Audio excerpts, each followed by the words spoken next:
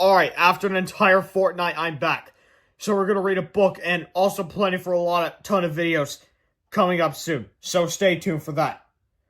So the book we're reading is The Adventures of Captain Underpants, the first epic novel by Dave Pilkey.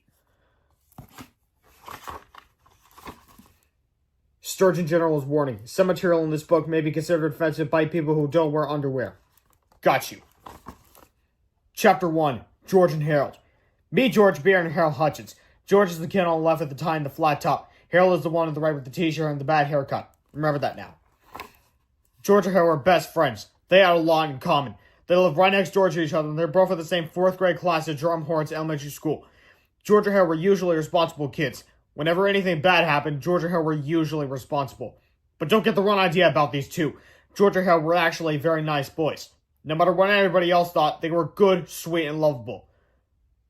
Well, okay, maybe they weren't so sweet and lovable, but they were good nonetheless.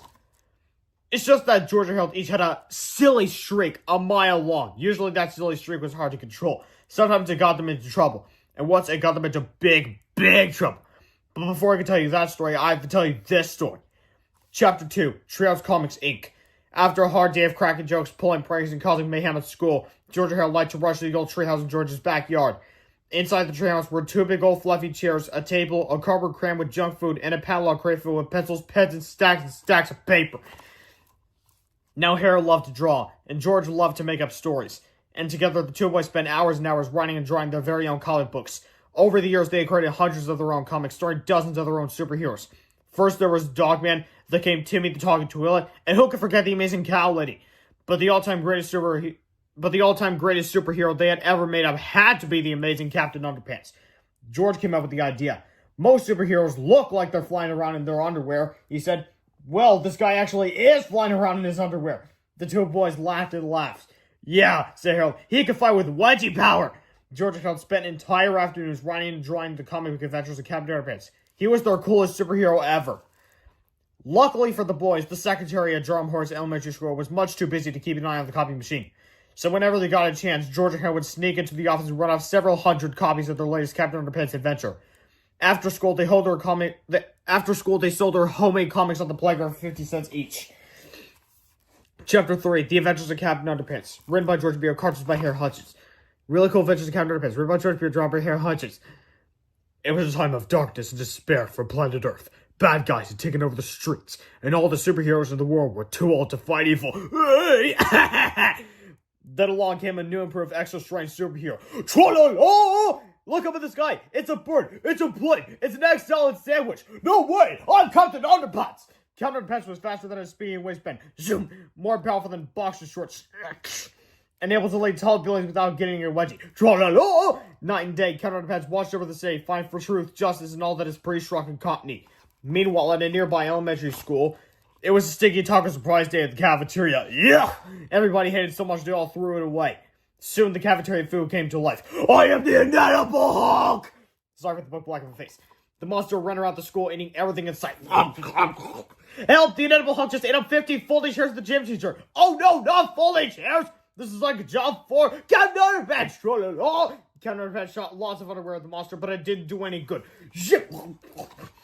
So Captain Underpants took off running. The Inedible Hunk chased him. And chased him. And chased him. Finally, the Inedible Hunk got too tired and thirsty to chase Captain Underpants. How about a nice drink of water? So the monster took a long drink from a shiny white bowl. When suddenly, ready for Captain Underpants! And so the Inedible Hunk got flushed away and was never heard from again. The end. Don't miss our next exciting adventure. Captain Underpants and the Attack at the Talking Toilets comes soon to a playground near you. Chapter 4, Mean Old Mr. Krupp. Do you see that old guy looking out the window up there? That's Mr. Krupp, the principal. Now, Mr. Krupp was the meanest, sourest old principal in the whole history of Drumhorns Elementary School. He hated laughter and singing. He hated the sounds of children playing at recess. In fact, he hated children altogether. And guess which two children Mr. Krupp hated most of all?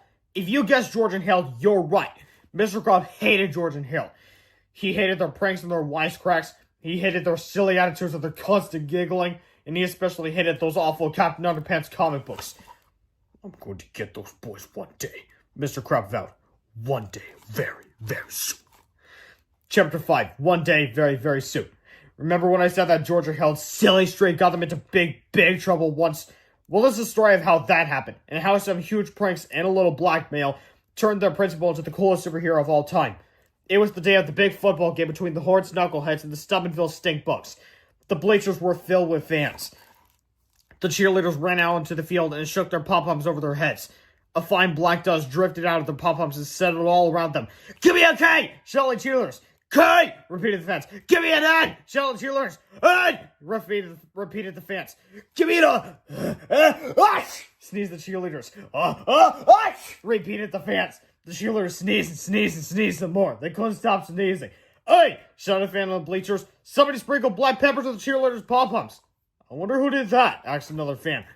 The cheerleaders stumbled off the field, sneezing and dripping with mucus as the marching band members took their places. But when the band began to play, steady streams of bubbles began blowing out of their instruments. Bubbles were everywhere. Up and down the field, the marching band slipped and slid, leaving behind a thick trail of wet, bubbly foam.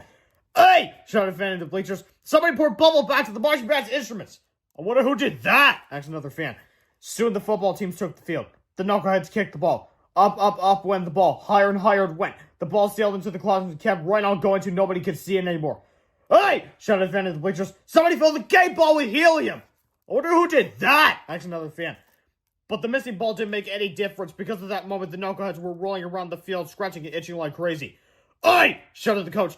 "Somebody replaced their deep-heating muscle rub lotion with Mr. Spacer's extra scratching itching cream." "We wonder who did that!" shouted the fans in the bleachers. The whole afternoon went on much the same way, with people shouting everything from, "Hey, somebody put sea monkeys in the lemonade," to, "Hey, somebody glue on the bathroom door shut!"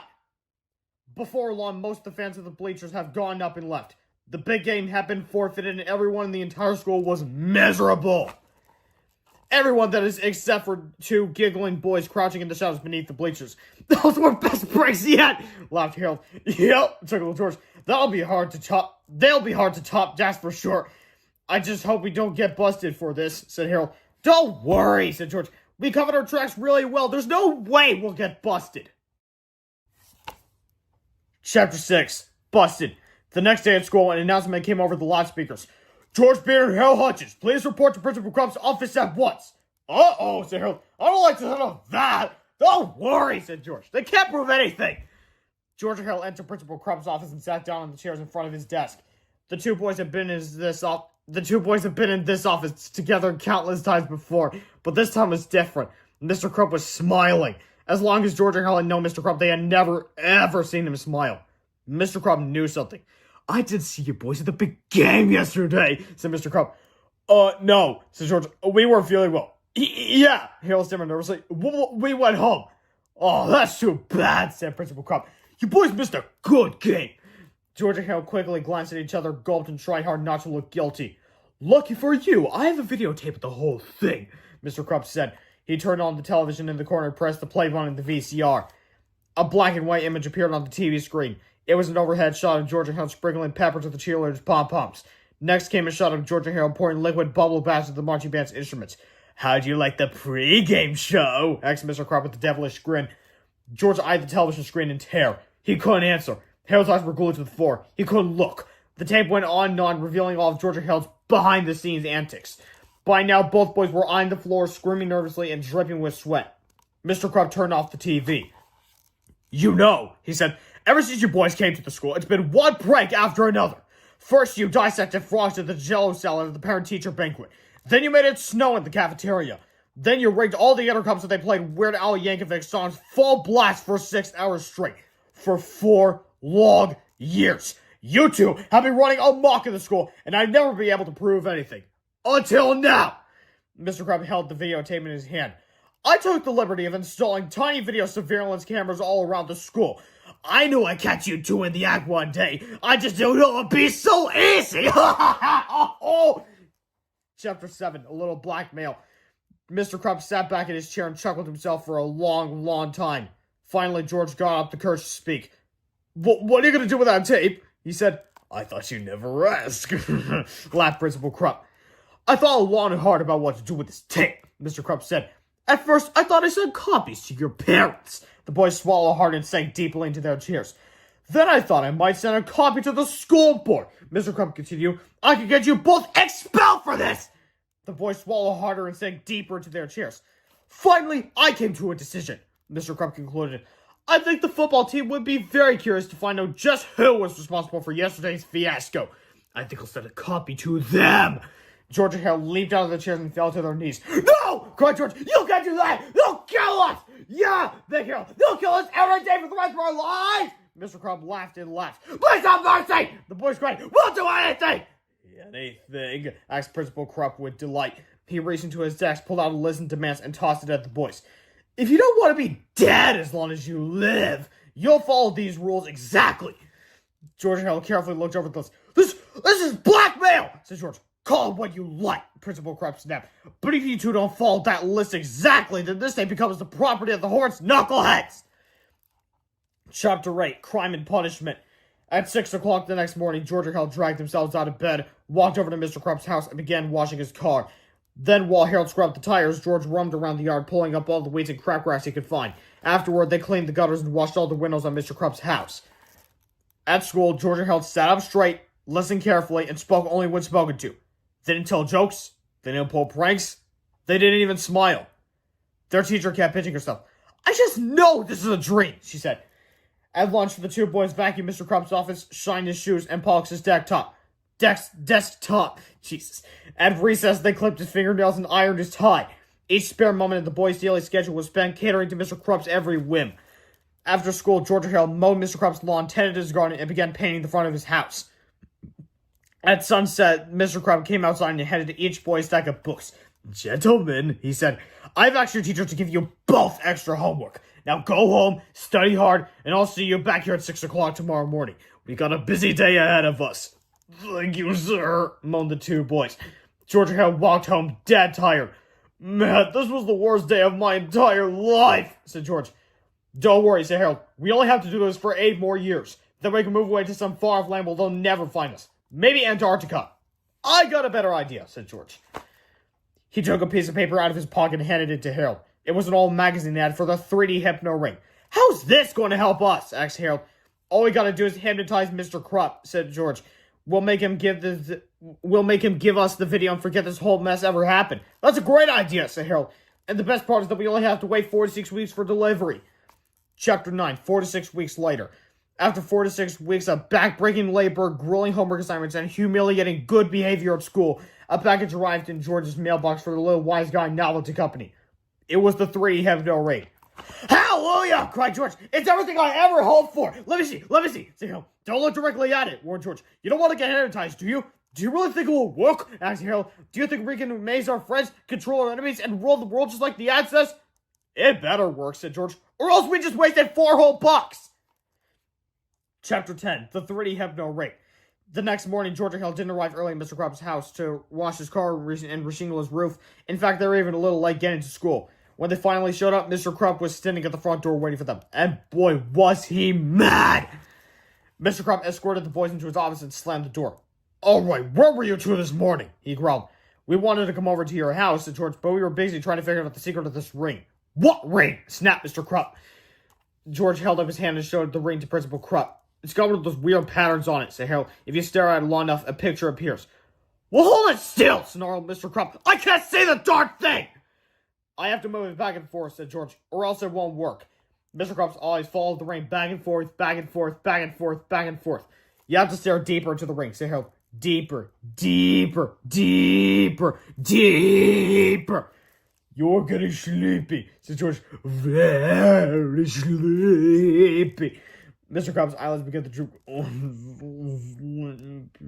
He mumbled. After a few minutes, Mr. Crump's eyes were closed tight and began to snore. You're now under our spell, said George. When I snap my fingers, you'll obey our every command. Snap! Mumbled Mr. Crump. Alright, said George. Have you still got that videotape of me and Harold? Mumbled Mr. Crump. We'll hand it over, Bob, George instructed. Mr. Crump unlocked the large file cabinet and opened the bottom drawer. He reached in and handed George the videotape. George stuffed it into his backpack. Harold took a different video out of his backpack and put it into the file cabinet. What's that video? Asked George. It's one of my little sister's old Boomer the Purple Dragon sing-along videos. Nice touch, said George. Chapter 11, Fun with Hypnosis. When Harold bent down to close the file cabinet, he took a quick look inside. Whoa, he cried. Look at all the stuff in here! The file cabinet was filled with everything Mr. Crumb had taken away from the boys over the years. There were slingshots, whoopee cushions, skateboards, fake doggy doo-doo, you name it. It was in there. Look at this! Cried George.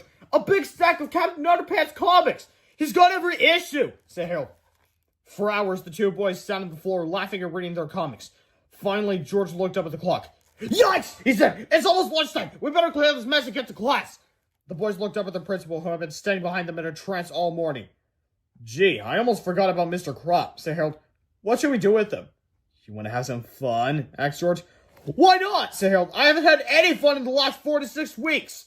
Cool, said George. He walked out to Mr. Crop and snapped his fingers. Snap! You're a chicken, he said. That suddenly Mr. Crop leaped onto his desk and flapped his arms. What? He cried, kicking his papers off the desk behind him and pegging his pen and pencil set. George howled with laughter. Let me try, said Harold. You are, a monkey. You gotta snap your fingers, said George. Oh yeah, said Harold. Snap. You're a monkey. Suddenly, Mr. Crop sprang off his desk and began swinging from the floors and light fixtures. Ooh. He shrieked, laughing from one side of the room to the other. George and Harold laughed so hard they almost cried. My turn, said George. Let's see, what should we turn him into next? I know, Harold said, holding up a Captain Underpants comic. Let's turn him into Captain Underpants. Good idea, said George. Snap! You are now the greatest superhero of all time, the amazing Captain Underpants! George and Harold Mr. Crop tore down the red curtain from his office window and tied it around his neck. Then he took off his shoes, socks, shirt, pants, and his awful toupee. Tra-la-la! He sang. Mr. Crumb stood before them looking quite triumphant with his cape blowing at the breeze in the open window. George and Harold were dumbfounded. You know, said George, he kind of looks like Captain Underpants. Yeah, Harold replied. After a short silence, two boys looked at each other and burst into laughter. George and Harold had never laughed so hard in all their lives. Tears ran down their faces as they rolled around the floor, shrieking in hysterics. After a while, George pulled himself up from the floor for another look. Hey! George cried. Where'd he go? Chapter 12. Out the window. George and Harold dashed to the window and looked out. There, running across the parking lot, was a pudgy old guy in his underwear with the red cane flowing behind him. Mr. Crop, come back! Shouted Harold. He won't answer to that, said George. He thinks he's Captain Underpants now. Oh no, said Harold. He's probably run off to fight crime, said George. Oh no, said Harold. And we gotta stop him, said George. Oh no! Cried Harold. No way! Look, said George. He could get killed out there. Harold was unmoved. Or worse, said George. We could get into big trouble. You're right, said Harold. We gotta go after him. The two boys opened the bottom file cabinet drawer and took out their slingshots and skateboards. Do you think we should bring anything else? Asked Harold.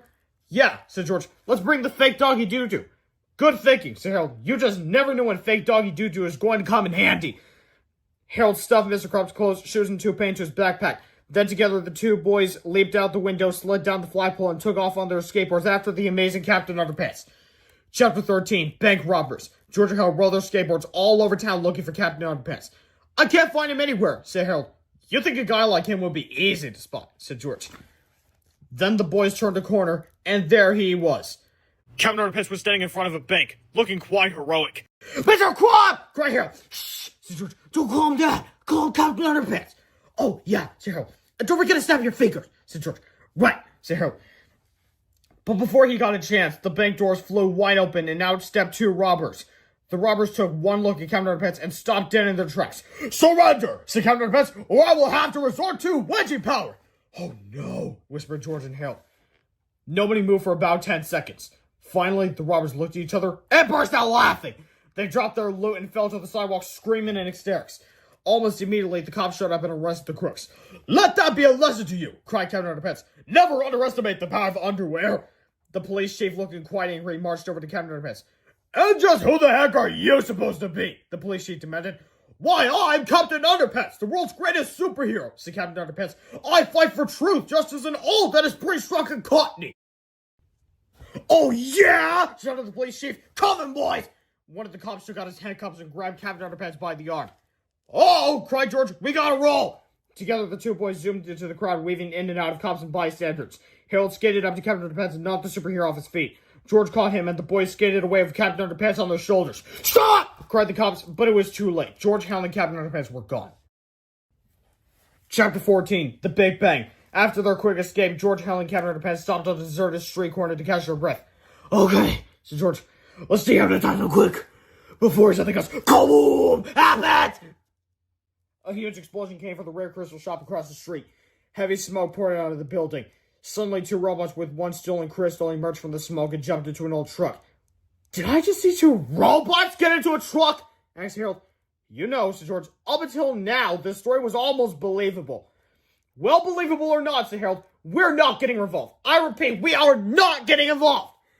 Just then, Captain Underpants leaped from the street corner and dashed into the front of the truck. Stop! In the name of underwear! He cried. Uh-oh, said George. I think we're involved. The two robots started out the truck and swerved around Captain Underpants. Unfortunately, the truck brushed up against his red cape and it got caught. With a mighty jerk, Captain Underpants fled backward and the truck pulled him along as it drove away. Grab him! Cried George. The two boys skateboarded with all their might toward the speeding truck and grabbed Captain Underpants by the ankles. Ah! They cried as the truck pulled him through the city streets. Mammy, said a little boy sitting on a bench. I just saw two robots driving a truck with a guy in his underwear hanging off the back by a red cape, and two boys escaped through behind with his feet. How do you expect me to believe such a ridiculous story? Asked his mother. Finally, the truck came to a screeching halt in front of an old abandoned warehouse. The sudden stop made Captain Underpants flip over the roof of the truck and crash through the front door of the building.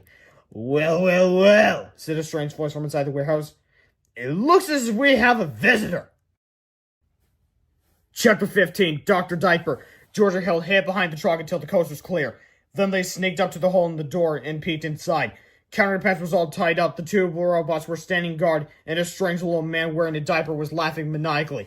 I am the evil Dr. Diaper, the strange little man told Captain Underpants, and you will be the first to witness my takeover of the world. Dr. Diaper placed the stolen crystal into a large machine called the Lasermatic 2000. The machine started to light up and make loud noises. Heavy gears began shifting and spinning, and a laser beam from the crystal shot straight up through a hole in the roof. In exactly 20 minutes, this laser beam will blow up the moon and send huge chunks of it crashing down upon every major city in the world!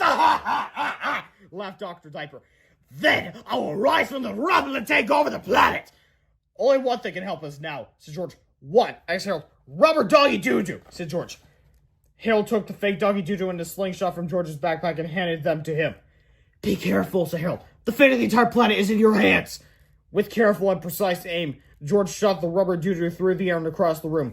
It landed with a plop right at the feet of Dr. Diaper. Yes! Whispered George and Harold. Dr. Diaper looked down at the doo-doo between his feet and turned bright red. Oh, dear me! He cried. I'm dreadfully embarrassed. Please excuse me. He began to waddle toward the restroom. This has never happened to me before. I assure you, he said. I guess with the but I just, oh dear. While Dr. Diaper was off changing himself, George and Harold sneaked into the old warehouse. Immediately, the robots detected the boys and began marching toward them. Destroy the intruders, said the robots. Destroy the intruders. George and Harold screamed and ran to the back of the warehouse. Luckily, George found two old boards and gave one of them to Harold. We're not going to have to resort to incredibly graphic violence, are we? Asked Harold. I sure hope not, said George. Chapter 16, the incredibly graphic violence chapter in Flipperama. Warning, the following chapter contains graphic scenes showing two boys beating the tar out of a couple of robots. If you have high blood pressure or if you faint at the sight of motor oil, we strongly urge you to take better care of yourself and stop being such a baby. As everybody knows, nothing enhances silly action sequences more than really cheesy animation. And so for the first time in the history of great literature, we proudly bring you the latest in cheesy animation technology. The art of Flip-O-Rama! Here's how it works. Step 1, place your left hand inside the dotted lines marked left hand here. Hold the book open flat. Step 2, grab the right hand page with your right thumb and index finger inside the dotted lines marked right thumb here. And step 3, now quickly flip the right hand page back and forth until the picture appears to be animated. For extra fun, try adding your own sound effects. Alright, let's give this a try. Robot rampage! Aye! Don't bitch us! Aye! George saves Harold. Harold returns the favor. Mixed nuts and bolts. This is fun. These robots are dead. Chapter 17, The Escape. After defeating the robots, George and Harold untied Captain Underpants. Come on, cried Harold. Let's get out of here. Wait, said Captain Underpants. We have to save the world first. So George, Harold, and Captain Underpants frantically looked all over the Lasermatic 2000, searching for a way to shut it down and stop the inevitable disaster. Said Harold, I think this might be the lever we want. He pulled the self-destruct lever with all his might. Suddenly, the Laser-Man 2000 began to sputter and shake. The huge laser beam turned off, and pieces of the machine began flying off in all directions. "It's gonna blow! Greyhill, run for your lives! Not so fast!" screamed Dr. Diaper, who had appeared out of nowhere. "You demolished my robots! You destroyed my Laser-Man 2000! And you ruined my one chance to take over the world! But you wanted to tell the tale!" Dr. Diaper pulled out his Diaper-Man 2000 ray gun and pointed at George Hale and Captain Underpants. Captain Underpants quickly stretched a pair of underwear and shot it at Dr. Diaper. The underwear landed right on the evil doctor's head. "Snap! Oh!" cried Dr. Diaper. "I can see! I can see!" George and Hale ran out of the warehouse as fast as they could. "Great shot, Captain Underpants!" cried Harold. "There's just one thing I don't understand," said George. "Where'd you get the extra pair of underwear?" "What extra pair?" said Captain Underpants. "Never mind that," cried George. "Let's just get out of here before that Laser-Man 2000 thing Kaboom! Blood!" The Laser-Man 2000 blew up, tearing apart the old warehouse. It sent flaming shards of red-hot metal in every direction. Fly from the skies around our heroes, and the earth began to crumble beneath their feet. "Oh no!" cried Hale. "We're doomed!" Chapter 18. To make a long story short, they got away. Chapter 19. Back to school. George, Hale, and Captain Underpants made a quick stop outside the police station. They tied Dr. Diaper to a lamppost and attached a note to him. "Arrest me!" "There!" said Captain Underpants. "That ought to explain everything!" "Back in 15 minutes. Please don't commit any crimes till we return. Thank you." That's what it says on the front door of the police station. Anyways, then George and Harold led Captain Underpants back to Drumhorse Elementary School. "Why are we going here?" asked Captain Underpants. "Well," said George, "you have to do some undercover work here." "Yeah," said Harold, reaching into his backpack. "Put these clothes on and make it snappy. Don't forget your hair," said George. Captain Underpants quickly got dressed behind some bushes. "Well, how do I look?" he asked. "Pretty good," said George. "Now try to look really mad." Captain Underpants made the nastiest face he could. "You know," said Harold, "he kind of looks like Mr. Krupp." "Harold," whispered George, "he is Mr. Krupp." "Oh yeah," said Harold, "I almost forgot." Before long, they were all back inside Mr. Krupp's office. "Okay, Captain Underpants," said George, "you're now Mr. Krupp." "Snap your fingers," whispered Harold. "Oh yeah," said George. "Snap, you're now Mr. Krupp." "Who's Mr. Krupp?" asked Captain Underpants. "Oh no!" cried Harold. "It's not working!" The boys tried again and again to dehypnotize Captain Underpants, but nothing seemed to work. Said Harold, "let me see the instruction manual for that ring." George checked his pants pockets. Said George, "I think I lost it." "You what?" cried Harold. The two boys searched frantically through the office, but the 3D Hypno Ring instruction manual was nowhere to be found. "Never mind," said George. "I have an idea." He removed the flowers from a large vase in the corner. Then he poured all of the water over Captain Underpants' head. "What do you do that for?" cried Harold. "I saw him do this in a cartoon once," said George, "so it's gotta work." After a few minutes, Mr. Krupp slowly came to. "What's going on here?" he demanded. "And why am I all wet?" George and Hale had never been so glad to see Mr. Krupp in all their lives. "I'm so happy I could cry," said Harold. "Well, you're gonna cry and get that video tape for one time," shouted Mr. Krupp. "I've had it with you too!" Mr. Krupp took the videotape out of his file cabinet. "You bunch of gin meat!" he sneered. He stormed out of his office with the video and headed toward the gym. George and Harold smiled. "Wait till the football team sees that video," said Harold. "Yes, George. I sure hope they like seeing purple dragons." "Hey, look," said George. "I found the 3D Hypno Ring instruction manual. It was in my shirt pocket, not my pants pocket." "Well, throw that thing away," said Harold. "We'll never need it again." "I sure hope not," said George. But unbeknown to them. Warning, whatever you do, don't pour water in anybody's head when they're in a trance. This will cause the hypnotized person to slip back and forth from trance to reality whenever they hear the sound of fingers snapping. Chapter 20. The end? Things at Drumhorse Elementary School were never quite the same after that fateful day. The football team enjoyed Mr. Krupp's video so much that they changed their name from the Knuckleheads to the Purple Dragon Sing-Along Friends. The name change didn't go over too well with the fans, but hey, who's gonna argue with a bunch of linebackers? George and Hale went back to their old ways, pulling pranks, cracking jokes, and making new comic books. They had to keep an eye on Mr. Krupp, though, because for some strange reason, every time he heard the sound of finger snapping, snap, Principal Krupp turned back into you know who. "Oh no!" cried Harold. "Here we go again," said George. This book was brought to you by Dave Pilkey, the creator of the entire Captain Underpants series. Read the books, enjoy the books, read the spin-offs, enjoy the spin-offs, and nice little colored pages on the inside. So, I'll see you next time, where I read the next book.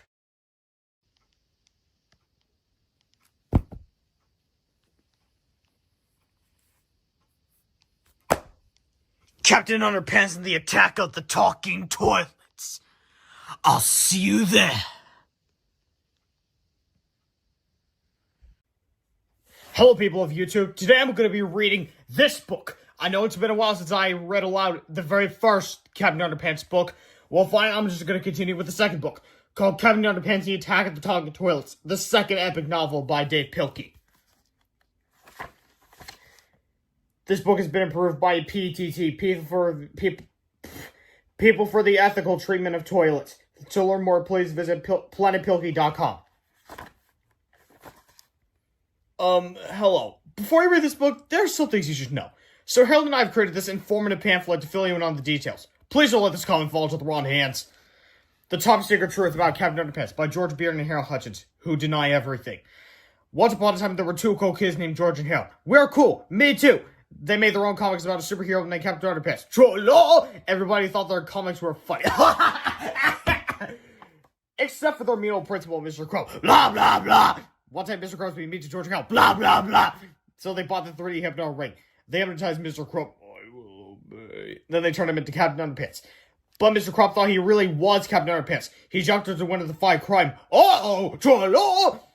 George and Harold tried to stop him, but they have to save the world first. Kaboom! When they got back to school, George poured water on Captain Underpants' head. He turned back into Mr. Crop, but something was wrong. Blah, blah, blah. Because now, for some strange reason, every time Mr. Crop hears somebody snap their fingers, snap, he turns back into Captain Underpants. Troll! So whatever you do, please don't snap your fingers around Mr. Crop. Please, please, please don't snap those fingers. This has been a public service announcement from George and Harold, who still deny everything. The end. Chapter 1, George and Harold. This is George Beard and Harold Hutchins. George is the kid on the left at the time, the flat top. Harold is the one on the right with t-shirt and the back haircut. Remember that now. Depending on who you ask, you probably hear a lot of different things about George and Harold. Their teacher, Miss Ribble, might say that George and Harold were disruptive and behaviorally challenged. Their gym teacher, Mr. Meir, might add that they were in serious need of a major attitude adjustment. Their principal, Mr. Krupp, would probably have a few more choice words to include, like sneaky and criminally mischievous, and I'll get those boys if it's the last thing I... Well, you get the idea. But if you ask their parents, they'd probably tell you that George and Harold were smart and sweet and very good-hearted, even if they were a bit silly at times. I'd have to agree with their parents. But even so, their silliness did get them into a lot of trouble sometimes. One fact, it got them into so much trouble, they accidentally almost destroyed the whole planet with an army of evil, vicious, talking toilets. But before I can tell you that story, I have to tell you this story. Chapter 2, this story. One fine morning at Jerome Hort's elementary school, George and Harold had just gotten out of their 4th grade remedial gym class when they saw a big sign in the hallway. It was an announcement for the 2nd annual Invention Convention. George and Harold had fond memories of last year's Invention Convention, but this year's convention was a bit different. The first prize winner got to be principal for the day. Wow, said George. Whoever gets to be principal gets to make up all the rules for the whole day, and everybody in school has to follow those rules. We have got to win first prize this year, exclaimed Harold. Just then, George and Harold's principal, Mr. Crump, showed up. Oh, ha! He shouted. I'll bet you 2 are up to no good. Not really, said George. We were just reading about this year's contest. Yeah, said Harold. We're going to win first prize in the contest and be principals for the day. Ha ha ha ha ha! Laughed Mr. Crump. Do you honestly think I'll let you 2 enter this year's contest after that stunt you pulled at last year's Invention Convention? George and Harold smiled and thought back to the first annual Invention Convention. Chapter 3, the flashback. And before we continue, there's actually a streamer on this page that says last year's Invention Convention. They're convenient and lets you know the information what's going on in the book. Anyway, it was about 1 year earlier, and all of the faculty and students at Jerome Hort's elementary school had gathered in the gymnasium for what would later be known as the sticky chair incident. George and Harold stepped up to the microphone. Ladies and gentlemen, said George, Harold and I have invented something that is guaranteed to keep you all glued to your seats. Yes, said Harold, we call it glue. Mr. Crop became very angry. You two know that glue, he shouted. He stood up to take the microphone away from Harold, and his chair stood up with him. Everyone in the gymnasium laughed. The school secretary, Miss Anthrop, stood up to help remove Mr. Crop's chair from his pants. Her chair stood up with her, too. Everyone in the gymnasium laughed harder. The other teachers stood up, and, you guessed it, they were stuck to their chairs as well. Everyone in the audience howled with laughter. One kid stood up to go to the bathroom, and his chair came up with him also. The audience stopped laughing so hard. They all quickly checked their chairs, and suddenly the laughter stopped completely. Everyone in the whole school was glued to their seats. You see, while it was true that George and Harold had not invented glue, they had invented a new kind of glue. By simply mixing rubber cement with concentrated orange juice mix, they had created a quick-drying, body heat-activated glue. Then they applied this special glue to every seat in the gymnasium except theirs early that morning. Everybody in the gymnasium was glaring at George and Harold and seething with anger. "I've got a good idea," said George. "What?" asked Harold. "Run!" cried George. George and Harold were grinning from ear to ear, remembering their silly invention and the chaos that followed. "That was hilarious," laughed Harold. "Yeah," chuckled George. "It'll be hard to top that this year." "Well, you won't get a chance this year," said Mr. Krupp. He took out a magnifying glass and held it up to the fine print on the sign. "This contest is open to all students in the 3rd and 4th grades except George Peter and Harold Hutchins." "You mean we can't enter the contest?" asked Harold. "It's worse than that," laughed Mr. Krupp. "You boys can't even attend this year's convention. I'm putting you two in study hall that whole day." Mr. Krupp turned and walked away, laughing victoriously. "Rats," said Harold. "What are we going to do now?" "Well," said George, "you know the old saying, if you can't join them, beat them." Chapter 4, The Invention. Early that evening, George and Harold sneaked back to school with their supplies. They crept into the gymnasium and peeked around. "I think somebody's stealing here," whispered Harold. "Oh, it's just Melvin Sneedley," said George. Melvin was the school brainiac. He was busy putting some last-minute touches on his new invention for the contest. "We should wait here until he leaves," whispered Harold. "No way," said George. "He could be here all night. Let's just go over and talk to him." When Melvin saw George and Harold approaching, he was not happy. "Oh no," he said. "I'll bet you guys are here to mess with everybody's inventions." "Nice guess," said George. "Listen, we promise not to mess with your invention if you promise not to tell anybody that you saw us here tonight." Melvin looked lovingly at his invention and reluctantly agreed. "I promise," he said. "Great," said George. "Say, what is that invention of yours anyway? It looks just like a photocopy machine." "Well, it used to be a photocopy machine," said Melvin, "but I've made some major adjustments to it. Now it is an invention that will revolutionize the world. I call it the Patsy 2000. "It'll revolutionize the world and you named it Patsy?" asked Harold. "Yes," said Melvin. "Patsy is an acronym for Photoatomic Transom Globulin Yet to Fan Triple Atomic Zeptomizer." "I'm sorry I asked," said Harold. "Allow me to demonstrate," said Melvin.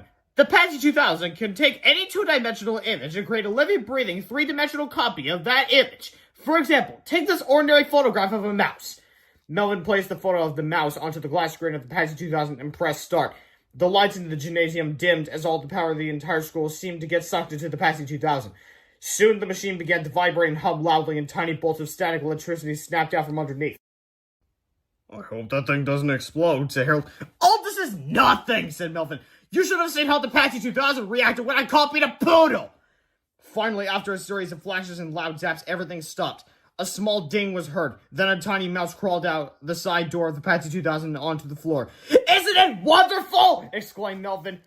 George inspected the mouse closely. "That's a great trick," George laughed. "You really have me going for a while." "It's not a trick," cried Melvin. "The Patsy 2000 really does bring photos to life. I've even created living creatures from paintings and drawings." "Yeah, right," laughed Harold. "And I thought we were con artists." George and Harold walked away chuckling.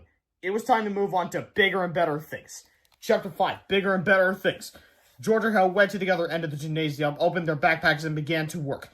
George busying himself by turning all the spray nozzles on the automatic dog washer around, while Harold filled up the soap tank with India ink. Then they moved on to the volcano detector. "Will you please pass me the biggest batch of butterscotch pudding and a Phillips head screwdriver?" asked Harold.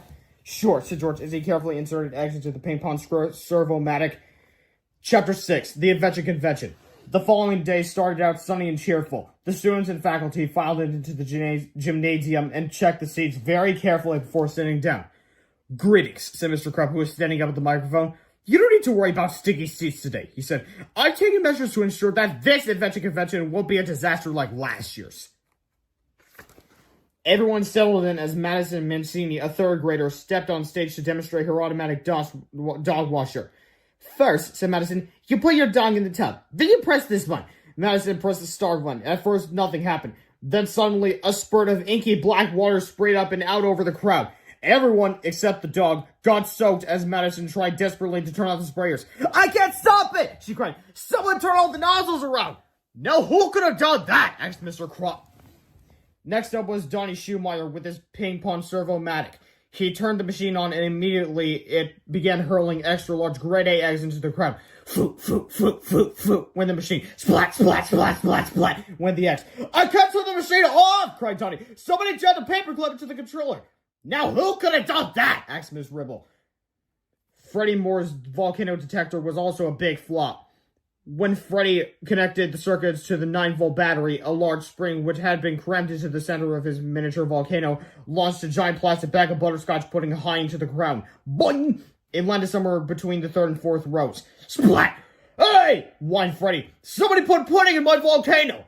"No, who could have done that?" asked Mr. Meaner. The rest of the day went on much the same way, with people shouting everything from, "Hey, who put oatmeal in my solar-powered leaf blower?" to, "Hey, who let all the mice out of my treadmill dune buggy?" It wasn't long before everyone fled the gymnasium and the second annual invention convention had to be called off. "How could this have happened?" cried Mr. Crop as he wiped chocolate syrup, pencil shavings, and cream of mushroom soup off his face and shirt. "Georgia had been in study hall all day long. I put them there myself." Excuse me, Mr. Crop," said Melvin Sneely. "I think I have an answer to your question." Chapter 7. Busted. Crash! Went the door to the study hall room. Mr. Crop stormed in like a crazy person. Georgia Hill had never seen him this upset before. "You boys are in so much trouble!" Mr. Crump shouted. "I'm putting you two in permanent detention for the rest of the school year!" "Wait a second," cried George. "You can't prove anything." "Yeah," said Harold. "We've been here all day." Mr. Crump smiled devilishly and looked toward the door. "Oh, Melvin," he called. Melvin Sneely stepped into the room covered in mustard, eggshells, and shredded coconut. "They did it," Melvin said, pointing at George and Harold. "I saw him last night in the gym." "Melvin!" cried George, horrified. "You promised!" "I changed my mind," Melvin said, grinning smugly. "Have fun in detention!" Anyways, Chapter 8, The Invention Convention Detention. After school, Mr. Krupp ushered George and Harold into the detention room and wrote a long sentence on the chalkboard. "I will never do anything that angers my handsome and charming principal, Mr. Krupp, ever again." "From now on," growled Mr. Krupp, "you boys will spend 2 hours a day after school copying this sentence over and over. I want every chalkboard in this room filled completely." On his way out the door, Mr. Krupp turned and said with an evil grin, "And if either of you leaves this room for any reason, I'm going to suspend you both." Now, as you might have guessed, writing sentences was nothing new to George and Hale. The two boys waited until Mr. Krupp left the room. Then they each took 4 homemade wooden rods out of their backpacks. The rods had holes in them that George and Hale had drilled in George's dad's workshop. George screwed the rods together while Harold inserted a piece of chalk into each hole. Then they each took a pole and began copying Mr. Krupp's sentence. Every time they wrote one sentence, the wooden poles made 12. After about 3.5 minutes, every chalkboard in the room was completely filled. George and Harold sat down and admired their work. "We've got a lot of time on our hands now," said George. "Got any ideas?" "Let's make a new comic book," said Harold. So the two boys took out some paper and pens and created an all-new adventure about their favorite superhero. It was called Captain Underpants: The Attack of the Talking Toilets. Chapter 9, Captain Underpants: The Attack of the Talking Toilets by George B. Harold Hitchens. Captain Underpants: The Attack of the Talking Toilets, stories by George B. Peters by Harold Hitchens. One day at school, everything was pretty normal. The lunch ladies were serving toasted rat sandwiches. The principal was yelling, "Blah, blah, blah." And the gym teacher was beaming to everybody. "My grandma can run faster than you guys." Then a UFO appeared. It zapped the school with an evil ray. The ray made all the toilets come to life. It made them evil, too. The toilets were hungry. Blah, blah, blah, blah. So they ate the gym teacher. "Help! The toilets just grabbed somebody's car and ate out the gym teacher." "Lord have mercy! Was it my car? This is like a job for Captain Underpants!" Crash! Captain Underpants ran to the storage room. Blah, blah, blah, blah. He found a bunch of plungers. He put them in the toilets. Their mouths got stuck. "Oh! Raise the Captain Underpants! No, stop that evil UFO!" Captain Underpants went outside and saw the UFO. It opened up. Click! And out jumped the terrible Turbo Toilet 2000. "I'll flush you!" They had a big fight. Captain Underpants was faster than the speed of his spin. Zip! More powerful than boxer shorts. Kick! Oh! And able to hit top villains without getting a wedgie. Captain Underpants snuck up behind the Turbo Toilet 2000 and gave him a wedgie. "Wedgie power! Oh, treat!" Then he hung the TT-2000 on his stop sign and pulled back hard. Then let go. Doing! Kaboom! The spaceship blew up and all the toilets returned to normal. Even the gym teacher escaped. Oh, man. The end. Chapter 10. A Big Mistake. George and Harold sat together in the detention room, reading through their newest comic book and beaming proudly. "We've got to go to the office and make copies of this," said George, "so we can sell them on the playground tomorrow." "We can't," said Harold. "Don't you remember? Mr. Crump said he'd suspend us if he caught us leaving this room." "Then he won't let him catch us," said George. George and Harold sneaked out of the room quietly and crawled down the hall to the office. "Uh-oh," said Harold. "There's a bunch of teachers in there. We'll never get to use the copy machine." Said George. "Are there any other copy machines in the school?" "How about the one that Melvin had in the gym?" asked Harold. "Oh, yeah," said George. George and Harold crept over to the gym and found the Patsy 2000. "I wonder if this machine still makes copies," said Harold. "Melvin did say that he had made some adjustments to it." "Oh, he probably just crammed a mouse in there to fool us," said George. "It's the oldest trick of the book. I'm sure the machine still makes regular copies." George placed the cover of their new comic book face down on the glass screen and pressed start. All at once, the lights in the whole school dimmed and the Patsy 2000 began to shake and clunk around wildly. Giant volts of static electricity zapped out the bottom of the machine as a gray whirlwind rose from the top. Loose papers and other small objects in the room were sucked into the wind, and they spun above the machine like a raging cyclone. "Oh, I don't think it's able to do this!" shouted George over the horrible noise. Finally, after a series of flashes and loud zaps, the noise, wind, and sparks stopped altogether. The only sound that could be heard was of something groaning and clawing inside the bloated, battered frame of the Patsy 2000. "It sounds like something's alive inside there," said Harold. George snatched the comic book from the top of the machine. "Let's get out of here!" he cried. Just then, a small ding was heard, and a full-size, shiny white toilet emerged from the side of the Patsy 2000. Its teeth were sharp and jagged, and its angry eyeballs glowed with red, swelling veins. "Yah, yah, yah, yah," cried the evil toilet. Almost immediately, another talking toilet emerged, followed by another and another and another. "Yah, yah, yah, yah," they cried. "Oh no! Melvin was right! The phototopic transgoblet yet to venture recombinant system body really does create living, breathing, three-dimensional copies of two-dimensional images!" Harold cried convolutedly. "I've got an idea," said George. "What?" "Actually, what?" cried George. Chapter 11. The Invention Convention Detention Suspension. George and Harold screamed and ran out the gym door, closing it tightly behind them. "Aha!" yelled Mr. Crump, who was just coming down the hall. "You boys left the detention room. You know what that means, don't you?" "It wasn't our fault," cried Harold. "Too bad!" Mr. Crump shouted with delight. "You boys are officially suspended!" "Wait," cried George. "You've got to listen. Behind this door is an army of evil fishes. I don't have to listen to you boys ever again!" "Ha ha ha!" laughed Mr. Crump. "Now get your stuff and get out of this school!" But, Harold stammered. "You don't understand." "Get out!" Mr. Crump screamed. George and Harold groaned and walked to their lockers to collect their stuff. "Gosh," said Harold. "In one day we've got a detention, a suspension, and we've created an army of evil talking toilets who want to take over the world."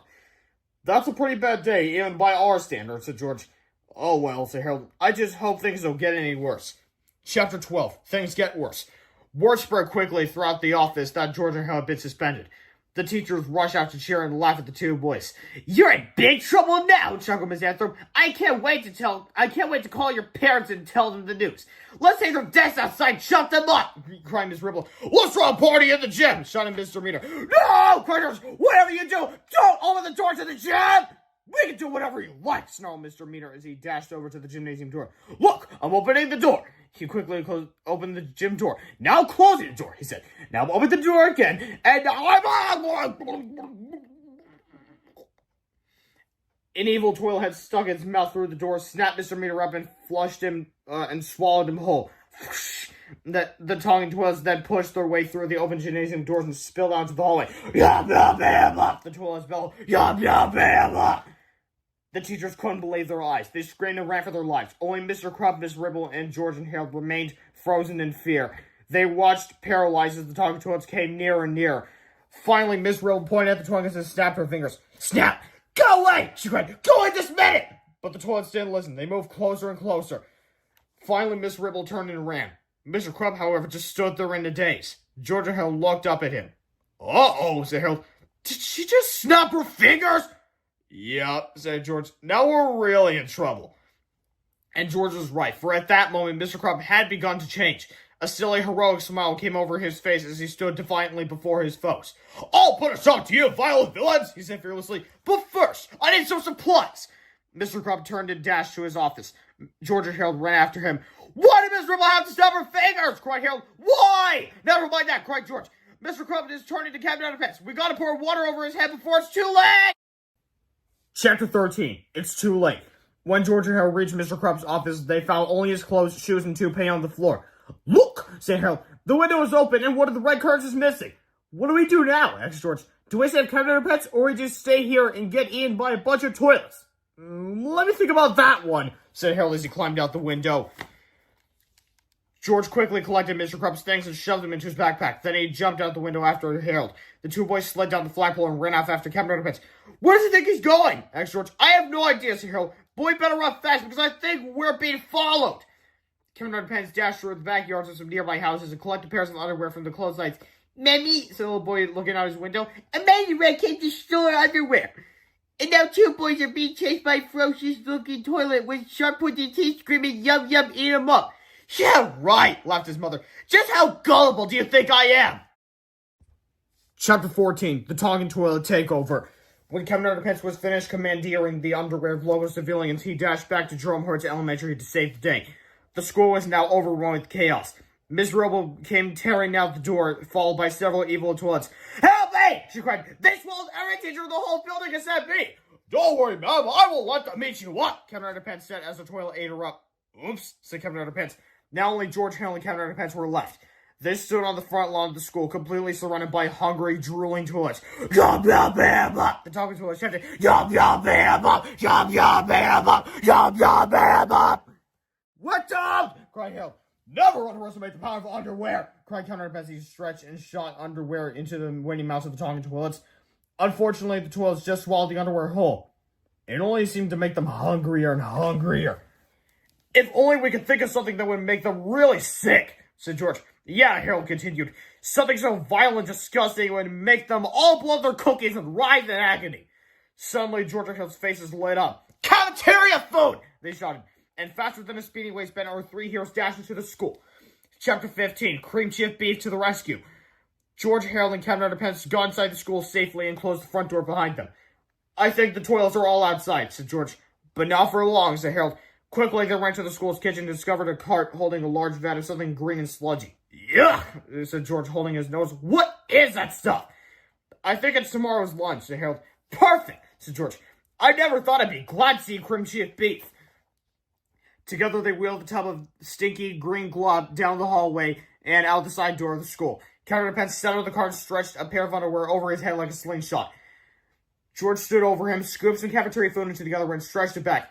Harold wheeled the cart toward the talking toilets. "Toilet!" shouted Captain Underpants loudly. The talking toilets turned and saw our three heroes. All at once, they shouted, "Yum, yum, bam, up!" and the chase was on.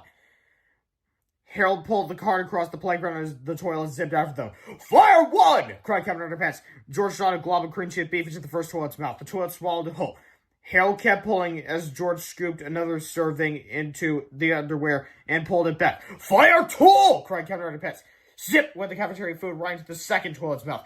The whole process repeated itself until every last toilet had swallowed at least 2 servings of cream chief beef. "We're almost out of ammo!" Captain Underpants shouted. "I don't think I can run anymore," said Harold, huffing and puffing. "Don't worry, look," said George, pointing at the toilets. They had all slowed down and were beginning to groan and wobble around. Their eyes crossed, and they turned an odd shade of green. "Look out!" cried Harold. "I think they're gonna hurl!" And that's just what they did. George, Harold, and Captain Underpants watched as the toilets upchucked everything they had eaten during the day. The cream chief beef, the underwear, even the toilets all came out without a scratch.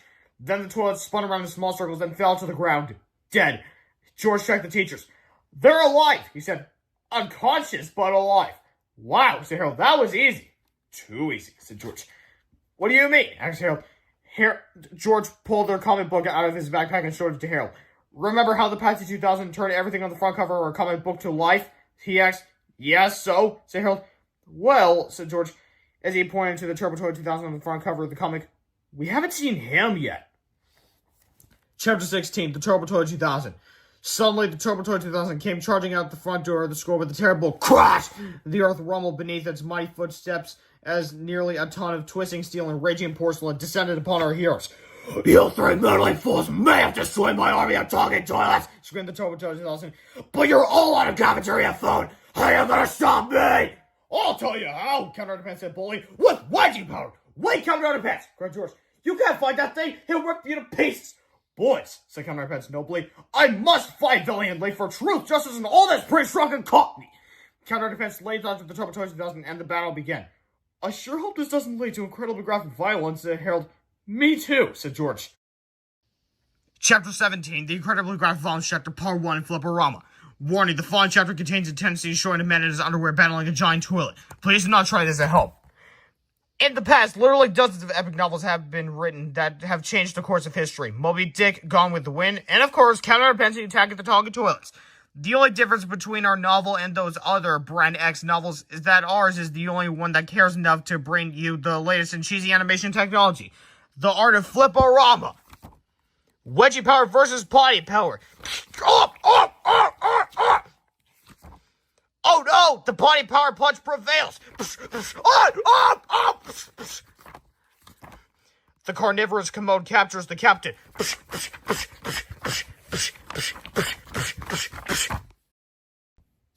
Chapter 18, Harold and the Purple Ballpoint Pen.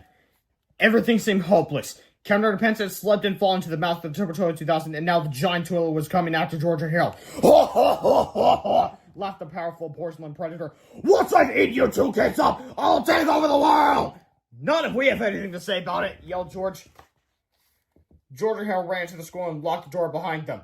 The Turbo Toilet 2000 banged against the door with its fist, shouting, You boys can't hide there forever! George and Harold ran to the gym. I got a plan, said George. We need to invent a character who could defeat a giant robot toilet. How about a giant robot urinal? Asked Harold. We could call it the Urinator. No way, said George. They'll never let us get away with that in a children's book. We're skating on thin ice as it is. All right, said Harold. How about a giant plunger robot? He can carry a really big plunger and that's it! Cried George. So Harold took out his purple ballpoint pen and began to draw. Give him laser eyes, said George. All right, said Harold. And give him turbo atomic rocket boosters, said George. Got it, said Harold. And make him obey our every command, said George. I'm way ahead of you, said Harold. Harold finished his drawing, and George inspected it carefully. This just might work, said George. Yeah, said Harold, if the Patsy 2000 can hold out. The boys turned and looked at the dented, cracked, and beaten-up machine laying on its side in the corner. George and Harold pushed the Patsy 2000 upright and dusted it off. Come on, Patsy, old girl, said George. We really need you now. Yes, said Harold. The fate of the entire planet is in our hands. Chapter 19, The Incredible Robo-Plunger. George took Harold's picture and placed it on the screen of the Patsy 2000. Press start. The lights around them dimmed as the weird machine began to shake and smoke. Lightning bolts zapped, thunder clapped, and the whole gymnasium was soaked with phototom and transmogabulatory yet to fin triple times his zyptic energy. Come on, Patsy! George shouted over the horrible noise. You can do it, baby! So, finally, a small ding was heard, and the Patsy 2000 coughed up a huge metallic behemoth. Clunk! It rose up and stood valiantly before George and Harold. It was the incredible Robo-Plunger. Hooray! Cried George. It worked! Way to go, Patsy! Harold cheered. Now let's get outside to kiss some Turbo Toilet Tushy! Chapter 20, The Incredible Graphic Violence Chapter Part 2 in Flipperama. Warning, the following chapter contains terribly naughty scenes depicting a giant toilet get his shiny hiney kicked. All toilet violence was carefully monitored by the PETT, People for the Ethical Treatment of Toilets. No actual toilets were harmed during the making of this chapter. The Incredible Robo-Plunger to the rescue. The Incredible Robo-Plunger kicks the TT-2000's tushy.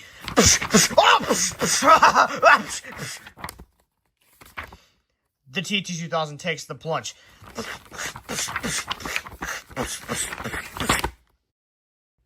Chapter 21, The Aftermath. The Incredible Robo-Plunger had defeated the evil Turbo Toilet 2000, but George and Harold's problems weren't over yet. They reached into the crumbled mouth of the TT-2000 and pulled out their principal. What happened here? Cried Mr. Crump. The school's been destroyed, the teachers are all unconscious, and I'm standing here in my underwear! Uh-oh, Harold whispered. Captain Underpants must have gotten toilet water on his head. He turned back at the Principal Crump. George took Mr. Crump's closing hair out of his backpack and handed them to him. I'm ruined! Principal Crump whined as he dressed himself. I'm going to be held responsible for this mess. I'm going to lose my job! Maybe not, said George. We can fix everything and clean up this whole mess. Yeah, said Harold, but it'll cost you. Cost me what? Asked Mr. Crump. Well, said George, we'd like you to cancel our detention and our suspension. And we also like to be principals for the day, said Harold. All right, said Mr. Crump. If you can really fix everything, you've got a deal. George and Harold turned and spoke to the Incredible Robo-Plunger. All right, Robo guys, said George. Make yourself useful and pick up all this mess. Yeah, fix up the school too, said Harold. Use your laser eyes to repair all the broken windows and stuff. And when you're done, said George, take all the evidence and fly it up to Uranus. And don't come back, said Harold. Chapter 22, to make a long story short, the rollout of Bay. Chapter 23, the aftermath. The incredible world plungers soared off into space just as the teachers began to regain consciousness. I just had the strangest dream, said Miss Ripple. It was all about these evil twins who wanted to take over the world. We had the same dream too, said the other teachers. Well, said Mr. Crump, things turned out alright after all. Not quite, said George. It's payback time! Chapter 24, Principles for the Day. Or, the Invention Convention to test suspension prevention. Bars eminent be weary. Attention students, said George over the intercom the following day. This is Principal George. You're all excused from classes today. There will be no homework or tests, and everybody gets an A+ for the day. That's right, said Principal Harold. Also, we are hosting an all-day recess outside, complete with free pizza, french fries, cotton candy, and a live DJ. Now go outside and play. Principal George and Principal Harold strolled out to the playground to behold their glorious domain. George got a slice of pepperoni pizza, while Harold made himself a banana split at the all-you-can-eat ice cream sundae bar. It's good to be the principal, said George. Yep, said Harold. I wish we could be principals every day. Later, George and Harold paid a visit to the unfortunate folks who were spending the day writing sentences in the detention room. All the teachers were there, along with Mr. Krupp and Melvin Sneely, Tattletale, and Crook. Before I continue with the book, let's see what they wrote. Melvin wrote, I will not be a tattletale. Mr. wrote down, I will stop being such a crab. Mr. Meter writes down, I will chill out. Miss Anthrope writing down, I will get a life. And finally, Mr. Crook written down, I will be very, very, very, very, very, very, very, very nice to George the Great and the Amazing Harold. Anyways, continue. Mr. Crump looked out the window at the all-day recess celebration going on outside. How are you boys going to pay for all that ice cream and pizza? He asked. Oh, we sold some stuff, said Harold. What did you sell? Asked Mr. Crump. Your antique walnut desk and leather chair, said George, and all the furniture in the teacher's lounge. What? Screamed Mr. Crump. I think we better leave now, said Harold. George and Harold left the detention room in a hurry. Miss Arthurpe snapped her fingers at them. Snap! Come back here right now! She yelled. Uh-oh, said George. Did Miss Arthurpe just snap her fingers? Within seconds, Mr. Crump dashed out of the detention room and ran down the hallway toward his office. He had a goofy, heroic, all too familiar-looking smile on his face. Oh, no! Cried Harold. Here we go again, said George. Draw it all! Of course, I don't want to get called for copyright, so I'm telling you right now that this book was brought to you by Dave Pilkey, the creator of the entire Captain Underpants series. Read the books, enjoy the books, read the spin-offs, enjoy the spin-offs, and the alluring colors on the pages. And I'll see you next time, where we read the third epic novel by Dave Pilkey.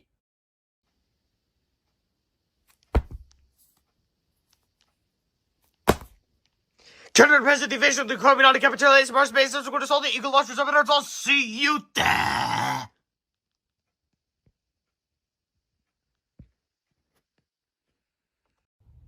Hey guys, I'm back at it again with another Captain Underpants Read-Aloud. This time with this book. And it's called, say it with me now, Captain Underpants, the invasion of the incredibly naughty capitalization of our space, and subsequent assault the equally launchers of Earth. Oh, very long title. The third epic novel by Dave Pilkey.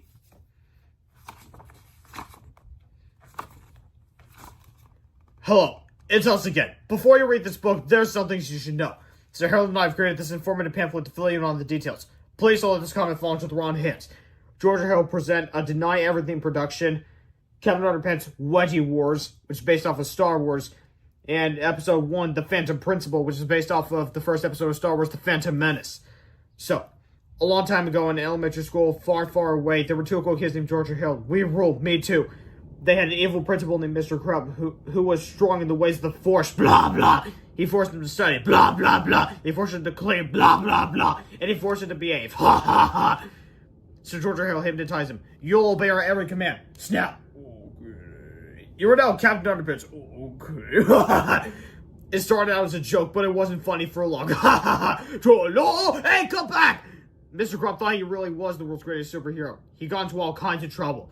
George and Harold had to save him and the entire planet twice. Now, the only way they can turn Captain Underpants back into Mr. Crump is to pour water over his head. But the worst part is that George and Harold had to keep an eye on Mr. Crump. Blah, blah, blah. Because for some strange reason, whenever he hears somebody snap their fingers, snap, he turns back into you-know-who. So whatever you do, please don't snap your fingers around Mr. Crump. You hurt the man. Please, please, please don't snap those fingers. This has been a public service announcement from George and Harold, who still deny everything. Chapter 1, George and Harold. This is George being inheritance. George is the kid on the left at the time, the flat top. Harold is the one riding the t-shirt and the bad haircut. Remember that now. If you're looking for a few words to describe George and Harold, you might come up with kind, funny, smart, determined, and deep. Just ask their principal, Mr. Krupp. He'll tell you that George and Harold are kind, funny-looking, smart Alex who are determined to drive everyone off the deep end. But don't listen to him. George and Harold are actually very clever and good-hearted boys. Their only problem is that they're 4th graders. And at George and Harold's school, 4th graders are expected to sit still and pay attention for 7 hours a day. George and Harold are just not very good at that. The only thing George and Harold are good at is being silly. Unfortunately, George and Harold's silliness gets them into trouble every now and then. Sometimes it gets them into a lot of trouble. And one time it got them into so much trouble it almost caused the entire Earth to be destroyed by an army of giant evil zombie nerds. But before I tell you that story, I have to tell you this story. Chapter 2, The Evil Space Guys. One dark, clear night in Pico, Ohio, a flaming object was seen streaking across the quiet midnight sky. It shone brightly for a second or two, then fizzled out just above Jerome Hart's elementary school. Nobody gave it a second thought. The next day, everything seemed pretty normal. Nobody noticed anything different about the school. Nobody paid any attention to the roof. And of course, nobody looked up and said, "Hey, what's that big spaceship thing you do on the roof of the school?" Perhaps if they had, the horrible ordeal that followed might never have happened, and you wouldn't be sitting here reading about it right now. But they didn't, it did, and well, here we are. As we can all plainly see, there was a spaceship on top of the building, and inside that spaceship were 3 of the most evil, hideous, and merciless spacemen ever to set foot on the roof of a small Midwestern elementary school. Their names were Zorks, Klax, and Jennifer. Their mission? To take over planet Earth. "First," said Zorks, "we must find a way to infiltrate the school. Then," said Klax, "we will turn all the children into giant, super-powered evil zombie nerds. Finally," said Jennifer, "we will use them to take over the world." Zorks and Klax laughed and laughed. "Silence, you fools!" barked Jennifer. "If our plan is to work, we must wait until it is narratively convenient. In the meantime, we will watch their every move on our trinucleoscope." Chapter 3, Fun with Science. Early that same morning, George and Harold were sitting in their 10:15 a.m. science class making silly noises. George mewed softly without moving his lips. Growled Harold without opening his mouth. "There it is again!" exclaimed their science teacher, Mr. Fine. "I distinctly heard a cat and a dog in here!" "We didn't hear anything," the children said, trying not to laugh. I must be hearing things again," Mr. Fine worried. "Maybe you should leave and go see a doctor," said George with concern. "I can't," said Mr. Fine. "Today is the day of the big volcano experiment." The children all groaned. Mr. Fine's science experiments were usually the most idiotic things on Earth. They almost never worked and were always boring. But today's experiment was different. Mr. Fine brought in a large, fake-looking volcano they had made out of paper mache. He filled the volcano with a box of ordinary baking soda. "Baking soda is also called sodium bicarbonate," exclaimed Mr. Fine. Said Mr. Fine. "Did any of you children just hear..." Never mind. Mr. Fine opened up a bottle of clear liquid. "Now watch what happens when I pour vinegar into the baking soda," he said. The children watched as the tiny volcano started to rumble. Soon a large glob of foamy goop spurted out the top. The goop poured over the desk and dripped onto the floor, creating a huge mess. "Oops," said Mr. Fine. "I guess I used too much baking soda." George and Harold were stunned. "How'd you do that?" asked Harold. "Well," said Mr. Fine, "the vinegar acts as a liberating agent, which releases the gaseous carbonate radical element of the sodium bicarbonate." Mr. Fine paused.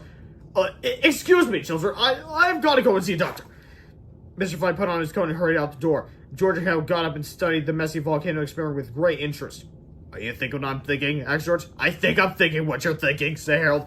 Chapter 4, The Setup. After school, the two boys raced to George's house and got down to business. George and Harold sat down and began creating a bogus cupcake recipe. "We'll just add a box of baking soda and a bottle of vinegar to this recipe," said George, "and whoever makes these cupcakes will get a big surprise. Let's add 2 boxes of baking soda and 2 bottles of vinegar to the recipe," said Harold. "That way, they'll get an even bigger surprise." "Good idea," laughed George. Chapter 5, Mr. Krupp's Crispy Cupcakes. The next morning at school, George and Harold strolled into the cafeteria and taped a festive-looking card to the kitchen door.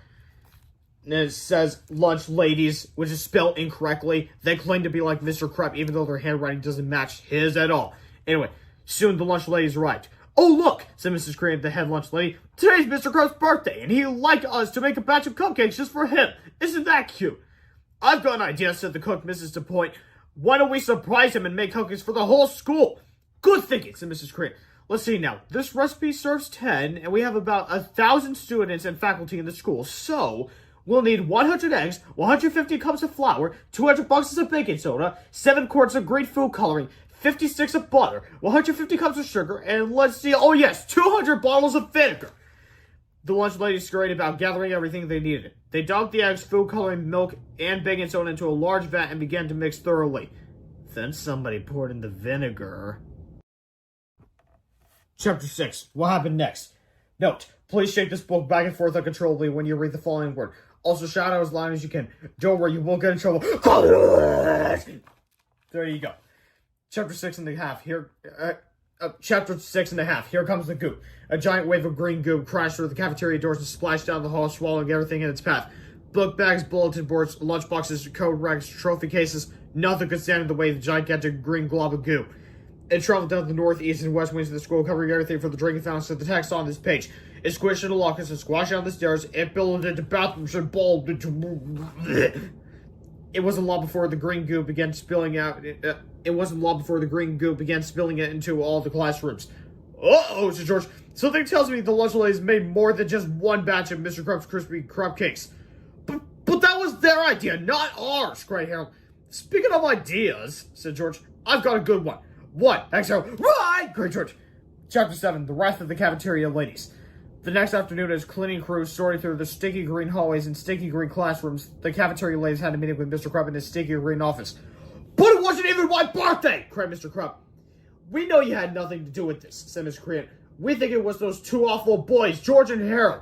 Well, duh, said Mr. Krupp, rolling his eyes. Of course it was George and Harold. But do you have any proof?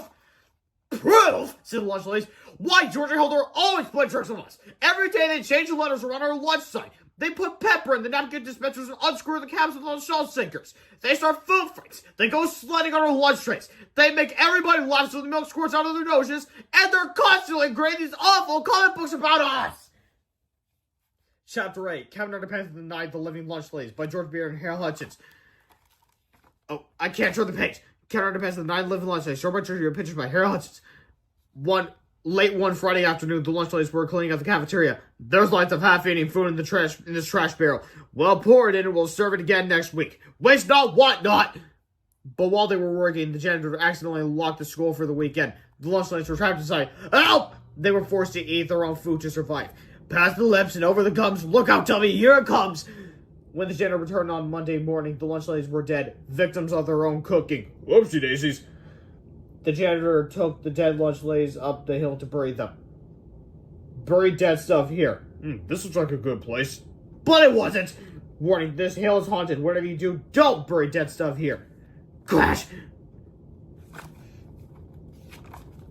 Wait, is this next page? Yes. Help the lunch ladies arose from the dead. They're hungry for brains and they just attacked the gym teacher. But I thought you said they were hungry for brains. This is like a job for Captain Underpants. Crash! What's this to be the problem? Living dead lunch ladies. Don't worry, I'll get the wedges. Oh no, wedgie power doesn't work on the living dead. They got into a big fight. Captain Underpants was faster than the speeding waistband, more powerful than the boxing doors, and able to lay tall balloons without getting a wedge. But the lunch ladies were strong too. They ran faster than the running meatloaf gravy. They were more powerful than the stench of their sloppy Joe casserole, and they could lay tall buildings with the gassy after effects of their Texas-style chili con carne. At least I think that's why. Soon they were all on top of a tall building. We got you now, waistband warrior! Not so fast! Captain Underpants pressed on his utility waistband. Click! And helped out to roll up toilet paper. Even the living dead can't escape the toilet paper of justice! Captain Underpants lassoed the lunch ladies. But they had a trick up their sleeves. They poured the steak sauce on the toilet paper of justice. Psst. We're free! Let's get them, girls! Uh-oh! Ah! Captain Underpants tossed the toilet paper of justice up and went, and each one to safety. Clunk, splat, goosh! The lunch ladies weren't so lucky. We're for Captain Underpants! Oh! Chapter 9, Quitting Time. We're fed up with those two boys! Cried Miss Crit. They're all making fun of our cooking!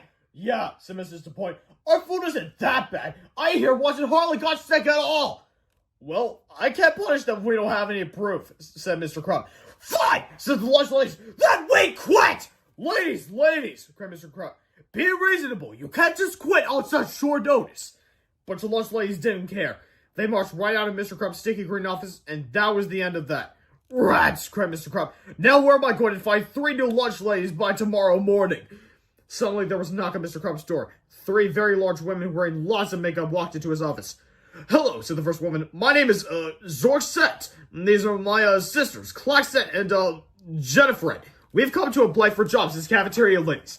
"Wow," said Mr. Crump. "Do you have any experience?" "No," said Klaxet. "Do you have any credentials?" asked Mr. Crump. "No," said Zorset. "Do you have any references?" asked Mr. Crump. "No," said Jennifer. "You're hired," said Mr. Crump. "Wonderful," said Jennifer.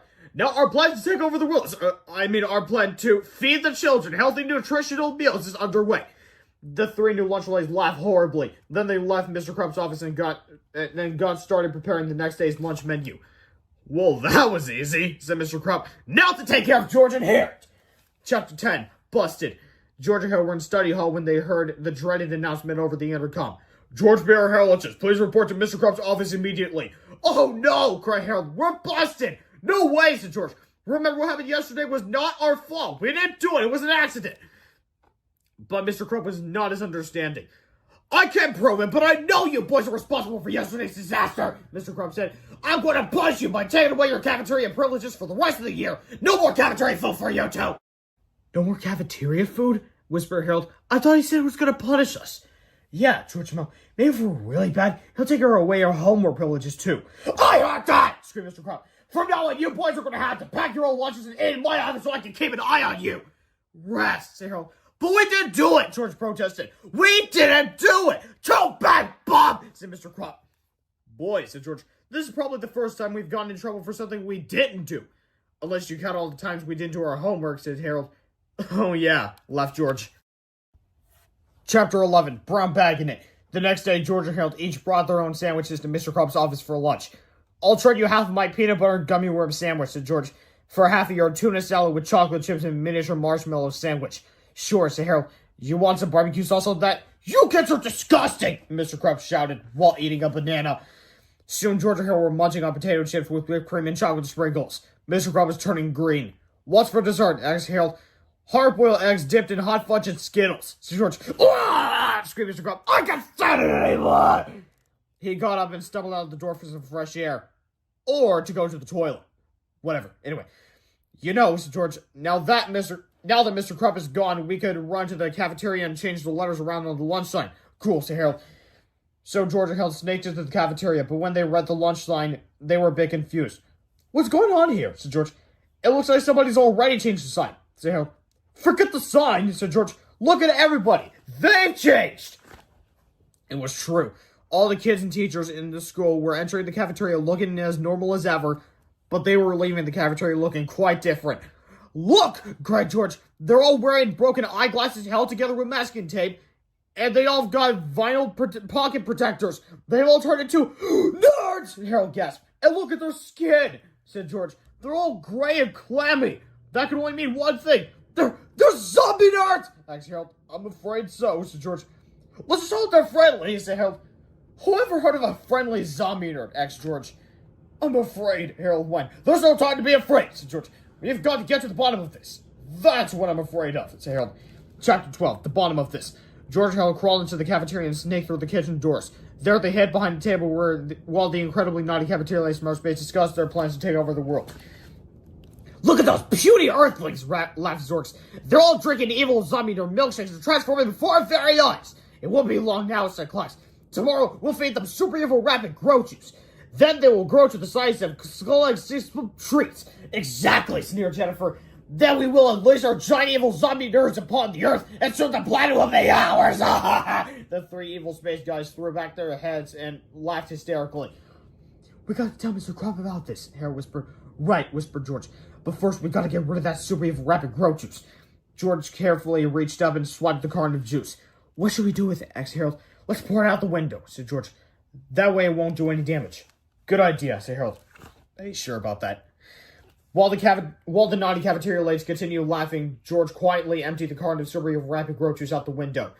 "You know," whispered Harold, "Mr. Crump is never going to believe that sinister cafeteria ladies from outer space have turned everybody into evil zombie nerds." "Sure, he'll believe us. He's got to believe us," said George. "At least I hope he believes us." Chapter 13. He doesn't believe them. "That's the most ridiculous story I've ever heard," laughed Mr. Crump. But it's true, cried Harold. Yeah, said George. Everybody in the entire school is an evil zombie nerd. The kids, the teachers, everybody. All right, said Mr. Crump. I'll prove it to you. He pressed the button on his intercom and called for his secretary. Soon Miss Anthrop entered the room. She was dressed in a pink polka dot polyester dress with orthopedic knee-high stockings and an ugly brown arch support loafers. See, said Harold, she's dressed like a nerd. She always dresses like that, snapped Mr. Crump. But she's gray and clammy and reeks of freakish zombified death, cried George.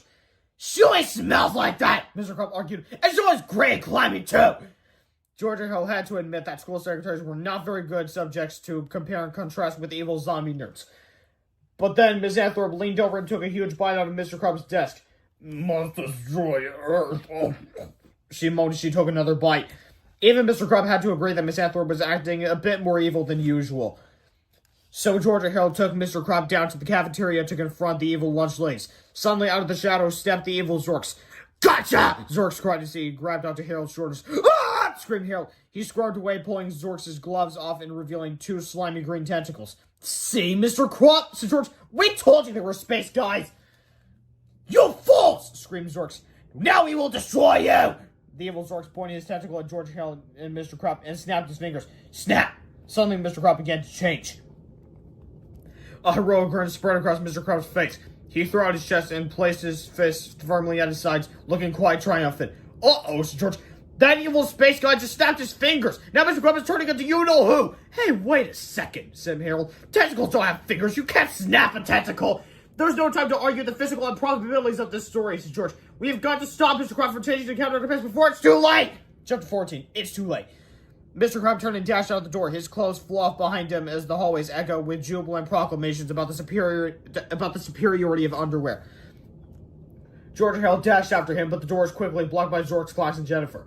You want to get out of this kitchen? The evil Jennifer mocked. You gotta go through us! George grabbed a rolling pin. Harold grabbed a cast iron frying pan. I sure hope we don't have to resort to incredibly graphic violence, said Harold. Me too, said George. Chapter 15, The Incredibly Graphic Violence Chapter Part 1 in Flipperama. Warning, the following chapter contains terribly inappropriate scenes that certainly do not belong in a children's book. If you are offended by such senselessness, please put this book down immediately, raise your arms over your head, and run screaming to your nearest shoe store. When you get there, ask them to make you a cheeseburger. Note, this probably won't help you a bit, but we think it will be funny. Lately, there have been many groundbreaking advances in the field of animation. There's claymation, dynamation, Japanese anime, and even computer animation. But if you ask us, nothing beats the economy-sized thrills of cheesy animation technology, also known as Flipperama. George pins a predator. Psh, psh, psh, psh, psh. Harold bucks a bad guy. Psh, psh, psh, psh. George and Harold save the day. For now. Psh, psh. Oh, yes. Psh. We're gonna save the day by beating these aliens' faces. Chapter 16. The Assault of the Equally Evil Lunchroom Zombie Nerds. George and Harold had barely caught their breath when Captain Underpants finally showed up. Hello, he said. I'm here to fight for truth, justice, and all this breeze-drunken company. Where were you back in Chapter 15 when we needed you? Asked George. I was at the shoe store ordering a cheeseburger, said Captain Underpants. While our three heroes were talking, nobody noticed that Zorks, Clax, and Jennifer had slithered away. The wounded space guys approached the lunchroom loudspeakers and called for their evil zombie nerds. Zombie nerds, instructed Jennifer. Destroy Captain Underpants and his little friends too!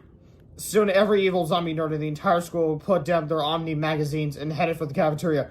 Must destroy Underpants, they groaned. Must destroy Underpants. Suddenly, our three heroes were surrounded by evil, vicious zombie nerds. Closer and closer they came. Oh no! Cried George. What do we do now? To the underwear cave! Shouted Captain Underpants. There's no underwear cave, said Harold. Really? Said Captain Underpants. Well, let's just climb up that ladder instead. George, Helen, and Captain Underpants scurried up the ladder, and soon they were all on the roof. Well, we're safe now, said Harold.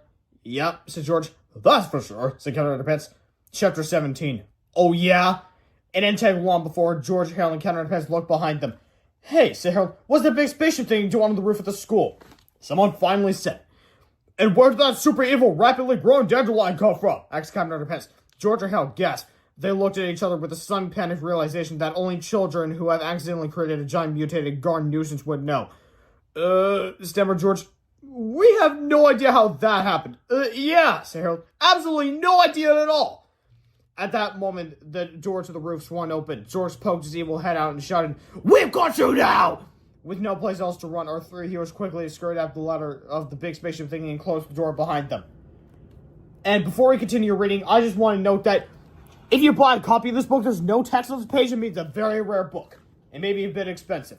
Anyway, inside the spaceship, George and Captain Underpants discovered a refrigerator filled with strange juices. "Look," said George, "here's a carton of anti-evil zombie nerd juice. How convenient." "And look at this," said Harold, "a carton of ultra nasty self-destruct juice. Now this could come in handy." "And look what I found," said Captain Underpants, "a whole carton of extra strength super power juice." "And give me that," said George, snapping the carton out of Captain Underpants' hands. Chapter 18, Space Captives. Suddenly, the door of the spaceship swung open, and the three evil space guys slithered inside. "Stay away from the refrigerator!" screamed Jennifer. "And get to that jail cell!" George and Hal hid their juice cartons behind their backs, and our three heroes stepped quickly into the jail cell.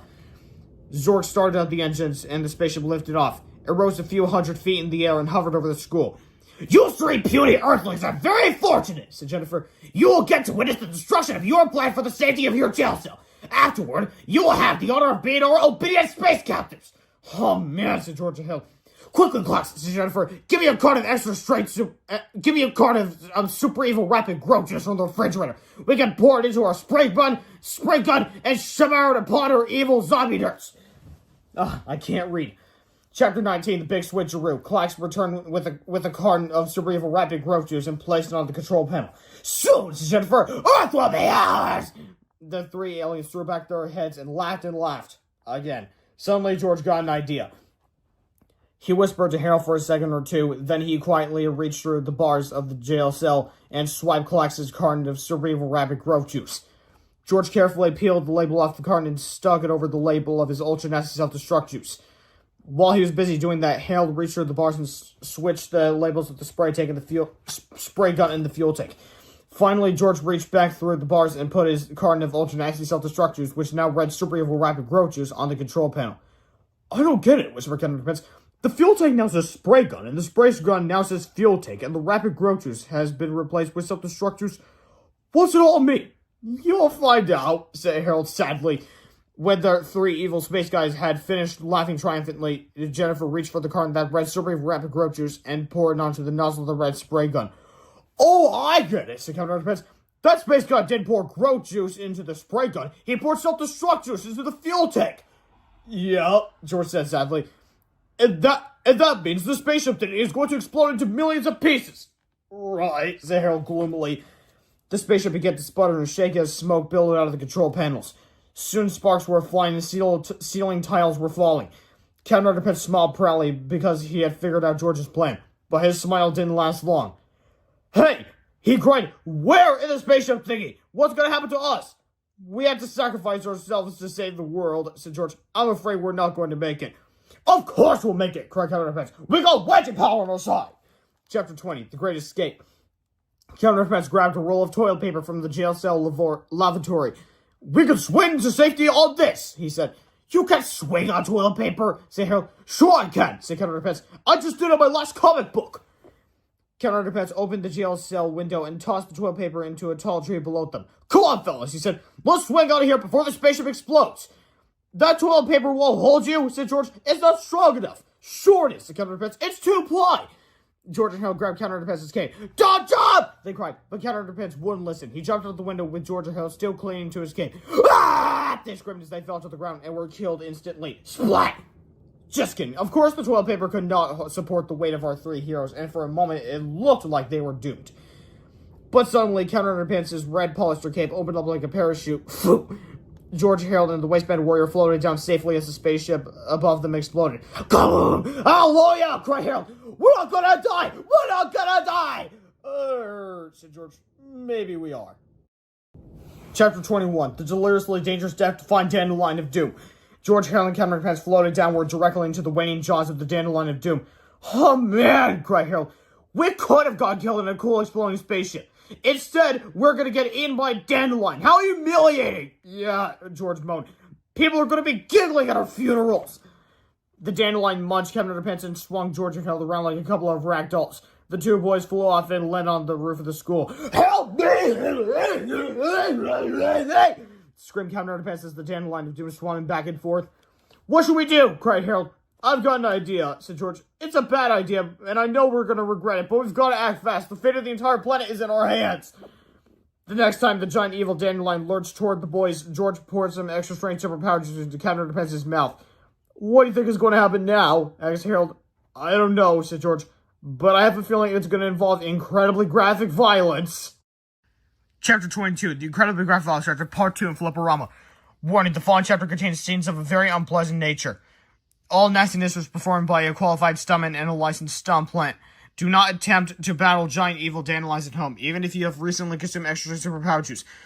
Such behavior could result in serious boo-boos. That National Board of Boo-Boo Prevention. When dandelions attack. The wedgie weed whacker. Aha! Hooray for Captain Underpants! Chapter 23, the 23rd chapter. Captain Underpants, with the help of his newly developed superpowers, had defeated the deliriously dangerous Death-defying Dandelion of Doom. Now the only thing left to do was to stop the evil zombie nerds. Oh, how are we ever going to conquer the evil zombie nerds? Asked George. How will we ever change them back to normal? Well, we could try this anti-evil zombie nerd juice, said Harold. George rolled his eyes. I was hoping for something a little more dramatic, he said. But we're running out of pages. Let's do it. So Harold mixed up a batch of anti-evil zombie nerd root beer and ordered everybody in the school to drink some. The evil zombie nerds lined up. Must drink root beer. They moaned, must drink root beer. When the last zombie nerd had swallowed his last sip of root beer, George ordered Captain Underpants to get dressed back up like Mr. Krupp. But I'll lose my superpowers if I put on clothing, said Captain Underpants. The power of underwear must be just put the clothes on, Bob, George instructed. Captain Underpants did as he was told, and then George poured water over the hero's head. Now all we can do is wait, said Harold. Wait and hope that everybody returns to normal. Chapter 24. To make a long story short, they did. Chapter 25. Back to normal? Hooray, said Harold. It's great to have everybody back to normal. Yep, said George, that's for sure. But back to normal probably wasn't the best choice of words. For a while, the students and faculty were the same as they'd always been. Something had definitely changed about Mr. Krupp. Because from that day on, whenever he heard the sounds of fingers snapping, snap, Mr. Krupp not only turned back into you-know-who, but he also had extra-strength superpowers. And if you thought it was hard for George Hill to keep up with him before, well, you ain't seen nothing yet. Oh, no! Screamed Hill. Here we go again! Screamed George. Oh, no! Now, on the final 2 pages, you can see him, this time not running out the window, but rather flying out the window with George Hill clinging onto his cape. Thanks so much for watching this Read Aloud, guys. If you liked it, then go ahead and hit the like switch. And don't forget to subscribe to my channel to get more of these Read Alouds into, This has no copyright intended. It is also a Read Aloud, so technically you can't call a Read Aloud for copyright. But anyway, it was brought to you by Dave Pilkey, who's the creator of the entire Captain Underpants series. And don't forget to read the books. No, don't just watch my Read Alouds, but read the books and enjoy the books. Don't forget to read the spin-offs also, and also enjoy the spin-offs. Anyway, I'll see you next time where I read the next book of the Captain Underpants series, which is called...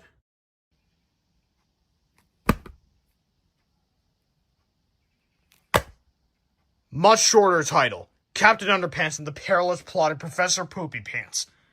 I'll see you there. Goodbye. Hello, YouTubers. It's the time of the YouTube channel again, where I read yet another Captain Underpants book. This time, we're reading Captain Underpants and the Perilous Plot of Professor Poopy Pants, the 4th epic novel by Dave Pilkey. Now you can see, Poopy Pants is crossing out Dave Pilkey's name to read Gidget Hamster Brains.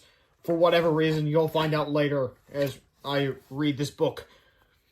Anyway, in our last 3 adventures, we tried to save our crazy principal from disaster. He thought he was a real superhero, but he wasn't. We didn't think things could get any worse, but they did. The top secret truth about Captain Underpants. Once upon a time, the two little kids named George and Harold. We're awesome. Me too. They had a meet principal, Mr. Krupp. Blah, blah, blah. Mr. Krupp was being... Mr. Krupp was being to George and Harold. Blah, blah, blah. So they bought a 3D hypno ring. They used it to hypnotize Mr. Krupp. You will obey us. Okay. But they made a terrible mistake. You're now Captain Underpants. Okay. Well, hey! Come back, Mr. Krupp. Oh! Mr. Krupp thought he really was Captain Underpants, but he didn't have any superpowers. Stop, big dummy! They had a lot of adventures. One time, they even got attacked by a UFO. Uh-oh! They all got took into the spaceship, and George stole some alien superpower juice. Then Mr. Crump got eaten by Big Evil Dandelion. You had to be there. So George gave him some superpower juice, then he got superpowers. Now Captain Underpants has amazing strength. He can even fly too. Holy cow! The only way George and Hale can stop Captain Underpants from causing trouble is by pouring water on his head. This makes him turn back into Mr. Crump. Hey, Bob! But beware, because whenever Mr. Crump hears somebody snap their fingers, snap, snap, he turns back into you-know-who. Oh no! Here we go again! The end. Chapter 1, George and Harold. This is George being a heraldist. George is the king of 11 times the flat top. Harold is one with a t-shirt and a bad haircut. Remember that now. Of all the experts at Drumhearts Elementary School had their opinions about George and Harold, their guidance counselor, Mr. Rector, thought the boys suffered from ADD. The school psychologist, Miss Labler, diagnosed them with ADHD, and their remedial principal, Mr. Crump, thought they were just plain old BAD, or bad. But if you ask me, George and Harold simply suffered from IBSS, incredibly boring school syndrome. You see, George and Harold weren't really bad kids. They were actually very bright, good-natured boys. The only problem was that they were bored in school, so they took it upon themselves to liven things up for everybody. Wasn't that thoughtful of them? Unfortunately, George and Harold's thoughtfulness got them into trouble every now and then. Sometimes it got them into a lot of trouble, and one time it got them into so much trouble it almost caused the entire planet to be taken over by a ruthless, maniacal mad scientist guy in a giant robot suit. But before I can tell you that story, I have to tell you this story. Chapter 2, All Hail New Switzerland. As everybody knows, New Switzerland is a small country just southeast of Greenland. You probably know all about New Switzerland's natural resources and systems of government. But here's something new about New Switzerland that I'll bet you didn't know. Everybody in New Switzerland has a silly name. Just ask their president, the Honorable Chuckles Jingleberry McMonkeyburger Jr., or his lovely wife Stinky. And here are some other silly names. Jiggles T. Chunky Skunks, Tipper Q. Zipper Dripper, and I wanna go to the bathroom. Anyway, they'll tell you all about New Switzerland's proud silly name heritage. They'll tell you all about the cultural significance of silly names. And then they'll probably tell you a really, really long, boring story of how this stupid tradition got started. We'll skip that part, okay? Just remember that everybody in New Switzerland has a silly name. From the richest to the poorest, from the dumbest to the smartest. And speaking of the smartest, let me introduce you to Professor Pippy P. Poopy Pants. That's a statue of him down there on the bottom right-hand corner of the page. Right there. Now, Pippy P. Poopy Pants was probably the smartest person in all of New Switzerland. He graduated the head of his class at Chunky Q Booger Nose University, and afterwards spent all his time creating wild and fantastic inventions. Let's look it on him, shall we? Back in his private laboratory, Professor Pippy P. Poopy Pants was just putting the finishing touches on two wonderful new inventions, the Shrinking Pig 2000 and the Goosey Grow 4000. Professor Poopy Pants called for his assistant, Pork Belly Funky Skunk. Mr. Funky Skunk, Pippy yelled, I am now ready to test my new inventions! Pork Belly took notes while the professor aimed his Shrinking Pig 2000 at a hideous pile of trash. A powerful beam of energy blasted the garbage heap. Suddenly, the large pile of trash shrank to the size of a gumball. Hooray! It works! Cried Professor Poopy Pants. Now I must try the Goosey Grow 4000! Pippy and Pork Belly aimed the Goosey Grow 4000 ordinary hot dog with mustard. When another bright beam of energy. Suddenly, the hot dog grew and grew until it crashed through the walls of the laboratory. We did it! Exclaimed Pork Belly. What do you mean, we? Yelled Professor Poopy Pants. I did it! I'm the genius! You're just a lonely assistant, and don't you forget it! Sorry, boss, said Pork Belly.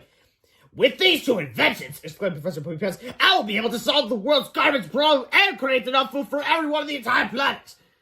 Finally, it looks as if all of the Earth's dilemmas would be fixed forever. But who would have believed that in just a few short weeks, Professor Poopy Pants would be trying to take over the planet in a fit of frenzied rage? Well, dear readers, the tragic tale is about to unfold. But before I tell you that story, I have to tell you this story. Chapter 3, The Field Trip. Drumhearts Elementary School was having its big annual field trip to Pequot Pizza Palace. All of the kids had brought their permission slips and were lined up to get on the bus. George and Hal could hardly wait to eat pizza and play video games all afternoon. This is gonna rule, said George. Yeah, if we ever get there, said Harold. Hey, said George, let's change the letters around on the school sign while we're waiting. Good idea, said Harold. So George and Harold ran over to the sign and began their, thoughtfulness. Unfortunately, the boys did notice a dark, foreboding presence lurking nearby in the bushes. Aha! Cried Mr. Crump. I caught you boys right-handed! Uh-oh! Said George. Laughed Harold. This is just a little joke. A joke? Yelled Mr. Crump. Do you boys think that's funny? George and Harold thought for a moment. Well, yeah, said George. Don't you? Asked Harold. No, I don't think it's funny, yelled Mr. Crump. I think it's rude and offensive. That's why it's funny, said George. Oh, said Mr. Krabs. You boys like to laugh, huh? Well, here's a good one. You two are officially banned for the school field trip. Instead of eating pizza, you'll spend the afternoon cleaning up the teachers' lounge. Isn't that funny? No way, said Harold. That's not funny at all, said George. That's cruel and unusual punishment. That's why funny, Mr. Krabs snarled. Also, look at those teeth. And also the next page, why is the teeth back to normal? Whatever. Anyway, chapter 4, Left Behind. Mr. Krabs marched George and Harold over to the janitor's closet. You can use these supplies to clean the teacher's lunch, said Mr. Krabs. I want it spotless by the time we get back. Mr. Krabs went back outside, climbed onto the school bus, and laughed loudly as the buses pulled away. The teachers all pointed at George and Harold and laughed too. Rats, said Harold. I thought we were going to have fun today. We can still have fun, said George. All we need is this ladder, that bag of powder paste, and those big boxes of styrofoam wormy thingies. So George and Harold carried their supplies to the teacher's lounge and got down to business. Da-da-da-da-da-da! It's time for a break time with George. Well, I'm just stealing the melody of Super Mario one time. Anyway, at the sink, George pulled the sprayer nozzle while Harold carefully taped the sprayer handle in the on position. Then the two boys put the nozzle back, making sure the sprayer head was pointing in the right direction. Next, George held the ladder steady while Harold climbed up to the ceiling fan. There he began scooping generous amounts of powder paste onto the tops of the fan blades. Is this right, asked Harold. Yes, George. Try to get most of it on the ends of the blades. Got it, said Harold. George closed all the blinds while Harold adjusted the ceiling fan so it would turn on when the lights came on. Finally, the boys filled the refrigerator with worm-shaped styrofoam packaging pellets. This is going to be fun, said Harold. Not for the teachers, laughed George. Chapter 5, The Fun Begins. An hour or so later, the buses returned to the school. All the children got up, packed up their stuff, and got ready to go home. Mr. Fine, the science teacher, was on school bus duty. The rest of the teachers gathered around George and Helen and began teasing them. You kids sure did miss a fun field trip, said Miss Ribble. The pizza was so delicious. Too bad you didn't get any. I want to bring you back a pizza, said Mr. Meter, but I ate all the bus. He threw an empty pizza box at George and Helen's feet, and the teachers howled with laughter. Maybe you can lick the cheese off the box, Mr. Crump roared. The teachers eventually got tired of taunting George and Harold, so they retreated to the teacher's lounge to relax. Hey, how come it's so dark in here? Asked Mr. Meter as he flicked on the lights. The ceiling fan began rotating very slowly. Miss Ribble went to the sink and turned on the faucet. Suddenly, the spray nozzle sprayed cold water all over her. Ah! She screamed, Somebody turn the water off! The other teachers sprang up and tried to help. They all got sprayed too. The ceiling fan was rotating faster now. Some of the powder paste had begun flying off the fan blades. The teachers struggled with the faucet, pushing and shoving each other. Finally, somebody turned the water off. But not before everyone was thoroughly soaked. The ceiling fan was now spinning at full speed. All the powder on the fan blades had flown off, and it was now floating down into the wet teachers. Hey, what the? Cried Mr. Peter. What's all this sticky stuff? Yelled Miss Ann Throat. By now, all the teachers were covered in gooey, sticky paste. It didn't take a genius to know that George and Helen were behind all this. Those brats better not touch my diet soda! Miss Ribble shouted. She dashed to the refrigerator and swung the door open. Swish! Suddenly, thousands of tiny styrofoam pellets flew out into the room. The wind from the ceiling fan blew the pellets around and around. Naturally, they landed on the stickiest things in the room. The teachers! Oh! Screamed the teachers. They ran out of the teachers' lounge, screaming and yelling. George and Harold saw what looked like a group of giant evil snowmen heading straight toward them. I got a good idea, said George. What? Actually, right! Said George. Chapter 6, Bye-Bye, Mr. Fine. The next day, George and Harold's science teacher, Mr. Fine, knocked on Mr. Crump's door. What do you want? Barked Mr. Crump. I've come to resign, said Mr. Fine. I just can't take it anymore. Now hold on, Bob, said Mr. Crump. Being teacher's hard work. You can't just quit your job when things aren't. You don't understand, said Mr. Fine. I think I'm cracking up. What do you mean? Asked Mr. Crump. Well, said Mr. Fine, it all started a few months ago when I had this dream that I got eaten up by a talking toilet. Then I started hearing cats and dogs meowing and growling in the classroom. Then I imagined that the school got flooded with sticky green goop. And just yesterday, I thought I saw a group of abominable snowmen chasing two boys down the hallway. Now, wait just a minute, Morty, said Mr. Crump. All that can be explained. And just a few days ago, said Mr. Fine, I thought I saw a big fat bald guy in his underwear fly out the window. Holy cow, said Mr. Crump. You are crazy. So Mr. Fine handed in his resignation and left Drumhorse Elementary School for the greener pastures of the Pequot Valley home for the reality challenge. That's what this series calls the local mental asylum. Anyway, now where am I going to find a new science teacher on such short notice? Said Mr. Crump. Where oh where? Chapter 7, Hero Here. Remember that poopy pants guy that I was telling you about back in chapter 2? Well, things haven't been going too well for him in the past several weeks. Professor Poopy Pants had come to America to share the Shrinky Pig 2000 and the Gucci Grover 1000 with the world. But nobody seemed to want to hear about his inventions, because they were all too busy laughing at his silly name. Poor Pippi Poopy Pants had been laughed out of every major scientific institution in the U.S. He'd been giggled out of Georgetown, howled out of Harvard, yucked out of Yale, snickered out of Stanford, and chuckled out of Chattanooga State Technical Community College. Professor Poopy Pants was running out of money, and there was no place left for him to turn. Then one day, the professor walked into a New York coffee shop and picked up a newspaper. And like a message from heaven, Pippi Poopy Pants found his answer. "That's it!" he cried. "I'll become an elementary school science teacher! I'll work really hard, and soon people will come to respect me and see what a genius I am. Then I can introduce my great inventions to the world." Pippi Poopy Pants was certain that the one place people wouldn't laugh at his name was at an elementary school. "Kids are so accepting and loving," he said. "You can always count on the sweetness and innocence of children." Chapter 8, The Sweetness and Innocence of Children. "Hello, boys and girls," said the professor a week later. "I'm going to be your new science teacher. My name is Professor Pippi P. Poopy Pants." Alright,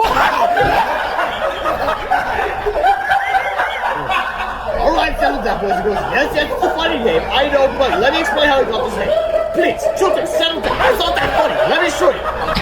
Boys and girls, please stop laughing. I'm going to count to 10, and when I'm done, I want all you to quiet down so we can learn about the wonderful world outside. 1, 2, 3, 4, 5, 6, 7, 8, 9, 9.5.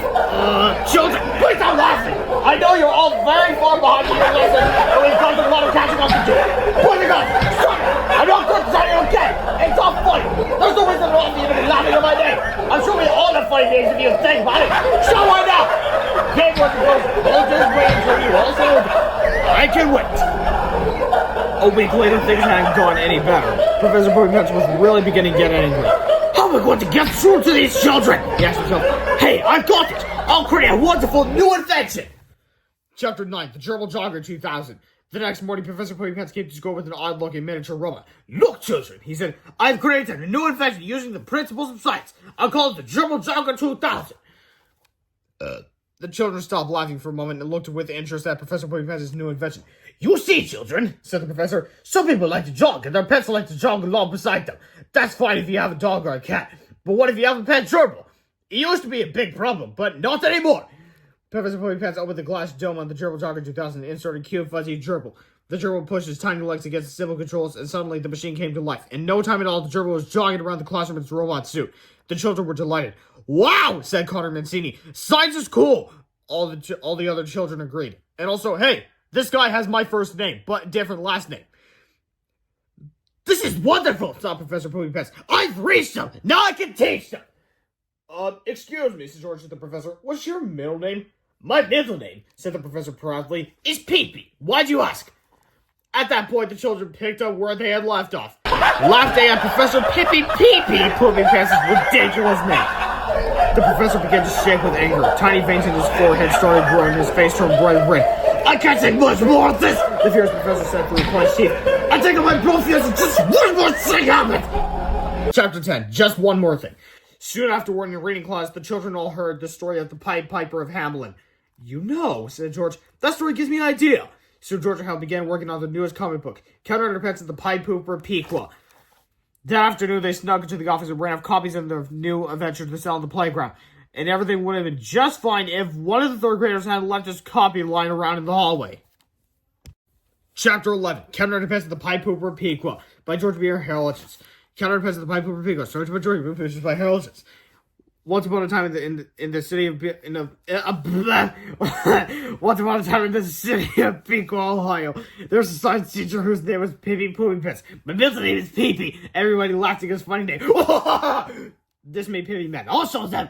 So he built an army of Gerbil Jogger 2000s. He put gerbils in each one. "Hey, man!" But he couldn't make them do evil stuff. "Rats!" But then he thought of an evil plan. "But of course!" He made a bunch of little headphones and put them on the gerbils. "Aye!" So Professor Poopy Pants' army of Gerbil Jogger 2000s were off on an evil rampage. They all headed straight for the school. Hell, the Gerbil Jogger 2000s broke into the cafeteria. They just knocked over some cupcakes and now they're attacking the gym teacher. "Quick, somebody save the cupcakes!" Professor Poopy Pants' evil army rounded up all the children. "Follow me!" It's just like a job for Captain Underpants. "What seems to be the problem?" I'm taking these kids to be my captives. Who do you think you are? I'm Professor Polypath. Professor Polypath is really mad. So he pressed him on his bow tie, click, and then his bow tie transformed him into a giant cyborg. Uh-oh. Then they had a big fight. Captain Underpants was faster than the speed of wingspan. Zip. More powerful than boxing shorts. Oi! And able to lead toddlers without getting a wedgie. Hello? Professor Poopants chased our hero into an auto junkyard. I got you now, Wasteman Warrior! Clunk. And now I'm gonna crush you! Captain Underpants pressed upon his utility waistband. And out popped the tiny toilet of truth. Captain Underpants aimed the tiny toilet of truth at Robo Tippy. Flush! I'm rusted! Captain Underpants saved the day. But what about the evil gerbils? They're not evil. Look, Professor Polypath was in control of them with this. Is it music? No. Listen. I got you back. God, please, God, make it stop. This won't make anybody turn evil. Now, I know I botched the song because I don't know the lyrics. I don't even know the name to that song. Anyway, let's continue. So Captain Underpants destroyed the control. Crunch. Hallelujah. Hooray for Captain Underpants. The end. Notice, all animal cruelty was simulated. No actual gerbils were forced to listen to Chair. What's Chair? Anyway, Chapter 12. Professor P goes crazy. In his entire life, Professor Polypath had never been as angry as he was at that very moment. As he stood in the hallway, something inside his fragile brain snapped. He began shaking and sweating uncontrollably. Suddenly, a wretched smile stretched across the professor's face. He staggered toward his empty cluster, mumbling to himself and giggling. He had hit rock bottom and decided to pull the rest of the plan down with him. PvP Polypath was going to take over the world. But if we're going to take that story, I have to tell you... Oh, never mind. I'll just tell you that story. Chapter 13. Honey, I Struck the School. Professor Polypath opened the storage closet in his classroom and took out the Shrinking Pin 2000 and the Goosey Girl 4000. He also grabbed the empty Gerbil Talker 2000 and stumbled outside with his inventions. The crazed professor giggled wildly to himself as he aimed the Goosey Girl 4000 at the Gerbil Talker 2000. Suddenly, the Gerbil Talker 2000 grew 10 stories high. Professor Polypath began his long climb up the side of the giant Gerbil Jogger 2000. It took almost an hour, but eventually he reached a huge glass dome at the top and squeezed his way inside. Mammy, said a little boy who was walking by with his mother, a little man just grabbed into a giant robot students about to take over school. Oh, for heaven's sake, said his mother. Where do you come up with this nonsense? Next, you'll be telling me that a giant man in his underwear is finding the huge robot in the middle of the city. Professor Polypath was now in control of the colossal Gerbil Jogger 2000. He reached down with his mighty arms, picked up the Shrinking Pin 2000, and aimed it at the school. Just then, Georgia Hill looked out the window. Hey, said George, isn't that the Gerbil robot thingy? Yeah, said Hill. Why is it so big? I don't know, said George, but it's getting bigger by the second. Said Hill, I don't think it's getting bigger. I think we're getting smaller. Chapter 14, The Perilous Plot. Professor Polypath reached down and picked up the tiny skull with his giant robotic hand. Everyone screamed in horror. In no time at all, eyewitness newswoman Ingrid Ashley was on the scene. What do you want from us? Shouted reporter Ashley. I want a pencil! Screamed Professor Polypath. A pencil? Asked reporter Ashley. Here, take mine. She tossed a yellow number 2 pencil toward the giant robot. Professor Polypath reached down with his giant robot arm, picked up the Goosey Girl 4000 and aimed it at the pencil. The pencil grew to the size of the tree trunk, and Professor Polypath grabbed it. Follow me, he said. The giant robot led the news crew to the center of downtown Pequa. There he found 3 large white billboards. He put on the Shrinking Pin 2000 and the Goosey Girl 4000 and began writing on the billboards with his giant pencil. Chapter 15, The Name Change of Chart 2000. It's time with a fun time with Professor Anyway, Professor Polypath spent several minutes jotting down a complex code on the 3 giant billboards. Georgia Held, along with nearly 1,000 other fellow shrunken students, watched the mad professor from the terrifying clutch of his giant robotic hand. What is that crazy guy up to? Asked Mr. Crawford from his office window. I'll tell you, shouted Pippi Polypath. Everybody on the planet must now change their normal names into silly names using these 3 charts. Anyone who refuses will get struck. How do the charts work? Asked Mr. Crawford. It's easy, said Professor Polypath. What's your first name? I'm not telling, said Mr. Crawford. What is your first name? Said Professor Polypath. All right, said Mr. Crawford. It's, Benny. All the children giggled. So, the first letter of your first name is B, said Pippi. Now look at the first chart and find the letter B. Mr. Crumb looked at the chart. It says B equals Lumpy, he whined. Good, said Professor Polypath. Your new first name is Lumpy. All the children laughed. Lumpy Crumb? Oh, Mr. Crumb, I want to call Lumpy Crumb. You won't, laughed Professor Polypath, because you have to change your last name too. Uh-oh, said Mr. Crumb. Your last name is Crow, said the professor, which starts with a K and ends with a P. Now find letter K on the second chart, letter P on the third chart. Mr. Crumb looked at the two charts. It says K equals potty and P equals biscuits. Wonderful, shouted the professor. Your new last name is Potty Biscuits. Oh no, groaned the principal. My new name is Lumpy Potty Biscuits. The children all howled with laughter. Now, before I continue reading, let me try and figure out my new name. I'm Connor Cushman, so, Buttercup Giggle, Chucks. Buttercup Giggle Chucks, that's my new name.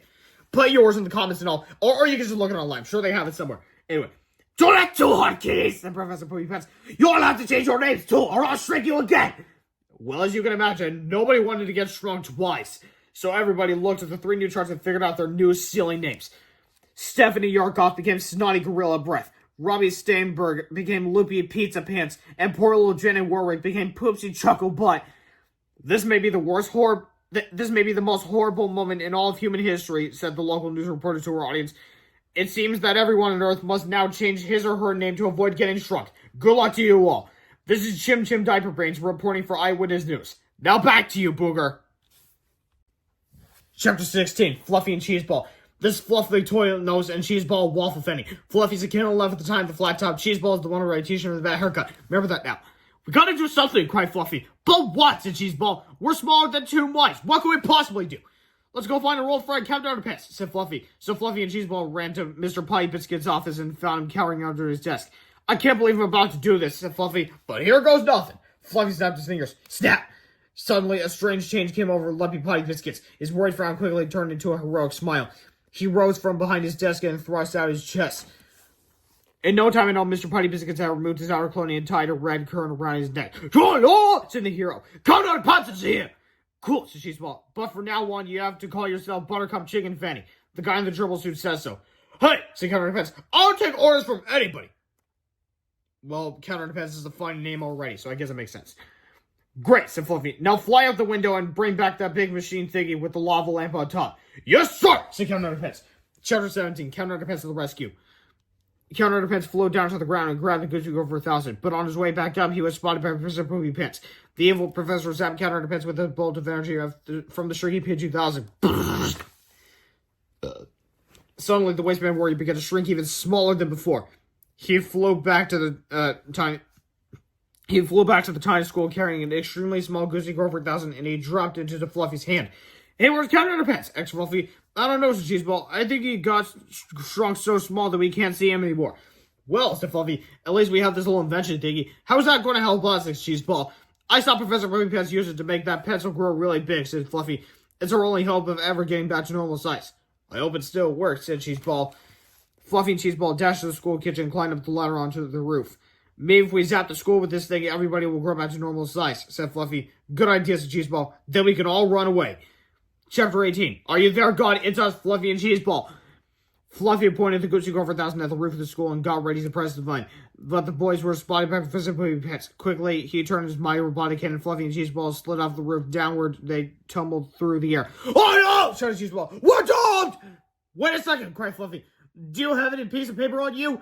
"Yes," screamed Cheeseball. "Right here in my pocket. But what good is it gonna do us now?" "Quick!" cried Fluffy. "Fall into the paper airplane." "What kind of paper airplane?" "Ask Cheeseball." "Any kind!" screamed Fluffy. "Just do it now!" Da-da-da-da-da-da! It's time for survival time with Georgia. Okay, I'll stop. Quickly, Cheeseball folded the paper to a goofy-looking glider. "How's this?" he screamed. "Great!" yelled Fluffy. "Now hold it steady!" Fluffy pointed the tiny Goosey Girl for 1,000 at Cheeseball's airplane and he pressed the button. Suddenly, Cheeseball's airplane grew to enormous size. Well, technically it's normal size now. Fluffy and Cheeseball flopped down into it and the paper airplane took off gliding through the air. "Oh man!" cried Cheeseball. "I can't believe that worked!" "We're not out of this yet!" yelled Fluffy. Chapter 19, The Flight of the Goofy Glider. Fluffy and Cheeseball had to admit that it was pretty cool flying over the city streets on a paper airplane. They didn't even seem to mind the fact that they were only about an inch tall each. But you could probably imagine the boys' concern when they started heading straight for a wood chipper. "Oh no!" cried Fluffy. "We're gonna get a wood chipper to death!" Cheeseball couldn't look. He put his hands over his eyes and waited for the inevitable. But suddenly, swoosh! The paper airplane swerved sharply and missed the wood chipper altogether. Hey, cried Fluffy. How did that happen? Oh no, said Cheese Ball. I'm not steering this thing. The boys had barely caught their breath when a small dog noticed the airplane came running after them. Oh no, cried Cheese Ball. We're gonna get eaten by a winter dog. Fluffy covered his eyes this time. Clump. But when you know it, the airplane swerved sharply upward and out of the range of the little dog altogether. Are you doing that? Are you doing that? asked Cheese Ball. No, said Fluffy. It must be the wind. Finally, the paper airplane landed in a wet, sticky pile of hot blacktop. Yuck, said Fluffy. What could be worse than getting stuck in a pile of blacktop? Maybe getting crushed by a big steamroller thingy, said Cheese Ball. You sure have an active imagination, said Fluffy. No, I don't, said Cheese Ball as he pointed upward. Look! Oh no! screamed Fluffy. We're gonna get steamroller thingy to death! Just then, the boys were yanked up by the backs of their shorts and carried off through the air to safety. So there's got a hold of us, cried Cheese Ball. But I can't see what it is. It must be Captain Underpants, said Fluffy. We just can't see him because he's so small. Hey, said Cheese Ball. I'll bet he was steering the airplane out of danger too. Our hero! The boy shouted.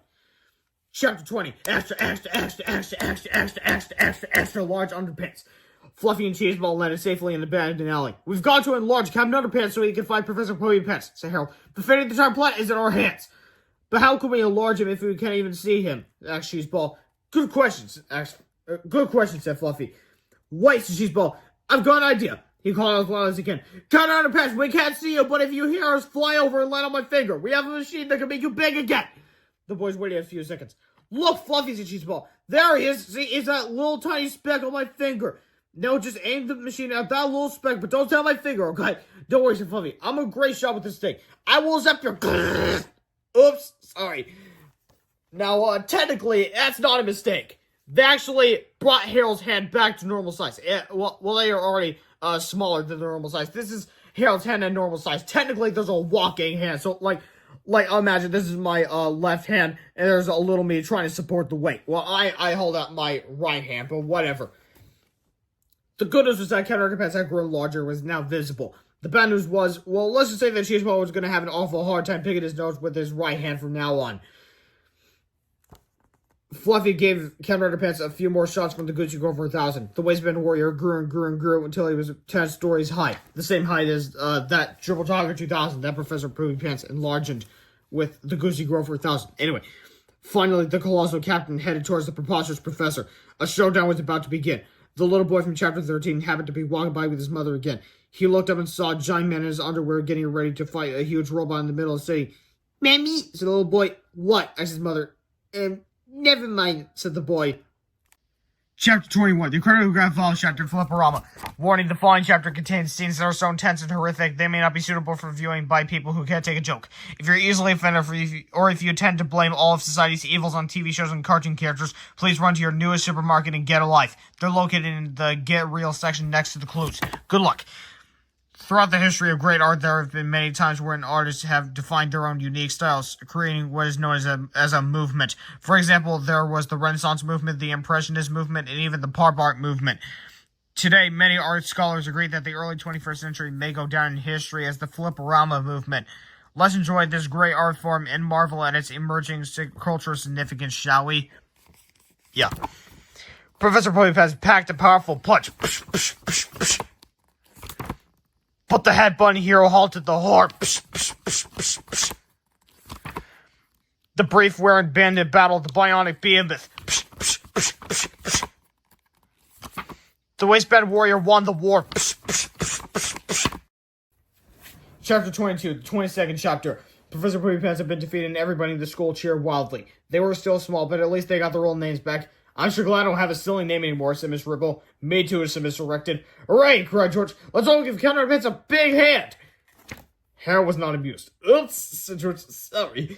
That's okay, said Harold. Just give me that invention thing so I can zap us back to normal. Harold held the Gucci Grove 4000 in his giant hand and zapped George and himself, that is, every part of himself, except his giant hand. Suddenly, George and Harold were back to their normal sizes again. Boy, said George, we sure have tested the limits of science today. Yep, said Harold, and the limits of our readers' willing suspension of disbelief. Yeah, said George, that too. George and Harold picked up the Chinese scroll and carried it back to where it belonged. George got ready to zap the scroll with the Gucci Grove 4000 while Harold prepared to zap Captain Underpants with the Shrieking P2000. I sure hope this works, said George. Me too, said Harold. Chapter 23. Did we go through the story? It did. Chapter 24. The chapter before the last chapter. George took Captain Underpants over to the bushes behind the school and ordered him to dress back up like Mr. Crump. "Let's go, Bob," said George. "We haven't got all day." Then Harold had some fun with the garden hose. In no time at all, Mr. Crump was back to his old nasty self again. Soon the cop showed up to arrest Professor Poopy Pants. "There's one thing I don't understand," said George to the professor. "Wouldn't it have been smarter to change your own name instead of forcing the rest of the world to change theirs?" "Gosh," said Professor Poopy Pants, "I never thought of that." A few weeks later, Georgia Hill received a letter from the Pico State Penitentiary. "Dear Georgia Hill, sorry about trying to overthrow the world and everything. I've decided to take your advice and change my name so that people won't laugh at me anymore. From now, I'll be going by my grandfather's name on my mother's side. It's such a relief knowing that nobody will ever make fun of my name again. Signed, Tibby Tingle Trousers." Yeah.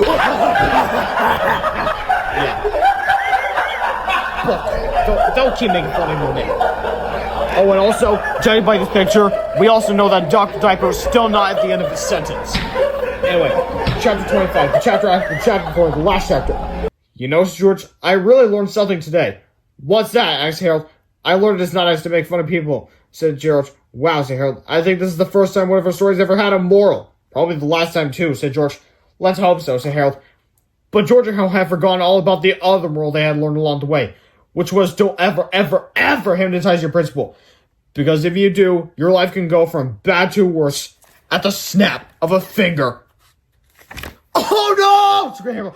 "Go again!" screamed George. "Oh no!" As always, this book is brought to you by Dave Pilkey, the creator of the entire Captain Underpants series. Read the books. Enjoy the books. Read the spin-offs. Enjoy the spin-offs. And I'll see you next time where I read the 5th book.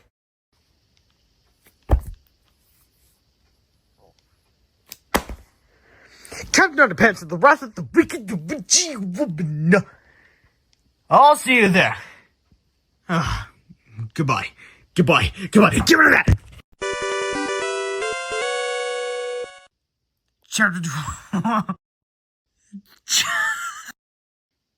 Chapter 21, The Incredible Godfather, Chapter Part 1, Chapter 21, The Incredible Godfather, Chapter Flipperama. Chapter 21, The Incredible Godfather, Chapter Flipperama. Warning, the fall chapter contains scenes that are so tense and horrific they may not be suitable for viewing by people who can't take a joke. If you're easily offended or if you tend to blame on all Alright, another Captain Underpants read aloud. Let me go get the book.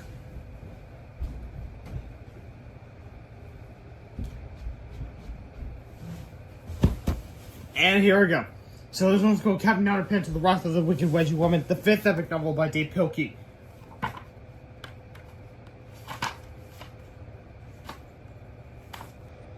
Hi everybody, before you read the story, there's some stuff you need to know. Read this comic book to fill yourself in on the story so far. But remember, this info is top secret, so don't let it fall into the wrong hands. The Trouble with Captain Underpants now can be told, an informational comic by George and Harold. Once upon a time, there were two cookies named George and Harold. We kicked butt, me too. But they had a mean patrol with Mr. Crump. "Come over here, Bobs!" "No way!" One time, George and Harold hypnotized Mr. Crump with a 3D hypno ring. "You'll obey our every command." Yeah. George and Harold made him think it was a great superhero named Captain Underpants. "Look, I'm Captain Underpants!" It was funny at first, but then Mr. Crump jumped out of the window. "Hey, where do you think you're going? Defy crime, okay?" George and Harold had to chase after him so he wouldn't get killed or hurt. "Come over here, Bob! No way!" They had many adventures with lots of inappropriate humor. Diapers and toilets and poop, oh my! Then one day, Mr. Crump accidentally drank some produce. And now he got superpowers. He can fly too. Two things you have to be careful about is water and finger snaps. For if you snap your fingers blind Mr. Crump, snap. He turns to Captain Underpants. And if you pour water in Captain Underpants' head, he turns back into Mr. Crump. Blah blah blah. So if you see Mr. Crump, don't snap your fingers or you'll be sorry. Mr. Crump plus 7 fingers equals Captain Underpants. And if you see Captain Underpants, don't pour no water in his head or you'll be sorry. Your Captain Underpants plus water equals Mr. Crump. Remember, this is top secret, so don't tell anybody. Okay. Chapter 1, George and Harold. This is your 3 Harold's. George is the Ken 11 time, the flat top. Harold is the one white t-shirt, the bad haircut. Remember that. Now, are you guys getting tired of that phrase? Yeah, me too. Anyway, at most schools, the teachers At most schools, the teachers tried to emphasize the 3 R's: reading, writing, and arithmetic. But Georgia Hill's teacher, Miss Ribble, was more concerned with enforcing what she called the 3 S's. Sit down, shake your piles, and stop driving me crazy! While this was unfortunate for all of her students, it was especially bad for Georgia Hill because they were very imaginative boys. You see, imagination was not really encouraged at Georgia Hill School. In fact, it was discouraged. Imagination would only get you a one-way ticket to the principal's office. This was sad for Georgia Hill because they didn't get straight A's. They weren't sports stars, and they could barely walk down the hallway without getting into trouble. See what I mean? But Georgia Hill had one thing that most of the other folks at Durham Horse Elementary School didn't have. Imagination. They were full of it.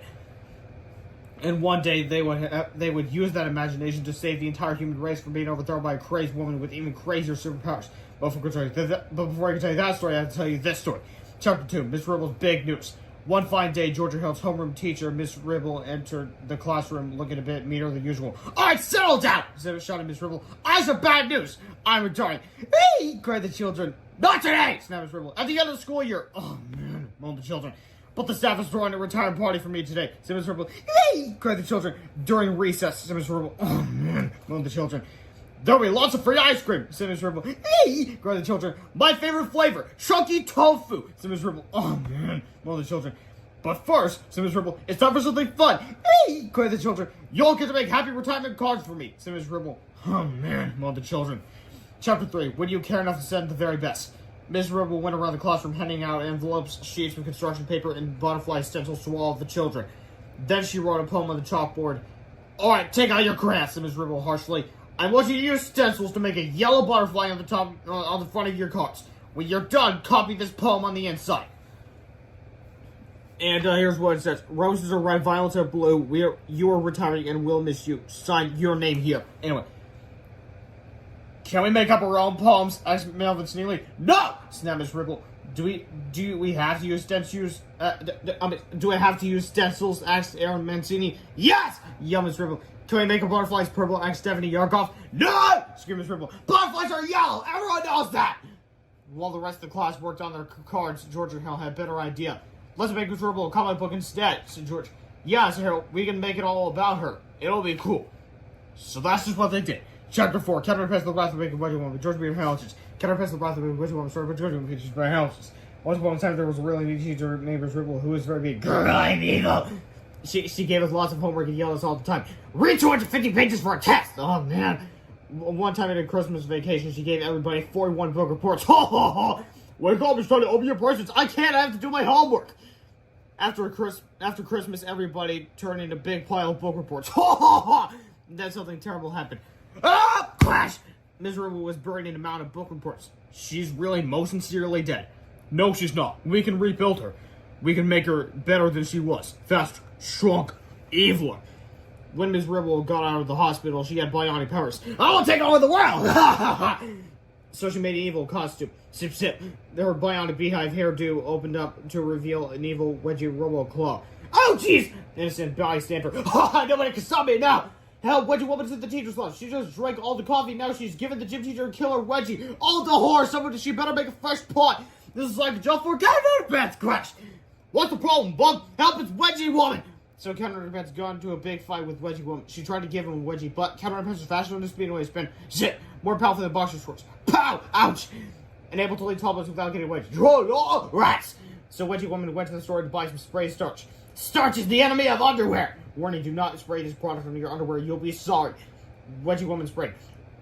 Gotcha! Oi! Oh no! My underpants is all stiff and uncomfortable! Aha! Captain Underpants tried to push his one of his utility waistband, but they were broke. He was paralyzed. I'm doomed! Wedgie Woman gave Captain Underpants a big wedgie that she hunted from a pole. Rats! No one can stop me now! Soon some kids came by. Captain Underpants needs our help! So they threw him a rope. Catch! Then they pulled real hard and let go. Boing! Splash! The kids poured fabric softener in the pool. Suddenly the starch got washed away. Alright. My underpants is soft and cloudy once again! Hallelujah! Thanks, kids! No problemo. Soon Captain Underpants found Wedgie Woman. Remember me? Get a Robo Claw! He flew up. It's Wedgie time! And looped around. The Robo Claw reached for underwear, but it grabbed the wrong pair. Owie, owie!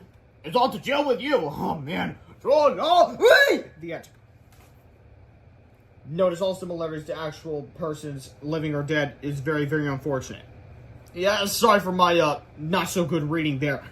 Anyway, Chapter 5, The Wrath of Ms. Ribble. When Ms. Ribble read the comment that Georgia Hill made, she was furious. Boys! She yelled, you deserted yourselves a woman tickets to the principal's office!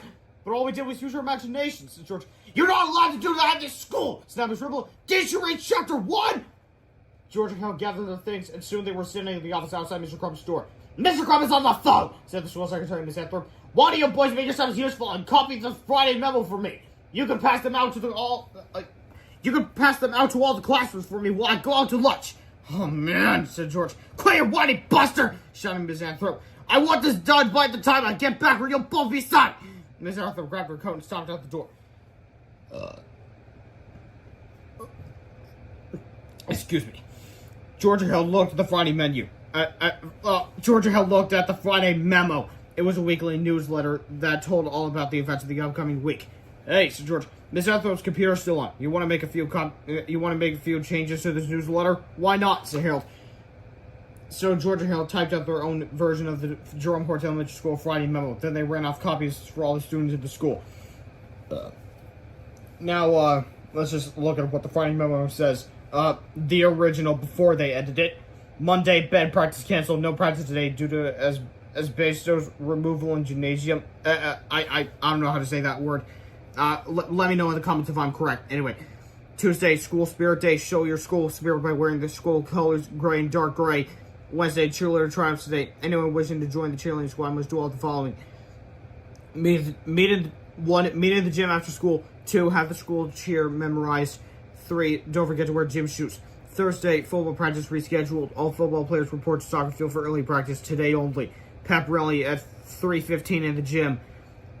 Friday, yearbook photos taken today. Please dress appropriately. Anyone caught making funny faces will receive a detention. Now here's what Georgia Hill changed it into. Monday, school canceled. No classes day due to lack of interest. Tuesday, National Wear Your Pajamas to School and Pick Your Nose Day. Show you care by wearing your pajamas to school and picking your nose. Wednesday, cheerleader tribes today. Anyone wishing to join the cheerleading squad must do all the following. Eat 10 whole cloves of raw garlic. 1, eat 10 whole cloves of raw garlic. 2, draw a mustache on your face with permanent markers. And 3, tape a 3-day-old egg salad sandwich to your head. Thursday, football practice rescheduled. All football players report to teachers' lunch for early practice. Food fight at 12:15 in the lunchroom. Friday, yearbook photos taken today. Please wear bumblebee costumes. Also, whoever makes the funniest face wins a free pizza party for their class. Chapter 6, The Retirement Card. Georgia Hill were gathering their new and improved Friday memo copies into small pouches when Principal Crump came into the office. Oi! Mr. Crump shouted, what are you two troublemakers doing in here? Miss Anthorpe told us to pass the Friday memo out to all the classrooms, said George innocently. Well, make it snappy, yelled Principal Crump. Suddenly, Harold got a sneaky idea. He took out the blank piece of construction paper that Miss Ribble had given him earlier. Hey, Mr. Crump, said Harold, will you sign this retirement card for our teacher? Mr. Crump grabbed the card from Harold and eyed it suspiciously. This card is blank! Mr. Crump growled. I know, said Harold. Our class is going to decorate it later. We wanted you to be the first to sign it. Well, all right then, said Mr. Crump. He opened the card and quickly scribbled "Sign Mr. Crump" on the inside. Then he stormed out of the office. What are you going to do with that? Asked George. You'll see, said Harold, smiling. Chapter 7, Reverse Psychology. Georgia Hill passed out the Friday memo and made it back to their classroom just in time for Ms. Ribble's retirement party. George quickly changed the letters around on the sign outside the door while Harold wrote a special greeting on Mr. Crump's card and stuffed it into the envelope. Hey, Bob! Shouted Mr. Crump as he stormed down the hall. What do you think you're doing? We're going to Miss Ribble's retirement party, said George. That's what you think, smart guy, said Mr. Crump. Miss Ribble showed me that comic book you boys made about her. And now I catch you changing the letters around another sign. You boys aren't going to any party. You're going straight to the detention room. Well, fine, said Harold. Then we're not going to get Miss Ribble the card our classmate for her. Mr. Crump quickly swiped the card out of Harold's hand. Aha! He shouted. I'm going to make sure she gets this card. I'm going to give it to her myself. Oh, man, said Harold. George and Harold walked down the hallway toward the detention room. Wow, said George. That was pretty cool how you got Mr. Crump to deliver that phony card for you. Yep, said Harold. I used reverse psychology on him. I've got to try that sometime, said George. By the way, what did you write on that card? You'll see, said Harold, smiling. Chapter 8, The Party. Miss Ribble's retirement party started off bad and just got worse. First, Ms. Ribble forced the class to sing a corny song to her. By the time she was done yelling at the boys for singing off-key, the chunky tofu ice cream was melted. Everybody had to eat it anyway. Then the children headed to their happy retirement cars. Ms. Ribble ripped several of the cards up because some of the children had mistakenly drawn polka dots on their butterflies. One unfortunate boy had also drawn a happy smiling sunshine on his card, and he had to stand in the corner. I noticed that Melvin is in with the crowd, if you can see him. Anyway, finally Mr. Krupp stepped forward and handed Ms. Ribble the card he had snatched from Harold's hand. "I went to a lot of trouble to get this for you," Mr. Krupp said gallantly. Ms. Ribble tore the envelope open and read the card out loud. "Your one-eyed mama!" said Ms. Ribble with a shocked look on her face. "Ew!" cried the children. She opened the card and read the inside. "Will you marry me? Signed, Mr. Krupp." "Ew!" cried the children. The teachers gasped. Then the room grew silent. Ms. Ribble glared over at Mr. Krupp, who had turned bright red and began sweating profusely. He tried to speak. He tried to tell her it was all a big mistake. He tried to say something, but all that came out was "Congratulations," said Ms. Ribble, said Mr. Meter as he patted Mr. Krupp's sweaty, shivering shoulder. "Yes, congratulations!" shouted Ms. Ribble. "This will be the best wedding in the whole world. We can have it here at the school, a week from Saturday. I'll plan everything. You lovebirds don't have to worry about nothing." Great, thanks," said Ms. Ribble, still looking quite angry and confused. Said Mr. Krupp. Chapter 9, Freaky Weeky. The following week at Drumheart's elementary school was definitely one of the weirdest ones they had in a while. For example, none of the kids showed up for her school on Monday. But Mr. Krupp didn't even seem to notice. "Hey, where's everybody today?" asked Mr. Recton. Said Mr. Krupp. On Tuesday, everybody did show up. In their pajamas. "Why is everybody picking their noses?" asked Mrs. Fit. Said Mr. Krupp. On Wednesday, for some strange reason, the whole school smelled like garlic and rotten egg salad sandwiches. Especially some of the girls. "Boy," said Mrs. Guided, the styles today sure are getting bizarre." Said Mr. Krupp. Thursday was without a doubt a complete and total disaster. "There's a fun fight in the lunchroom!" shouted Mr. Rushworthy, "and the football team is destroying the teacher's lounge!" Said Mr. Krupp. Now nobody was sure what happened on Friday. Apparently there was a mix-up with the dress code and the yearbook photos. "Our school pictures are ruined!" shouted Mrs. Dakin. Said Mr. Krupp. Yes, it was a freaky week, all right. But the big wedding was only a day away, and things were about to get really freaky. Chapter 10, The Big Wedding. It was Saturday, the day of the big wedding. Miss Anthrop, true to her word, had taken care of everything. In just 1 week, she had transformed the gymnasium into a beautiful wedding hall, complete with food, decorations, and even a 6-foot-tall ice sculpture. All of the children were dressed in their finest clothes. Harold even wore a tie, even though George's one supposed to be wearing a tie. Anyway, man, said George, I can't believe we have to go to school on Saturday. "I know," said Harold. Why couldn't they have had this wedding during Monday's math test?" Soon the organist began to play. The rabbi walked down the aisle. He approached George and Harold and stopped to talk to the boys. "I've heard a lot about you two," said the rabbi, "and I don't want you boys playing any of your tricks today." "Silly rabbi," said George. "Tricks are for kids." You guys can definitely get the reference, right? Anyway, believe it or not, George and Harold had not planned any pranks for the big wedding. They had no joy buzzers up their sleeves, no squirting flowers in their lapels, and no whoopee cushions on their chairs. They were on their best behavior. Nothing could go wrong today. In no time at all, Miss Ribble and Mr. Krupp were standing in front of the rabbi, looking quite ill. The rabbi asked Mr. Krupp if he would take Miss Ribble to be his lawfully wedded wife. Said Mr. Krupp. Then the rabbi asked Mrs. Ribble if she would take Mr. Krupp to be her husband. There was a long silence. Everyone leaned forward. Miss Ribble looked nervously from side to side. Suddenly, she shouted out at the top of her lungs, "No!" Miss Ribble turned to Mr. Krupp and jabbed her finger into his shoulder. "Listen, Krupp," she said, "I can't marry you." "All right, that's too bad," said Mr. Krupp. "You're a mean, cruel, vicious man," said Miss Ribble, "and I respect that. It's just what?" asked Mr. Krupp. "It's just your nose," said Miss Ribble. "You got the most ridiculous nose. I never seen anything quite like it. I just couldn't marry somebody with such a silly nose." Mr. Krupp got angry. "Well, fine," he shouted. "I didn't want to marry you anyway. It was all George and Harold's fault. They tricked us." Suddenly, everybody in the gymnasium turned and looked at George and Harold. Time to go, said George. Chapter 11, The Refreshments. As George and Harold turned to leave the gymnasium, they heard the loud thumps of cleated wedding boots climbing down the aisle toward them. I'm gonna grind those kids in the head, shit! Screamed Miss Ribble. She lunged for the two boys. George and Harold screamed and ran to the back of the room to get the refreshments. There they hid behind two large wooden pillars. Miss Ribble approached the pillars and grabbed her with her mighty hands. With a horrible roar, she pushed the white pillar over. It landed on the back of the luncheon table, causing the front of the table to flip high into the air. Crash! Unfortunately, this sent all of the food flying into the crowd. Oh, looks like we have a little cheesy Dr. Seuss sort of bit. Hey, let me read to you. The creamy candy carrots clobbered the kindergartners. The fatty fried fish fritters flipped onto the first graders. The sweet and sour spaghetti squash splattered the second graders. They needed 3,000 fine thimbleberries to thud the third graders. 500 frosted fudgy fruitcakes flogged the fourth grade. How did they afford all that food? And 55 fistfuls of fancy French fried frankfurters flattened the fifth graders. It's kind of weird doing all these F words. Anyway, by now you're probably worried that the wedding guests had nothing to drink with their lovely appetizers. Well, rest assured, the second pillar took care of that.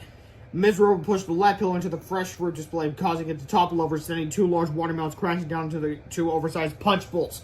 This created two enormous splashes of tropical fruit-flavored punch, which rained down upon the wedding guests like a torrential downpour. Now, no wedding is complete without a wedding cake, and when Miss Ribble kicked the ice sculpture over, the resulting crash sent the beautiful double-decker cake flipping high into the air right over Miss Ribble's head. I got you now! Screamed Miss Ribble as she grabbed George and Harold by their neckties. Splat! George and Harold undid their ties and ran out of the gymnasium screaming. Man, cried Harold, I thought we were dead meat! That's what we get for going to school on Saturday! Said George. Chapter 12, Rabel's Revenge. As you might imagine, George and Harold were nervous about going back to class on Monday. But for some strange reason, Ms. Ribble seemed happy to see them. Good morning, boys, Ms. Ribble chirped with a giant, evil, toothy grin. Come here, I got something to show you. Uh-oh, said George. She's smiling. That can't be a good sign. George and Harold cautiously approached Ms. Ribble's desk. I took the liberty of adjusting your grades last weekend, said Ms. Ribble. You'll be happy to know that all your grades have just dropped from B's and C's to F's and G's. Oh no! George gasped. No, it's a G's. Hey, what's a G? It's the only grade lower than an F, said Ms. Ribble. There's no such grade as a G, said Ms. Ribble. There is now, bug, said Ms. Ribble. Looks like you're both gonna flunk the fourth grade. Won't that be fun? No way, said George. That's not fair. Life ain't fair, said Ms. Ribble. Get used to it. I hate when people say that. And also, B's and C's are not that bad. But Miss Ribble, what are you talking about? You can't just change children's grades by the fact that they pulled a huge inappropriate prank on you and set everything up for things to be chaotic. Grades are judged by how well they work in class. How do George and Harold even get B's and C's when they barely do any work anyway? Anyway, chapter 13, a bad idea.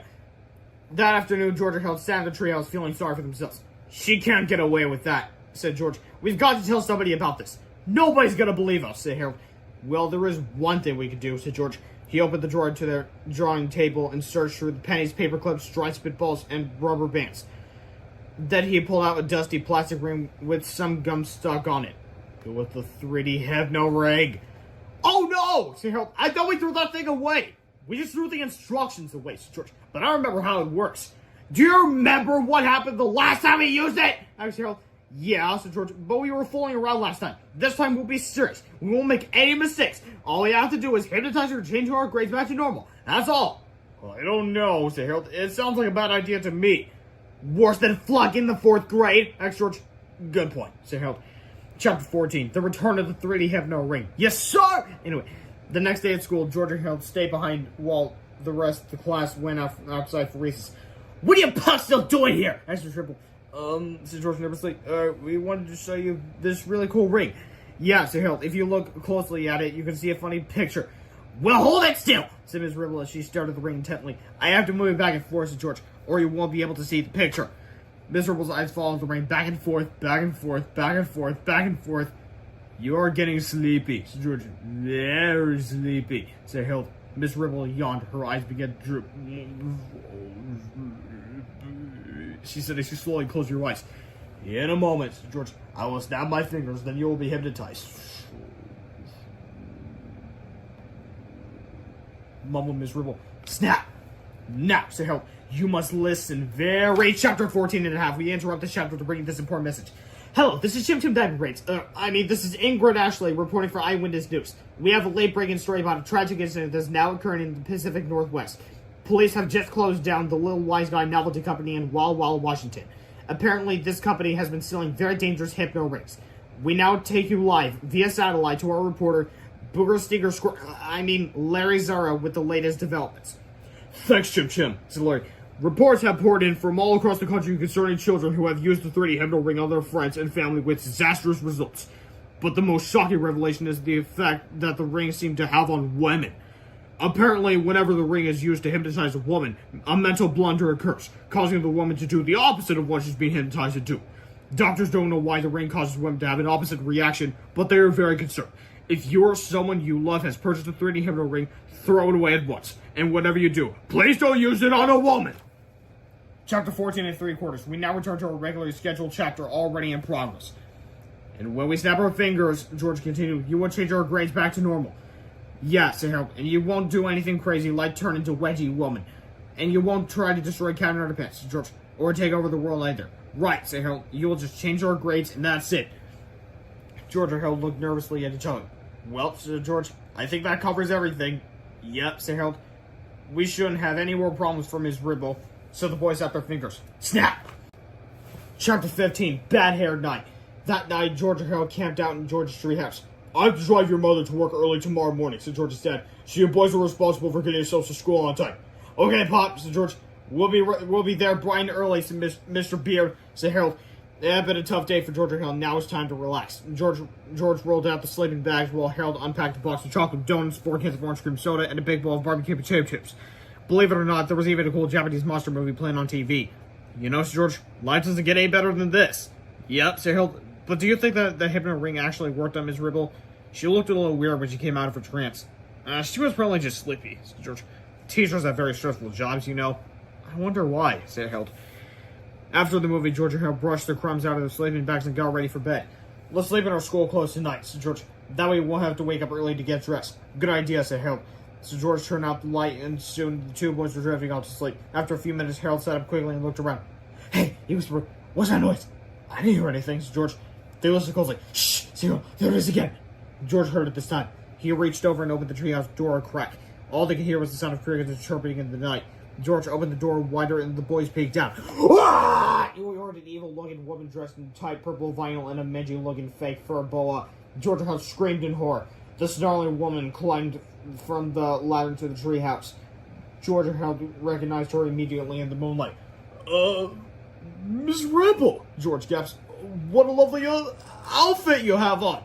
Who's Miss Ribble? The angry lady growled. My name is Wedgie Woman. The George and Harold looked at each other and swallowed hard. I understand that you boys have information about you Captain Underpants, said Wedgie Woman. What makes you say that? Asked Harold.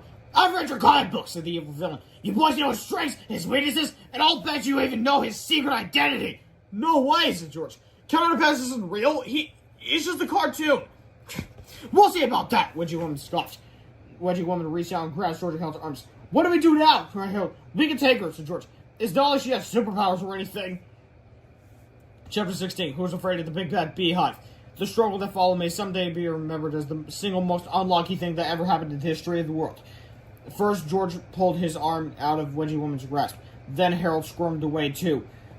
When Wedgie Woman lunged after them, George crouched down into a ball behind Wedgie Woman's feet. All it took was a simple nudge for Harold to send the ferocious female toppling over backward, right into the wall. Clunk! The bookshelf above Wedgie Woman's head shook violently, causing a strange-looking juice carton to topple over. Suddenly, a stream of glowing green juice poured out of the carton directly into the tightly woven beehive of hair atop Wedgie Woman's head. Now, before we continue, it's revealed in Book 8 that it was approximately a third. A third was given to Captain Underpants so that he could defeat the evil dandelion, and another third was just poured into Wedgie Woman's hair, leaving just 1/3 left in the container. No! Yelled Harold as he grabbed the juice carton. This is the juice we got from that spaceship back in our 3rd book! You mean the one with the annoyingly long title? Asked George. Yeah, said Harold. This is extra strength superpower juice, and a whole bunch of it got in her hair! No worries, said George. None of it got in her mouth. What's the worst thing gonna happen? Her hairstyle would have superpowers? Well, said Harold, I guess you're right. That is pretty stupid, even for one of our stories. It's pretty funny, though, says George. Suddenly, two coiled arms are twisting, hair shot out of Wedgie Woman's head and grabbed Georgia Hale by the back of their underwear, yanking them high into the air. You know, said George, this isn't as funny as I thought it would be. Chapter 17, all tied up. Wedgie Woman brought Georgia Hale back to her house and tied the boys tightly into two chairs. Tell me the secret identity of Captain Underpants! Screamed Wedgie Woman. No way, said George. Said Wedgie Woman, you want to do this the hard way. No problem! Wedgie Woman's hair began uncoiling itself. Several twisted locks of hair stretched out into the living room and started taking apart the television, the computer, and a thigh master. Other tangled coils reached into the kitchen and it began dismantling the dishwasher, the toaster oven, and a Wonka food dehydrator. What are you doing? Asked Harold. If you want to make robots, said Wedgie Woman, you gotta break a few small appliances. Georgia Hare watched impatiently while Wedgie Woman's hair assembled thousands of assorted screws, bolts, wires, gears, cathode tubes, and computer chips. Soon, two small robots began taking shape. I didn't know Miss Ribble was smart enough to make robots, said Harold. Me neither, said George. I think some of the extra strength of power juice must have soaked into her brain. The next morning, Wedgie Woman completed her robots, which she named Robo George and the Herald 2000. You know, said Harold, something about those robots seems a little familiar. Yeah, said George. They kind of look like us, only not as dashingly handsome. Wedgie Woman opened the robot's chest plates and inserted a can of spray starch into each one. Then she sealed the chest plates, patted each robot on the head, and sent them both off to school. Captain Underpants doesn't stand a chance now, Wedgie Woman laughed. Wait a minute, said Harold. How are those two robots going to stop Captain Underpants? All they have to do is wait and listen, said Wedgie Woman. And as soon as they hear the words tra-la-la, it'll all be over. Chapter 18, Robo George and the Herald 2000. Excuse me. Hold on. Had a burping fit. Anyway, Chapter 18, Robo George and the Herald 2000. Attention, boys and girls, said Mr. Crab to the four teachers. Your teacher, Miss Ribble, didn't come to school today. Whee! Shouted the children. Shut up, down! Mr. Crab shouted. You're still going to have all your classes. Oh, man, moaned the children. But you're going to have a substitute teacher, said Mr. Crump. Whee! Shouted the children. And that's going to be me, said Mr. Crump. Oh, man, moaned the children. The whole day was pretty much like a normal day, except for one thing. Mr. Crump couldn't understand why Georgia Hare were so well behaved. They didn't make funny noises during science class, they didn't stick crayons up their noses during art class, and they didn't draw comic books during math class. In fact, they even walked past the sign without changing the letters around. Mr. Crump was stunned. All right, you two, Mr. Crump shouted. I know you're onto something. You better stop being so good or you're going to be in big trouble. But Robo George and the Herald 2000 kept right on behaving. The only time they did something even remotely wrong was during recess. Everybody was playing kickball, and when it was the Herald 2000's turn to kick the ball, he kicked it pretty darn hard. Going! Look at this! It literally flew through the actual page of the book. No, I'm not joking. Someone kicked a ball into the sky, and all of a sudden the sky makes a shape that looks like a page rip.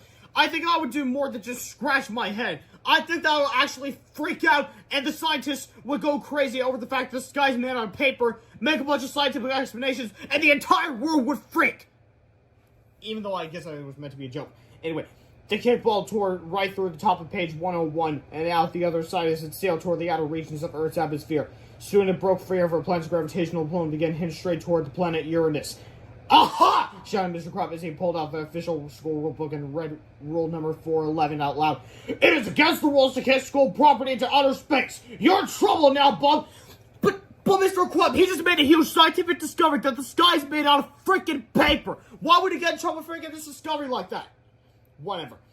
But the Herald 2000 ignored Mr. Crump and began running around the bases. Hey, I'm talking to you, Hudson! Mr. Crump shouted. He pointed at the Herald 2000 and snapped his fingers. Snap! Suddenly, Mr. Crump began to change. A silly-looking smile stretched across his face, and he stood before the fourth graders looking quite heroic. Quickly, he turned and ran back into the school. Oh, I'm sorry. Sorry, this is what I get for recording immediately after I eat dinner. Anyway, Chapter 19, Trolla Lunatics. Several minutes later, Captain Underpants flew out of Mr. Crump's office window. As the hero zipped across the sky, he let out a giant troll. When Georgia Held and the Herald 2000 heard the words "Trolla," they immediately stopped playing kickball. Suddenly, their arms began to extend, their legs stretched toward the sky. Strange secret compartments in their ever-growing torsos opened up, revealing giant rocket boosters and the latest in advanced aviation technology. Steel panels on their faces and bodies expanded wildly as their complex structures swelled to highly improbable proportions. Suddenly, flames shot out of their retro thrusters as their bodies rose into the air. In no time at all, two gigantic robots were flying in hot pursuit of the amazing Captain Underpants. George and Hilda are in big trouble now, said Melvin Neely as he read Rule 7734 of Mr. Crump's official school rulebook out loud. It is against the rules for students to transport the giant flying robots during afternoon recess. Why is that even a rule? Anyway, the real George and Hilda, however, had more on their minds at that moment than a few broken rules. They watched the action unfold on the big screen television that Wedgie Woman's horrible hair had built by combining the spare parts of a fish tank and electric toothbrush. The colossal robots surrounded Captain Underpants, but surprisingly, the waistband warrior looked happy to see them. George, Harold, said Captain Underpants, my have you boys outgrown, and I know you can fly. That's great. Now you can help me fight for truth, justice, and all that's pretty strong and caught me. But the gigantic robots didn't respond. Instead, they hovered close to Captain Underpants as their steel chest plates opened up. Suddenly, two extendable robotic arms reached out and began showering Captain Underpants with liquid spray starch. Shh! What are you doing? Cried Captain Underpants. The spray starch! It's the only thing in the world that can take away my superpowers! The waistband warrior screamed in horror as he began falling through the sky. Robo George quickly swooped down, grabbed the helpless hero, and hung him by his waistband on a tall pole high above the city's streets. Chapter 20. You asked for it. Hooray! Cried Wedgie Woman as he turned off her new TV. My plan worked! Now it's time to take over the world! But what about us? Actually, don't worry, said Wedgie Woman. I got a big surprise for you, too. She took a heavy battle axe and tied it up with a rope. Then she leaned the axe toward George and lit a candle under the rope. When the flame burns through the rope, said Wedgie Woman, all your problems will be over. Get the point? Not really, said George. Don't worry, laughed Wedgie Woman. You will soon enough! Wedgie Woman laughed a horrible laugh. Then she dashed out the door to take on the world. George and her watched as the flame began burning through the rope. They cringed as the impending doom of the axe blade came closer and closer. Well, said George, it looks like this is the end. Maybe not, said Harold. Maybe the blade will fall and slice through our ropes and not harm us at all. I doubt it, said George. That kind of thing only happens in really lame adventure stories. Suddenly, the blade fell and sliced through the ropes, not harming George or Harold at all. The two boys looked at each other and decided it was best not to comment on the situation. Chapter 21. The Ruthless Revenge of the Wicked Wedgie Woman. The Wedgie Woman headed to the center of the town to meet up with Robo George and the Herald 2000. Well done, my precious robots, said Wedgie Woman affectionately. What's all this, then? Said a policeman who had just arrived on the scene. Nothing, officer, said Wedgie Woman. Just the beginning of my total world domination! Oh, okay, said the cop. Hey, wait a minute! But before the police officer could voice his objections, a twisted strand of Wedgie Woman's head shot out and grabbed the cop by the back of his underwear. The colossal Herald 2000 lifted the officer and hung him from a stop sign. I'm right! Cried the cop. Soon more police officers headed to the scene, but they all met with the same terrible fate as the first policeman. Before long, every cop in the city was hanging from a street sign. Call the National Guard! Screamed the chief of police. Call the army! Call the Marines! Call a hairstylist! Soon the armed forces arrived with a whole fleet of tanks and helicopters. But everybody was afraid to shoot. Wedgie Woman was just too quick. The giant robot stomped around the city as Wedgie Woman barked out her commands. Everybody on Earth must obey me! Cried the Wedgie Woman. If anybody refuses, they'll get the wedge! If anybody tries to stop me, it's wedgie time! Bow down to me, or welcome to Wedgieville! In case if you haven't noticed, this is actually Wedgie Woman in sign language. Anyway, soon George and Harold arrived in the scene. They hid in some bushes. Classic. And watched the terror unfold. We've got to rescue Captain Underpants, whispered George. He's the only one who can save the world. But how, whispered Harold? He has got no superpowers left. Sure he does, George. Stars doesn't really take away superpowers. He just thinks it does. We've got to change his mind. I sure hope he can, said Harold. Chapter 22. They can't. George and Harold ran to the pole where the heartbroken hero was hanging. Hey, Captain Underpants, cried Harold. You've got to come down from there and save the city. Can't, whined the waistband warrior. Need fabric softener. No, you don't need fabric softener, said George sternly. That was a dumb joke in one of our comics. But you don't understand, said Captain Underpants. Starch is the enemy of underwear. Only fabric softener could save me. Rats, said Harold in frustration. Hey, George, are there any stores around here? Yes, George. A new one just opened down on Oak Street. Then let's go buy some fabric softener, said Harold. It'll be easier than trying to reason with the guy. How is that going to help? Asked George. It's all in his mind, Harold explained. If he believes that fabric softener will save him, then it probably will. I think it's called a placenta effect. So George and Harold ran to Oak Street. What's the name of that store? Asked Harold. I can't remember, said George. I think it's called Everything Except, Oh man, said George. We're doomed, cried Harold. Listen, said George. We've got to make another comic book. Now? Asked Harold. It's our only hope, said George. The fate of the entire planet is in our hands. So the two boys bought some paper and a few pencils and got down to work. 22 minutes later, George and Harold had created an all-new Captain Underpants adventure. Then they ran back to the pole where Captain Underpants was hanging and tossed their new comic up to him. There's no time for reading comics, said Captain Underpants. Just read it, Bob, said Harold. Yeah, said George. You might learn something. Chapter 23, The Origin of Captain Underpants. The True Untold Story by George B. Hutchins. The Origin of Captain Underpants. The True Untold Story by G. Beard H. Hutchins. A far time ago in a galaxy long, long away, there's a planet called Underpanty World. Underpanty World is a peaceful planet where everybody wore only underwear.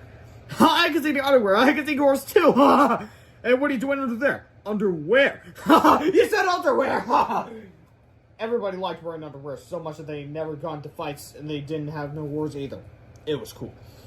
But one day all that happiness ended abruptly. The Wedgie warlords have arrived. Hey boss, let's spray that planet with starch. Okay, I hate those guys. The good people of Captain Underpants World got scared. So they ran to their leader, Big Daddy Long Johns. Who is Big Daddy Long Johns? Okay. Don't worry, I have a magic omelet that will protect us from starch. Yippee! But he accidentally dropped the magic omelet. Oopsies! It fell into the mouth of his newborn son, little baby Underpants. Oh no! He swallowed it! We are doomed! Just then, the Wedgie warlord sprayed starch on Underpanty World. Big Daddy Long Johns and his lovely wet princess Pantyhose knew that their planet was a goner, so they decided to save their baby. So they stretched his underwear real far. That they let go and shot him into space. Zing! Whee! Be good! Don't pick your nose! Little baby Underpants sailed through space as his home planet crumbled behind him.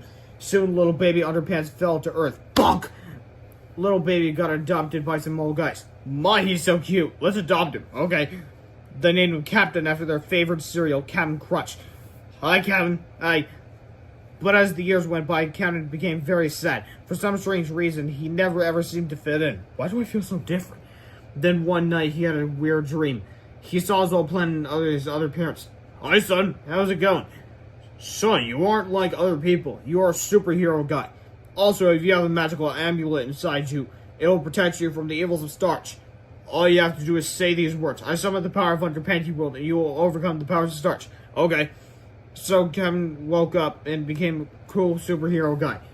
And he never had to be scared of starch no more, even if Wedgie Woman's robot sprayed him with it, because all he had to do was say, I summon the power of Underpanty World, and he would be free.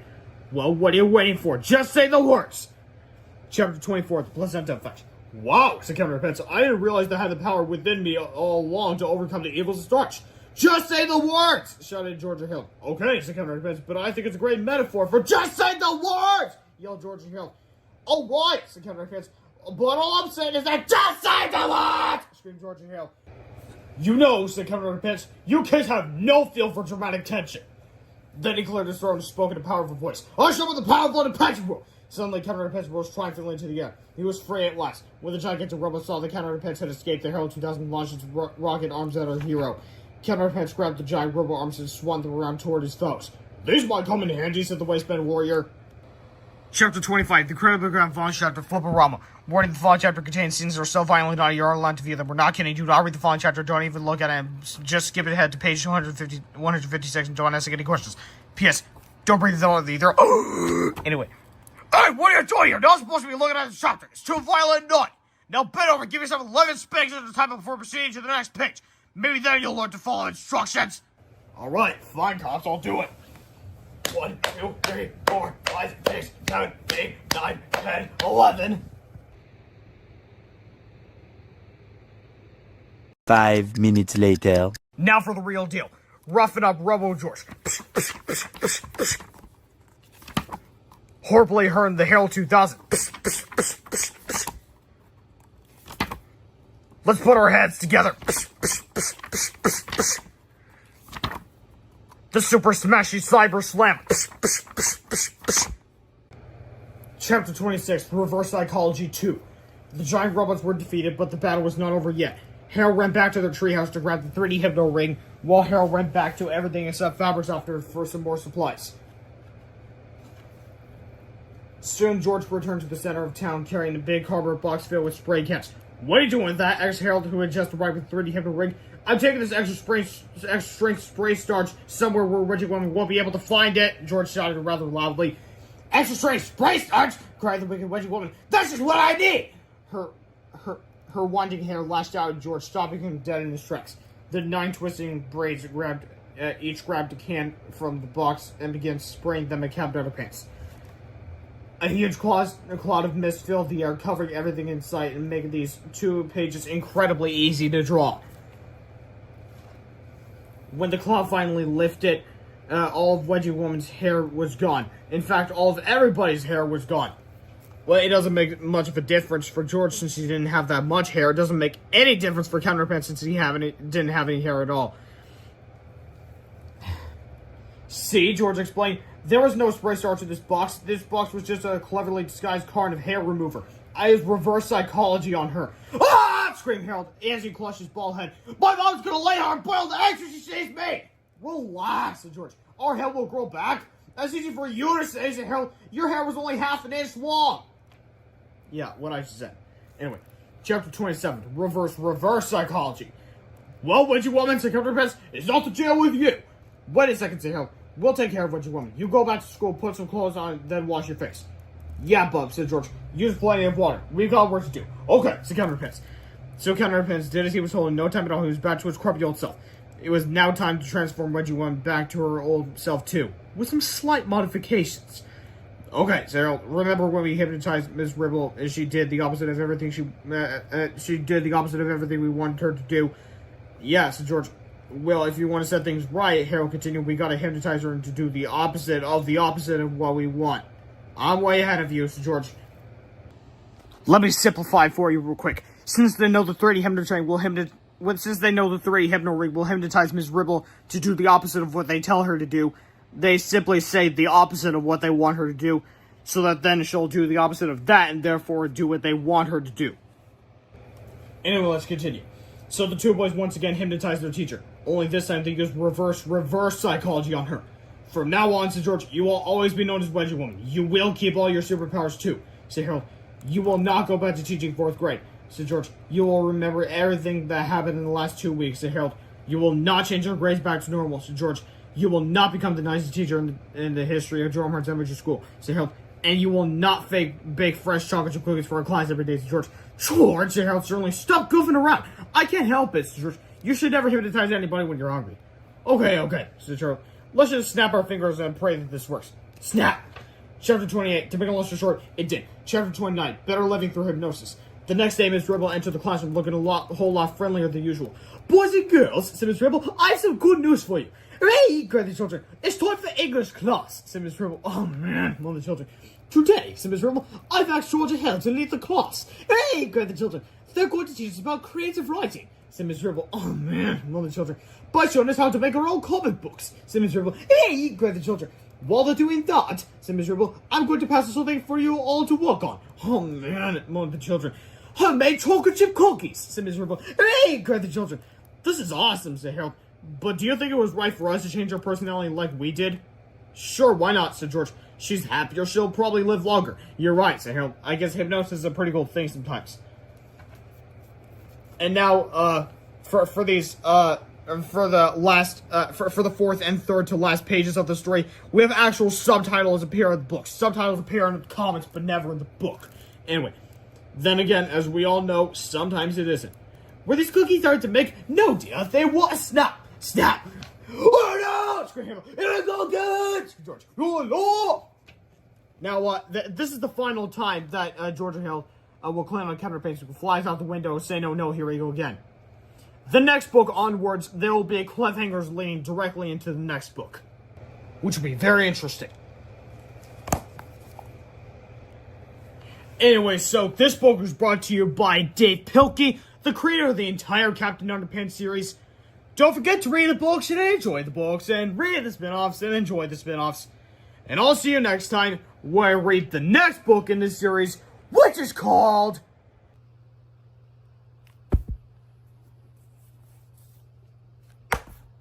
Dang it! There we go. Captain Underpants at the Bit Bad Ballad, the Bion Booger Boy, Part 1, The Night of the Nasty Nostril Nuggets. What is that thing? I have no idea, but I'll see you there. Stop zooming in, subscribe, like, comment, all that stuff. Goodbye. Now, guys, this video is going to be a different... I know I normally don't do, read-alouds during the daytime. Oh, no, I just usually do some of these, read-alouds during the daytime, mostly. But you don't really care about that. You just came here to watch me read aloud Captain Underpants, Book 6. It's been quite a while since we... Well, since I, but I like to say we, just to be exclusive to all my subscribers out there, all 21 of you. Thank you for getting me to 21 subs, by the way. When I hit another subscriber, it feels good. So, it's been a while since we read a book from the original Captain Underpants series. And, this one is Captain Underpants, The Bit Bad Ballad, The Bion Booger Boy, Part 1, The Night of the Nasty Nostril Nuggets, the sixth epic novel by Dave Pilkey. Now, because it rolls off the tongue better, I prefer to just call it, Captain Underpants, The Night of the Nasty Nostril Nuggets. Because why not? Anyway. Hi everybody, and welcome to another one of our disastrous misadventures. Before we get started, check out this comic book to get the full scoop of our story so far. Georgia Hill probably presented the awful truth about Captain Underpants, a Treehouse Comics production. Once upon a time, there took a kid named Georgia Hill. Wait the man, me too. They had a mean old principal named Mr. Crump.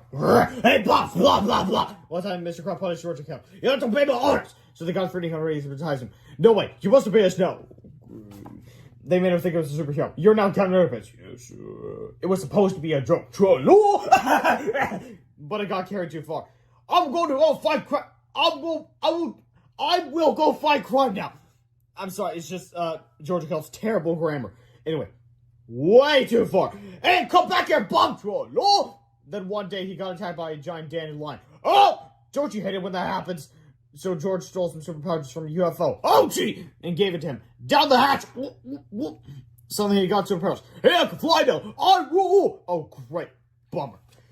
Nowadays, whenever Mr. Crump hears anybody snap their fingers, snap! He turns into you-know-who. Oh, not again.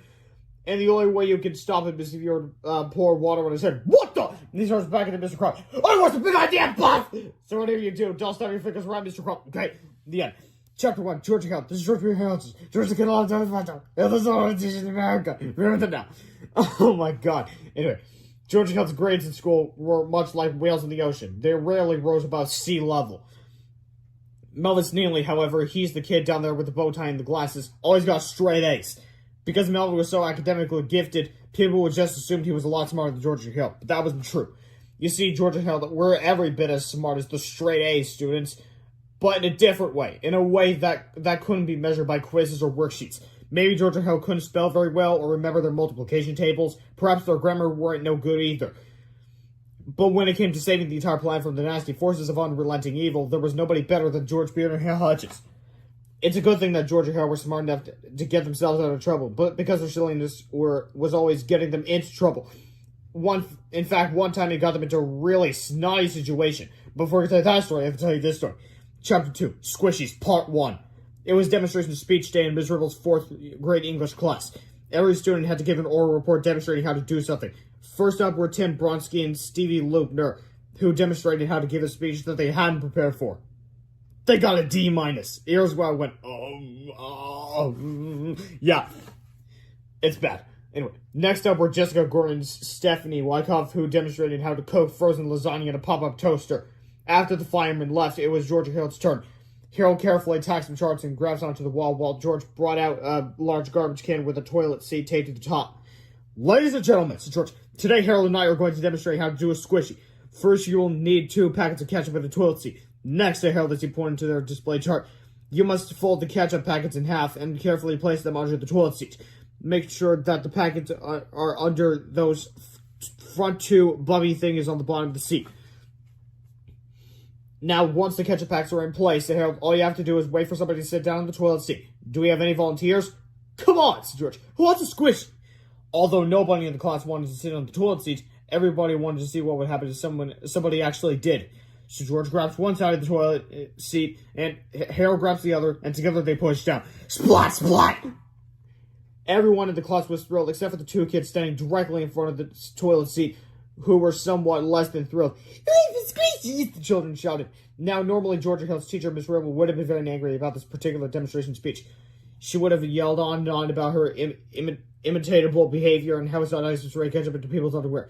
But Miss Ribble had quite changed a bit since the last book, and now she's all about fun. Come on, kids, shouted Miss Ribble. Let's all run to the cafeteria and grab some ketchup pockets. Squishes for everybody. Hey! Cried the children as they bounded from their seats and dashed toward the classroom door. Not so fast! Shouted Melvin Sneely, who stood blocking the door with his arms spread defiantly. You guys are so immature!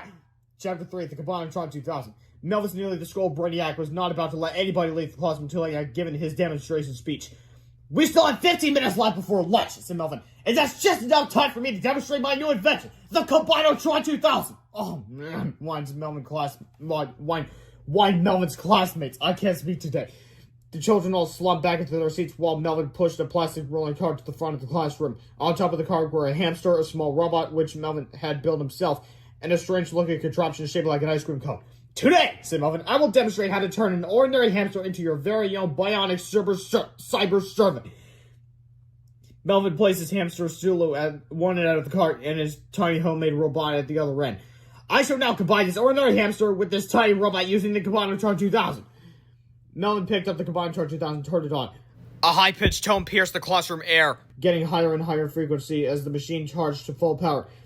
Melvin typed some last-minute calculations into the keyboard on the side of the Cabanatron 2000 as its laser extractor warmed up. Suddenly, two streaks of red glowing light flashed on Sulu and the tiny robot. The Cabanatron 2000 began assimilating information on the two elements as it was about to combine. Don't worry, kids, said Melvin. This procedure is totally painless. Sulu won't feel a thing.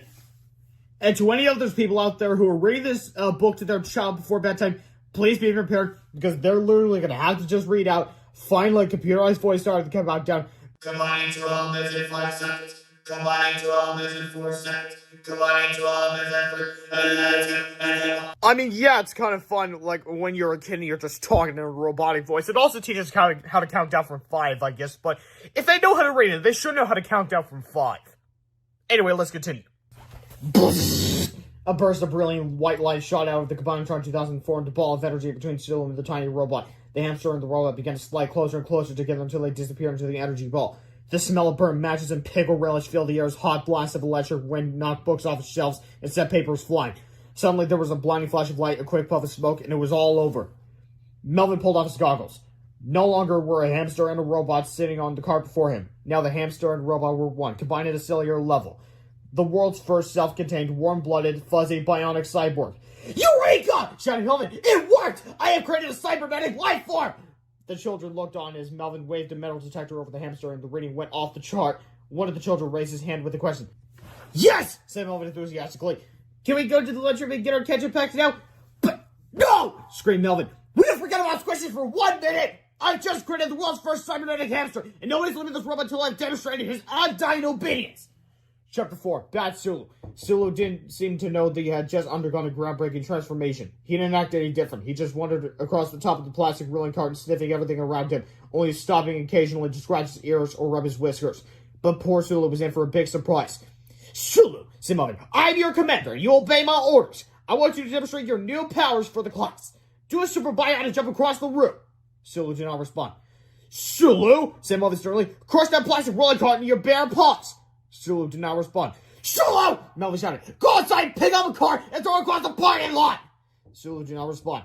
Finally, Melvin reached into his book bag and took out a red ping pong paddle that he had designed especially for this occasion. Sulu! He said angrily. Do as I say, or you're going to get good spanking! This time, Sulu did respond. When he saw the ping pong paddle, he became very frightened, and his little hamster instincts took over. Sulu jumped into the air, grabbed the ping pong paddle in his right paw, and then yanked Melvin onto the plastic rolling cart with his left paw. The children finally stopped thinking about ketchup packs and toilets for a moment and settled in to watch the show. Chapter 5, The Choreographed Vow Shrek, Part 1, Flipperama. One of the 5 chapter contains graphic depictions of a little boy being spanked by a bionic hamster. While this event is presented for humorous effect, the producers of this book acknowledge the hamster attacks are no laughing matter. If you or someone you love has been the victim of hamster attack, we certainly urge you to get help by seeking out a local support group in your area or by visiting www.whenhamstersattack.com.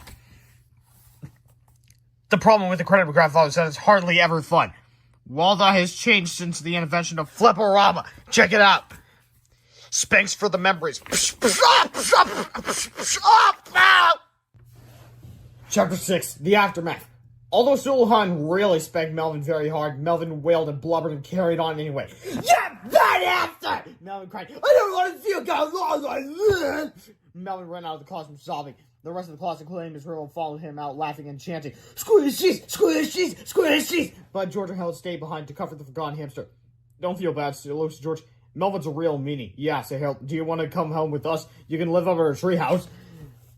Sulu jumped into Harold's arms and gave him a hug. Then he jumped into George's arms and gave him a hug, too.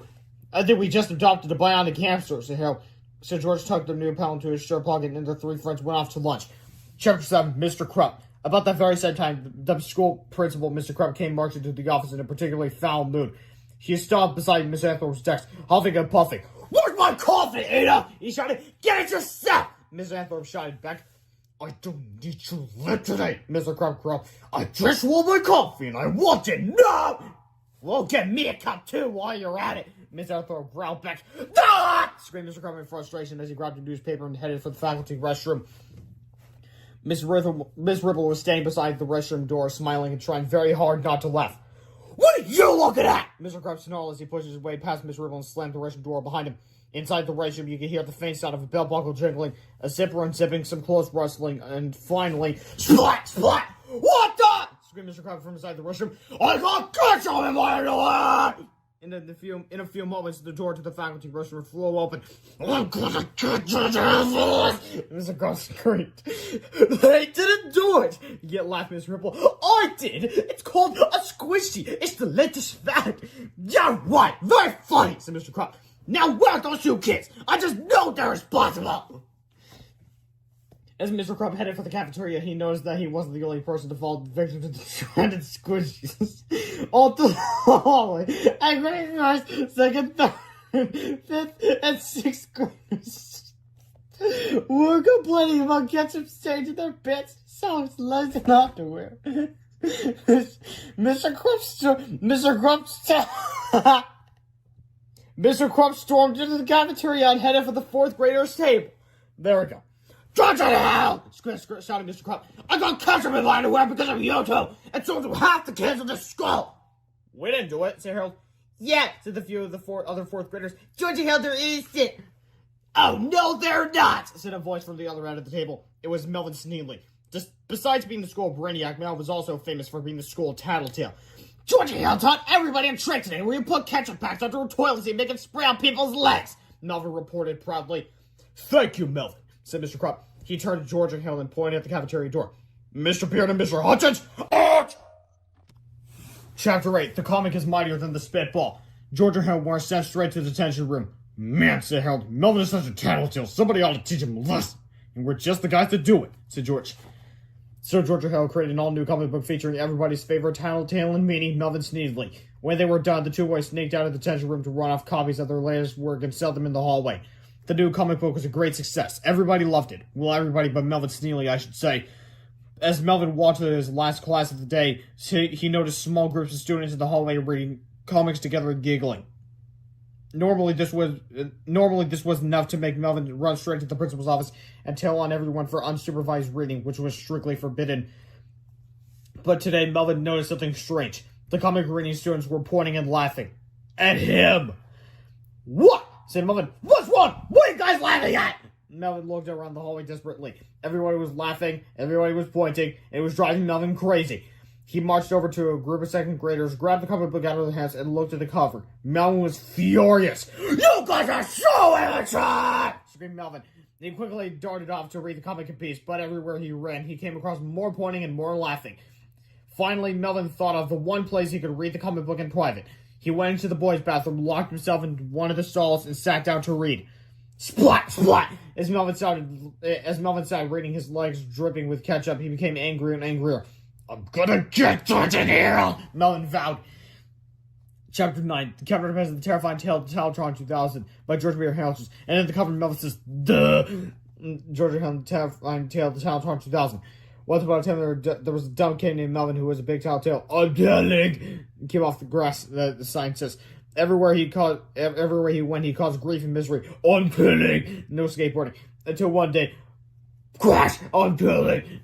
Hey cops, that guy just robbed the bank! Gee, thanks kid.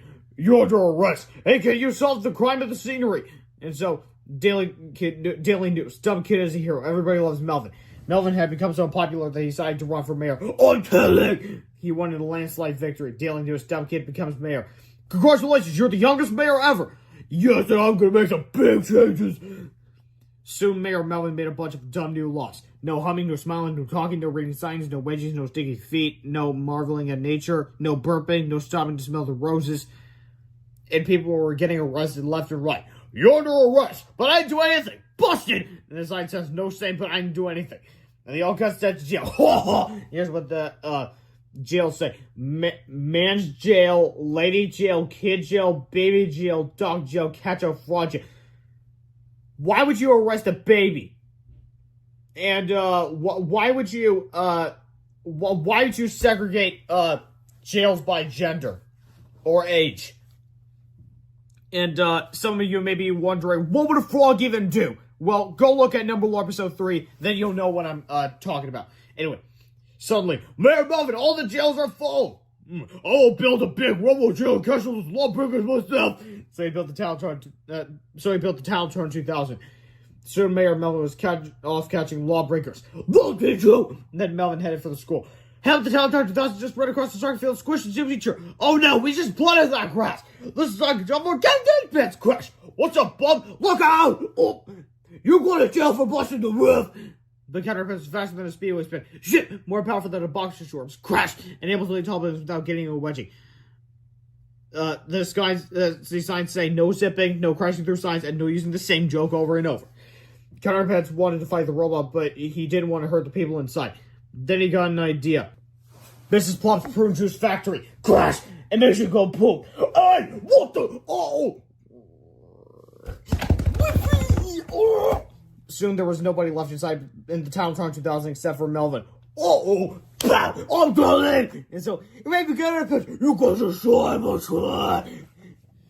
Then everybody got set free. Oh, we're free and stuff! Yay! Yippee! Goo goo! The end.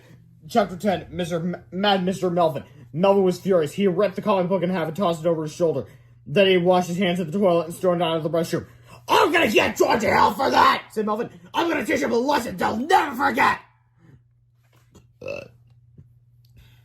After school, Melvin grabbed his combined charge and headed home. Melvin's mother and father were both busy working on a top-secret government experiment when Melvin walked in the front door. Hello, son, said Melvin's father. How was your day at school? Terrible, said Melvin. Nobody at school has sufficient respect for my beautiful mind. Those dull-witted, light-brained, gum-chewing idiots are more impressed with comic books than they are with the wonders of science. But I shall teach them! I shall teach them all! Thanks, nice, honey, said Melvin's mom. Melvin marched up to his room to begin building a brand new superpowered robot. But when he opened his bedroom door, he saw the family's pet cat, Dangerella, sleeping quietly in his bed. Oi! Melvin screamed. What are you doing in my room, you stupid cat? You know I'm allergic to you! Now get up and... stay out!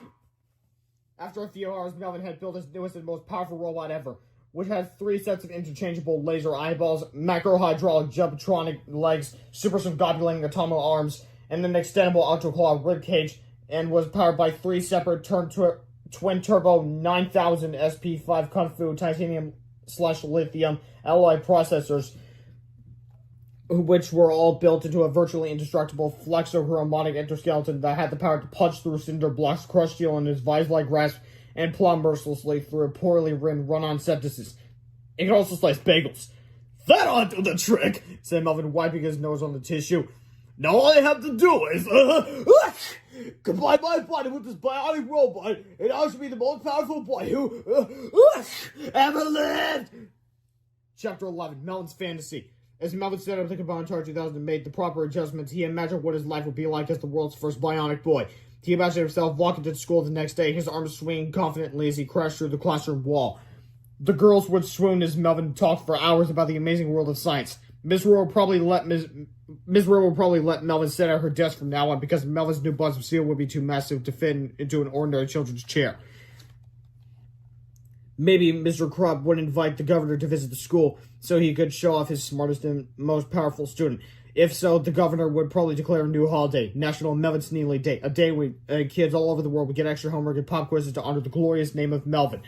But the best part of all would be Georgia Hill's reaction. They would be so terrified in Melvin's incredible size and strength, they'd drop to their knees and beg for mercy. And Melvin would spare them only if they agreed to be his servants for all eternity. They had to carry his books, sharpen his pencils, and be his personal footstools during each class. "Life is gonna... said Melvin. Chapter 12, The Night of the Nasty Nostril Nuggets. Hey, that sounds familiar. Melvin turned out the combined charge 2000. A high-pitched tone pierced the air, getting higher and higher in frequency as the machine charged to full power. "Oops," said Melvin as he quickly turned the dramatic effects setting to off so he wouldn't disturb his parents. Silently, the machine continued to charge as Melvin entered calculations to account for his clothes and glasses. When the laser extractor had finally warmed up, Melvin stepped in front of the combined charge 2000, standing perfectly still beside his new robot. Suddenly, two streaks of red glowing light flashed onto Melvin and the robot as the combined charge 2000 began stimulating information on the two elements it was about to combine. On the two elements it was about to combine. Finally, computerized voice started to count down. Combining 12 bits in 5 seconds. Melvin stood perfectly still. Combining 12 bits in 4 seconds. Melvin's nose began to twitch. Combining 12 bits in 3 seconds. Suddenly, Melvin felt an uncontrollable urge. He cupped his hands over his mouth and nose as his eyes squeezed closed involuntarily. Combining 12 bits in 2 seconds. Melvin looked down into his hands, which were now glistening with mucus and crusty chunks of semi-dry boogless. Instantly, the combined chart 2000 began to recalculate the elements in his laser sights. Combining 3 elements in 1 second. 3 elements! Melvin screamed in horror. What's a third element? Quickly, Melvin's eyes darted around the room, searching for any new element that might have accidentally made its way into the sights of the laser attractor. "What's a third element?" he screamed again. Then he looked down into his crusty, dripping, phlegm-filled hands. "Uh-oh," said Melvin as a blinding burst of white light enveloped him. Chapter 13, The Next Day. The next day, Melvin didn't show up for school on time. Nobody really seemed to notice, though, because all the children were excited about show and tell. Almost everyone had brought in really lame stuff like books or awards, but Georgia Hill had something that was totally cool. "Everybody remembers Sulu from yesterday, right?" said George. "Well, we took him home to live with us in our treehouse, and we taught him the greatest trick," said Harold. The two boys carried Sulu over to the classroom window and opened it up. Harold pulled a large watermelon out of his book bag and showed it to Sulu. "Okay, Sulu," said George, "show everybody your new trick." In one swift motion, Sulu placed his mouth into the watermelon and shoved the entire thing into his left cheek. The fourth graders were stunned. No, said Harold, "that's not the trick. The trick is what happens next."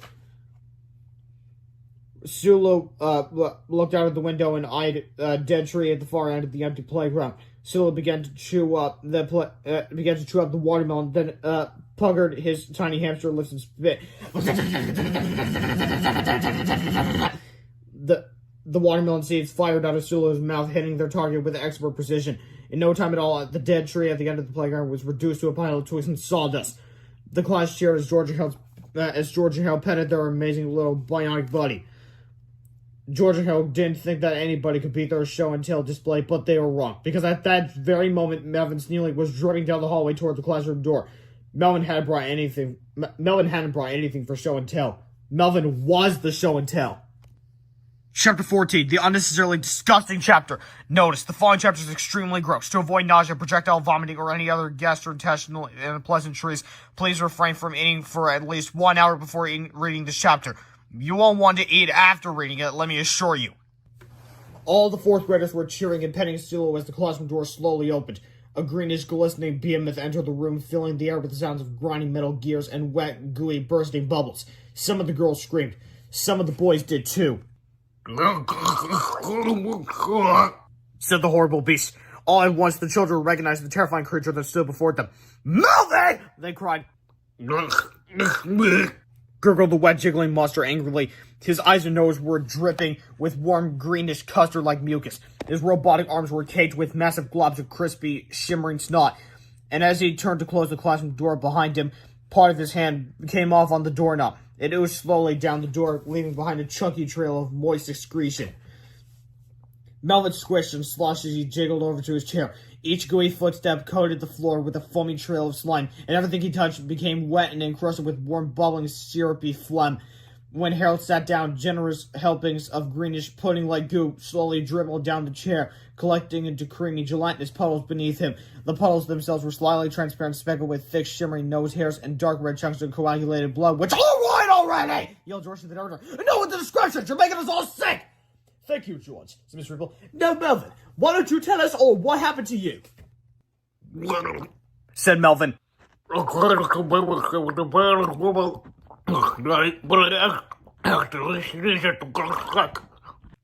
"So you got combined with a robot and poachers?" asked George. Said Melvin. It'll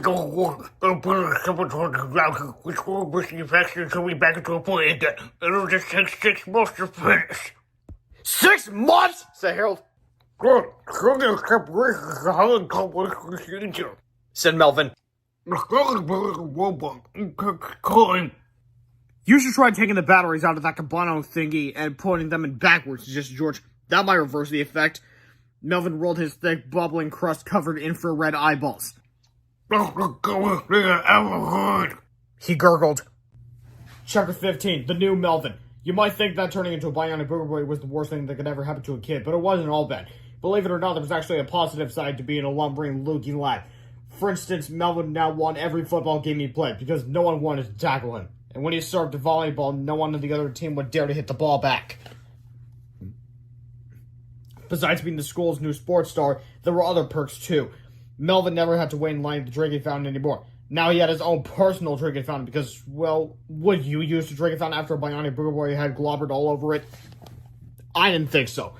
All the special attention that Melvin was receiving made some of the other kids a little jealous. But not George and Harold, considering the many evil villains that George and Harold had been battling all year. The two boys were just grateful that Melvin hadn't turned himself into a gigantic, terrifying beast with plans to destroy the earth. Yet. "It could be a lot worse," said Harold. "At least Melvin's not a terrifying evil villain." "Yeah, you're right," said George. "I can't think of anything that would turn Melvin into a terrifying evil villain." Chapter 16, The Cold and Flu Season. Soon it was autumn, and the new season brought with it many changes. Crisp, chilly air, early morning frost, and bright, colorful leaves. But with the beauty of autumn came another change that wasn't quite so welcome. The cold and flu season. All through Drumhorse Elementary School, people were getting sick. The hallways were filled with runny noses, sneezing mouths, and aching bodies.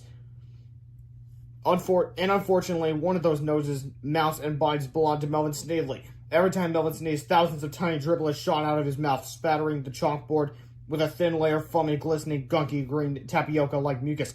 "Don't forget to cover your mouth, Melvin, dear," said Miss Ribble. Said Melvin. He put his hand over his mouth and sneezed again. This time the explosion of air that from his stifled sneeze blew off large wet globs of his body, which sprayed over the entire classroom. It was as if somebody had set off a giant firecracker inside a bucket of green paint. The warm, smelling goo smacked into people's hair, splattered onto their clothes, and seemed to drench every square inch of the room. Said Miss Ribble. Chapter 17, The Field Trip. The next day, for some strange reason, Miss Ribble was out sick with a cold. Mr. Krupp was filling in as a substitute teacher, and as usual, he was very angry. "What the heck is going on in this room?" he yelled. "What's with all the raincoats and umbrellas?" Then Melvin sneezed. A few moments later, Mr. Krupp returned to the classroom with fresh clothes, a raincoat, and an umbrella. "All right, everybody," he shouted. "Today's field trip day. Miss Eltham and I are taking you all to Snotty Bro's tissue factory to see how blow rags are made." The word tissue made Melvin jump. He cried in a panic. An eerie silence fell over the classroom. Everybody looked at Melvin and shook. "Did Melvin just say me no like tissues?" asked Harold. "Yeah," said George.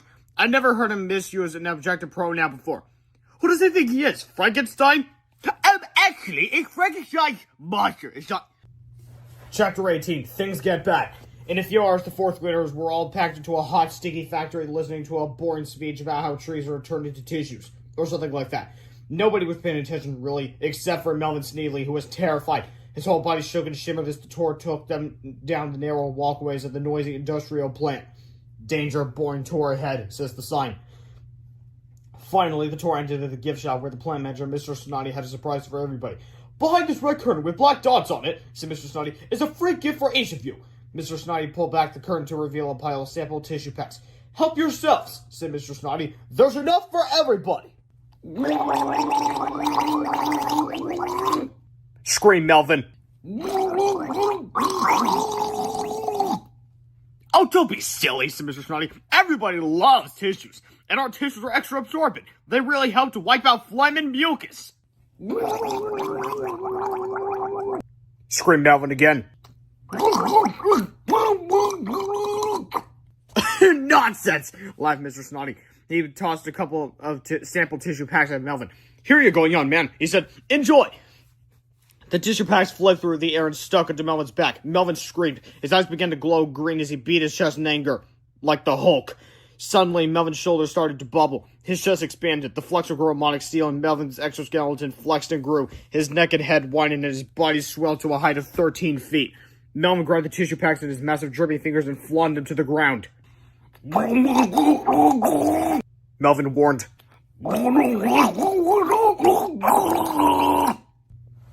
Oops, said Mr. Snotty. You dropped your tissue packs, young fellow. Here's some more for you. Okay, he's just entering extremely dumb territory at this point. Mr. Snotty grabbed 2 giant handfuls of sample tissue packs and tossed them at Melvin. Chapter 19. Things get badder. Frantically, Melvin swatted at the 9 new tissue packs stuck to his upper torso as if they were a swarm of stinging bumblebees. He stomped his giant spiked feet and thrashed about violently as his hulking body doubled, then tripled in size. Melvin kicked and punched the walls of the gift shop as he let out a terrifying, blood-curdling cry. There's no need to cry, little man, said Mr. Snotty. Here, have some more tissues to dry those tears. He tossed several more sample tissue packs at Melvin. As you might have noticed by now, Mr. Snotty wasn't exactly the brightest bulb on the Hanukkah tree. Yeah, kind of what I said. What happened next could only be described as chaos. Once again, Melvin's massive body tripled in size. By now, Melvin was roaring and kicking and knocking over giant machines. Children screamed and ran. Mr. Snotty thought it might help matters if he could just give Melvin some more tissues. But before he could, a drop of mucus the size of a bathtub dripped from Melvin's massive nose and splashed on him. Mr. Snotty glued to the floor. Splat! Georgia held hid behind the red curtain with black dots on it as Melvin crashed through the roof of the factory. Ear-piercing roars bellowed out of his gigantic oozing mouth as he kicked down the walls of the factory and tossed heavy machinery into the parking lot. Mr. Crumb and Miss Anthorpe tried their best to get the situation under control, but they were having much luck. Hey, Bob! Shouted Mr. Crumb. I've had just about enough of your shenanigans! You're gonna be spending the afternoon in detention if you don't settle down, young man! Shouted Miss Anthorpe. Suddenly, Melvin reached down and grabbed Miss Anthorpe in his massive metal fist. Help me! She screamed. Somebody save me! Said Mr. Crumb nervously. I'll go get some help! Mr. Crumb ran and hid behind Mr. Crumb ran and hid with George and Harold behind the red curtain with black dots on it. Hey, I thought you were going to go get some help, said Harold. Well, not today, said Mr. Crumb. You know, said George, there's only one person who can help Miss Anthorpe now. Who's that? Asked Mr. Crumb. Chapter 20, Captain Underpants, that's who. As much as George and Harold hated to do it, they decided it was time to send in Captain Underpants to save the day. Harold snapped his fingers. Suddenly, the terror and panic that Mr. Crumb had been experiencing completely vanished. A wild, silly grin spread across his face as he leaped to his feet and ripped off his outer clothing and toupee. Mr. Crumb's transformation to Captain Underpants was almost complete. The only thing he was missing was a cape. Gee, he said, I sure wish I could find a red curtain with black dots on it. Hey, said George as he pointed to the red curtain with black dots on it. Here's a red curtain with black dots on it. What a remarkably unexpected coincidence, said Captain Underpants as he grabbed the latest in a series of convoluted plot devices and tied it around his neck. By this time, Melvin had stomped his way out of the factory and into the downtown area, leaving behind a twisted path of mucus-coated destruction. Captain Underpants flew into the air, following the trail of terror until he was face-to-face with a snot-spewing cyborg. I order you to stop, said Captain Underpants, in the name of all that is British and Cockney. Melvin did not listen. Captain Underpants had no choice but to fight the boogery behemoth, but first he needed to save Miss Anthorpe. Quickly, our hero flew to either side, grabbed her hands, and pulled firmly. The slimy phlegm that covered Melvin's gigantic fist was strong and gluey, but it was no match for wedgie power. Captain Underpants pulled until Miss Anthorpe became completely dislodged with a noisy, wet, disgusting sound. No, please feel free to make the noisy, wet, disgusting sound of your choice to emphasize the intense trauma of this gripping paragraph. I'm free! Cried Miss Anthorpe. Let's get the heck out of here! Suddenly, the bionic Booger Boy reached down and grabbed Captain Underpants by the cape. The monster held on tightly with his gigantic, gooey, robotic fingers. "Oh!" cried Captain Underpants. "He's got my cape! He's got my cape! We'll just untie it!" screamed his anthem. "Let's go! Let's go!" "But I can't fight for crime without my cape!" cried Captain Underpants. "Forget your stupid cape!" Edith screamed. "Just save me, you idiot!" Chapter 21. You can't have your cape and Edith, too. As anybody will tell you, no superhero is complete without a cape. I mean, without a cape, a superhero is just a guy wearing fancy underwear, or in this case, not so fancy underwear. But Captain Underpants knew what had to be done. He reached up to his free hand and courageously untied his cape, valiantly sacrificing his aesthetic integrity to save the life of a mere mortal being. Captain Underpants and Miss Anthorpe were now free, but they weren't safe yet. The bionic Booger Boy swung at her here with all his might. Captain Underpants weaved around Melvin's frantic, flying, flinging fists as he tried to find a safe place to land. Suddenly, Captain Underpants' 100% cotton-powered vision spotted Georgia Hill miles away. With lightning speed, he flew down to meet the boys. "Georgia Hill," said Captain Underpants, "you've got to keep this woman safe while I destroy that robotic slide ball." "Okay," said Harold, "but hurry up. Here it comes." "Wait," cried Miss Anthorpe. I didn't get a chance to say thank you." She turned and kissed Captain Underpants all over his face with wet, drooling smooches. Thank you," she said between each sloppy kiss. "Yuck," said Harold. "I sure hope she doesn't thank us," said George. When Miss Anthorpe had finished slobbering all over Captain Underpants' face, she gave him a great big hug for good luck. "Now go get him, Tiger," she said coyly. But Captain Underpants didn't move. He just stood there staring blankly into space. Off in the distance, Georgia Hill could hear the bionic Booger Boy approaching. Each thundering footstep brought the horrible beast closer and closer until at last he stood towering above them, panting heavily and dripping profanely. Miss Anthorpe screamed and ran away. "Hurry, Captain Underpants, cried Hill! Do something!" "Yeah," cried George. "Kick his honey! Kick his honey!" But Captain Underpants didn't move. He didn't fight. He didn't flight. He didn't kick anybody's honey. In fact, the only thing he did do was get very, very angry. "What the heck is going on here, Bobs?" he screamed. "A woman's trying to hear my underwear!"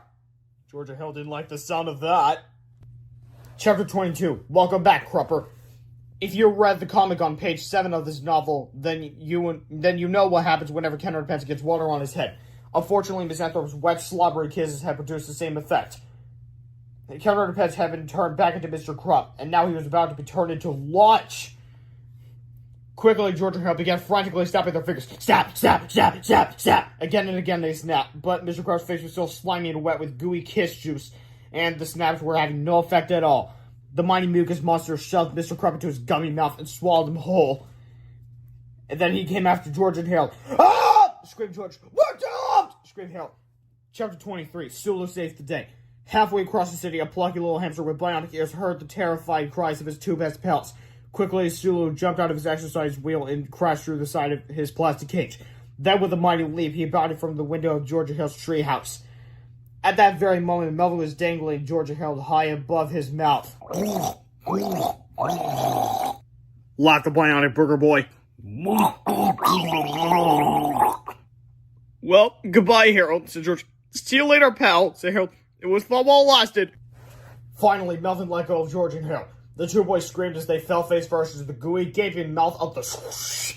The next thing Georgia Hill knew, they were flying sideways in incredible speed. Everything around them was a blur of motion, except for the sight of their little buddy Sulu, who had literally grabbed them from the murky mouth of death at that very last second. "Atta boy!" cried George. "Hooray for Sulu!" cried Harold. Sulu set Georgia Hill down on the roof of the distant building, then returned to the scene of the crime. He grabbed a few oversized novelty items from the tops of some warehouses and turned to face his mortal enemy. Chapter 24. The Chronograph Voucher to Part 2 in Flipperama. Warning: the fine stunts were performed on closed streets by a highly trained professional hamster. To avoid injury, please do not grab oversized novelty items from the tops of warehouses and beat up giant monsters with them. Cane tops keep falling on my head. Yummy, yummy, yummy, I got glove in my tummy. A hard day's bite. Chapter 25. How to reverse the effects of a Kabam 2001 easy step.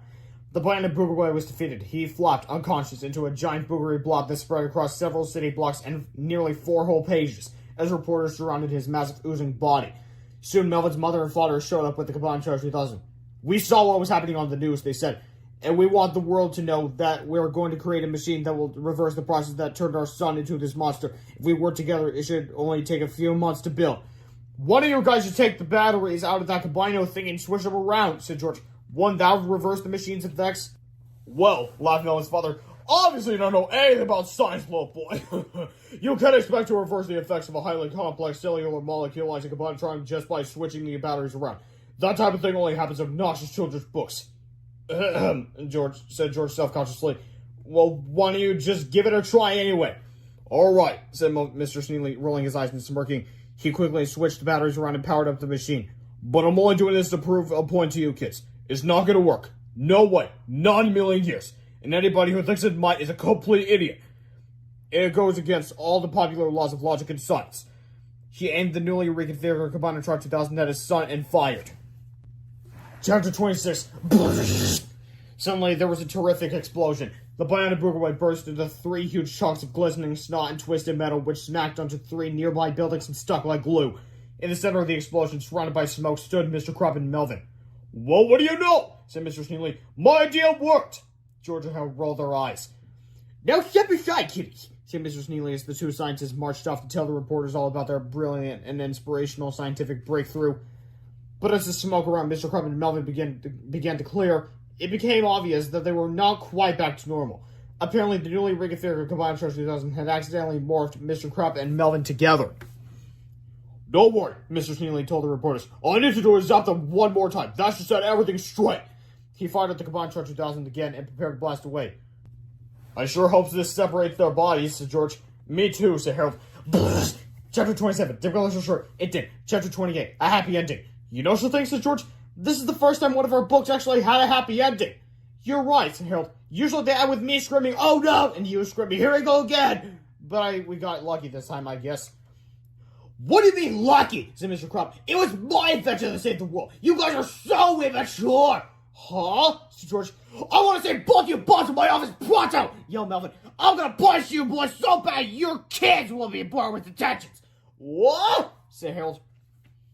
Suddenly, a giant extendo octoclaw reached out from one of the 3 huge chunks of boogers.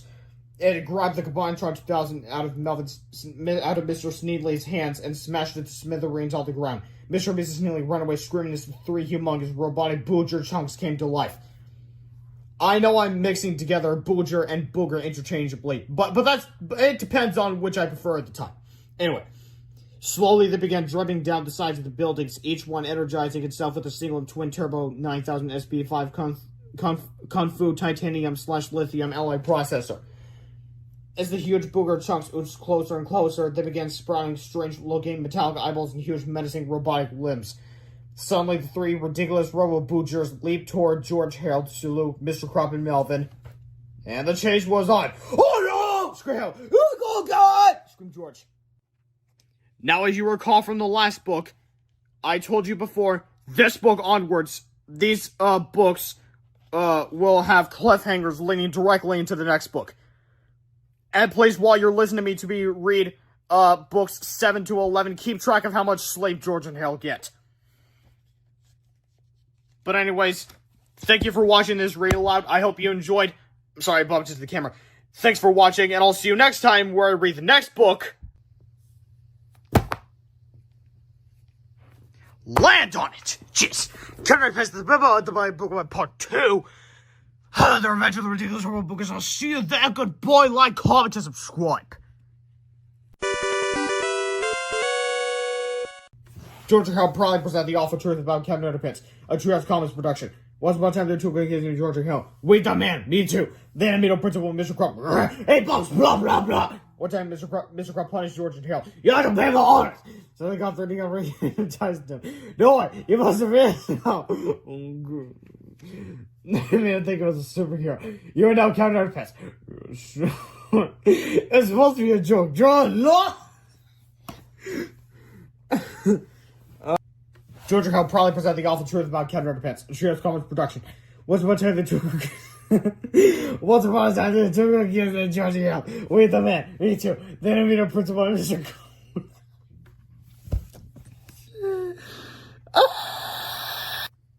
Chapter 5, the Great That's Yes, it's been a long time since I did the last Read Aloud. Yes, I know. Different location. Yes, I know. But that's the point of today's video. Just came here to watch me read Captain Underpants. my old Sesame Street COVID mask. Get rid of that. Anyway. Counterpins, the Bible, the book about Punk 2. The Adventures of the Ridiculous Robo-Boogers, the 7th epic novel by Dave Pilkey. And, yes, throughout this book, just like last time, I'll be using Boogers and Boogers interchangeably, depending on which I prefer at the time.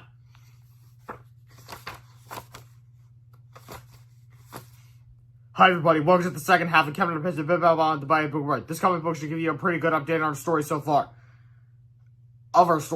Excuse me. The sad truth about Captain Underpants. Once upon a time, the Super Kissy Georgia Hill. We're mecha goofy. Me too. But unfortunately, they made a person called Mr. Crop. Blah, blah, blah. Is the one that they hypnotized with the 3D hypnotic. You obey our every command.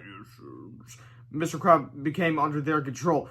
You're now a monkey. Ooh, ooh, ooh. But they made a terrible mistake. You're now Captain Underpants. Oh, no! Yeah, it was funny until he jumped out of the window. Hey, come back here! No way! Mr. Crump thought he really was a real superhero. He got into all kinds of trouble. Oh, no! One time, he almost got killed by a dandelion. Oh! So George stole some superpowers from UFO, and he gave it to him. And Mr. Crump got superpowers. Now he can fly and stuff. Here we go again! Now, whenever Mr. Crump hears somebody snap their fingers, blah, blah, blah, snap, he turns into Captain Underpants, and whenever CU gets water on his head, he turns back into Mr. Crump, blah, blah, blah. So remember, don't snap your fingers around Mr. Crump. But that's the only first part of our story. Read on. Okay, there's this other kid in our school named Melvin Sneely. I'm a dumb nerd. And Melvin invented a combined thinking that more of stuff together. First, he combined his pet hamster, Sula, with a robot. You great guy created the world's first bionic hamster. Next, he tried to combine himself with a robot, but he sneezed at the last second. Then he accidentally got combined with a robot and his boogers. Zap! He became the bionic booger boy. Uh-oh. Then one time he got a cold.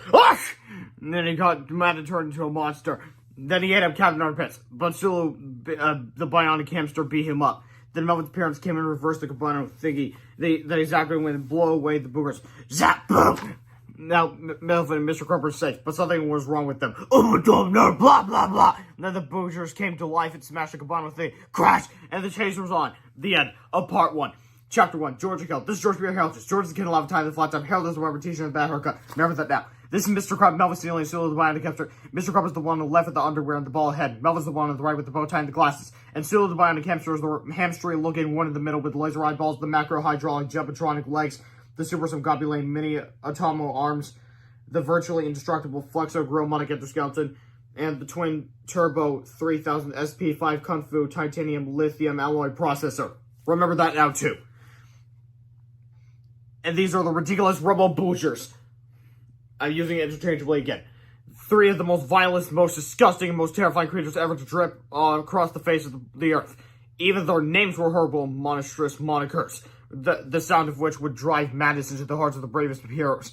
If you dare to know their nightmarishly deplorable names, I will tell you. But don't blame me if you have to sleep with the nightlight on for the rest of your life. Their names were, from left to right, Carl, Trixie, and Frankenbooger. See, I told you they were scary names!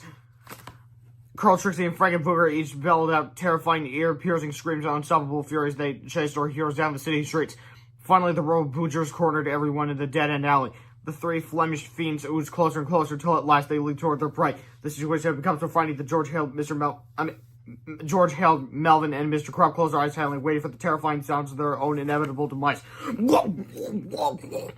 But instead of hearing inevitable demise-y type sounds, our heroes heard something quite different. You see, at the very last second, Sulu the bionic hamster stretched open his flexochromatic jaw and shoved the 3 boogery BMFs into his mouth. Sulu's bionic cheeks swelled to capacity as he raised his furry head toward the sky. Then, with the force of a lunar shuttle lift off, Sulu shot the 3 slimy villains into space. The 3 ridiculous Robo-Boogers sailed through the sky like cannonballs. In no time at all, they left Earth's atmosphere and began sailing toward Uranus. I know that joke's getting old. It's the 21st century after all. Anyway, the terrifying battle was over. Well, that was a really quick story, said Harold. This is going to be our shortest adventure ever. Ain't that the truth, said George. Chapter 2, and 8. Unfortunately for George and Harold, their adventure had only just begun. As everyone walked back to school, a confusing argument got underway. I want my hamster back, said Mr. Crump. Your hamster, George. First of all, he's our hamster now. And second of all, he never belonged to you. He belonged to Melvin. I don't care who it belongs to, Melvin interrupted. Hamsters are allowed in school, especially not in my school. I'm giving all 3 of you bums a detention for bringing that furry beast into your classroom. You can't give us a detention, said Harold. You're just a kid like us. Suddenly, Mr. and Mrs. Sneedley came running toward them. Melvin, you're right! Cried Mrs. Sneedley. We're so happy you're safe, son! Cried Mr. Sneedley. Mommy! Papa! Cried Mr. Crump. He dashed over to Melvin's parents with open arms. The sight of a ball-grown man in his underwear running toward them made Mrs. Sneedley scream in horror. Hey, what's the big idea? Yelled Mr. Sneedley. It's me, Papa! Cried Mr. Crump. Don't you recognize your own son? Getting a shoot, you weirdo! Mr. Sneedley hit Mr. Crump with her purse. Melvin ignored the commotion as he walked past them all and went into the school. Melvin stormed upstairs and headed for the school office. Everyone except Miss Anthorpe had already gone home for the day, and she was just getting ready to leave too. Just where do you think you're going? Shouted Melvin. Miss Anthorpe stared in shock at the fourth grader standing behind her. What did you just say? She cried in a voice that was rapidly becoming a scream. Who do you think you are? I'm the guy who's gonna fire you if you don't give me my coffee now! Yelled Melvin. Normally, school secretaries don't have the authority to hang a child from a coat hook by his underwear, but today had been a particularly stressful day for Miss Anthorpe. She had been covered in snot, carried through town by a rampaging robotic monster, and worst of all, forced to chaperone an elementary school field trip. Now it was payback time. Chapter 3, Mr. Melvin and Crumpy the Kid. Miss Anthorpe collected her things and left for home, grumbling under her breath as she passed George and Helen in the hallway. The two boys could hear Melvin's angry shouts coming from down the hall, so they went to the office to investigate. While they were getting Melvin off the hook, Mr. Crump ran to the office sweating and out of breath.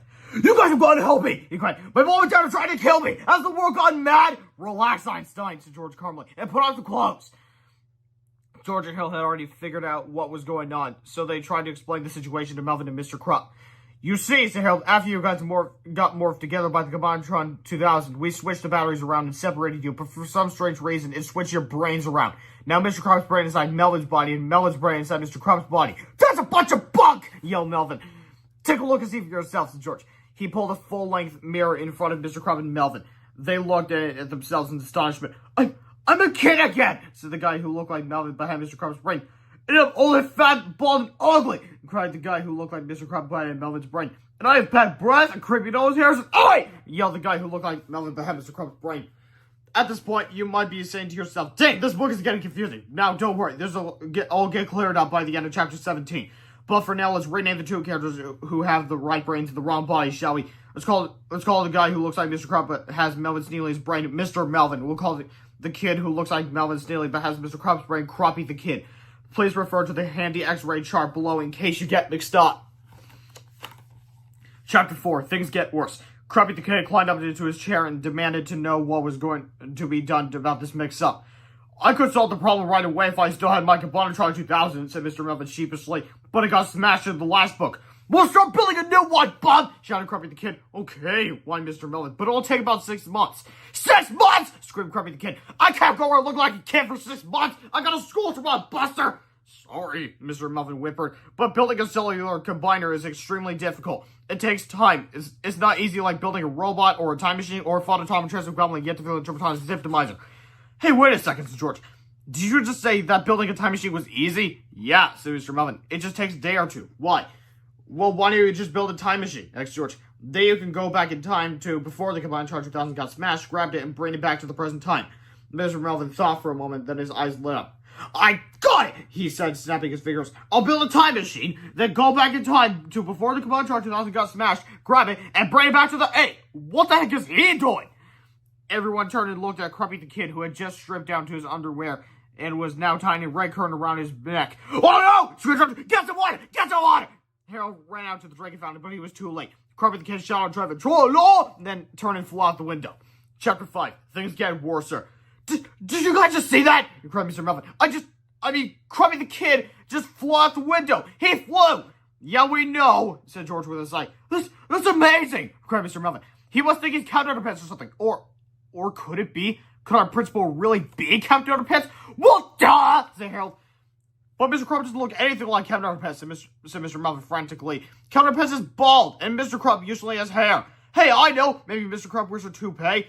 I thought you were supposed to be in the gifted program, said George. But how could he fly? Where did he get his superpowers? Asked Mr. Melvin. It's a long story, said Harold.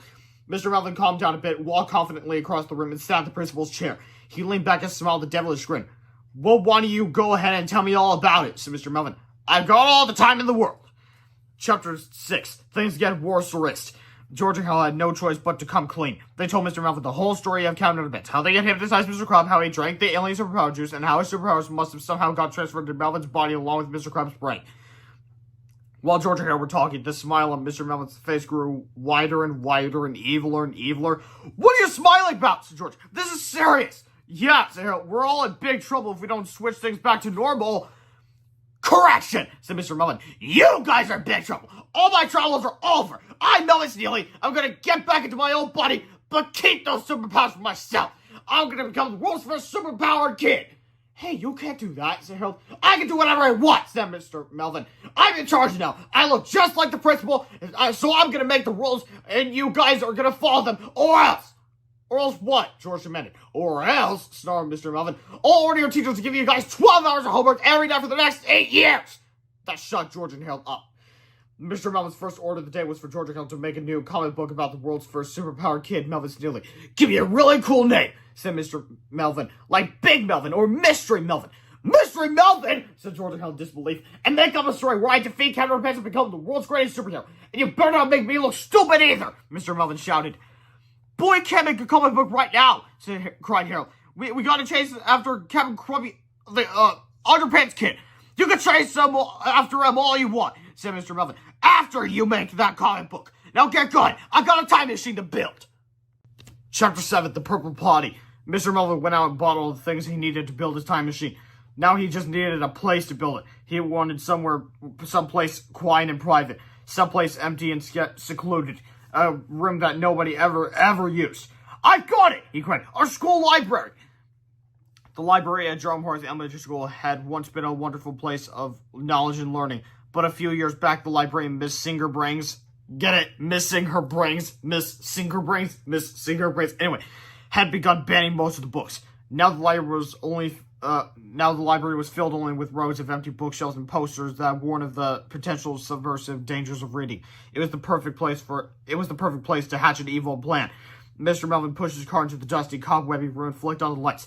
"Welcome, sir," said Miss Singerbrains. "Have you come to check out the book?" No," said Mr. Melvin. "I need to find a large box, like a phone booth or something."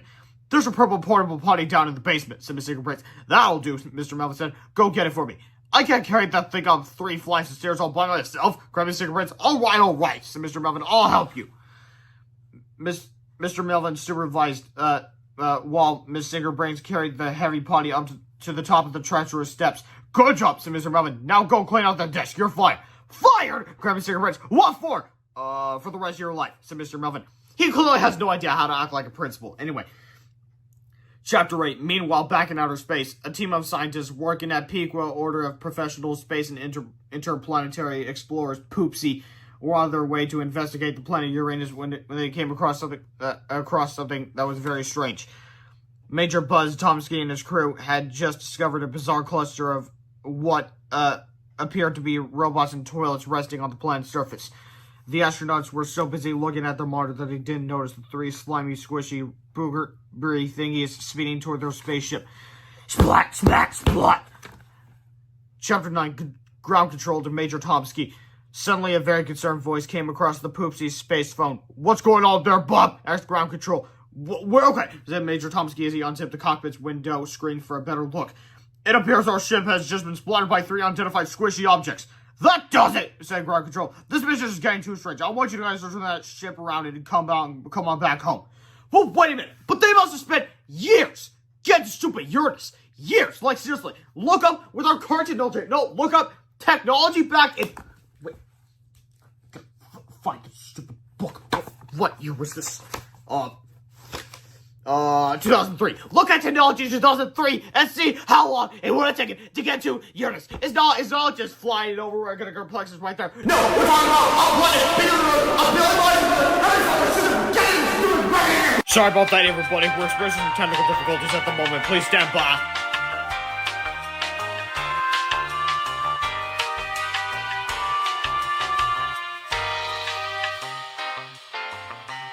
Calm down. Calm down. Just read the rest of the book. Alright.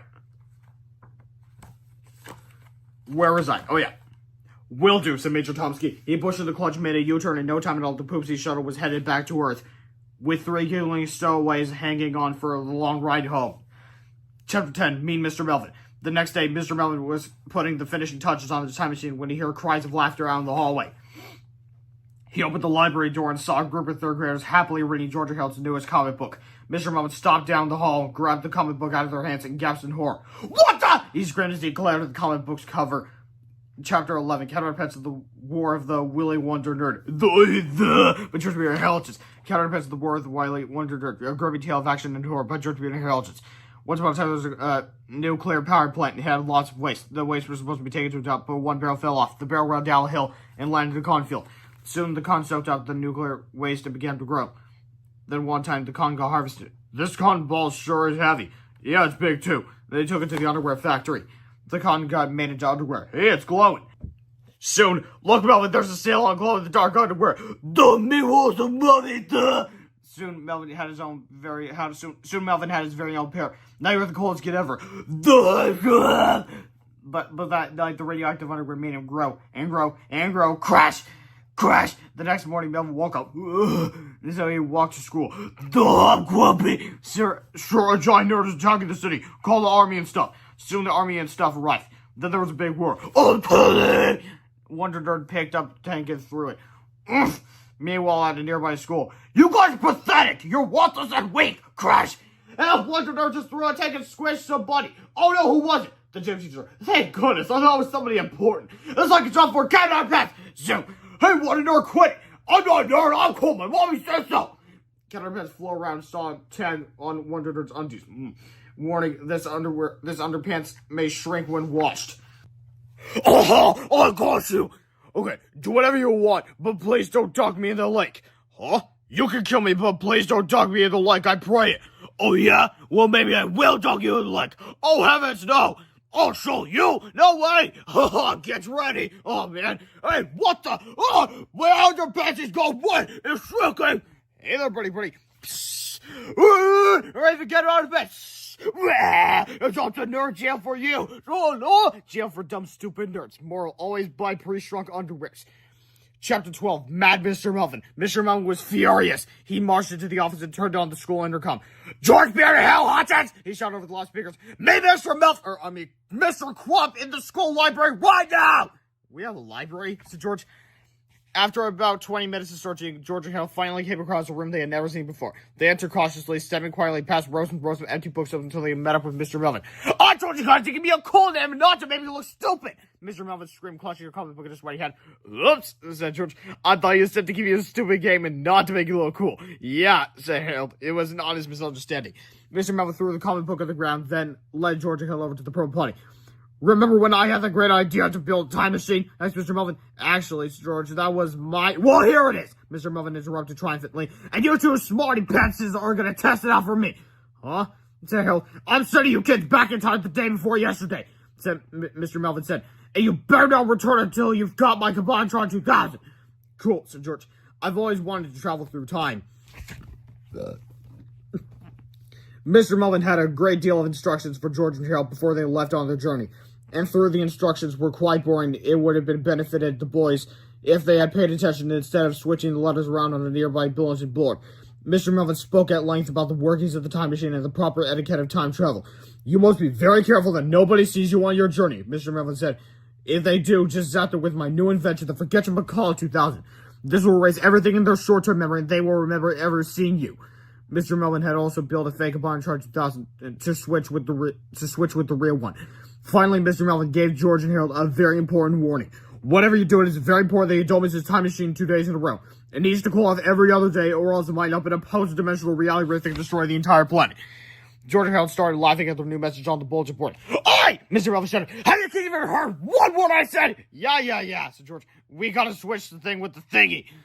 "And if somebody sees us," said Harold, "we'll zap them with the whatchamajiggy." "Don't worry, we got it," said George. George and Harold stepped into the promo potties and Mr. Melvin closed the door behind them. Harold set the controller for the day before yesterday. Then George pulled the chain.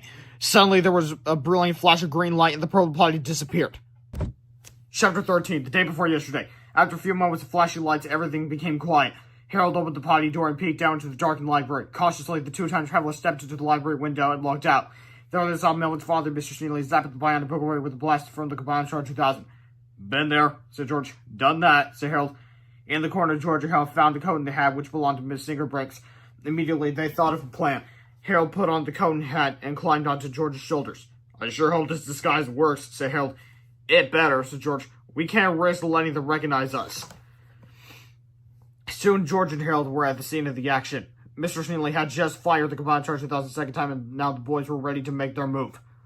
Excuse me, Mr. Sneely, said Harold, trying very hard to sound like a grown-up. I'd like to present to you the most brilliantest science guy of the whole wide world award.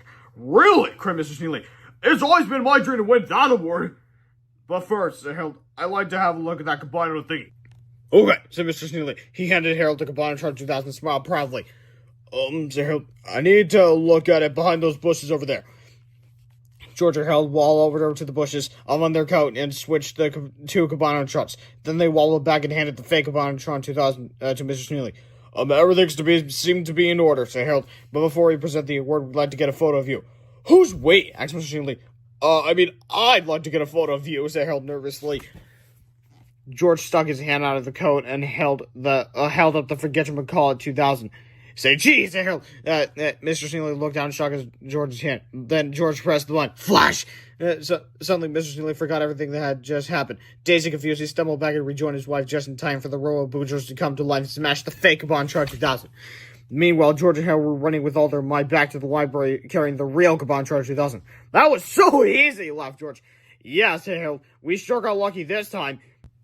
But when they reached the library door, George and Harold discovered that they hadn't been quite so lucky after all.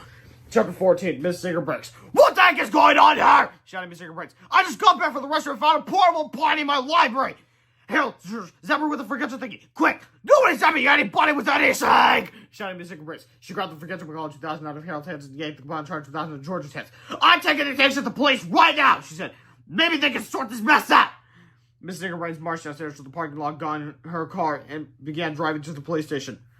Well, said Harold, we'll never catch up to her now. Sure he will, said George. All we need are some wings. Chapter 15, 65 million years before the day before yesterday. George and Harold grabbed a box of saltine crackers off of Miss Singerbreaks' desk. Then the two friends stepped inside the purple potty and closed the door. Quickly, George reset the controls and pulled down the chain. A flash of green light lit up the room and the purple potty vanished. Suddenly, George and Harold were transported back in time to the late Cretaceous period of the Mesozoic era, a time when dinosaurs ruled the earth. Cautiously, George and Harold peeked out of the purple potty, which is now nestled precariously in the branches of a tall tree. Here, chicky, chicky, chicky, called George. Polly, what a cracker! He called Harold as he tossed a handful of saltines into the air. Suddenly, the two boys were swarmed by hungry pterodactyls. Before long, a friendly-looking pterodactyl, or Quetzalcoatlus to be exact, swooped down and grabbed some crackers from Harold's hand. Oh, look, said Harold, he likes me. Great, said George. Let's get him into the time machine and get that out of here. Carefully, Harold took the pterodactyl in his arms and he carried him to the purple potty. Then the boys closed the door behind them, reset the controls, and pulled down the chain. Suddenly, George and Harold and their new reptilian pal were transported forward in time to the day before yesterday. The door of the time machine swung open, and the three friends sailed out of the purple potty, through the library window, and up over the town. George looked down at the city streets until finally he located Miss Singerbreaks' car. There she is! George cried. I sure love our new pterodactyls.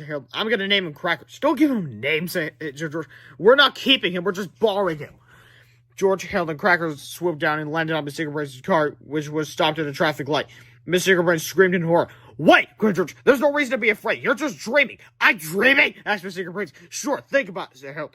Paraponies appearing out of nowhere, kids running around laser zappers, pterosaurs landing on your car. This stuff only happens in dreams. Gosh, you're right, said Miss Singerbreaks. But it all seems so real. Well, trust us, said George. In a few minutes, you won't remember any of it. Before long, George, Harold, and Miss Singerbreaks were all gliding back to school with their good pal Crackers.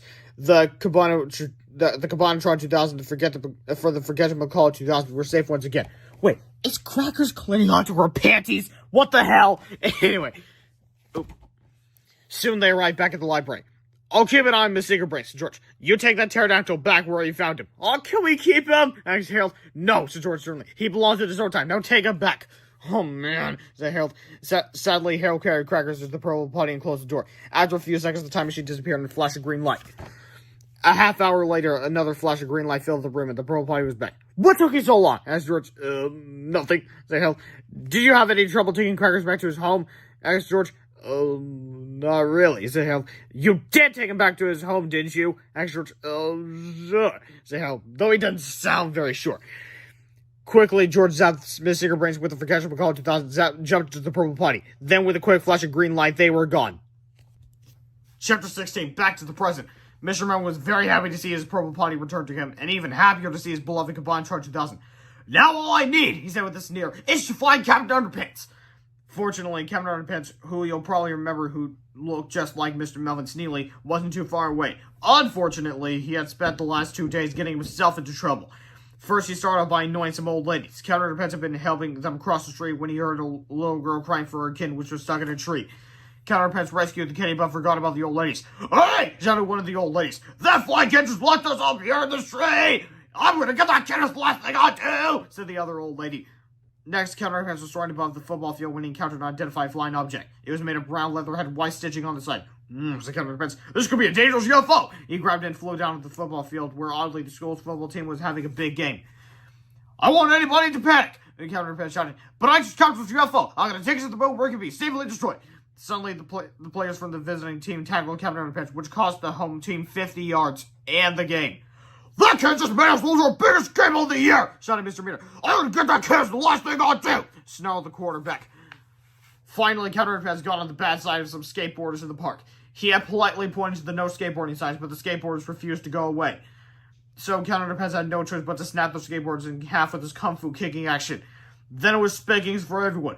"Dude!" cried one of the skateboarders. "That little dude just like dude in our dude boards!" "Dude!" said another skateboarder. "I'm gonna do that dude as the last dude I do!" Chapter 17, the big switcheroonie. Mr. Melvin ordered George and Harold to stick their heads out of the window and called for Captain Underpants. Soon the waistband warrior appeared. Mr. Melvin welcomed the caped hero inside and asked him to pose for a photo. "Why not be delighted?" said Captain Underpants. "Great," said Mr. Melvin. "Put these clothes on and stand over there."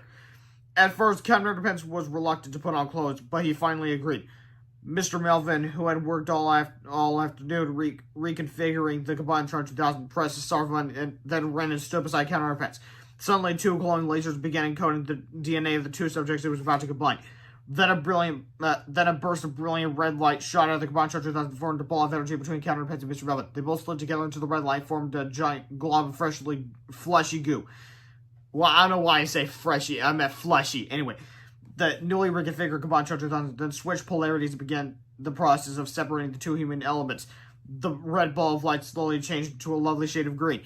Suddenly, there was a blinding flash of light, a quick puff of smoke, and it was all over. Everybody's brains were back where they belonged. "Well, that sure is a weird camera," said Captain Underpants, who now looked exactly like Captain Underpants. "Can I take these clothes off now? They're bad for my image." "Go right ahead," said Melvin Sneely, who now looked exactly like Melvin Sneely. Finally, it looks as if everything was back to normal, but as we all know, looks can be deceiving. Chapter 18, the return of ridiculous robooters. Just then, the Poopsie space shuttle landed at Piqua International Airport. It wasn't the smoothest of landings due to the fact that the three robotic boogers had just eaten most of the shuttle's tail fin and nearly all of its rocket thrusters. Major Tomsky and his crew had barely escaped with their lives. Inside the school library, Captain Underpants heard the astronauts' panic cries coming from the airport. "This looks like a job for me," he shouted, and with the mighty troll, he laid down the window and fell 3 stories to the ground. Crash! See, it's funny. He landed on the grass, but he could have landed on the pillows with a trampoline. Funny, right? Was I laughing? Anyway, George and Harold screamed and ran downstairs. "Captain Underpants! Are you okay? Speak to us!" cried Harold. Captain Underpants slowly lifted his head in confusion. "Mommy," he said weakly, "my train went swimming to the piano." Meanwhile, over at Piqua International Airport, Carl Trixie and Frank and Booger had just finished eating the space shuttle and were now starting to munch at the control tower. The three globby gluttons grew bigger and bigger with every enormous bite. "Come on, Captain Underpants," cried George. "You gotta save these people." "But I forgot how to fly," said Captain Underpants sheepishly. "You won't forget," laughed Melvin Neely, who was now floating above their heads. "You just lost your superpowers. But don't worry, they've been safely transferred into my body. Now I'm the world's greatest superhero." "Melvin," cried George, "those robot boogers came back to Earth. They're attacking people at the airport. You gotta help these people." "I'm not doing a thing until you guys change that comic book," Melvin said. "And you better make me look cool this time." "But there's no time," cried Harold. "These people need your help now." "Well, you better start drawing that art, boy," said Melvin. Chapter 19, none to underestimate the power of underwear. George and Harold begged Melvin to use his superpowers to save the day, but Melvin continued to refuse. Finally, Captain Underpants stepped in. "You may have taken away my superpowers," the Wasteman Warrior said, "but I still have the power of underwear on my side, and nobody can take that away from me." Captain Underpants turned and ran toward the airport. "Melvin," cried George frantically, "if you don't do something, those butchers are gonna kill Mr. Crump." "That's not my fault," said Melvin. "You're the ones who wrote that stupid comic book about me. Now change it around." George and Harold looked at each other. Their choice was simple: either fight with Captain Underpants and probably die, or give in to the dark side and live. The two boys turned and ran to the airport. Chapter 20, Booger Brunch. George and Harold quickly caught up with Captain Underpants. Soon they were all at the airport witnessing the carnage of the ridiculous robo-boogers. Captain Underpants shouted out, "Drive it, troll off!" from below. Suddenly, the three robo-boogers turned toward the familiar-sounding voice. Quickly, their laser-guided eyeballs zoomed in on the three of the heroes who had made their life so miserable back in Chapter 1. Immediately, the robo-boogers leaped at George, Harold, and Captain Underpants, and the chase was on. Again. Chapter 21, Cornered. The robo-boogers continued chasing George, Harold, and Captain Underpants until at last the three fine friends were cornered at a local shopping center. In a desperate attempt to save themselves, the three brave heroes began taking items from the outside sales bins and throwing them at the snarling beasts. George grabbed a pair of low-fat tennis shoes and tossed them at Trixie. Trixie gobbled them up. Harold found a delicious tube of wild cherry-flavored hemorrhoid ointment and flung it at Frankenbooger. Frankenbooger swallowed it whole. See, I changed it a bit. Once more. Anyway, Captain Underpants picked up a genetically modified organic Captain Underpants picked up a genetically modified organic orange-flavored orange and chucked it at Carl. Carl chewed it up with a smug grin. Suddenly, Carl's laser eyes grew incredibly large. The haughty smile on his face turned into a panic gasp as the wet, gushy snot that covered his body began to dry up and crumble. Huge, crispy booglets shot out of his smoldering robotic exoskeleton like green popcorn. "What's going on?" cried Harold. "It's the oranges," said George. "It's got to be the vitamin C in these oranges. It's combating the colon flu that causes those boogers to turn evil." Carl thrashed around brutally as more and more of his disintegrating body cracked off and fell to the ground. Finally, the lights in his panic-stricken laser eyes slowly went out. He stumbled over and crashed horribly into the parking lot. Carl was dead. Vitamin 22. Vitamin see you later. George held the counterfeits quickly began chugging oranges at Trixie and Frankenbooger, but the two remaining robo-boogers had gone wise to the power of vitamin C. They ducked, jumped, dodged, and darted, doing whatever they could do to avoid being hit by the deadly oranges. "Hey, I got an idea!" he said, Captain Underpants. He grabbed two crates of oranges and ran out while George and Harold continued flinging fruit ferociously. "Where does he think he's going?" said George. "I don't know," said Harold, "but his idea better work. Run out of oranges." Soon, George and Harold were down to the last two oranges. They threw them as hard as they could, but alas, the foam projectiles missed their terrifying targets. Trixie and Frankenbooger grabbed George and Harold and dangled them above their gigantic mouths. "Well," said George, "it looks like this is the end." "Yep," said George, "it was nice knowing you, pal." Suddenly, the robo-boogers heard a familiar troll coming from somewhere over on the next page. The repulsive robo-boogers dropped George and Harold and stomped over to page 130. There they found Captain Underpants standing on top of the large novelty toilet on the roof of John's house of toilets. He was shouting "Troll!" and doing a very annoying dance, which made the robo-boogers very angry. Angry. Well, I know it's that angry. Anyway. Chapter 23, The Underpants Dance in Flipperama. You tried the twist, mastered the Macarena, figured out the fucking I don't know what any of those are. Now it's time to learn the most annoying dance ever. The Underpants Dance. It's sure to irritate parents, teachers, evil villains, and kids of all ages. Just follow the easy steps in this chapter and learn the Underpants Dance today. Throughout the magic of Flipperama, anyone can learn how to do the Underpants Dance. First, make sure you're wearing your underpants. Then follow the 4 easy steps illustrated on the next 16 pages. With a little bit of practice, you'll soon be the most irritating person you've ever met. Good luck! Step 1. The Wedgie Wiggle.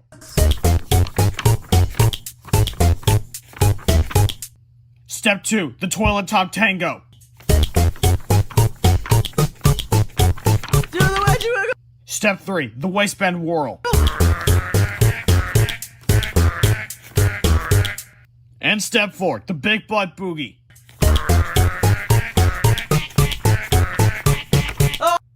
Chapter 24, Squishies Part 2. Trixie and Frankenbooger had seen enough. They couldn't stand to watch Captain Underpants doing that stupid dance 1 second longer. So they pushed down on the seat of the large novelty toilet to hoist themselves up on the roof. Splat! Unfortunately for Trixie and Frankenbooger, they have been so irritated by the Underpants since they had noticed the 2 crates of oranges placed carefully under the gigantic toilet seat. When they pressed down the pressure of the toilet seat, crushed the orange crates, spraying delicious vitamin E orange juice all over their big, bad boogery bodies. George Henley Counterpants watches their monstrous arch-enemies begin decomposing before their very eyes. What happened to them? Asked Captain Underpants. I gave them a squishy, said Captain Underpants. It's the latest fad. Remember the last book where they did that? Anyway, the robo-butchers jerked around wildly as the quickly drying snot crumbled off of their smoking robotic endoskeletons. And then after a few minutes of spinning and screaming, they slowly tumbled to the ground in two metallic heaps. Trixie and Frankenbooger were both dead. Chapter 25, Big Melvin. Soon Ingrid Ashley from Channel 4 Eyewitness News arrived on the scene. How did you manage to destroy the robo-boogers? She asked. I'll answer that, said Melvin as the LAC swooped in front of the cameras. He was robed in some old drapes that he had tied around his neck at the last minute, and he looked quite silly. I, Big Melvin, fought those monsters with my mighty superpowers, Melvin fibbed. Then I destroyed them with my super smart brain. No, you didn't, said Harold. You weren't even here, said George. Don't listen to those guys, said Melvin. I, Big Melvin, am the real hero here. Melvin flew above the two defeated robo-butchers and used his new laser eye beams to burn the letters B and M in front of the dead creatures. Just like Zorro, said Big Melvin. I shall sign my initials on all my heroic handiwork. From now on, whenever you see a big BM, you'll think of me. That's funny, said George. Big BMs have always made me think of you. Big Melvin flew over to the Captain Underpants and grabbed him by the arm. Now, said Big Melvin, the entire world shall bear witness to the humiliating defeat of Captain Underpants. Suddenly, George and Hal got an idea. They turned and ran back to the scroll while Big Melvin continued to threaten Captain Underpants. I command you to bow down to me, shouted Big Melvin. Never, said Captain Underpants. You shall bow down to me, Big Melvin yelled. I shan't, cried Captain Underpants. Then, said Big Melvin as he untied the drapes around his neck, you'll feel the power of my wrath. Chapter 26, The Drapes of Wrath. Big Melvin held his drapes tightly, then smacked Captain Underpants with the tushy with them. Smack! I command you to deny underwear except the power of Big Melvin! He shouted. No white bumps! Cried Captain Underpants. Big Melvin smacked Captain Underpants again. Smack! Bow down to me! He commanded, and I shall spare your life! Oh, go jump on the dock! Said Captain Underpants defiantly. Suddenly, George and Hal returned to the scene, out of breath and hiding something behind their backs. Hey, Big Melvin! Shouted George, huffing and puffing. What? Yelled Big Melvin. Hal pulled the Combined Charge 2000 out from behind his back and aimed it at Melvin and Captain Underpants. You shouldn't leave your toys lying around the library, bub, George said slyly. Melvin shrieked in horror as Harold pulled the trigger. Buzz! A blinding flash of pink light shot out of the Combined Charge 2000, surrounding Melvin and Captain Underpants and squishing them together. George had to reset the controller to combine them both, transfer their superpowers back to Captain Underpants, and then separate them. I sure hope this works, said Harold. Me too, said George. Chapter 27, to make a long story short, it did. Bonk! Chapter 28, with big underwear comes big responsibility. Big Melvin fell to the ground with a thud. Immediately, Captain Underpants began floating in the air. Hey! Cried the good captain. I got my superpowers back! I knew the underwear would never let me down! George turned and zapped the Channel 4 Eyewitness News team with a forget-your call in 2000. Flash! Suddenly, the Channel 4 Eyewitness News team, as well as everyone at home watching the story unfold on Channel 4 Eyewitness News, immediately forgot what had just happened. The horror was over, everything was back to normal, and everyone was happy. Well, everyone except Big Melvin that is saw Melvin. Oh, look, my superpowers back! Oh, quit your whining bumps, George. You've been a total jerk for the last two books. You should just be happy that you didn't get your comeuppance. Chapter 29, Comeuppance to see me sometime.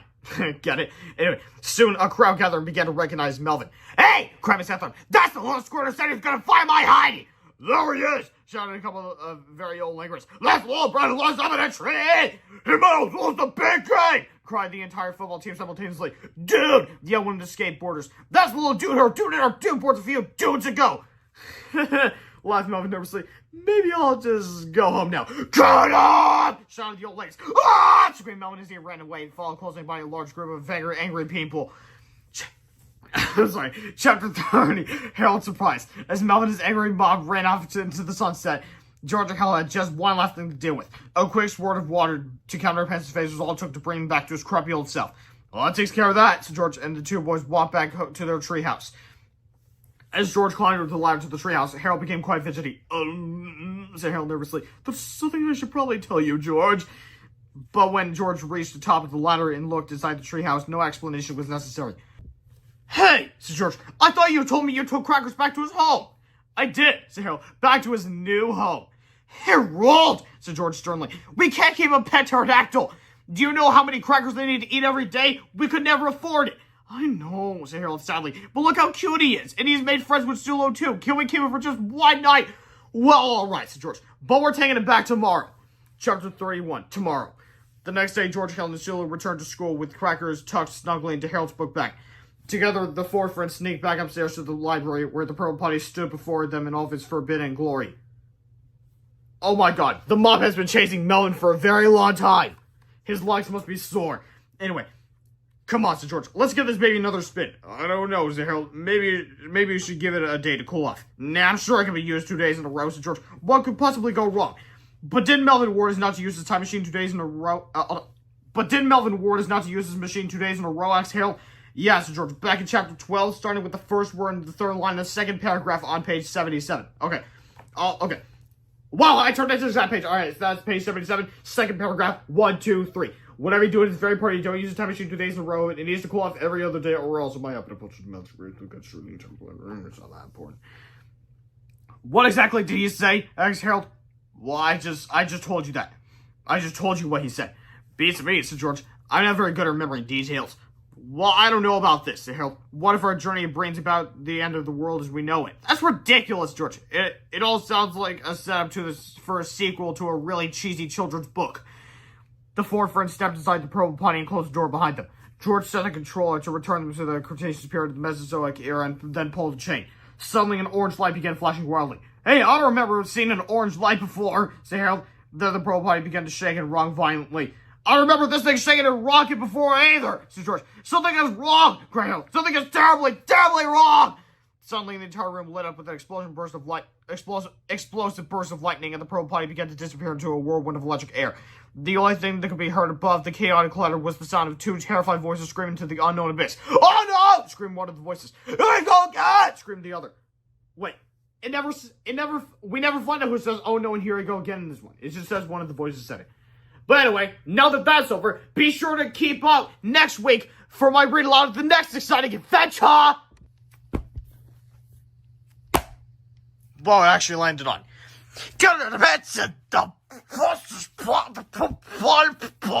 I'll see you there! Thank you so much for watching! And I really hope you enjoyed this video. Please give it a like so that I enjoyed it. If you don't like put a sign, no, you did enjoy it. Leave your full thoughts in this video. If you're gonna leave it, dislike, then tell me what it's like. And otherwise, you can play or like, subscribe so that this video goes out. Thank you so much. I'll see you next time. Bye.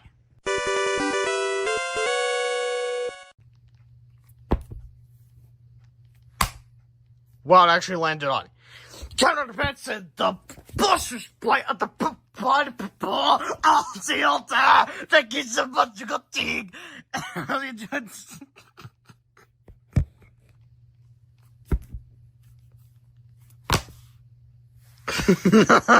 No.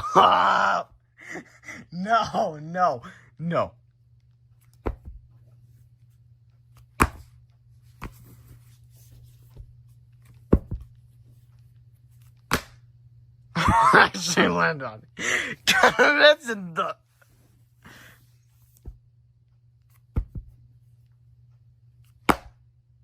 Well, it actually landed on. Captain Underpants and the I'll see you there. Thank you so much for watching. And I really hope you enjoyed this video. If you did, please leave a like. So I enjoyed it. If you didn't, because I know you did enjoy it, leave a full comment in this video. If you're gonna leave it, dislike, then tell me why you dislike it. Otherwise, completely not like subscribe. So go to the next video. Goes out. Thank you so much. I'll see you next time. Bye.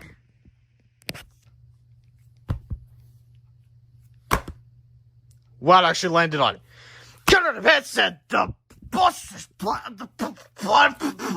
I'll see you there. Thank you so much for watching. And I really hope you enjoyed this video. Please give it a like so that I enjoyed it. If you did, please give it a sign. No, if you enjoy it, leave a full thoughts in this video. If you're going to leave it, dislike, then tell me what it's like. And otherwise, complain or like, subscribe so no this video goes out. Thank you so much. And I'll see you next time. Bye.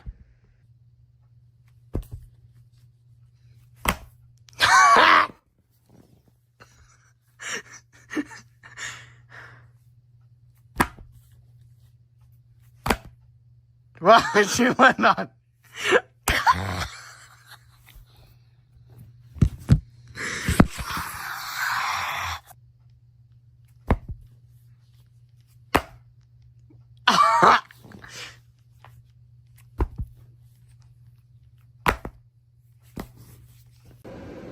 Excuse the noises outside, it's just a truck. But anyways, after a full week, I'm finally doing my read aloud of Captain Underpants Book 8. Captain Underpants, the preposterous Play the Purple Potty People, the 8th epic novel by Dave Pilkey. Hi everybody, as you can see, we're experiencing technical difficulties. This comic book should get you up to date on our story so far. The often told untold story of Captain Underpants and your houses. Once upon a time, two kids named George and Hale were super awesome, me too. But they didn't be so way, Mr. Crump, who's me. I'm all that stuff. So George and Hale hypnotized him with 30 hypnotic. You'll obey our every command. Then they accidentally made him think he was a superhero. You are Captain Underpants. Look at me, I'm Captain Underpants. But he escaped and ran after 5 times. Oh, no! Rats. George and Hale ran after him. Hey, come back here! No way! Then one day he drank some superpowers. Now he has superpowers and stuff. Look at me, I have superpowers and stuff. Oh, man. But if you think that's bad, it gets worse. Pay attention because this next part is important. The worst part is that whenever Mr. Crump hears somebody out their fingers, snap, he turns into Captain Underpants. Oh, no! And whenever somebody throws one on his head, he turns it back into Beetle Mr. Crump. Blah, blah, blah. In their last adventure, George and Hale got 2 new pets, a bionic hamster named Sulu, cool, and a pterodactyl named Crackers. Awesome! Everything was cool until this brainiac named Melvin showed up. I'm telling! Melvin made a time machine out of a purple potty. It looked like this. Anyway, George and Hale wanted to use the time machine, but Midnight had one rule. Don't use the time machine 2 days in a row, okay? If you use it 2 days in a row, something very bad will happen, okay? I mean it. Don't use the 2 days in a row, okay? Seriously, don't use it 2 days in a row, okay? Then, hey, let's use this thing 2 days in a row, okay? And so, George, Hale, Crackers, and Sulu used the time machine 2 days in a row, and something very bad happened. What will happen next? Chapter 1, George Hale. George Hale, George's skeleton on the right with the time to fly down. Harold is the one of the... I'm sorry, hold on. 1 second. This is George B. Hamilton's. George is the skeleton on the right with the time flat top. Harold is the one on the left with the t-shirt and the bad haircut. Remember that now. It's usually George on the left and Harold on the right, but I did think they mix it up sometimes. But anyway, as you might remember from our last adventure, George had recently made the horrifying mistake of trying to pass through a synthetic time warp without letting the C2X906 Super BIM Flimanatrix drive with their Beeble Flux capacitating Zosifier cooldown, thus creating a sub-paradoxal dimensionalistic alternicon shift, which opened up a hyper-googliphonic screen door into a sub-omnivating ultra-zenticular bio-nanzonoflanamarzipan. God, those are complex words. Anyway, to put it in scientific terms, they screwed up. But don't get all freaked out because everybody looks like a skeleton. X-ray beams are a normal byproduct of interdimensional reality shifting. Don't worry, it'll probably clear up by the time you turn the page, like right now. See, what did I tell you? Yeah, the book explains that they hadn't really had their skins teared off. It was just a little bit of X-ray vision. Anyway, George, Helen, and their loyal pets suddenly found themselves wishing they had never set foot inside the petrifying purple potty that was about to send them all into a journey into the horrifying abyss of the unknown. A journey that would probably spell impending doom for themselves, and would most likely bring about the end of our civilization as we know. Before I can tell you that story, I have to tell you this story. Chapter 2, those wacky grown-ups. It's been said that adults spend the first 2 years of their children's lives trying to make them walk and talk, and the next 16 years trying to get them to sit down and shut up. It's the same way with potty training. Most adults spend the first few years of a child's life cheerfully discussing pee and poopies and how important it is to learn how to put your pee and poo-poo in the potty like big people do. But once children have mastered the art of toilet training, they're immediately forbidden to ever talk about poo, pee, toilets, or other bathroom-related subjects again. Such things are suddenly considered rude and vulgar and are no longer rewarded with praise and cookies and juice boxes. One day you're a superstar because you pooped in the toilet like a big boy, and the next day you're sitting in the principal's office because you said the word poopy in American history class, which if you ask me is the perfect place to say that word.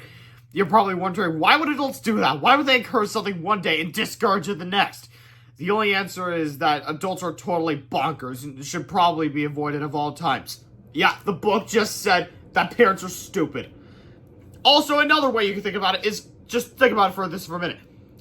A century ago, people would be telling their children to stop reading stupid books and instead go outside and play. Now, parents are probably telling their children to stop playing video games and play on the computer, watching YouTube all day, and go read a book. Like I'm doing right now. Think about it. And probably a century from now, parents are probably going to be saying, stop doing whatever the new thing is. Go play on the computer.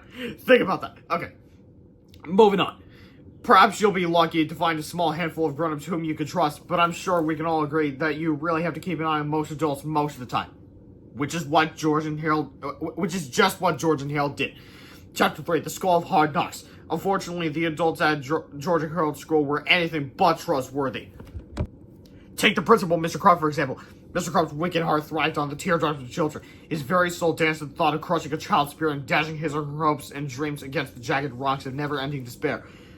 Each day, Mr. Crump would stand at the doorway to his office, gleefully handing out detention slips to any child who was unfortunate enough to cross his putrid path, and for very minor infractions too, like smiling, breathing without permission, or smelling funny.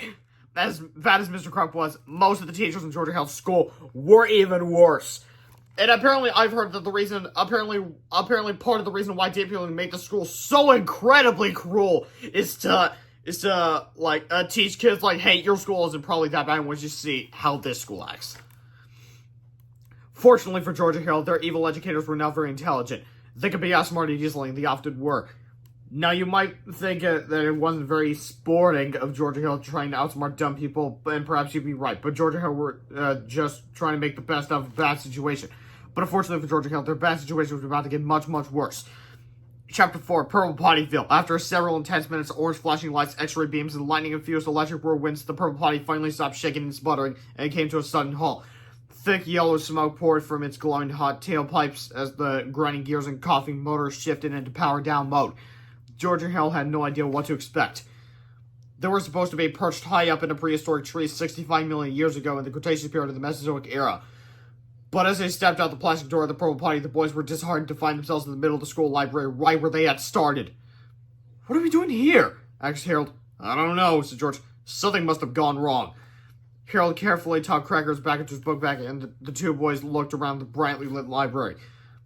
"Well, hello, boys," said the school librarian. "This is Buy Books Week. Would you like to expand your minds today?" No thanks," said George. "Hey," said Harold, "did you get fired in the last book?" "I don't think so," said the librarian. Said George. "I'm not feeling very good about this." "I'm not feeling good," asked Melvin Neely, who had been struggling to comprehend the easy-to-read children's bestseller Frankenfurter versus the Bionic Barf Bunnies for Diarrhea Land. "Maybe you should go see the school nurse." "We have a school nurse?" asked George. "What? I thought we just had a box of panties and a rusty saw," said Harold. "Don't go see our school nurse," said Melvin. "His office is right next to a five-star gourmet cafeteria." George Harold looked confused. Thanks," said George. "But we'll be back." Chapter 5, Strangers in Paradise Lost. As George and Harold walked down the hallway of the school, they noticed that something seemed wrong. Very wrong, but they couldn't figure out what it was. Miss Anthrop, the unbelievably crabby school secretary, passed by the boys and smiled kindly. "Why, hello, George and Harold," she said. "It's so good to see you, too. Have a wonderful day." And George and Harold looked at her suspiciously. What just happened?" asked Harold. "I don't know," said George, "but something strange sure is going on." George and Harold opened their locker and carefully poked crackers and Sulu and said, "Shh, they're asleep," said George. "Good," said Harold. "They can take a nap while we get to class." On the way to their homeroom, George and Harold stopped to switch the letters around on the lunch menu sign. But just as they were finishing, their principal, Mr. Crump, caught them red-handed. "Hey, Bubs," he said, "what are you kids doing out here?" George stammered. "You see, we were, please eat my plump, juicy butchers?" asked Mr. Crump, giggling with glee. "That's gonna be the most like a fatal thing. You boys are gonna cut me up. You're hilarious." Then, with a spring in his step, Mr. Crump pranced away, whistling a merry tune. What just happened?" asked George. "Shh," whispered George. "Look!" George pointing at two kids who were coming toward them, reading a homemade comic book. The kid on the left had a t-shirt and a flat top, and the one on the right had a tie and a bad haircut. Please feel free to remember that now if you wish. It's us!" whispered George. "How could it be us?" whispered Hill. "I thought we were us." George and Hill hid behind a trash can as their two alike walked toward them. They stopped in front of the lunch menu sign and frowned. Then a devilish look came over their faces and quickly began rearranging the letters to Anarchy Rules. The strange boys snickered wickedly as they sneaked away from their prank. What just happened?" asked Harold. "I think I figured it out," said George.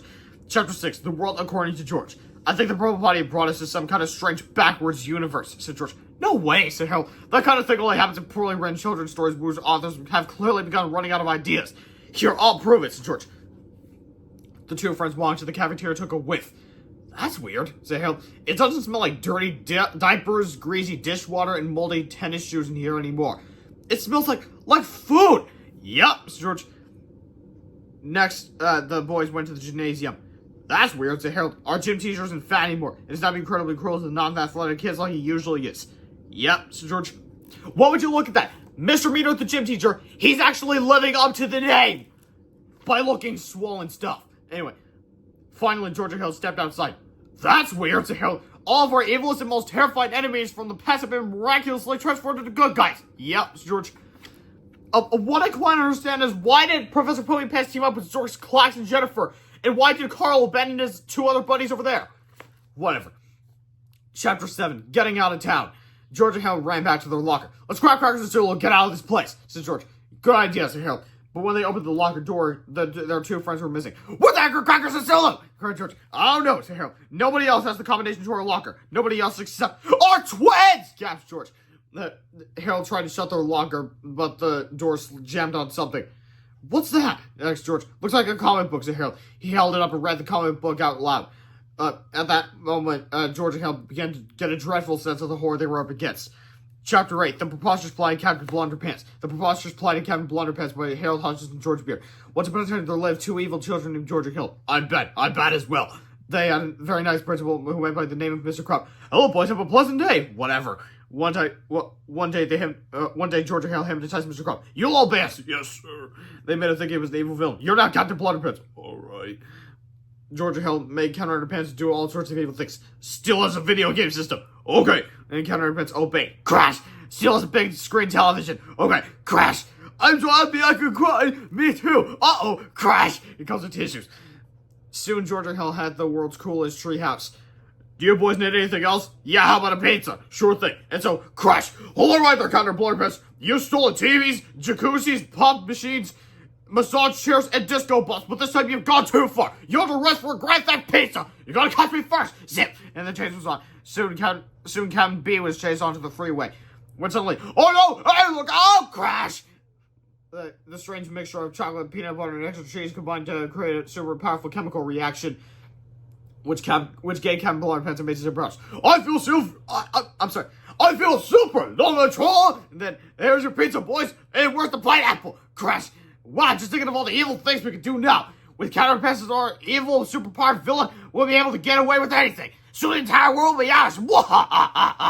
Epilogue. Oh, by the way, whenever Captain Underpants hears someone snap his fingers, snap, he throws back at Mr. Crump. I was full day. And whenever Mr. Crump gets water on his head, he throws back at the Captain Underpants. Remember that now. Chapter 9, Not Without My Hamster and My Pterodactyl. I think our evil twins made this comic book, said Harold. They must have, said George. The artwork is really bad. I'm pretty sure they misspelled some words. Are you sure about that? Let's get out of here, said Harold. Not without Crackers and Sulu, said George.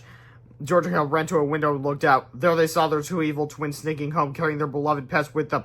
Sulu and Crackers have no idea what's going on, said George. They think those 2 guys are us! How in the world are we gonna stop us? Asked Harold. Chapter 10, The Hypno Horror. George and Harold knew exactly where those evil twins had taken Crackers and Sulu. To the same place they would have taken them, their tree house. So our 2 heroes dashed home as fast as they could. Then they climbed up the tree house ladder as quietly as they could. But when they peeked inside, they saw something that was 389 times worse than they ever could have imagined. Their evil twins were hypnotizing their beloved pets with a 3D hypno ring. You'll obey every command, said evil Harold. Yeah, said evil George. And you'll be really wicked from now on, too. George and Harold gasped, which is actually not a very smart thing to do if you're trying to go unnoticed. Hey, look! Shouted evil Harold. Gaspers! Get him! Shouted evil George to their newly hypnotized pets. Crackers didn't move. The dazed pterodactyl shook his head and looked a little confused. But Sulu immediately sprung into action. He lunged at George and Harold, grabbed them by their shirts, and yanked them to the ground. Hey! Said evil George. Those kids look just like us! What should we do with them? We can't take any chances, said evil Harold. Then he called to Sulu in a loud and commanding voice. Destroy him, a wicked hamster! Chapter 11, Crackers to the rescue. Crackers didn't understand what was going on, but the plucky pterodactyl knew that something needed to be done, and quickly. So with a sudden whoosh of flapping wings, Crackers swooped in and grabbed George and Harold from the relentless little paws of their raging robotic roving rival. That's a lot of alliterations to digest, especially with the titles. Oh no! Screamed. Crackers are gonna fly high into the air, drop us! We're doomed! Actually, I think he is trying to rescue us, said George. But he, this guy hypnotized like Sulu, said Harold. Why on earth would he, the opposite of what he was ordered to do? And how come all our pronouns are getting italicized? Actually, George, that actually could hint that Crackers is a female, because she did the opposite of what she was hypnotized to do. Like Ms. Rebel, remember that plot point from book 5? That's the first foreshadowing, making you wonder if Crackers really was a girl, all the way until it was revealed in book 10 in 2013. I'll get to that book later. But for now, let's not worry about that now, said Harold. We gotta get out of here. Boy can't leave Sulu behind, cried George. Don't worry, said Harold. We'll come back for Sulu. So the three friends flew to the school and headed upstairs to the library. Hey, dogs like a pterodactyl, said Mr. Crump as our heroes pushed past him. Let me pet him, let me pet him, Mr. Crump cried, chasing after them. George, Helen, and Crackers finally reached the library just in time to see Sulu and their evil twins smash through the ceiling with a terrible crash. You losers won't get away from us this time, said Evil Harold. Desperately, George, Helen, and Crackers tumbled into the purple potty, slammed the doors shut, and quickly reset the controls. Mr. Crump and Sulu pounded on the door at the purple potty while George and Harold's evil twins shook the malfunctioning time machine from side to side. All at once, an orange light started flashing wildly. The purple potty began to shake and wobble violently. Then the entire room lit up with an explosive burst of lightning as the purple potty and everyone around it disappeared into the whirlwind of electric air. Chapter 12, Kablamski! Suddenly there was another blinding flash of light. Everyone around the purple potty flew off in different directions. Then the purple potty stopped shaking and wobbling and switched into shutdown mode. George, Harold, and Crackers peeked out. Look, said Harold, there aren't any books in this library. We must be back in our own reality. But we've got to be sure, said George. The two boys tucked Crackers into Harold's book bag and crept down into the hallway. As they peered into the windows of nearby classrooms, they saw room after room of heartbroken and despondent-looking children. Some were standing in corners weeping, others were sitting on dunce stools wearing humiliating hats, saying, "Dunce, I'm with stupid, loser, duh, dummy, this will go on my permanent record, Mr. Lice Guy," while still others were writing unbelievably degrading sentences over and over on the chalkboard as their teachers rifled through their lunchboxes, stealing all their best desserts. "My parents only pretend I love me. I apologize for being born. I'm so ugly. When I was born, the doctor slapped my mom." "Yep," sighed George. "We're back in our reality. I never thought I'd say this, Harold, but it's good to be home." "Turn the tray out!" cried George. Chapter 13, Purple Potty People Unite. Seconds after George, Helen, and Crackers left the library, the four confused beings from an alternate dimension began to stir. Evil George, Evil Harold, Evil Sulu, and nice Mr. Crump stumbled into the center of the strange, empty library, rubbing their heads and looking around curiously. "Look," said Evil George, "this library has no books on the shelves." Said Evil Harold. "It looks like we've entered some kind of alternate universe, an illogical reality where everything is backwards." "Backwards, eh?" said Evil George. "We could do quite well in a place like this." Okay, now I'm being reminded of Good and Bad Johnny from Johnny Test. Because I'm doing similar voices to these characters. Anyway, he walked over to the drink and found a splash of water on nice Mr. Crump's face. Suddenly, nice Mr. Crump, confused smile turned into evil frown. He ripped off his clothes and tied a curtain from a nearby window around his neck. Then Evil George handed him a bad toupee, and the pernicious principal stood before them, snarling angrily through his flared nostrils. "Oh, Captain Underpants!" he shouted in a thunderous voice. Chapter 14, the chapter where some stuff happens. Meanwhile, back at the treehouse, George and Hal grabbed some supplies before heading out to save Sulu. "We'll need our 3D hypno ring," said George, to change Sulu back to his old self again. "Cool," said Harold. "And we better take the rest of this extra strange superpowers just in case." "Good idea," said George.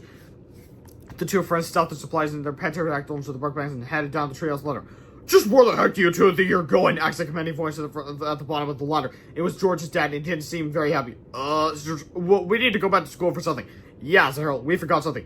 "We'll have to wait until tomorrow," said George's dad. "We're having dinner with the Hutchinses tonight, remember?" "Oh yeah," said George. "It's Grandparents' Day. We almost forgot." "Well, you're just in time for dinner," said George's dad. "Go inside and wash up." "But the fate of the entire world is in our hands," cried Harold. "The fate of the entire world can wait until tomorrow," said George's dad. Chapter 15, Super Supper. As they washed their hands, the two boys went into the dining room. George's parents had prepared a big meal, and everybody waited patiently for George and Harold to join them.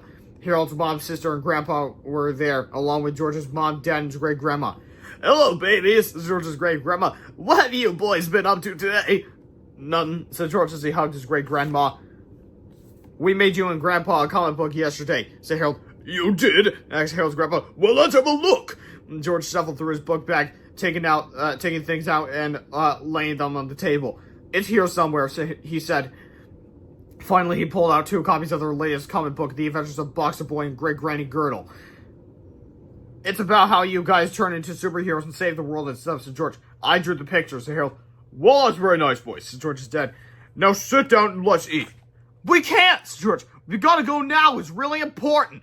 George and Harold's grandparents poured themselves a glass of juice and began reading their new comic books while the boys continued arguing with George's dad. Chapter 16, The Adventures of Boxer Boy and Great Granny Girl, an epic novel by George B. Intelligence. The Adventures of Boxer Boy and Great Granny Girl by George B. Intelligence. Everybody knows that grandparents are kind of dorky. They tell dumb jokes. Why did the silly Willy throw his clock in the air? He wanted to see time fly. Huh? They call you embarrassing nicknames in public. Hello, babies. They have no sense of what things cost. Here's a nickel. Why don't you buy a video game with it? Thanks, I will. But grandparents are still cool for one reason. We're old, and we don't care what anyone thinks. Overweight Buster Brown, step aside, you bother me. Our heroes. And so everything was cool until one day when a strange news store opened up downtown. They were selling robots. Hey kids, trade your old worn out grandparents for the latest in robo-geezer technology. Cool. They're tons better than regular grandparents. They tell funny jokes. One's 40 feet long and smells like pee. Like dancer at the old folks' home. They tell you cool nicknames in public. Hey Thor, yo, what up dog? And best of all, they have no sense of what things cost. Here's $10,000 for a candy bar. Soon every kid in town was trading in their old grandparents. Hey, what's going on? Nothing. What are you taking us? Nowhere. That for brand new Robo Grannies and Grandpatron 2000s. Wow, cool. I love my new Robo Geezers. Soon there's only 2 real grandparents left in town. You want to trade us in, will you? No way. You better not. You'll get a whooping. Anyway, one day, Georgia Hale's grandparents went downtown. Something fishy is going on here. So they snuck inside the building. Shh! Soon, hey, look! They opened the door and saw a tragic discovery. Hey, all the grandparents in town got totally captured. Oh my! We've got to save those old folks. But how? Beats me. Hey, look, a whole bunch of hard candies. Let's forget those geezers for now and just eat candy. What geezers? Meanwhile, in the next room, in a few more days, those old folks will be under our control. Cool. Then I'll get them superpowers. How do you do that? Easy. I've got a whole box of superpowered hard candies in the other room. Old people love hard candies. I know. Later, those candies were good. I feel so strong. Me too. I feel powerful. Oh no, this guy's eating all my superpowered hard candy. Uh-oh. Georgia Hale's grandparents joined hand. Get some powers, activate! And they spun around and around. Soon they were transformed. I'm Boxer Boy and I'm Great Granny Girdle. I'm out of here. I'm with you. The bad guys ran upstairs. They got into a UFO on top of their building and took off. Calling all Robo-Geezers, attack Boxer Boy, Great Granny Girdle! Suddenly all the Robo-Geezers in town transformed, and off they flew. The Robo-Geezers attacked, but Boxer Boy and Great Granny Girdle were faster than a speeding electric scooter, zoom, more powerful than adult diapers, bonk, and able to lay tall buildings without breaking into him. But there's too many of them. I have an idea. Let's chase them. Let them chase you for a while. So the robots all chased Great Granny Girdle, and Boxer Boy attacked the spaceship. Hey! Punch, bam, bang, crash, kick. They got some pain. Hey! Shh! And they got a finishing touch. Hey, Robotorks! Look! What? Hey, yummy! The Robo-Geezers tried to devour the spaceship in a wild-feeding frenzy. They ate. Womp, womp, womp, womp. And then one of them bit on the fuel line, and kaboom!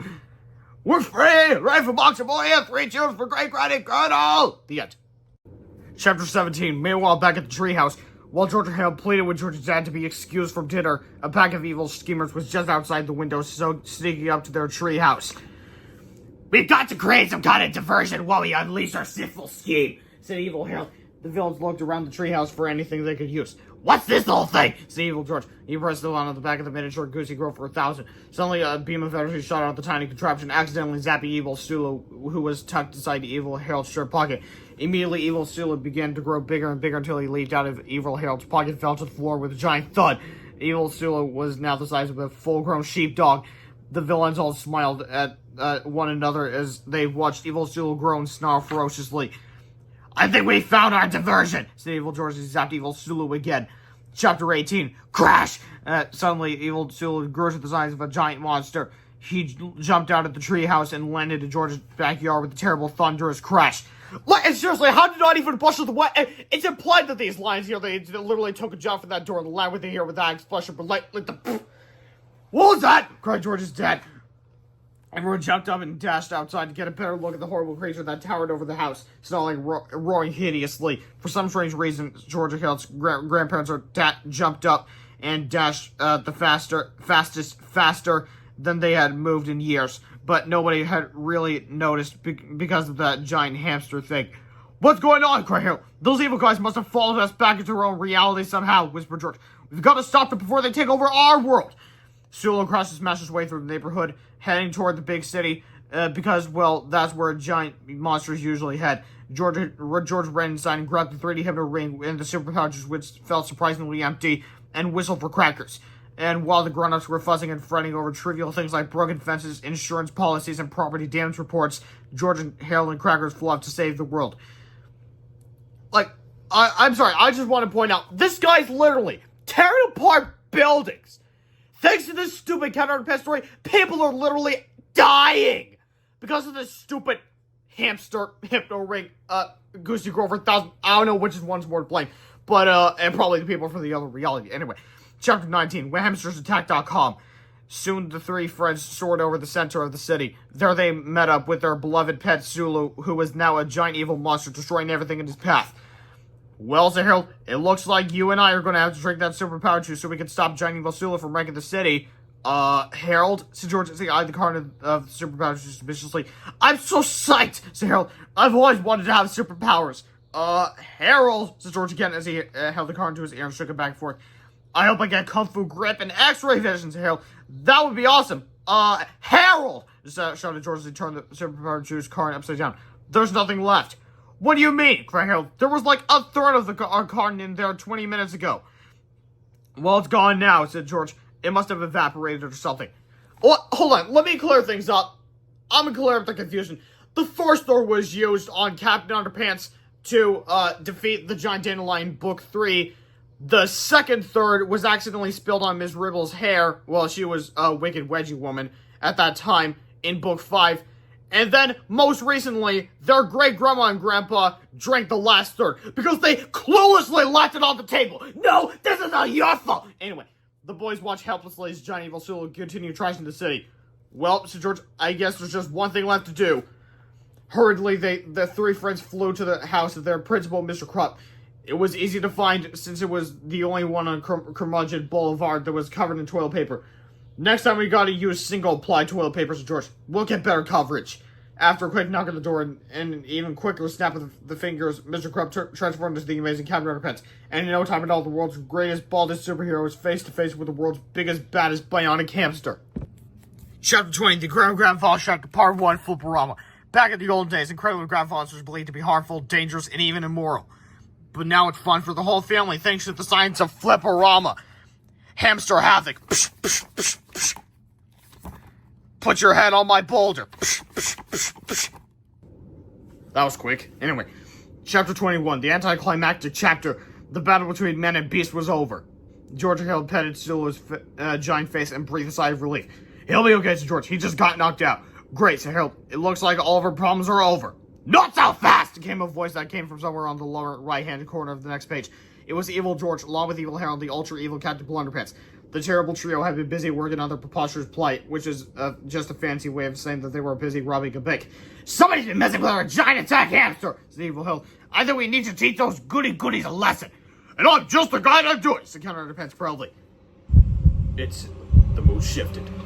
Everyone stood back, the air crackled with tension. The showdown of the century was about to begin.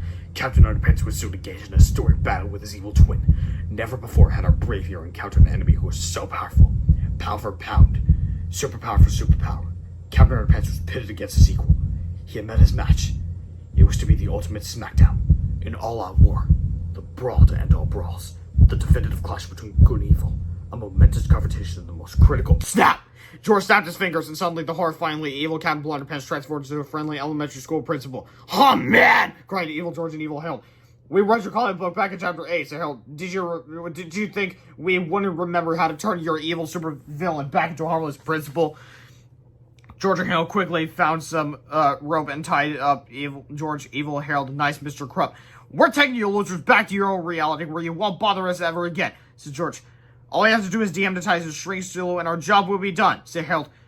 Now, before we continue, I don't know why nice Mr. Krupp is this stupid to be smiling when he's all tied up. But anyway, nothing could possibly go wrong now. You know, you really shouldn't say things like that, said George. Why, said Harold. Chapter 22. Kaboom! Suddenly a lightning flash, thunder crashed, and the rain came tumbling down. That's why, said George. After the first few drops of rain and Captain Underpants' sweaty face, he began to transform. In a matter of seconds, the change from his cosmic powerful superhero to an angry, annoyed elementary school principal. Unlike Wisely, the rain on the face thing was having the opposite effect on nice Mr. Crab, transforming him once again into an arrogant, foul-tempered supervillain named Captain Underpants. Yep, when they get water on their heads, they turn to their bad selves. Evil George and Evil Harold probably evil smiles, and Captain Underpants sampled over and yells out, trying to George and Harold quickly snapped their fingers again and again, but it was having no effect. It was raining too hard, and Mr. Crab was getting annoyed. Because if you remember from Book 6, George and Harold cannot snap their fingers as soon as another drop of water hits their head, which is pretty much instantly they turn back. Anyway, this is the dumbest dream I've ever had! He shouted, I'm gonna go home and get back into bed! And with that, he turned his strode down toward his soggy toilet paper covered house. And that's the last we see of Captain Underpants. Like, seriously, this brief moment of him beating up Sulu, getting water in his head, and leaving, is the only time that we see our Captain Underpants in this story. Like, seriously, this is the only time, just these few brief chapters, the only time we see him. We don't see him like at the conclusion or intro or anything. Anyways, continue. Looks like the tables are turned, Evil Harold snickered. You got them for one yet. Quickly, George and Harold leaped out the crackers back and the 3 full-on friends walked toward their treehouse. Don't just stand there, cried Evil Harold towards his creepy cohorts. Let's get him! Chapter 23, 2 minutes later. Back in George's yard, our heroes search furiously through their treehouse. I found it, cried George. The shrieking bitch is us. All we have to do is shrink those evil losers and we'll save the world. Too late! Shouting out the water head, grabbed George out like a short hole. We'll take that shrinky thingy! I'm not sure how it works, but once I figure it out, I can think about 1,000,009 evil things to do with it! Captain Underpants held George and Harold high into the air and snarled viciously. Prepare to be pulverized! What the hell? No way to pickle bigger than me, young fella! Captain Underpants on his voice from inside George's house. Chapter 24. Nobody but our grandbabies. Harold's grandpa and George's great-grandpa stepped onto the back patio and confronted the big bully Captain Underpants. You put those babies down or you'll get the flipping of your lifetime, said George's great-grandpa. Captain Underpants laughed haughtily. We're not gonna warn you again, Skippy, said Harold's grandpa. Captain Underpants continued to tighten his grip on George and Harold. So the two octogenarians joined hands and gazed fiercely into each other's eyes and shouted, "Use your powers, activate!" Quickly, they began spinning around and around. Faster and faster, the goldfish twirled until a tornado formed around them, tearing away their clothes and jewelry and sending patio furniture flying violently. Well, what happens if one of them get killed? They both lose their power. Whatever.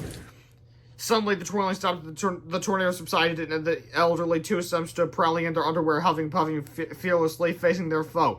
"Oh, that was fun! Let's do it again, Henry!" said George's great-grandma. Laughed Harold's grandpa. "Alright, my dear, but we gotta teach our silly Willie a lesson first." Alright, before we continue, you cannot be a kid and not be busting a gut right now. Anyway.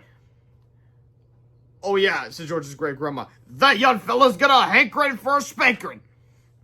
Harold's grandpa grabbed a couple of curtains from the kitchen window and tied them around their necks. "Not too tight, Henry," said George's great-grandma. With their capes in place, George and Harold's super grandparents approached Captain Underpants triumphantly. "Alright, sonny," said Harold's grandpa. "Prepare to get your bucket, one by box blade, great-granny girl!" Chapter 25, The Grand Grandfather Chapter Part 2 of Flipperama. The Geriatric Jawbreaker. A cane in the brain. Take a walk around the wild side. Wait a minute, you mean to tell me that the actual Captain Underpants can survive a Godzilla-sized bionic hamster with saber-toothed teeth and devil eyes acting like the Hulk? But his evil self couldn't stand up against two random old people? Huh. But anyway, so... Chapter 26, Shrinky Dorks. You know, Sir George, I think I just figured out what happened to the superpowers that disappeared earlier. "Oh yeah?" said Evil George. "But you didn't figure this out. All you have to do is press one button on the shrinking machine, and you'll all be transported to tiny little shrimps." "Go ahead and press the button," laughed Harold. "You're only a backwards anyway. You'll shrink yourselves." "Really?" said Evil Harold. "Gee, thanks." He turned the shrinking pin 2000 around and pressed the button. Zap! And they were strong to the size of potato chips. "Hey!" shouted Evil George. "What happened?" "Oops," said Harold. "I guess I made a mistake. You actually were holding it right the first time. My bad. You know, Sir George, I think I know two little boys who could really use a good spanking." Chapter 27, The Grand Grandfather to Part 3 in Flipperama. Well, folks, you know what to do, and you know how to do it. Happy Spanksgiving. Chapter 28, wrapping things up. "Well, looks like our job here is done," said Boxer Boy. "Yes, it is, my big strong man," said Great Granny Girdle, giggling gleefully. Okay, seriously, stop with the alliterations right now. Anyway, George and Harold looked at each other in horror. "You know, little lady," said Boxer Boy, Someone out there is an all-you-can-eat buffet with the senior citizens early bird special just going to waste. Well, then let's go fight, you big hunk of love, said Great Granny Girls and kissed him passionately on his wobbling neck fat. The scene that followed could best be described as Julian's 5-minute kiss in the history of children's books. Dentures sloshed, wrinkles flapped, and rubbery gel swished, smooshed, and quivered collectively. Zerl, I think I need to go wash my eyeballs. Me too, said George. And as the arthritic Avengers flew off into the sunset, George and Hal decided to try very, very hard not to think about the disgusting event they just witnessed. Come on, we gotta wrap this story up, said George. First, we need to dehypnotize and shrink Sulu. Then we've got to go back to that crazy purple potty and return these bozos into their alternate universe, said Harold. Chapter 29. To make a long story short, zap! Chapter 30. To make a longer story even shorter, kick! Chapter 31. The chapter where nothing bad happens. Gee, that worked out pretty good, said Harold. Sulu is now back to his normal size and personality, and the purple potty people are back in their own reality where they won't be able to bother us ever again. I guess everything worked out perfectly. Yeah, nice going, said George, looking a bit annoyed. Why do you have to say things like that? Things like what? Asked Harold. Have you been paying attention to these stories? Asked George. Every time somebody says something like that, that means a bunch of bad stuff is just about to happen. But what could possibly go wrong now? Asked Harold. Freeze! Shouted the chief of police. You guys are under arrest for Ryan Frank's bank. It looks like you're going to jail for the rest of your lives. See what I mean, said George? You gotta stop saying something like that. But wait a minute, why did they have the time to rob the bank? They bothered to rob a bank and then go to their own treehouse to see what their cells were in? Oh, I guess that makes sense. They arrived, committed a few crimes, and then thought, hey, I wonder what our other cells have at the treehouse. But anyways, I guess you're right, Harold. But at least things can't get any worse. Ah! Screamed George. You did it again! Now that we enter the next page, something even worse is going to happen. You gotta learn to keep your mouth shut at the end of these books. Yeah, but what could be worse than going to jail for the rest of our lives? Chapter 32. The thing that could be worse than going to jail for the rest of their lives. Suddenly, out of nowhere, a ball of blue lightning appeared, growing bigger and bigger until it exploded into blinding flash. And there, standing where the ball of lightning had been, was a smoking pair of giant robotic pants. This can't be good, said George. A small opening at the front of the robot pants began to unzip. And out of that opening peeked a fearsomely familiar face. Hey, it's Professor Pointy Pants! Shouted Harold. The cops started to laugh. Stop laughing! Shouted the little man peeking out of the giant zipper. My name is no longer Professor Pointy Pants! I changed those little tippy tinker trousers! The cops laughed even harder. They probably thought that name was even better. But anyway. And I got a special surprise for anybody who says my new name is funny, said the furious professor. Immediately, the metallic pants opened up at the top, and a giant laser shooter rose from its robotic depths. A brilliant burst of energy zapped the laughing cops, and suddenly they were both transformed into frozen statues. My freezing evil assassin will take care of anybody who stands in my way, said Tippy. And now, he said with a wicked smile, it's time for my revenge! Oh no! Screamed Harold. Here I go again! Screamed George. So there we go. That's Captain Underpants Book 8. Great book. I highly recommend it. And you know the drill. This book is brought to you by my Dip Pilkey, the creator of the entire category series, Reading Books, Jordan Books, Race Battles, Joyce Battles, and I'll see you next week where I read the next book. There we go. Captain Underpants at the terrifying turn to the stars. Why are you wearing a button shirt? Oh yeah, that's right. He has a different costume. Right. Thanks again so much for watching. As always, I'll see you next time. Goodbye. Like, comment, subscribe. Goodbye. Oh, George, subscribe. Thanks. Bye. Hey guys. Excuse the fan. It's boiling hot in this room. And you're probably thinking like, it's so cold. It's like the Arctic in there. It's not like the Arctic. We actually have some of the hottest summers ever. But, oh, who am I kidding? We're in mid-spring, not summer, at the time of recording this video. But anyways, welcome to my read-aloud of Captain Underpants Book 9, which is not this one. But Captain Underpants and the Terrifying Return of Tippy Tinkle Trousers, the 9th epic novel by Dave Pilkey. Now, before I start, this book is super big compared to the other books. So, let's just start. Hi everybody, the last time you saw us, we were headed to jail for the rest of our lives. Then something even worse happened. Check out this comic book to get caught up on our story so far. The super top secret truth about Captain Underpants by George and Harold. Once upon a while ago, there were two good kids named George and Harold. We the Bob Pops, me too. They didn't really get to program Mr. Crow, blah blah blah and stuff. So they came to decide him. You're best. Oh, you know Captain Underpants. Groovy. Mr. Crow thought he really was Captain Underpants. And he got lots of trouble. One time, Dr. Diaper kidnapped him. And George and Harold had to save him. Booyah! Bye-bye! I'm free, rats! Another time, he almost got ate up by some talking toads. Yum, yum, yum, yum. And George and Harold had to save him again. Eat this! I'm a hero! And then this other time, a bunch of zombie nerds attacked. Captain Underpants drank some superpowers, and he got superpowers. Then he saved George and Harold. It's about time! Here's the worst part. Whenever Mr. Krabby somebody's at their fingers, blah, blah, blah, snap, he turns into Captain Underpants. Oh, no! And whenever Captain Underpants sees water on head, splash, it turns back into Mr. Krabs, blah, blah, blah. So whatever you do, don't have your fingers at Mr. Krabs. Seriously, dudes, it's nailed the napping say. Pick one. And if you ever see Captain Underpants saving the world, hide the H2O. Bow! Quick! Nobody pour water on his head! Chapter 1, George and Harold. This is George being Harold. George is the kid of time thought that Harold's the one who teaching him. Hold on. This is George being Harold. George is the kid on the right with the time flat. Harold is the one on the left with t-shirt with the bad haircut. Remember that now. I still don't get why they would put George on the right instead of the left and Harold put on the left instead of the right. Weird. Anyway. When our last adventure ended, George and Harold were being escorted to jail. The police had discovered surveillance photos showing the two boys robbing a bank with Captain Underpants. Of course, we all know that George, Harold, and Captain Underpants were innocent. It was their evil twins who had robbed that bank. But the police hadn't bothered to read the last book, so they probably didn't know what was going on. All they knew was that George and Harold looked a lot like the two kids in the surveillance photos. So the cops yelled, "Freeze!" and grabbed George and Harold and told the two boys of their terrible fate. Suddenly, a gigantic pair of body pants appeared from out of nowhere. The terrifying Timmy Tickle trousers emerged from the zipper, zapped the cops with an ice ray, and chased George and Harold and their two pets, Crackers and Sulu, far into the cavernous depths of the lower right-hand corner of page 17. If you read our last epic novel, you know that this is how the story ended. But that's not how it's supposed to end.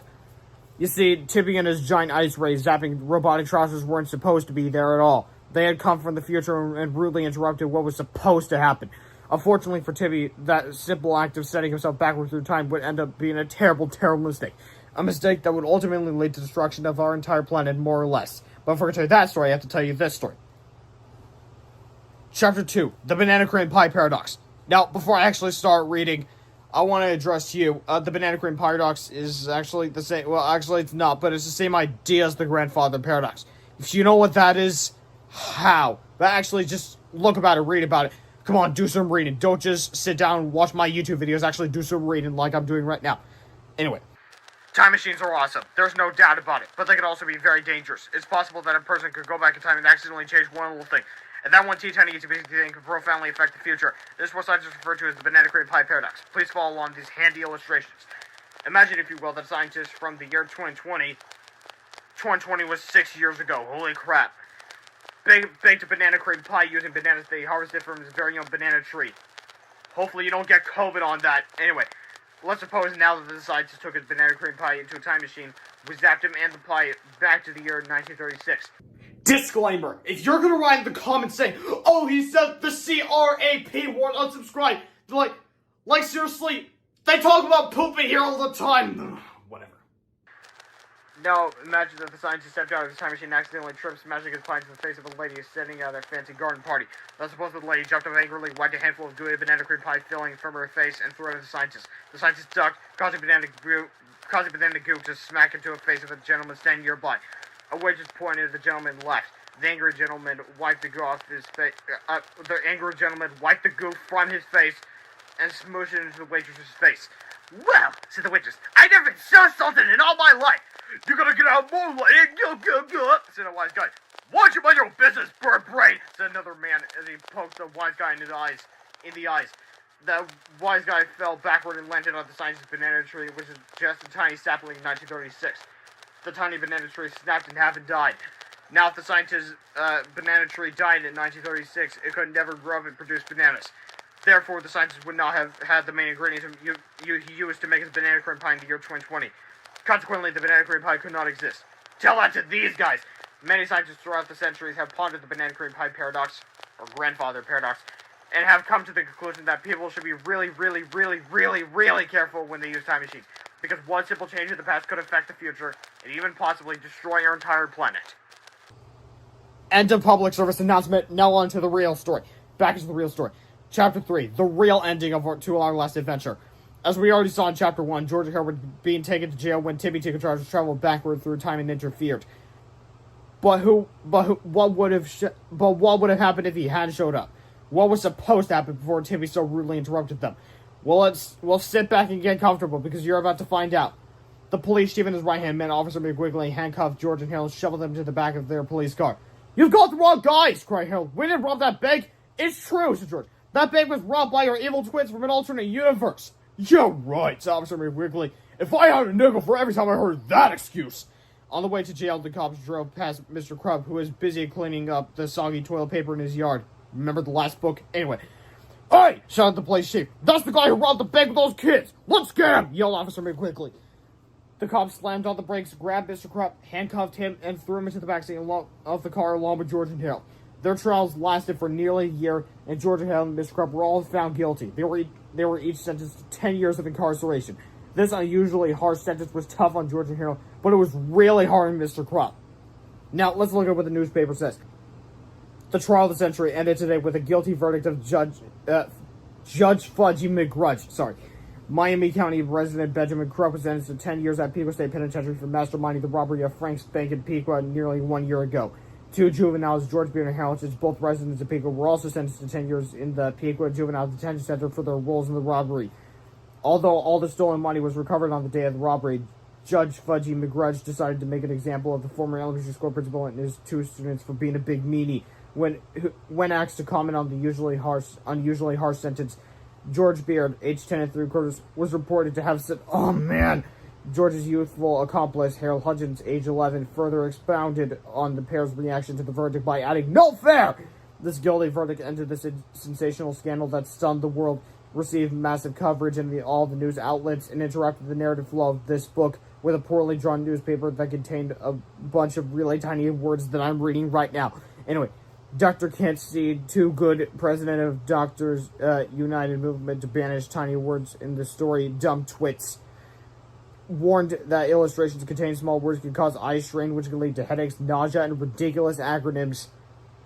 It can also lead to not being able to focus all the time because the sun's getting in and out because the clouds moving outside. Anyway, throughout the trial, many witnesses were called to testify against the defendants, including fellow classmate Melvin Sneevely. Melvin gave many long, superficially detailed accounts of alleged irresponsible and disrespectful to him behavior by the 2 young defendants. He concluded his incendiary 3-day testimonial by sticking out his tongue at Mr. Beard and Mr. Hudgens and singing the popular playground taunt, "Nya, nya, nya, nya, nya." Other witnesses against the defendants included Piqua State Penitentiary inmate Dr. Diaper, former science teacher and current resident of the Piqua Home for the Reality Challenge, Mr. Morty Five, and a small group of parents from Connecticut, North Dakota, California, Texas, continued on pages 2 through 49. Thank God we don't have to read that whole newspaper, because, oh boy. Back to the real story again. Chapter 4, Life in the Big House. Poor Mr. Crump. He had been locked up at the Piqua State Penitentiary for months, and the life of a jailbird just wasn't his thing. All day long, he had people bossing him around. He ate nutritionally deficient, horrible-tasting meals in a filthy cafeteria. He got harassed constantly by a bunch of meat-headed bullies, and he spent his days doing menial busy work in an overcrowded, poorly ventilated sweatshop.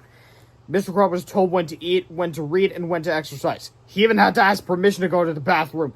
He was constantly bombarded with pointless rules, ridiculous discipline, random searches, metal detectors, security cameras, and pharmaceuticals designed to make everyone compliant and docile. It was a lot like being a student at Drumheart's elementary school, except that the prison had better funding. Mr. Crump grumbled angrily to himself as he stomped around the prison courtyard on a gloomy autumn afternoon. In the center of the courtyard, a giant green tarp shielded everyone's eyes from something large and tall that was being built in honor of the Piqua State Penitentiary's upcoming 10-year anniversary. Everyone assumed it was some kind of statue, but since nobody had seen this top-secret project, not even the warden, nobody was quite sure what it was. But you'll find out soon enough, rest assured. "I'm sick of this place," Mr. Crump muttered to himself. "Everybody's always told me what to do. If one more person gives me another order, I think I'm gonna go crazy." "Hey, you!" shouted a tiny inmate working behind the green tarp. "Give me the header over there!" Mr. Crump clenched his fist furiously. "You can't tell me what to do!" he screamed. "You're a prisoner just like I am! I most certainly am nothing like you!" said the tiny prisoner. It was Timmy Tinkletrousers, who was serving an 8-year sentence for attempting to take over the planet with intent to enslave humanity. Mr. Crump rolled up his sweaty sleeves and stomped over to the pint-sized prisoner. He eyed Tibby up and down. Tibby eyed Mr. Crump down and up. "Hey!" Mr. Crump shouted. "You look kind of familiar." "I agree," said Tibby. "But I can't quite remember when I've seen you before." The two men walked in slow circles around each other. "Well, whoever you are," Mr. Crump said, "you've got no business bossing me around." "I'll let you know," said Tibby, "that I'm more than just a regular prisoner. I'm an artiste! I was handpicked to build a statue by Warren Schmorden. Suddenly, a rotund little man peeked his bulbous dandruff-speckled head out from behind the green tarp. Did somebody just say my name? He asked excitedly. It was Warren Gorin B. Schmorden, the guardian and chief jailer of Pico State Penitentiary. Warren Schmorden was known far and wide for his cruelty and strictness. He once sentenced a prisoner to a year of solitary confinement just for ending a sentence with a preposition. Warren Schmorden was undoubtedly the most maniacally evil person anyone had ever met, but the unjurious jailer had one fatal weakness. He was easily flattered. And that weakness was exactly what Timmy Tickletons used to talk his way into making a giant statue of Warren Born Schmorden to commemorate the 10-year anniversary of the Pico State Penitentiary. Just leave everything to me, said Timmy at the start of the project, and I'll construct the most stunningly handsome statue you've ever seen. Really? Said the warden. Can you make it extra tall and extra handsome? Of course, said Timmy. Wonderful, wonderful, cried Warren Schmorden. How soon can you get started? As soon as I get my supplies, said Timmy. He handed the warden a carefully written list of tools and materials. Hey, Schmorden, looking over the list. Why do most of these supplies come from the mad scientist mini-mall? What do you need an emulsifying salsa flange inhibitor for? And what kind of a statue uses a reverse symbobulating tractor fractionalizer? You know, said Timmy. I don't tell you how to run your prison, so don't tell me how to build my statues. Fair enough, said Warden Schmorden. Chapter 5, The Unveiling. One brisk evening in late October, the entire prison was yawning with excitement. The prisoners had all gathered in the bleachers under a clear moonlit sky as the prison band played a slow, reverent, and deeply moving rendition of Whomp, There It Is. After everyone dried their eyes, Warren Schmorden stepped onto the stage to congratulate himself. He proudly bragged about his great humility, confessed his intense hatred of intolerant people, and spoke for hours about his legendary brevity. Then the moment of truth arrived. Timmy Tinkerstar's statue was finally ready to be shown to the world. With great theatrical flair, Timmy proudly strutted out to the courtyard and grabbed hold of the giant green tarp. Gentlemen and gentlemen, he announced, it gives me great pleasure to get the heck out of here! Timmy pulled on the tarp and revealed his creation. Hey, said Warren Schmorden, the statue doesn't have a head! It's not the statue, yelled Timmy as he climbed a tall ladder up to the cockpit on top. It's a giant robo-suit, and after I escape from this horrible prison, I'm gonna put an end to that nonsensical nuisance, Captain Underpants! Timmy wiggled in the tiny cockpit and started up the engines. Suddenly, the colossal contraption came to life. Its mighty chest heaved, its gigantic gorilla-like arms swayed threateningly. Shut the alarms! Screamed Warren Schmorden. Shut that guy! Armed guards ran in every direction while sirens wailed and prisoners screamed for their lives. Massive searchlights swept across the sky as the metallic behemoth took its first thunderous steps toward freedom. Suddenly, Timmy stopped and thought for a moment. Hey, I know where I saw that guy before, Timmy said. Timmy searched the crowd of panicky prisoners until he found the one he was looking for. The giant head of Timmy's robo-suit reached out and plucked Mr. Croft from the crowd. I knew I'd recognize you from somewhere, said Timmy. You're the principal of that school I shrank last year. Oh, yeah, said Mr. Croft. I remember you now. You're that Professor Poopy Pants guy. My name is not Professor Poopy Pants, screamed the angry villain. That was a ridiculous name, so I changed it to Timmy Tinkle Trousers. Gee, that's a lot better, said Mr. Croft sarcastically. Timmy glared into Mr. Crump's defiant eyes. I shall ignore your impudence on one condition, Timmy said. Tell me where I can find George Beard and Harold Hutchins. George and Harold? Asked Mr. Crump as he dangled precariously from Timmy's giant robotic fingertips. What do you want with those two? Those boys have something to do with Captain Underpants, said Timmy. I've seen them all together. They know each other. I'm sure of it. Well, they should be pretty easy to find, said Mr. Crump. They're both locked up at the Pico Juvenile Detention Center. They're in juvie, yeah? Said Timmy with a sinister smirk. Then that's where we're gonna go. Timmy clutched Mr. Crump tightly in his robotic fist as he stomped forward, crushing through the armored watchtower and smashing through cell block B. Freeze or I'll shoot! Shouted the guards. How about if I shoot and you'll freeze? Said Timmy as he pressed him on his control panel, causing a giant door in the chest of his robosuit to swing open. A massive laser shooter poked out from the mechanical desk of the robosuit and zapped the armed guards. Suddenly they were transformed into frozen statues. What do you just do? Screamed Mr. Crump hysterically. Oh, relax, said Timmy. It's just my freezing B4000. It temporarily freezes whatever it zaps for as long as I choose. Those guards will thaw out in about 10 minutes, and they'll be perfectly fine. Timmy's heaving mechanical monstrosity thundered through the prison parking lot, battering buses and crushing cars as they headed toward the Pico Juvenile Detention Center. I just don't get it, said Mr. Crump. What's so important about Captain Underpants? That ridiculous superhero foiled my plot to take over the planet and enslave humanity, shouted Timmy. He's the reason I got locked up. Everybody knows that, said Mr. Crump. But what's going to stop him from defeating you again? Oh, don't you worry your sweaty little head about that, said Tippy. I got the few tricks on my sleeve this time. Chapter 6, Calling Captain Underpants. Meanwhile, across town at the Pequot Juvenile Detention Center, George and Hal were getting ready for bed. You know, said George, I don't really mind being stuck here in juvie. Yeah, said Harold. It's not much different from our old school, except they have library books here, and a music teacher, said George, and an art teacher, said Harold. As the two boys discussed the similarities between the elementary school and forced confinement in a harsh, authoritarian penal, whatever, institute, they heard the sounds of booming footsteps getting louder and louder. Soon their entire building began to shake violently with each thundering stride. George and Hal dashed to their windows and saw Tippy's terrifying robo-suit stomping toward them, freezing anyone and everything that stood in its way. Oh no! Screamed Hal. We're doomed! Tippy stopped at the main entrance to the center and demanded to speak with whoever was in charge. After a few minutes, the center's administrator, Director Hector Schmechter... What's up with these rhyming names? Whatever. Shut up nervously at the door. Said Director Schmechter. May I help you?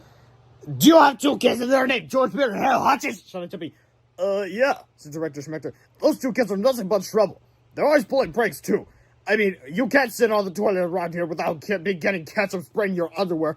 And last week they just on the moment! Timmy interrupted. Hey, no problem, Director Schmechter chuckled, trying to sound cool. Director Hector Schmechter pranced excitedly to George and Hal's cell, grabbed them by the arms, and escorted them to the front door. This'll teach you for putting hair remover in my shampoo, said Director Schmechter. Hector tossed the boys outside and locked the door. George and Hal stood trembling before Tippy's massive robo-suit as the crazed inventor chuckled menacingly. Hello, George and Hal, crowed Tippy. Remember me? The boys were too frightened to speak. Hey, Tippy, said Mr. Crump. You don't need me anymore, do you? I mean, I told you where you could find the brass, right? You can let me go now, right? I guess so, said Tippy. He set Mr. Crump down on the ground by George and Hal. Ha! Mr. Crump laughed. I never thought I'd be happy to see you two kids again. You boys are in big trouble now. And without thinking, George and Hal reached out their hands and snapped their fingers. Snap, snap! Suddenly, a ridiculously optimistic smile spread across Mr. Crump's face. Hey! Cried Tippy. What's going on down here? What George and Hal knew, and what Tippy was about to discover, was that Mr. Crump was transformed into the world's greatest superhero, Captain Underpants. Quickly, he wiggled out of his purple prison jumpsuit, flipped his shoes away, and peeled off his sweaty toupee. The only thing missing was his cape. He looked around the detention center, but couldn't find anything suitable. I can't be a superhero without a cape, said Captain Underpants. You okay? George assured him. Yeah, said Harold. You don't need a cape, seriously. Sorry, said the captain, but you gotta look fine if you're gonna fight crime. And with no time to spare, Captain Underpants flew off to find a cape. That guy was Captain Underpants! Cried Tippy. Doi, said George. Screamed Tippy. Again, George responded with the only intelligent word that could possibly be applied in such a situation. Doi! Meanwhile, Captain Underpants had flown to a nearby shopping center, which was having its semi-annual lazy storytelling sale.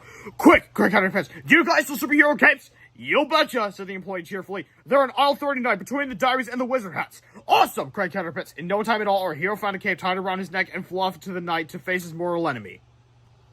Chapter 7, Tippy's Trouser Troubles. Meanwhile, back at the Pequot Juvenile Detention Center, Tippy Tickle Trousers was in a tizzy. He grabbed George and Hal in his mighty robotic hands and demanded some answers. Tell me everything you know about Captain Underpants, screamed Tippy, or I'll squish you kids like a couple of bloopers. Well, said George, he's really strong. And, said Harold, he's really powerful. Yes, said Tippy. What else is he? He's right behind you, said George and Hal simultaneously. Tippy turned quickly, but not quickly enough. Captain Underpants swung his flabby fist and bashed Tippy right in the jaw. Pow! The force of the blow sent Tippy's robo-suit flying over the top of the juvenile detention center into one of the Pequot's many downtown skyscrapers. George and Hal flew from the grip of Tippy's robo-fist and landed safely into nearby bushes. I'll kill you! Screamed Tippy as he pulled himself up and lunged at Captain Underpants. The chest panel of the robo-suit flipped over in a brilliant burst of energy from the freezing beam 4000 shot out of the waistband warrior. But Captain Underpants was too quick. He zipped and zinged, expertly avoiding every frozen energy beam that burst from the belly of the beastly robo-suit. Oh, Tippy! Cried Captain Underpants. He sat coyly on top of a nearby skyscraper. I'm up here! Tippy turned quickly and zapped his freezing beam 4000 skyscraper, covering it with a thick cake of ice. Captain Underpants had been too fast. He had zinged away just in time. Captain Underpants flew several blocks away to the swing set of the playground of Jerome Hort's elementary school. Robo-Tippy ran after him. Yo-ho, Tippy Tip! Captain Underpants sang as he swung playfully from his swing. Will you give me a push? Tibby leaped over the school and landed at the football field. He zapped his freezing beam 4000 again, this time covering the swing set with a thick coating of ice. But again, Captain Underpants had zanged away just in time. Yeah, Tibby! He called Captain Underpants again as he launched lazily between Tibby's giant robotic feet. I'm down here now! Can I have some ice, please? Screamed Tibby as he bent over and zapped the freezing beam without his gap between his feet. Of course, Captain Underpants was long gone before the ice beam had reached the ground. Unfortunately for Tibby, however, his robo feet weren't. Tibby's giant robo feet and robo legs were now encased in a huge shimmering iceberg. He pulled with all his might, but his whole lower half was frozen to the football field. Tibby was stuck. Chapter 8, Break Into Electric Boogaloo. No! Screamed Tibby. He ducked his head beneath the cockpit of the robo-suit and disappeared down the stairwell into the intricate innards of its intimidating invention. Again, what the hell is with these alliterations? In Captain Underpants books. I mean, really. They're also in the titles. Anyway, Captain Underpants grabbed the arms of the robo-suit and began to pull. Harder and harder he tugged until one by one the rivets of the robo-suit's thick steel belt began to pop. The harder Captain Underpants yanked, the more the robo-suit began to break in two. The shrieking sounds of twisty metal reverberated around Tibby as he traversed the crumbling staircase. His only chance was to make it down to the lower half of the robo-suit before Captain Underpants pulled it apart. Clank! With no time to spare, Tibby dashed into the robo-pants just as the robo-suit broke in two.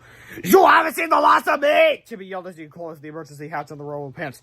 Then Tibby set his Tickle Time Travelometer to 5 years ago and pressed the away we go button. Suddenly sparks of blue lighting began emanating from the robo-pants. The more bolts cracked loudly and grew more and more intense until finally Tibby and the robo-pants were enveloped in a gigantic ball of blue lightning. A blinding flash turned the night sky to day for a sliver of a second, and then it was all over. Tibby and his robo-pants had disappeared, leaving only an empty mound of ice behind. The crazed inventor and his terrifying charges would never be seen again after that night. They would, however, be seen exactly 5 years before that night. But before I can tell you that, but before I can tell you that story, we have to go back even further.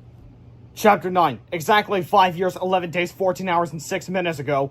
This is Harold Hutchins. Harold is 6 years old, and he lives with his mom and sister at 1520 Vine Street in Pequot, Ohio. Harold's parents had just gone divorced, and his dad moved to Nevada about 6 months ago. None of this happened easy for Harold. He didn't talk about it. In fact, Harold Hutchins didn't talk much at all. He kept to himself mostly and drew pictures, lots and lots of pictures. Harold liked to draw monsters and superheroes. The monsters he created were evil and ferocious, and the superheroes were always virtuous and brave. They were never far away when you needed them. Harold loved getting lost in his wonderful paper and pencil adventures where the good guys always won and the bad guys always ended up getting the kick in the pants that they deserved. Today had started out just like any ordinary school day. Harold got dressed and ate his breakfast, trying hard not to think about the tough day that lay ahead of him. Harold was in kindergarten at Jerome Hart Elementary School, and he hated every minute of it. His teacher was mean, the boys were jerks, and the principal was just plain evil. The best Harold could do was try to fit in and not draw any unnecessary attention to himself. He brushed his teeth and carefully placed his pencils and his favorite drawings into his backpack, unaware that today was going to be a day that would change his life forever. Harold's mom helped him put his backpack on at the front door. Maybe you'll make a friend at school today, she said cheerfully. Nah, said Harold, emotionless. I don't think so. What about that little boy next door who moved in last weekend, said Harold's mom. What's his name? Harold shrugged. He had seen the boy once or twice, but they hadn't actually met. Maybe you should go over and introduce yourself, said Harold's mom. Wouldn't it be nice to have a friend who lives next door? Harold shrugged again. Harold's mom hugged him and kissed the top of his head. She got $2 out of her purse and handed them to Harold. This is for your lunch, okay, honey? She said. I don't want you using this money at the candy machine or the pop machine. I won't, said Harold. That much was true. Harold knew his lunch money would never make it to the candy machine or the pop machine. Harold's $2 usually never even made it into the school. They were always taken away from him by a 6th grade boy named Kipper. Kipper Krupp was the biggest and meanest kid at Jerome Hart's elementary school. He was the captain of the wrestling team and the nephew of the school principal, so everybody treated him like royalty. Kipper's 3 creepy friends, Loogie, Bug, and Thinkstein, also got special treatment, and they all paraded up and down the school hallways like they owned the place. Every day, Kipper and his 3 friends stole lunch money from the kindergartners. Most of the kids just handed it over without question. It was a lot less trouble and much less painful than getting a wedgie or a punch in the stomach. Kipper Krupp loved to terrorize kindergartners, and there was nothing anybody could do about it. If Kipper ever got into a jam, all he had to do was call in his uncle, Principal Krupp. Uncle Benny! Kipper would cry. That kindergarten just hit my fist with her stomach! Oh, she did she? Mr. Krupp would yell, turning to the small child writhing in pain on the floor. How dare you hurt my nephew's fist! Mr. Crop had a zero-tolerance policy in place at Jerome Hart's Elementary School, and he was very strict about it. He had once suspended a third grader just for saying the word gun. To be honest, the boy had actually said the word gum, but it sounded a lot like gun. And there was no room for common sense when it came to zero tolerance. Harold knew from experience that the wisest thing to do was stay out of Kipper's way, so his daily walk to school became more like an obstacle course. He quickly ran in spurts, dashing from trash can to mailbox to tree, hiding behind everything he could find, just in case Kipper and his friends were nearby. The worst section of Harold's mad dash to school was the intersection of Dogwood Drive and Rosita Lane. Now, Rosita kind of sounds familiar. Anyway, there was nowhere to hide between the big tree and by the coffee shop and the sign at the gas station across the street. He just had to wait for the walk signal, run for it, and hope for the best. Most days, Harold was lucky, but his luck was about to run out. Harold crouched quietly behind the coffee shop tree, watching the traffic lights, concentrating on the cars, and looking out for Kipper. It was very stressful. After a couple of minutes, the cars came to a stop and the walk signal lit up, and Harold took one last glance left and right. It was now or never. He jumped up and ran out across the street as fast as he could go. When he reached the other side of the street, Harold lay behind the display sign in front of the gas station. He had made it. He was safe. Or so he thought. Hey, stupid kid! Shouted Billy Bill, the owner of the gas station. Get away from that sign! Harold's heart was pounding in his throat as Billy Bill stomped toward him and grabbed the back of his t-shirt. He yanked Harold out from behind the sign, making a terrible scene. That sign is a valuable piece of merchandise! Billy Bill screamed. No toy for you to play with! I'm sorry! Harold whispered frantically, trying to pull away, but it was too late. Billy Bill's loud shouting had caught the attention of Kipper Crump and his three creepy companions. The four bullies strutted across the street toward Harold. Hey, kid! Yelled Kipper. Why are you bothering this nice man? I'm sorry, Harold said again, looking down. Billy Bill released Harold with a shove, causing him to fall to the ground. You boys better take care of your little friend there, Billy Bill said, or I'm gonna call the cops on him. Don't worry, mister, said Kipper with an evil grin. We'll take good care of him. Kipper yanked Harold up his arm while Loogie pulled Harold's backpack open and started rummaging through it. Hey, look, I found his lunch money, said Loogie. Give me it, yelled Kipper. Loogie dutifully put the money to Kipper's moist, dirty hand. None of this behavior appeared to disturb Billy Bill at all.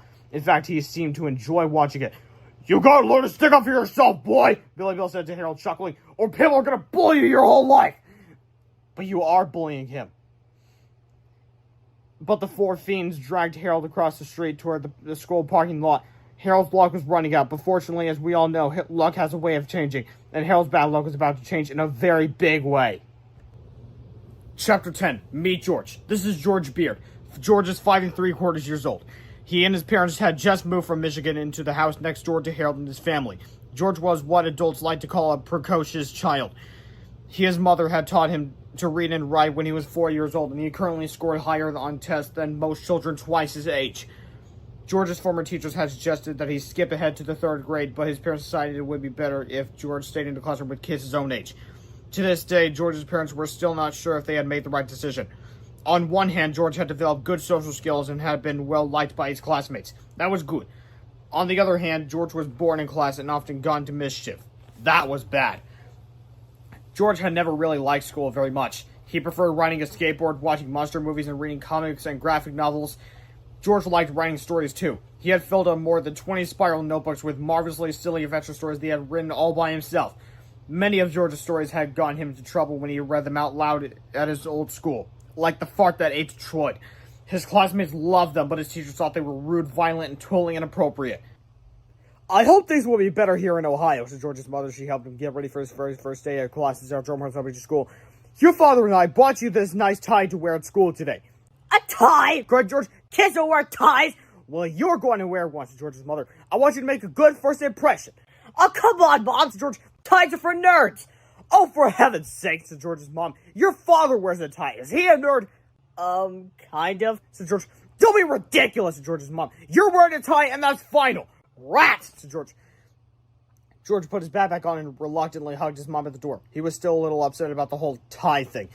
Have a good first day at school, dear, said George's mom. Said George.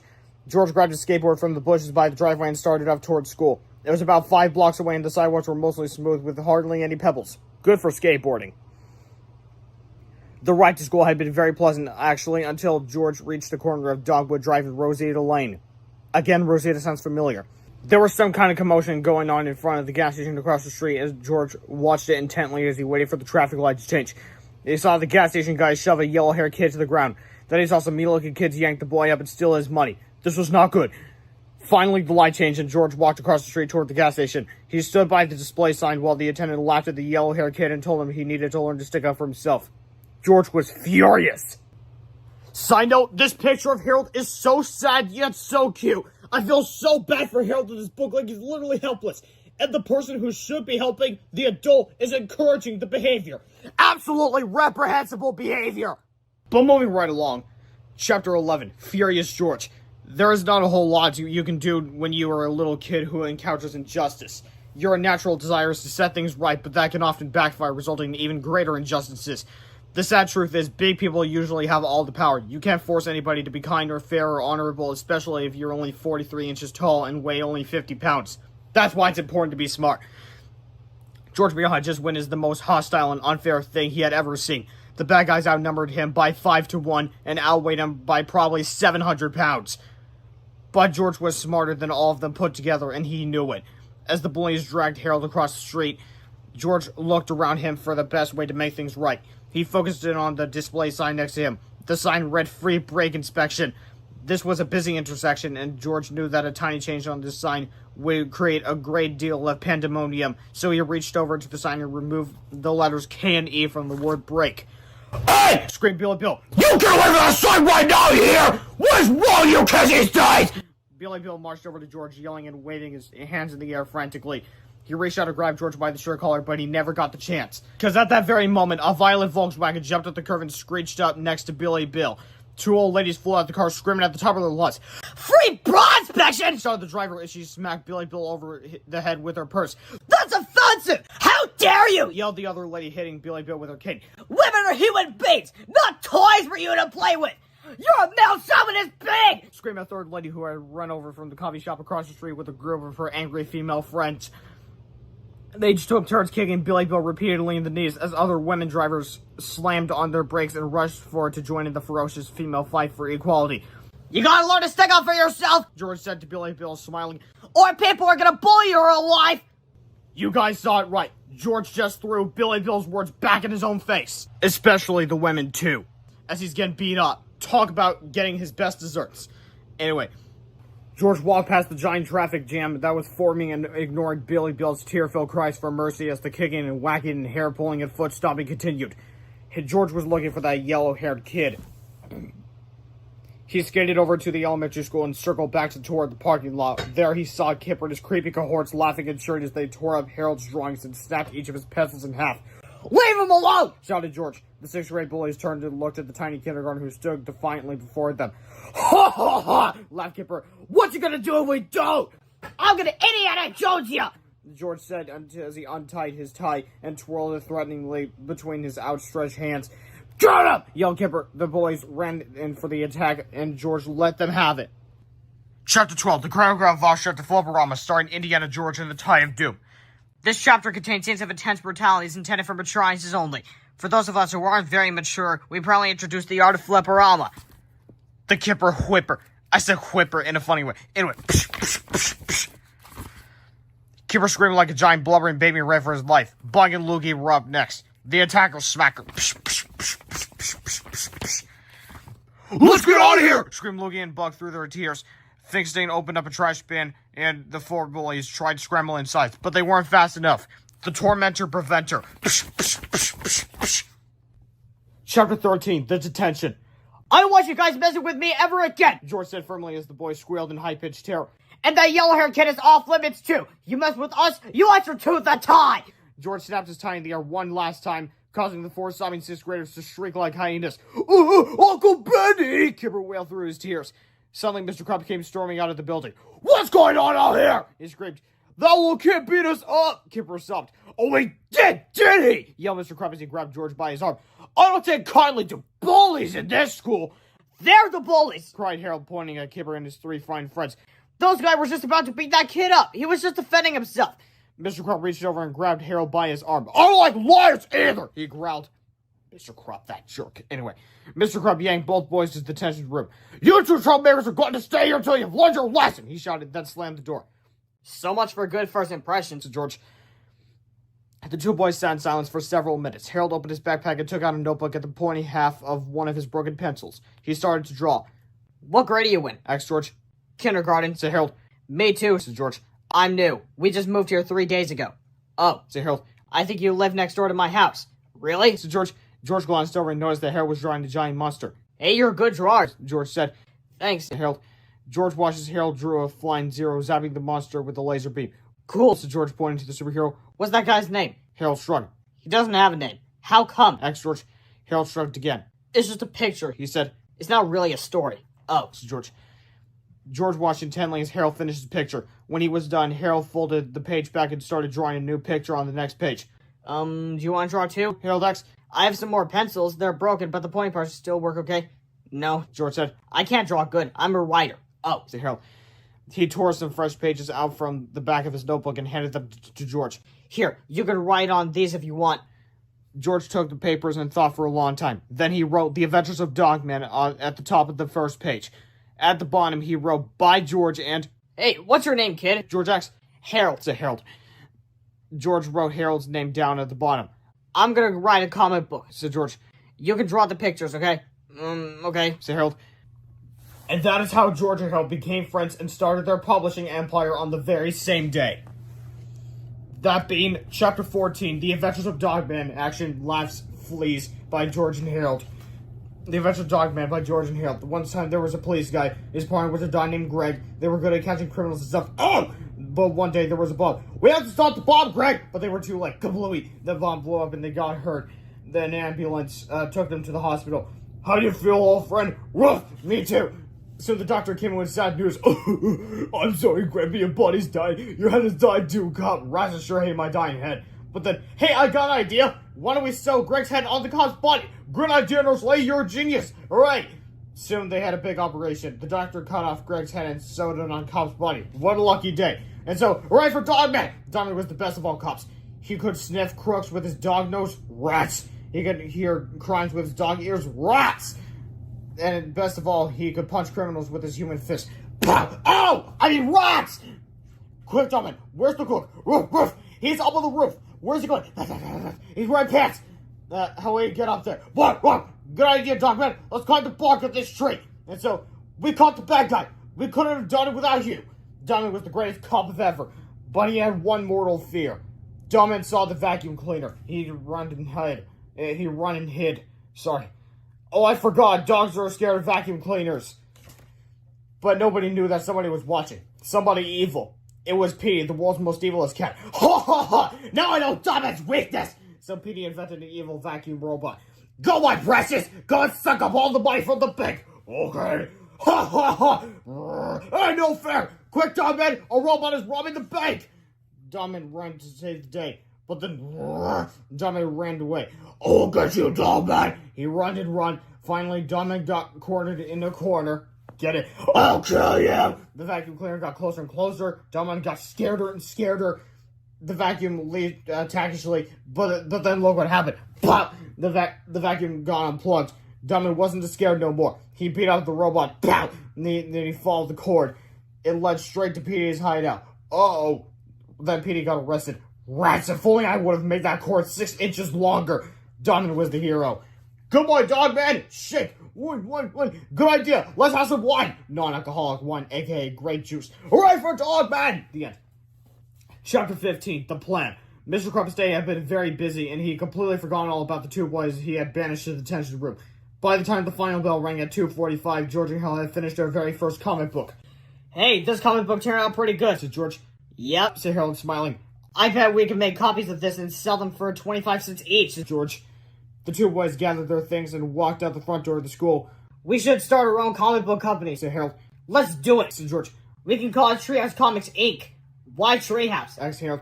Because my dad is building me a treehouse in our backyard. Said George. It's going to have electricity and a TV and everything. We can make our own comic books up there. Awesome! Said Harold. George and Harold walked by the trash can where Kipper and his friends were just about to administer killer wrenches to a couple of kindergartners. Oh, Kippy! Called George. The boys turned and saw George reaching for his tie. Suddenly, their eyes filled with horror. They released their prey and ran away, waving their arms and yipping like wiener dogs. I think I'm gonna wear a tie every day from now on. Said George. I think that's a good idea, said Harold. As George and Harold walked home, the two friends talked about their favorite movies and games, which videos were the funniest, and what kind of bubblegum blew the best bubbles. Said Harold. All that talk about bubblegum is making me hungry. Come on over to my house, Said George. I make a mean peanut butter and gummy worm sandwich. Really? Said Harold. Yep. George said. The secret is the chocolate syrup. Okay. Said Harold. Soon the boys reached George's house and headed for the backyard. George's dad was hard at work building George's new treehouse. Hi, Pops. Said George. Hey, buddy. Said George's dad. How was your first day at your new school? Okay. Said George. And who's your new friend? And George's dad asked. This is Harold. Said George. He's a good drawer. Hello, Harold. Said George's dad. Hi. Said Harold. Well, we got a lot of work to do, Pops. George. Do you want us to bring you a peanut butter and gummy worm sandwich? No thank you, said George's dad. The two new friends walked into George's house, made some sandwiches, and got right to work. George and Harold knew it was up to them to put a stop to Kipper Crup's reign of terror, so they made a long list of Kipper's strengths and weaknesses to get a better understanding of their mortal enemy. After a few minutes, Harold began to feel discouraged. This is terrible, Said Harold. Kipper Krupp has so many strikes. I can only think of one weakness. What's that? Asked George. Well, he's kind of dumb. Said Harold. George smiled and wrote down "kinda dumb" under weaknesses. That's all we need. Said George. Chapter 16, Super Spice. The next day at school, Harold stuck close to George. The two boys spent their every free moment spying on Kipper and gathering as much information as they could about their enemy. They wrote down Kipper's locker number, the type of padlock he used. They took note of Kipper's schedule and paid special attention to what he normally did between classes. They took measurements and even stayed after school to spy on Kipper's wrestling practices. By the end of the week, George and Harold knew Kipper's schedule better than Kipper knew it. Kipper Crumb was a creature of habit. Every day, he did the exact same things at the exact same times. At the end of every school day, Kipper would go to his locker and unlock his heavy-duty padlock with a key he kept on a thick metal chain around his neck. Kipper would place his padlock on top of his locker, then open the locker door. Next, Kipper would empty his pockets, putting his valuables inside the locker. His phone always went on the top shelf, and the money he stole for the kindergartners would always get crammed into a duffel bag at the bottom of the locker. Finally, Kipper would grab his padlock from the top of the locker, put it back on the door, and click it shut to lock it. After wrestling practice, Kipper would go back to his locker and unlock it the very same way. He'd retrieve his phone, grab his heavy-duty padlock from the top of his locker, and put it back on the door. Finally, he'd click it shut to lock everything back up again. Surprisingly, Kipper usually left all his stolen money in his locker every night. Perhaps Kipper thought the money was safest in his locker. Nobody could open that locker without a key. Nobody but Kipper had the key, and Kipper never took the key off of his neck. Not even in the shower. We'll never get that key away from Kipper, said Harold as the two boys walked up the aisles of the local hardware store. We don't need the key, said George. We just need this. George picked up a brand new padlock from the home security section. This is the exact same kind of padlock that Kipper uses on his locker, said George. But it won't have the same key, said Harold. Each one is a different key. I know, said George. So how is that padlock going to help us? asked Harold. You'll see, said Harold, smiling. After the boys paid for their brand new heavy-duty padlock, they went to the toy shop across the street. Down at the end of aisle 3, near the beads and jewelry, George found what he was looking for. A Susie Sunshine friendship bracelet kit. What is that for? asked Harold. We gotta make a couple of friendship bracelets this weekend, said George. Why? What for? said Harold. You'll see, said Harold, smiling even more.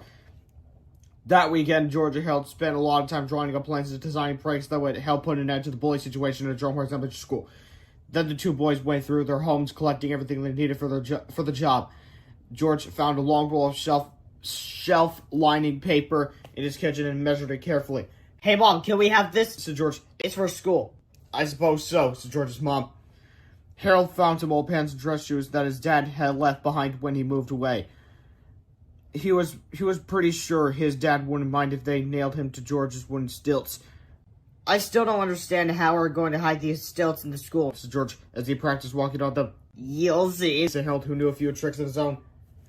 Now, before I continue, I just want to say, being a kid, I love this moment of the book where these kindergartners are using their absolute limits to defeat the bullies. Like, seriously, no physical action at all, except when George beat him up with his tie. How did he do that? Look at the size of the tie. Wait, no, look at that. It's like a few inches, and yeah, we look over here, and it's like, look at it. Like, what the hell? Anyway, chapter 17, Monday. On Monday morning, the boys woke up early, gathered their supplies, and headed to school about 15 minutes before the rest of the students started to arrive. George and Hill carried their stills and the supplies into the boys' restroom upstairs and placed them inside one of the empty stalls. Finally, they closed the stall door and locked it.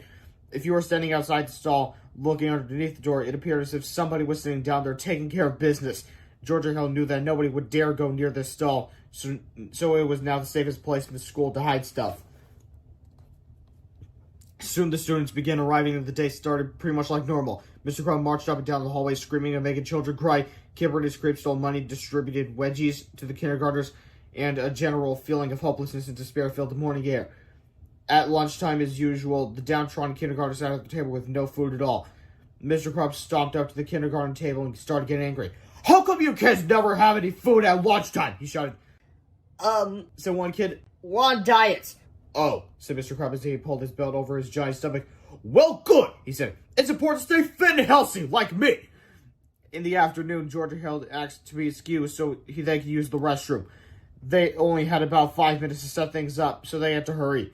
Harold opened the locker door of their secret restroom stall, and George climbed up the stilts. Quickly, they sneaked down into the hallway. George still walked over to Kipper's locker, and Harold handed him the long spool of self-lining paper. Carefully, George placed the paper on top of the lockers and rolled it down to the end. The paper flipped over the edge of the locker tops and rolled down the side. Harold cut it and taped it to the side of the lockers, marking off some measurements with a ruler. Harold put the padlock that he and Harold had bought on the end of the paper 2 lockers down from Kipper's. They were ready. Quickly, they put their supplies back into the restroom stall, locked the door, and hurried back to their classroom. At the end of the day, Kipper walked to his locker as usual. He unlocked his lock with a key hanging around his neck, then put his padlock on top of his locker, right on top of the long roll of paper. George and Harold were standing about 6 lockers away, where Harold had taped the end of the paper to the side of the long row of lockers. Now came the tricky part. As Harold provided cover, quotations, George carefully pulled out the long roll of paper. The paper began to move. Kipper's padlock, which was just above Kipper's head, began to move away from Kipper. George and Harold's padlock, which was 2 lockers away, began moving toward Kipper.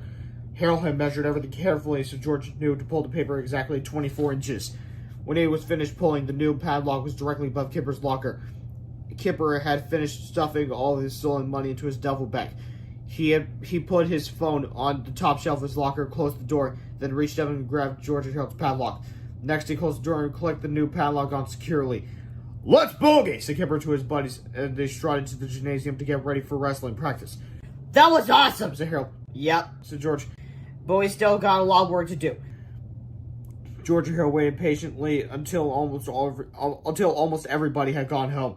Some kids were still in the gym or outside or in the chess club downstairs, but the hallways and restrooms were empty. George and Harold sneaked over to Kipper's locker, unlocked the padlock, and opened the door, Harold unzipped Kipper's duffel bag and emptied all the stolen money onto the floor. "Whoa, said Harold. There must be $1,000 in here." "Well, we'll see about that later." Harold quickly scooped up the stolen cash while George typed on Kipper's phone. "What are you doing with that phone?" asked Harold. "I'm sending a text to Kipper's 3 goons," said George. Once the money was safe and the texts were sent, George and Harold put everything back to the way it was, with 2 additions. Harold put the Susie Sunshine Friendship Bracelet kit in Kipper's locker, and George placed an envelope beside Kipper's phone. Finally, George grabbed Kipper's padlock from the top of the lockers, closed the door, and locked it with Kipper's own padlock. Then they had set everything up so it would be ready for tomorrow afternoon. "Let's get out of here," Harold said nervously. "Just one more thing," said George.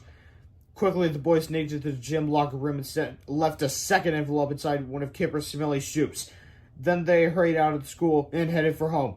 "I kind of wish we could stay and watch the fireworks," said Harold. "I think it's better if we're not there," said George. "Things are about to get ugly." Chapter 18, Things Get Ugly. Kipper found the envelope in his shoe just after wrestling practice ended. He opened it. Inside were 2 friendship bracelets and a note addressed to him. Kipper proudly slipped each friendship bracelet onto his wrist and admired them. He couldn't wait to show his buddies, who were all out in the hallway staring at their phones in shock. "Look what I got!" Kipper said, proudly waving his wrist at his goons. Kipper's friends, who were all reading the same text on their phones, looked up at Kipper with their mouths hanging open in disbelief. "What?" said Kipper. "They're just friendship bracelets." Kipper's 3 friends looked at each other like Kipper had gone completely mad. "I don't want to make friendship bracelets with you, dude," said Loogie.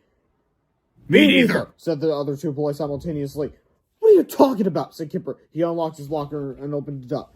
"Hey! What the heck is that?" Kipper screamed. "Somebody's been in my locker!" Loogie, Bug, and Fixing saw the Susie Sunshine Friendship Bracelet kit and shook their heads in disgust. Kipper kicked the kit into the hallway and stomped on it. Then he tore open his duffel bag. It was empty. Kipper screamed. "Somebody stole all my money!" Kipper looked up and down the hall frantically. When I find out who's been on my locker, I'm gonna kiss them. Asked Finkelstein. The other two boys laughed. Kipper grabbed Finkelstein by his shirt collar and shook him back and forth like a ragdoll. What are you talking about? He screamed. This, said Finkelstein. He showed Kipper the text that had been sent from Kipper's phone. Kipper screamed. Well, what's up with those friendship bracelets on your wrist then? Asked Bug. The cheerleaders gave me those, said Kipper. At that very moment, a group of cheerleaders was coming in from practice outside. I'll prove it, said Kipper. He showed the bracelet to the cheerleaders, waving his wrist at them like a lunatic. You guys made these for me, right? Kipper asked them, pointing desperately at the friendship bracelets. The cheerleaders gave Kipper a strange look. Ew, said Wendy Swan, the head cheerleader. Kipper blinked his eyes like a crazy person. He began breathing heavily. He clenched his fists and shook with rage. Kipper's friends glanced at each other, exchanging silent, worried looks.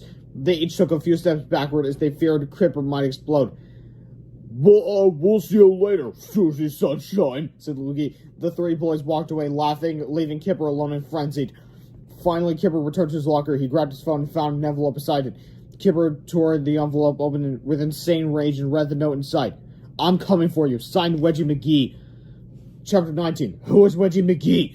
George and Harold stopped by the thrift store on their way home to buy a bunch of supplies for Tuesday. The checkout lady gave them a very strange look as they walked to the cash register. What are all these dresses for? Asked the lady. They're for school, said Harold. Oh, said the lady. When they got home, the two boys sat in George's bedroom and counted Kipper's stolen money. It totaled $916. Alright, so Harold was close. I feel like Robin Hood, said George. What should we do with all this dough? I think we should use it to buy lunches for all the kindergartners, said Harold. That's what it was supposed to be used for in the first place. George agreed. He picked up the phone and called the Piqua Pizza Palace. Can you guys deliver pizzas to the elementary school around noon tomorrow? He said. Really? Awesome! We'll take 5 large cheese pizzas, 5 large pepperoni, and 5 large black olive and pineapple. George discussed the details and arranged to drop off the payment in the morning. We're all set for lunch tomorrow, said George. Cool, said Harold. The next morning on the way to school, George and Harold walked by the Piqua Pizza Palace. It wouldn't open until 11 a.m., but that didn't matter. George took out an envelope filled with money, coupons, instructions, and a tip for the delivery guy, and dropped it through the mail slot on the front door. George and Harold had a very busy day ahead of them. They got to school early and unlocked the doors to their secret restroom stall. As the two boys unloaded their supplies and arranged their stilts, they heard the sounds of the other students beginning to arrive. Today sounded just like any other day, but things with Roman's elementary school were starting to change. Kipper stood by the entrance of school like normal, but he wasn't just stealing money from the kindergartners like he usually did. Today, he also wanted information. He seemed a little anxious and shaky, like he hadn't gotten a lot of sleep the night before. Kipper's 3 buddies, who usually stuck close to his side, were keeping their distance from him. Loogie, Bug, and Finkelstein all watched Kipper with worried looks on their faces. Kipper grabbed every kid who came toward the door and asked them all the same question. Who is Wedgie McGee? Nobody outside the school had ever heard of Wedgie McGee, but inside the school, George and Harold were busy spreading rumors about this mysterious stranger. Did you hear about Wedgie McGee? George asked Harold loudly near a group of gossipy girls. Yeah, said Harold even louder. I heard Wedgie McGee's a ghost. Me too, said George. I heard Wedgie McGee haunts the hallways of this very school looking for revenge. Revenge against who? Asked Harold intensely. Against Kipper Crop, cried George in a booming whisper. The gossipy girls listened closely as George continued. I heard that Kipper Crump got cursed by the ghost of Wedgie McGee. Heavens no! Cried Harold. What for? For being mean to kindergartners, said George. Wedgie McGee is the patron ghost of kindergartners. I did not know that, said Harold. Oh, poor Kipper! Poor Kipper! George and Harold walked away, shaking their heads with pity. The wide-eyed group of gossipy girls had rendered uncharacteristically speechless. Quickly, they began sending frantic texts to all their friends about the horrible ghost of Wedgie McGee. Within an hour, the whole school knew the terrible truth about Wedgie McGee, and it didn't take long before the information made its way to Kipper and his friends. That's stupid, said Kipper. There's no such thing as ghosts. Yeah, said Loogie, but I heard he could go through walls and even lockers. Maybe the ghost stole all that money yesterday. There's a bunch of bunk, said Kipper. What's a ghost gonna do with money? Maybe he'll give it back to the kindergartners, said Finkelstein. I heard Wedgie McGee was a friend to all kindergartners.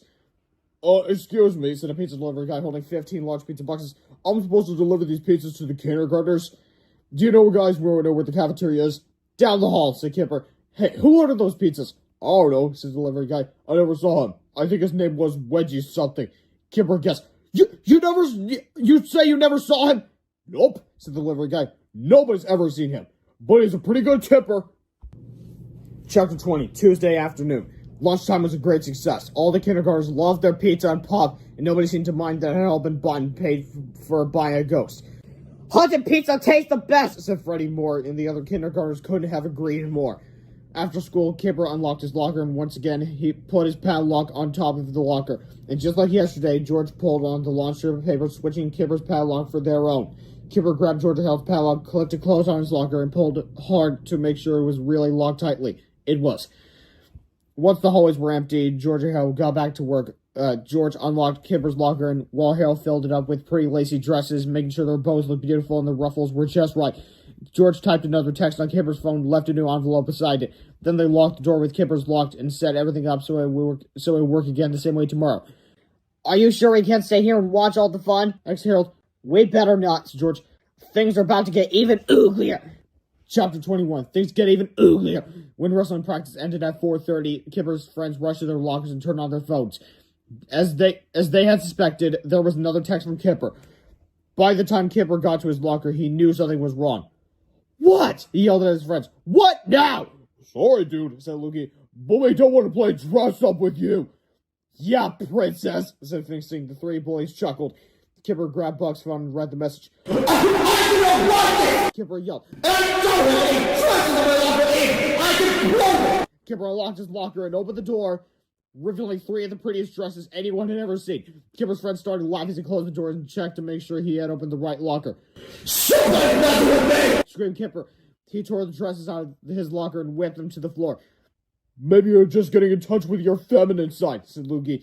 Kipper's three friends burst into hysterical laughter.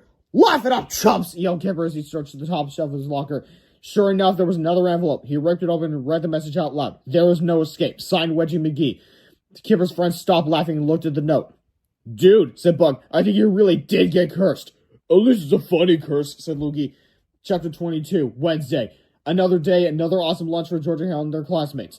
The people Pizza Pals had delivered salads and breadsticks, and the kindergartners had never been happier. At the end of the day, when wrestling practice was over, Kipper's three friends dashed back to their lockers as fast as they could to see what bizarre thing Kipper was going to next. They were not disappointed.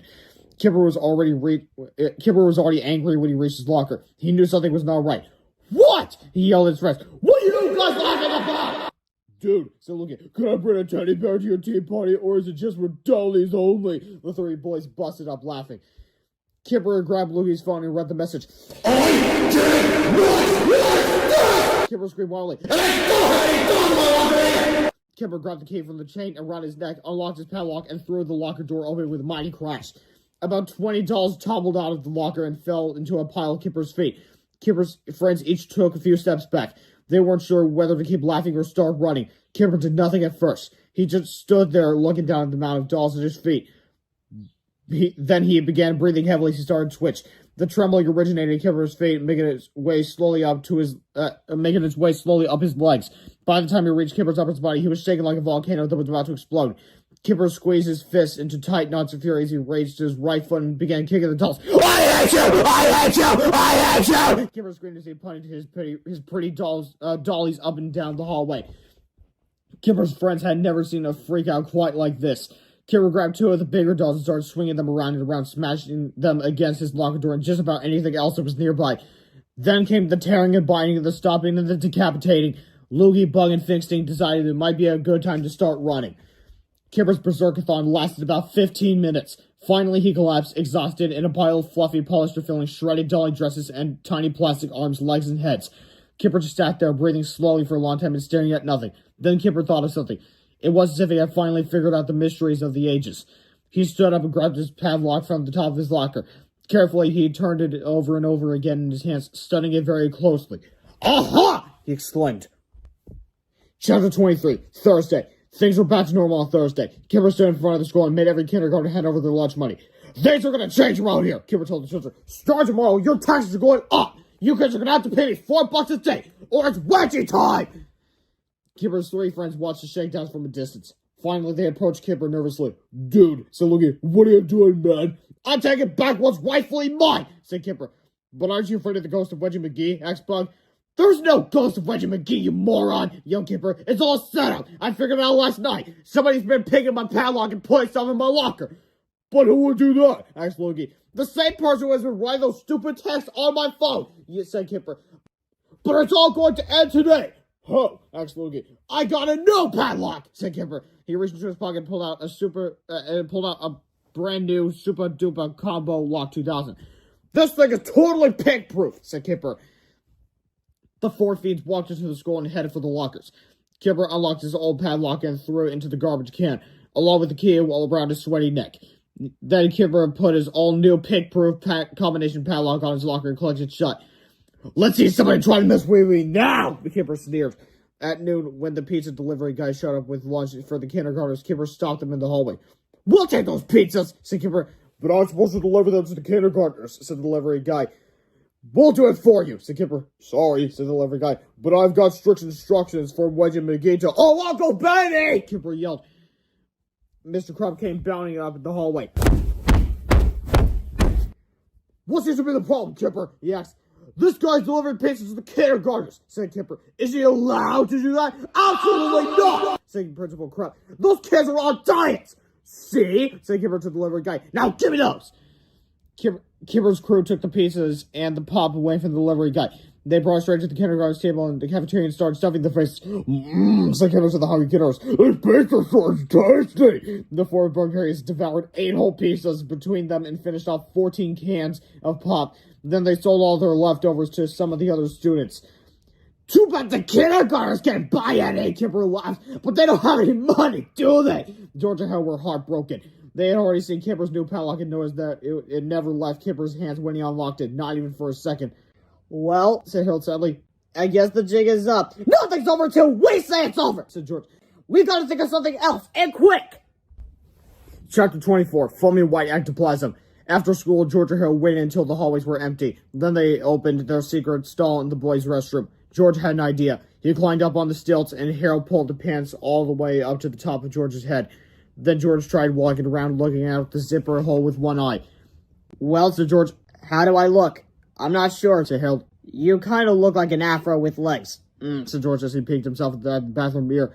I think I'm going to need a haircut. George's idea would have to wait until tomorrow.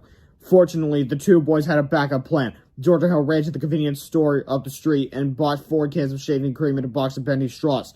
Then they hurried back to the school. We're gonna have to work fast, said Harold. The two boys opened their box of bendy straws and pushed a straw over the spray nozzle of each can of shaving cream. Then George stuck a straw up Kipper's locker vent and began spraying. Harold took another can, stuck the straw up the vent of Loogie's locker and started squirting. After a few minutes, George and Hal's cans were empty. Then they took 2 more cans and did the same thing to Bugs and Finstein's lockers. George and Hal hid the empty shaving cream cans in their secret restroom stall. Then they ran out the back door of the school toward the football field, screaming their heads off. The cheerleaders who were just finishing their practice saw George and Hal running around like lunatics. What's that, little boys? Asked one of the cheerleaders. We just saw ghosts, cried George. Yeah, cried Hal. He was in the hallway over by the lockers. The cheerleaders were fine. What did he look like? They asked. It was invisible, cried George, but he left a trail of foaming white ectoplasm wherever he went. The cheerleaders screamed. They were terrified, but also very curious. The girls huddled together in a tight, shivering group as they tiptoed into the school to see for themselves. Everything looked normal, but they still screamed a lot anyway. One of them pushed him under the drink and found when the water squirted out. They all screamed some more. What's going on? Yelled Kipper, who had just gone on wrestling practice with his buddies. The cheerleader screamed again. There's a ghost up here! Cried Wendy's one. Someone can't saw it! It was literally foaming white ectoplasm everywhere! That's crazy, Kipper yelled. Ghosts are for real! He and his buddies laughed arrogantly as they unlocked their lockers and opened the doors. Suddenly, 4 giant white waves of foaming white shaving cream splashed down into the hallway. Foaming white ectoplasm! Screamed the cheerleaders. They screamed and ran for their lives. Ectoplasm! Cried Bug. I've heard of that. That's ghost juice! I got ghost juice on my pants! Loogie wailed as he burst into tears. Get up! Get up! Get up! Screamed Finstein as he jumped around frantically, swatting at the shaving cream that covered his legs. I have ghost juice! That's what I made. Kipper yelled his buddy was no use. Loogie, Bug, and Fixing slammed their lockers and screamed in horror as they slipped and slid into the foamy white ectoplasm. The 3 petrified pests tumbled down the stairs, tripping and pushing and elbowing each other as they struggled to glide out the front door. Kipper was at his wit's end. He plopped down on the floor in the middle of the hallway and curled up into a shivering ball. He willed. As usual, Mr. Crump came running down the hallway. What's wrong? What's wrong? Yelled Mr. Crump. Kipper showed Mr. Crump the ectoplasm and told him the whole terrifying story. That's a bunch of bunk, yelled Mr. Krabs. This isn't ectoplasm, it's shaving cream. I used the same brand myself. Shaving cream, said Kipper. But how did it get inside our lockers? Well, somebody probably sprayed and threw those vents on the door, Mr. Krabs said. It's the oldest trick in the book. Kipper studied the vents on the locker door as his passive, fearful expression slowly turned into a venomous visage of violence. Now Kipper was really mad. Chapter 25, Thursday afternoon. That afternoon at Harold's house, George and Harold wrote and illustrated a brand new comic book. When they were done, they scanned each page and printed out 4 copies on Harold's printer. The comic book had to look very old, so they took a large bowl outside and filled it with water. Harold added 2 handfuls of dirt and stirred 8 tablespoons of instant coffee crystals into the water. George carefully tore the edges of each page and then crumbled them up into little balls and soaked them into the giant bowl of filthy water. Once each page was completely soaked, the 2 friends carefully collected them up in the garage so they could dry overnight. What on earth are your boys doing? Said Harold's mother. It's for school, said Harold. Oh, said Harold's mom. Next, the 2 boys went back inside Harold's house.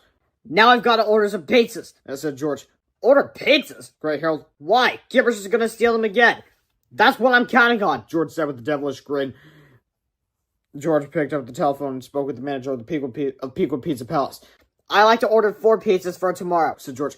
What's the hottest kind of chili peppers you guys have? Ghost chili peppers? Can we get double ghost chili peppers on each pizza? Cool. After the pizzas were ordered, it was time for George's haircut. Harold went to the closet and found the clippers and scissors his mom always used to cut his hair. Harold had never cut anybody's hair before, but he was more than happy to give it a try. Just make the top part flat, said George, so it won't stick out when I wear those stale pants. I'll do my best, said Harold. Harold clipped and cut, and then he snipped and shaped. When he was done, George looked at himself in the mirror. I look awesome, George exclaimed. I'm going to wear my hair like this from now on. And he always did. So you see, now George looks more recognizable. Now, chapter 26, when Kipper gets angry. Real angry. The next morning, George and Harold's comic book pages were dry enough to staple together. George sprinkled each page with baby powder to make them look dusty and prehistoric. Man, said Harold, these look like they came from the 1980s or something. Friday morning at school was turning out to be the worst day ever. All week long, George and Harold had worked to make things better for their fellow kindergartners, but they had always succeeded in turning Kipper and his gang into monsters. Kipper had told his friends about the shaving cream prank, and now they were really angry too. The 4 boys knew somebody was pranking them, and they were going to make every kindergartner's life intolerable until they found out who it was.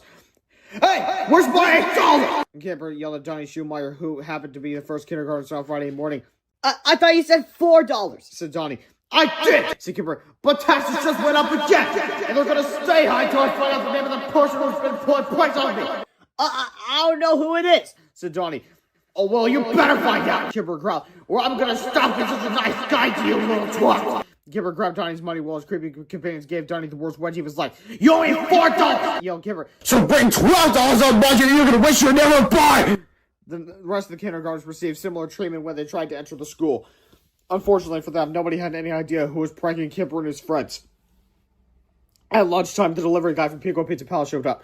Oi! Shouted Kipper. How come there's only 4 pizzas today? That's all Mr. McGee ordered, said the delivery guy.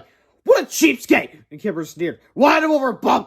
Okay, but I need to give you a warning, said the delivery guy. These pizzas are really hot. They better be hot! Yelled Kipper. I hate cold pizza! Kipper yanked the pizzas out of the delivery guy's hands and headed toward the cafeteria with his friends. They kicked the lunchroom door open and strutted over to the kindergarten's table. Look at all this tasty pizza we've got, Kipper said to the hungry kids. I'll bet you guys are starving. Oh, that's so sad. Kipper, Bug, Luke, and Finsting each grabbed a giant slice and crammed it into their mouths. The 4 boys smiled obnoxiously as they chewed with wide, revolting, cavernous mouths that showed every mushy glob of shiny, doughy goo. This pizza's kind of hot, said Finsting. He swallowed harshly and wiped the sweat off his forehead. Yeah, said Luke. This pizza's really hot. Ow! Right, Kipper. This pizza's way too hot! Wailed Bug as he stuck out his tongue and tried blowing it. The boy saturated his mouth, working the Bug out of expression to sheer horror. Quickly, they began wiping off their tongues with their filthy hands, but it was too late. The ghost chilies had already done their damage. Kipper and his terror-stricken buddies stampeded to the ring and found and waving their arms and shrieking like the cackle of panicked hyenas. They pushed and shoved each other with desperate attempts to splash cold water onto their tongues. Kipper wasn't having much success with drinking out, so he bolted to the milk table. There he began clawing the tiny half-pint milk cartons open, one after the other, and splashing the milk into his face. The other three bullies followed, shoving and jabbing and kicking each other as they tore the tiny cartons with their teeth and sprayed the milk with gaping, smoldering mouth. When the milk was gone, the four bullies dropped to the floor, grunting and wailing and crying for their mommies as they looked up all the milk they had spilled during their lacto-guzzling frenzy. The entire event had been filmed by about 20 kids on their phones, and the embarrassing videos were all posted online before the end of lunch period. Kipper, Bug, Loogie, and Finkstein all spent the next 2 hours at the nurse's room, holding ice packs on their tongues and crying like toddlers. They started to feel better just as the school day was ending and wrestling practice was about to begin. Chapter 27, Something Wedgie This Way Comes. At 2:45 p.m., when the final bell rang, George and her ran to their secret restroom stall and grabbed 2 empty glass jelly jars. Then they headed out towards the groundskeeper's shed. There were always a ton of spiders back there, and George and Hale worked very hard to safely capture as many as they could. "We gotta hurry," said George. "It looks like it's going to rain." Once they had collected about 20 harmless garden spiders each, they ran back upstairs to the lockers in the empty hallway. Harold held a piece of paper under one of the lower vent slots of Kipper's locker. George opened his glass jelly jar and sprinkled some spiders onto the paper as Harold blew softly. About 10 spiders gently slid across the paper and through the slot, disappearing into the darkened depths of Kipper's locker. Next, they move on to Loogie's, Bugs, and Finkstein's lockers, gently blowing an assortment of 8-legged residents into their vents too. George and Harold knew that it takes about an hour for a spider to build a completed web. They looked at the clock on the wall and realized they had only 44 minutes until wrestling practice was over. "I hope those spiders work fast," said Harold. "We gotta work fast too," said George. "There's still lots of stuff to be done." The two boys grabbed some supplies and sneaked into the boys' locker room next to the gym. Harold found Kipper's deodorant stick, pulled off the cap, and twisted the dial on the bottom until the deodorant stuck all the way out of the canister. George pulled the thick white deodorant off and threw it into the garbage can. Then he opened a package of extra spicy jalapeno cream cheese and began packing it into the plastic deodorant canister with a spoon. When the canister was filled, Harold molded the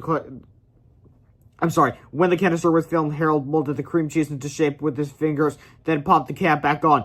George put the deodorant back in Kipper's gym locker next to his soap and his towel, while Harold started working on Loogie's deodorant. It took about 30 minutes, but soon George and Harold had transformed all the boys' deodorant sticks into jalapeno cream cheese applicators. Once everything was back where it belonged, George and Harold rushed to their secret stall in the boys' restroom. Time was running out. George climbed onto his stilts as Harold gathered the ancient-looking comics and an old walkie-talkie. Quickly, the two friends sneaked out to the hallway and got to work. Harold slid a comic book through one of the lower vent slots of each bully's locker. George placed the walkie-talkie on top of the lockers and popped up the volume. They finished just as wrestling practice ended.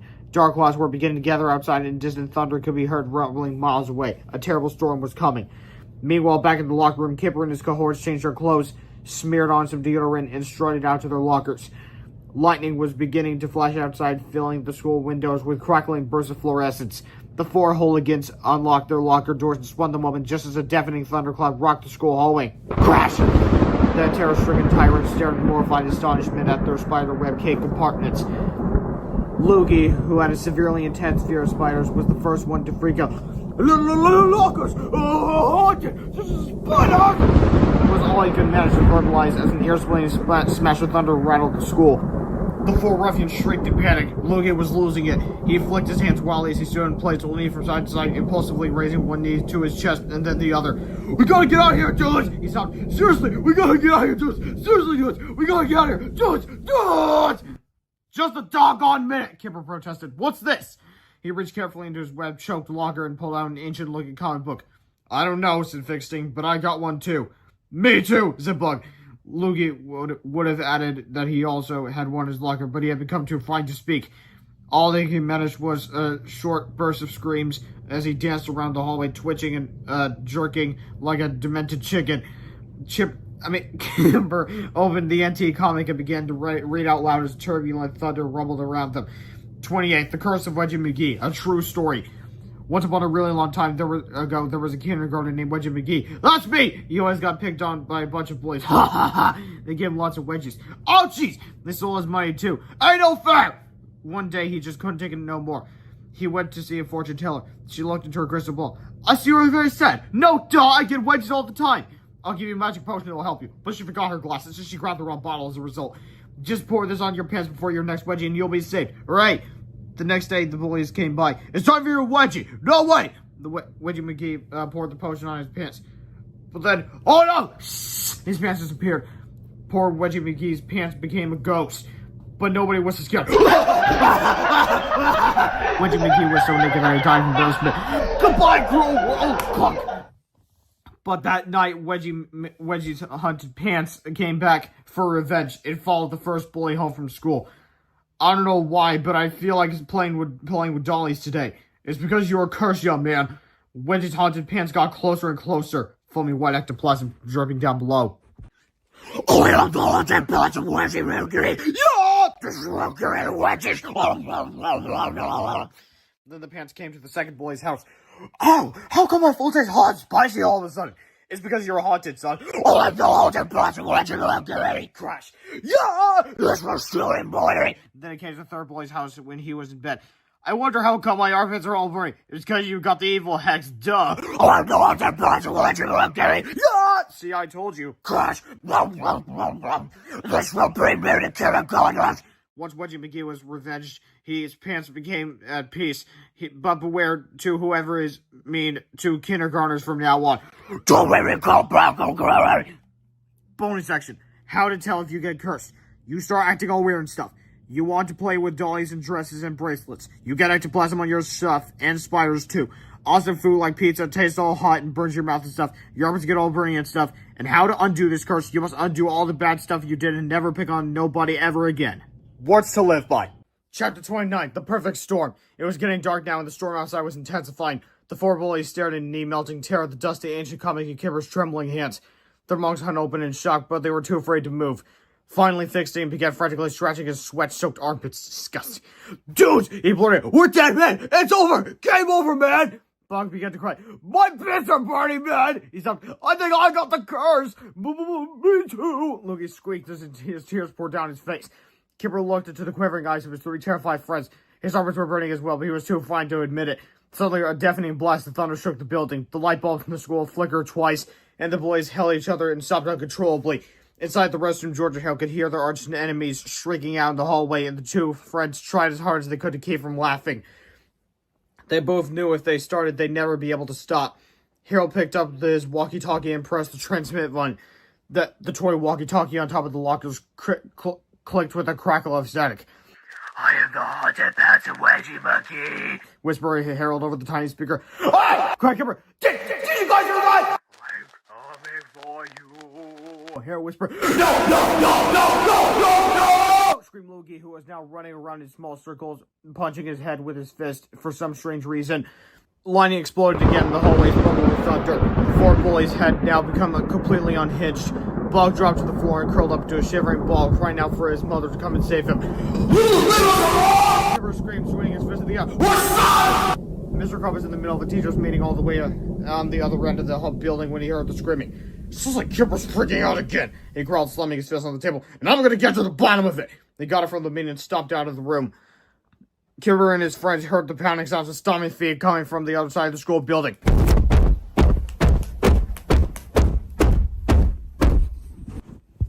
Sorry.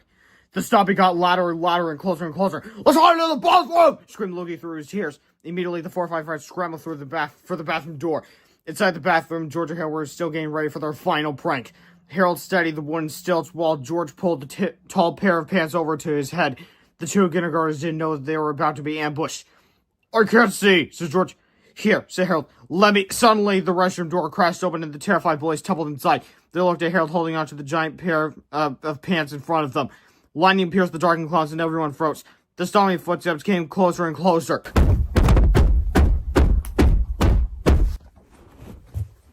What are you doing with those pants, kid? Cried Kipper. Harold couldn't think of a thing to say. It wasn't supposed to happen like this. They weren't ready. For a split second, Harold saw his entire life flash before his eyes. He and George were going to get caught. Their lives were about to end. The footsteps in the hallway got even louder.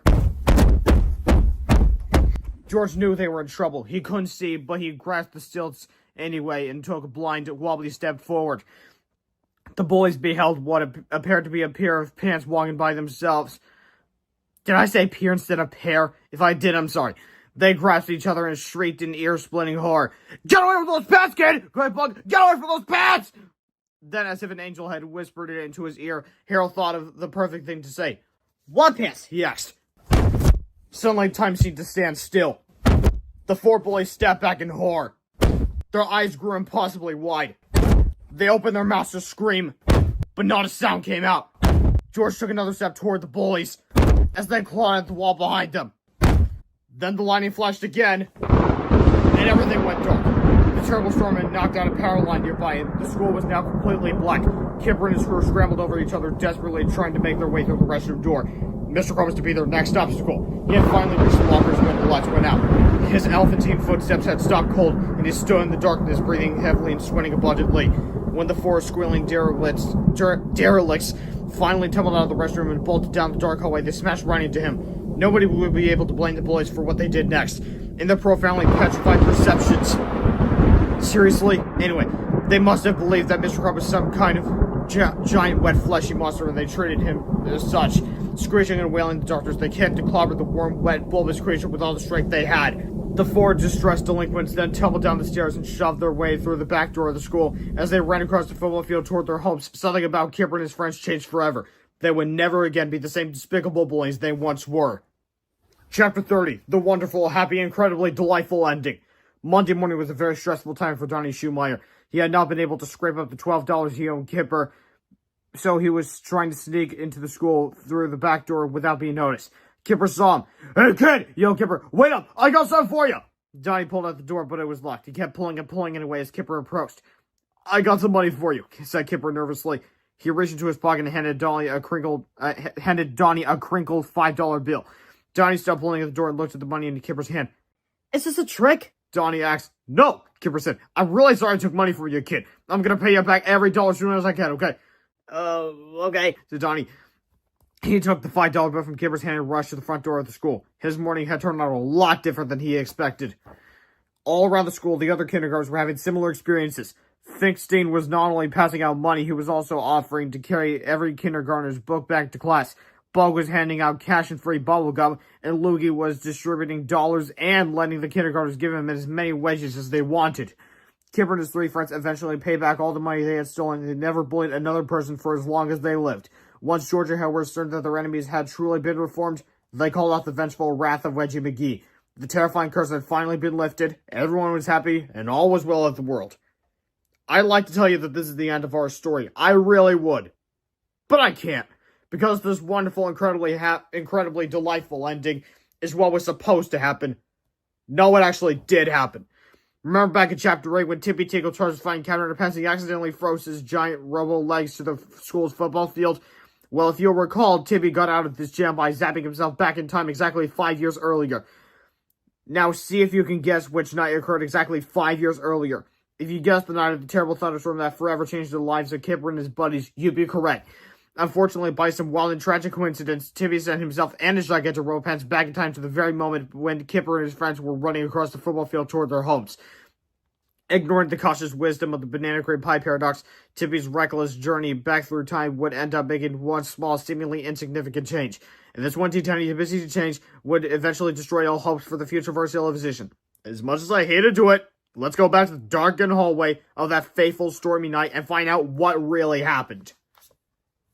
The four distressed delinquents then tumbled down the stairs and shoved their way through the back door of the school. As they ran across the football field toward their homes, something about Kipper and his friends changed forever. They would never again be the same despicable boys they once were. Yeah, I already read that. Now, Chapter 31. The terrible, sad, incredibly horrifying ending. Suddenly, out of nowhere, a ball of blue lightning appeared in front of them. It grew bigger and bigger until it exploded in a blinding flash.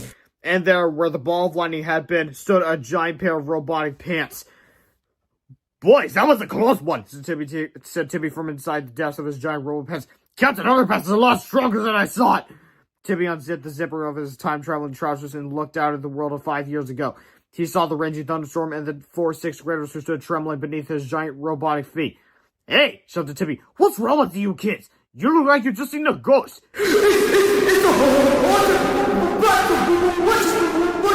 Screamed Finkstein, pointing up into his gigantic darkened silhouette. Kipper and his buddies then screamed so loud and so high, only dogs can hear them.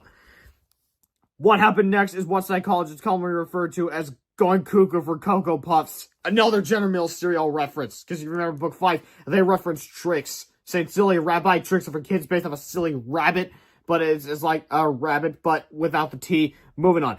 The 4th, 6th graders fell to their knees, shaking, twitching, uttering complete nonsense as their fragile eggshell minds began to shatter. Bubba, bubba, bubba, hubba, hubba, hubba, wah, wah! Cried Kipper as he frantically slapped himself in the face again and again. Bo tore off his clothes and began dancing the hula while singing I'm a Little Teapot as loudly as he could. Ludi started digging a hole in the ground with his teeth, gobbling up enormous fistfuls of dirt and worms. And poor Fixstein just laughed maniacally, happily banging his head into the grass over and over and over and over and over and over and over and over and over again. Anyway, please go bananas.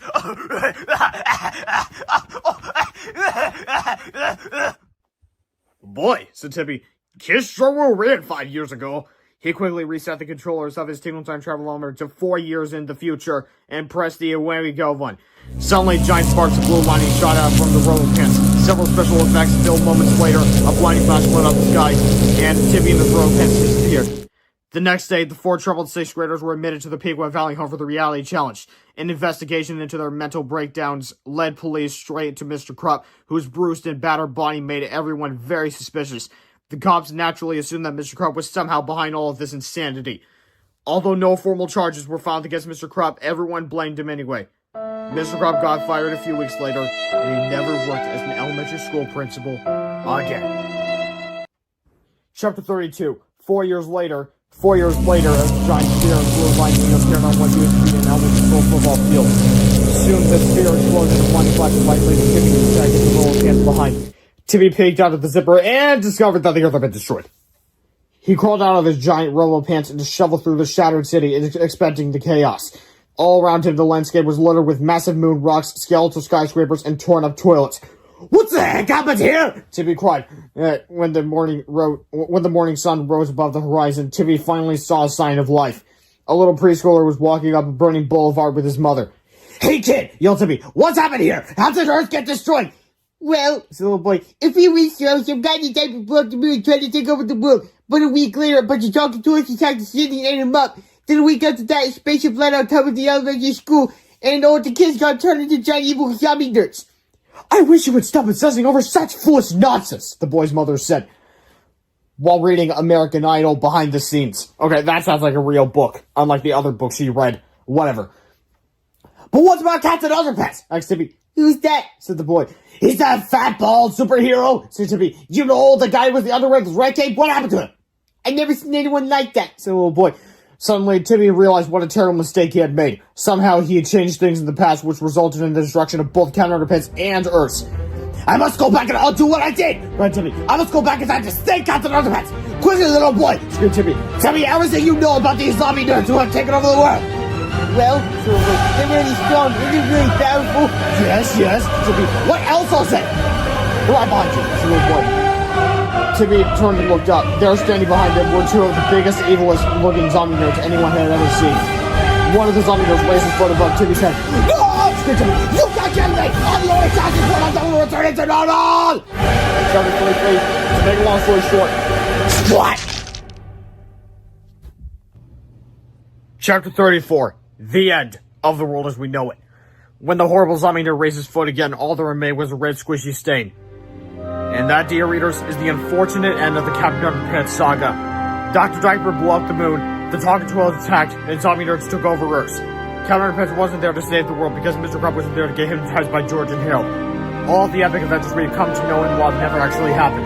And now the only chance of making things right again has just been obliterated. It is with great sadness that I must tell you, this is the final chapter of the last Captain Underpants epic novel. There will be no more Captain Underpants adventures.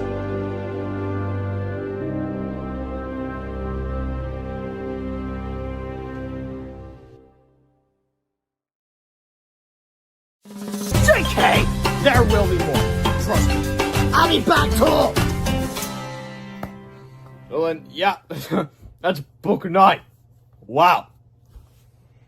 But anyway, so, yeah. This might have been my longest video yet, because you'll understand how long this book is, man. Like 300 pages. Anyway, so this book is brought by Dave Pilkey, the creator of the entire Captain Underpants series. Read the books, enjoy the books, read spin-offs, enjoy spin-offs, and I'll see you next week where I read the 10th epic novel, Double Digits.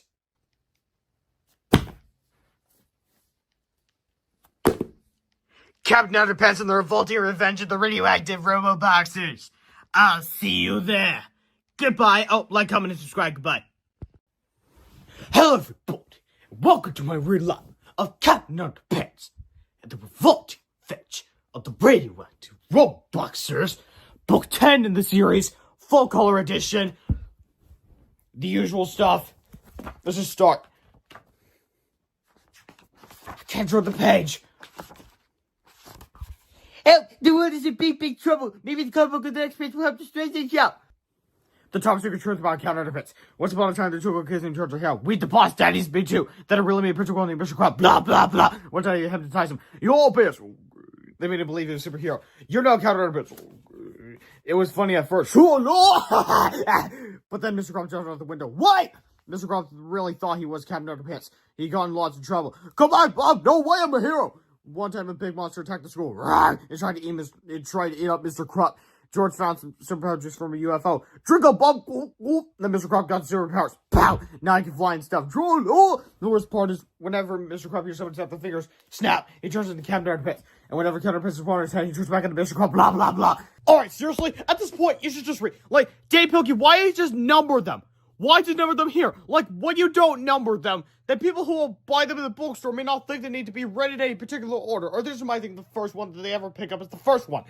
So anyways, in our last adventure, there was an evil guy named Tippy Tinkle Trousers. That's me! He built a big rubber suit. Then he climbed to say, I'm going to destroy Captain Underpants! Oh yeah? They got in a big fight. Behold my eyes, Ray! Zap! Miss me! Tippy accidentally froze his feet to the ground. Oh no, my feet are froze! Ha ha! Clank! Rats, you broke my robot! But Tippy's roller pants was also a time machine. I'm going to escape by going back in time! Oh no! Tippy's roller pants went back in time 5 years ago. Some bullies saw the roller pants and got scared. Yeah! They got so scared they all went bunkers. Doi! Doi! Goo goo gaga! Nickel blue blue! Mr. Crop got blamed for the whole thing. You're fired! Superintendent! I'm a victim of soy substance. What is that? Anyway. Now the future has changed. Everything is different. Since Mr. Crump got fired 5 years ago, why me? He never got hypnotized by George and Harold, huh? Since Mr. Crump didn't get hypnotized, he never turned into Captain Underpants. Since Captain Underpants doesn't exist, who's that? He wasn't there to save the world. Who will save us? Beats me! Tippy realized his mistake when he came back to the present. Oh no! The world got destroyed! All because I scared those bullies! Tippy vowed to make things right. I'll fix this mess! But then, stop! Who will save us now? Chapter 1, George and Harold. This is George being Hamilton's. George is the giant zombie known on the left at the time, the flat top. Harold is the giant zombie number on the right with the t-shirt and the bad haircut. Remember that now. So you see, now they look totally different. They look like beastie yelly type-ish because the aliens made them drink super evil rapid growth juice. Anyway, if you read our last adventure, you may recall the final terrifying scene where Tippy Tinkle ended up carrying beneath the gigantic foot of zombie nerd Harold. You were probably horrified when the super-sized shoe slammed down to the ground, leaving behind a squishy red stain. You may even commented on the surprising inappropriateness of such a murderous and bloody scene appearing in a children's book and my most recent read-aloud video. It's fun to feel offended, isn't it? Unfortunately, I'm sorry to have to tell you that there was no murder at the end of the last book. There wasn't even any blood. What happened at the end of our last story was something called misdirection. It is what happens when you're led to believe something that is true, but in reality it's not true at all. Misdirection happens a lot in real life, especially in politics, history, education, medicine, marketing, science, religion, and the Oprah Winfrey Network. I don't know what is that. Anyway. With all that misdirection out there, life can get a little confusing. But don't worry, this epic novel contains no misdirection whatsoever. This legendary tome will explain everything, from our recent narrative complexities to the vast mysteries of our universe. By the time you get to page 210, you'll know it all. You'll be a genius. You'll be smarter than the most brilliant scientist who ever walked the earth. Oh, really? So let's get started, shall we? If you ever been to the zoo, you might have noticed that really big creatures move kind of slowly. Take elephants, for example. They don't move very fast, they don't move very fast even when they're in a hurry. They might cover a lot of ground, but that's only because they're so big. If you were to shrink an elephant down to the size of a house cat, you'd be shocked at how long it takes for them to get from one place to another. They're so darn slow that it won't be long before somebody changed the tortoise and the hare to the more appropriate, the miniature elephant and the hare. But wait a minute, there is no hare. I think it really be. I think the really more appropriate title would be the tortoise and the miniature elephant. It's the same thing with lunchroom zombie nerds. Sure, they're big and scary and stuff, but they move.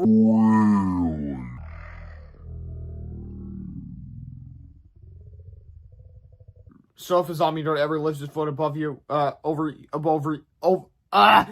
you with the intent of stomping you into a puddle, don't worry, you actually have a few minutes before you're in any real danger. Timmy found this out the hard way. When zombie nerd Harold lifted his foot above Timmy's head, Timmy screamed in horror. Then Timmy screamed again, and again. Then Jason watched scream some more. Finally, Timmy's voice got a little scratchy from all that screaming, so he got up and walked over to one of the few remaining stores on the planet to buy some cherry throat lozenges.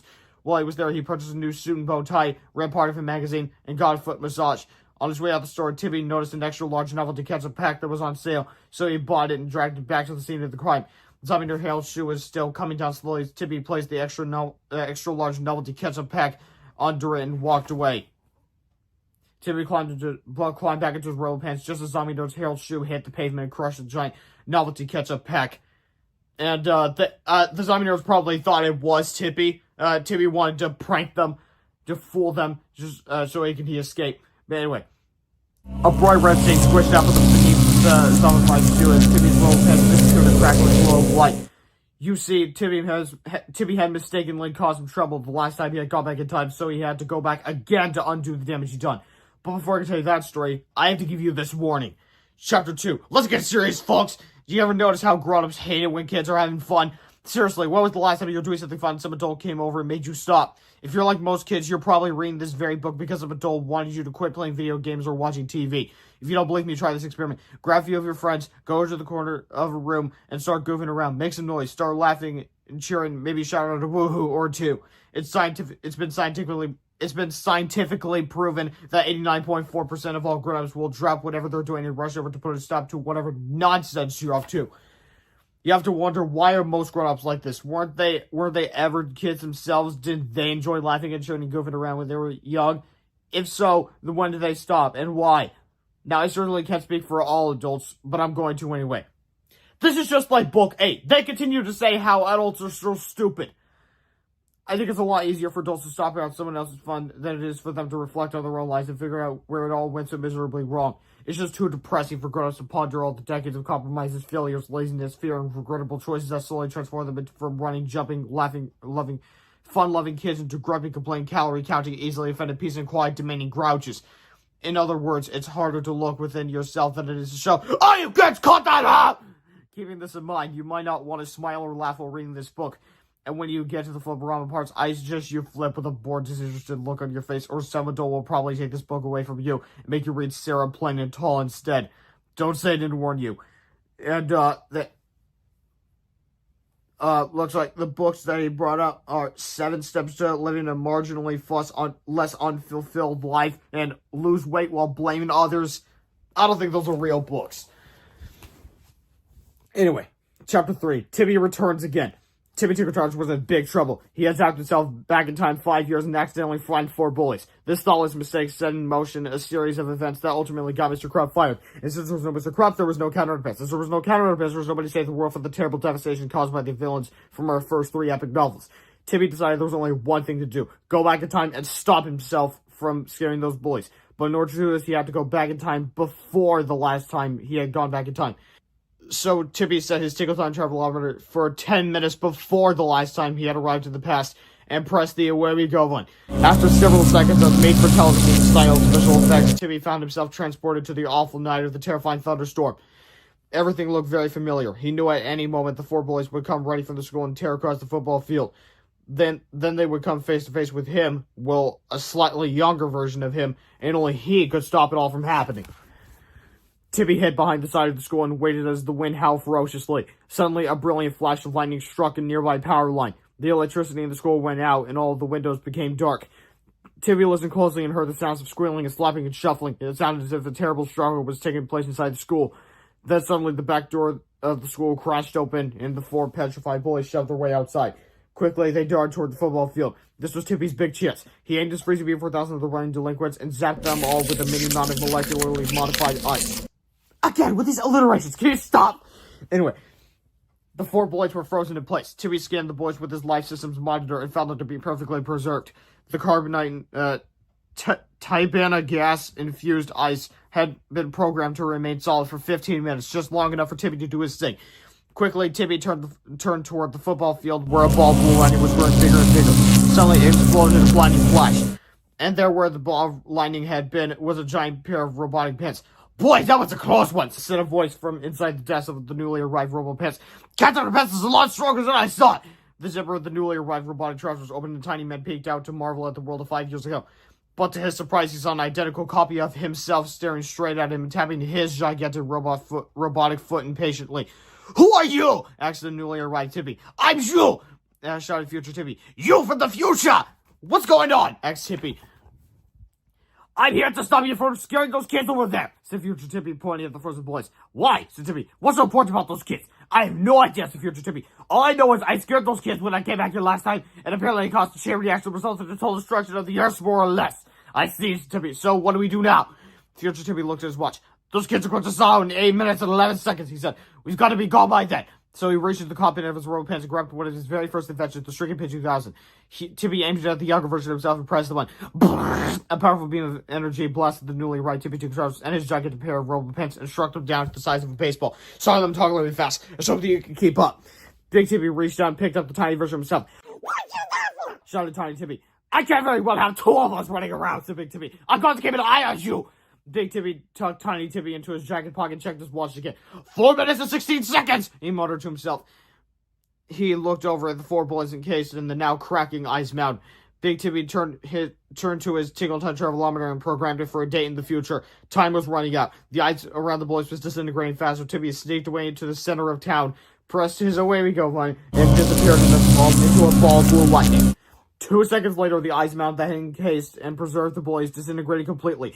Without skipping a beat, the 4 or 5 friends continued their mad dash away from the school. As they ran across the football field toward their home, something about keep out his friends, wherever they were never going to be once more. I already read that for the 3rd time. Now, Chapter 4, Fixing the Future. Big Tippy set his Tinkle Time travelometer for a sunny afternoon in October, 4 years in the future. He arrived as usual, and the big ball of blue lightning that grew bigger and bigger until it swung blind flesh. Cried Tiny Tippy. "I can't see a thing!" "Shh!" shushed Big Tippy as he shoved Tiny Tippy down into the deep, darkened depths of his jacket pocket. Big Tippy listened carefully. He heard the voice of a child muttering, "This can't be good." Tippy unzipped the zipper of his robe pants and peeked out. To his delight, the world looked like he usually did. No destruction, no giant zombie birds, no move rocks. Everything seemed pretty normal. "Hey, it's Professor Pulley Pants!" shouted a small boy whom Tippy recognized immediately. Suddenly, 2 cops standing nearby started to laugh, which angered Tippy. "Stop laughing!" shouted Tippy. "My name is no longer Professor Pulley Pants. I changed into Tippy Tingletrounce." The 2 cops laughed even harder. "And I got a special surprise for anybody who thinks my new name is funny," said the furious professor. And yes, finally, this is when Tippy goes forward in time to bring us to the events of Book 8, thereby altering the tall line in Book 9. Jeez, Dave, you wrote 2 books to tell us all that. But anyway, Tippy pressed the button on his Freezy Beam 4000, causing it to rise from the depths of his robe pants. He set the freeze ray for 20 minutes and zapped the cops, transforming them into frozen statues. "My Freezy Beam 4000 will take care of anybody who stands in my way," said Tippy. "And now," he said with a wicked smile, "it's time for my revenge!" "On Earth!" screamed George. "And go get!" screamed Hale. Tippy chased George and Hale, the 2 pets, Sulu, and Crackers through town, zapping his Freezy Beam 4000 at them and laughing maniacally. The chase lasted all afternoon into the night. The 4 friends hid behind buildings, inside trash bins, under bridges, and even down the sewer. But it didn't matter where they sought refuge, because Tippy Tingletrounce always found them. By the morning of the next day, our heroes had found a hiding place behind some bushes near the park. "What are we gonna do?" whispered George. "There's nowhere else to hide." "I don't know," whispered Hale. George and Hale looked at the 2 pets, shivering with them in the morning mist. "We're not going to make it," whispered George. "But there's no reason that Sulu and Crackers should have to suffer." Harold's eyes began to water. "You're right," he whispered. George and Hal petted their 2 friends sadly as they devised a plan to return to the dinosaur age. We could use the purple potty to take Crackers back home where we found him," said George. "Yeah," said Harold, "and Sulu could stay there with them. They'll both be safe there." As soon as it was clear, the 4 friends sneaked away from the bushes and headed for Drumheart's elementary school, carefully avoiding major streets and intersections. It was almost noon by the time George and Hal and the 2 pets reached the school. Cautiously, they sneaked through the front door and dashed up the stairs to the library. Hey, Bugs! Shouted Mr. Crumb angrily. Where have you get been? George and Hill looked down and saw Mr. Crumb carrying a large cardboard box. Well, Mr. Crumb shouted, get down here and explain yourself! George and Hill looked at her two pets and continued running up the stairs. Mr. Crumb was furious. His day hadn't started out very well. For some strange reason, all the red curtains in his office had been disappearing, and he wasn't happy about it. So Mr. Crumb had driven angrily to the store, bought a replacement box of curtains, started a big fight with the cashier, got a flat tire on the way home, and now his truant students were bringing animals into the school, ignoring his commands, and running up the stairs. You can get back here! Shouted Mr. Crumb as he chased after the four fine friends. George and Harold and Crackers and Shulu raced to the top of the stairs, dashed to the library, and locked the door behind them. There they beheld their old troublesome nemesis, the Purple Potty. It was a homemade time machine that had a few quirks, to say the least, and our heroes approached it cautiously. Do you still remember how to use this thing? Asked Harold. Of course, said George. We just used it yesterday morning. All I have to do is set the controller for 65 million years ago, then pull down the chain. Easy squeezy, mac and cheesy. Suddenly, Mr. Crumb reached the library door and struggled with the locked door knob. The boys heard a shuffling sound followed by the jingling of keys. Let's boogie! Cried George. The four friends climbed to the Purple Potty and George closed the door. At that very moment, Mr. Crumb came crashing through the library door with his box of red curtains.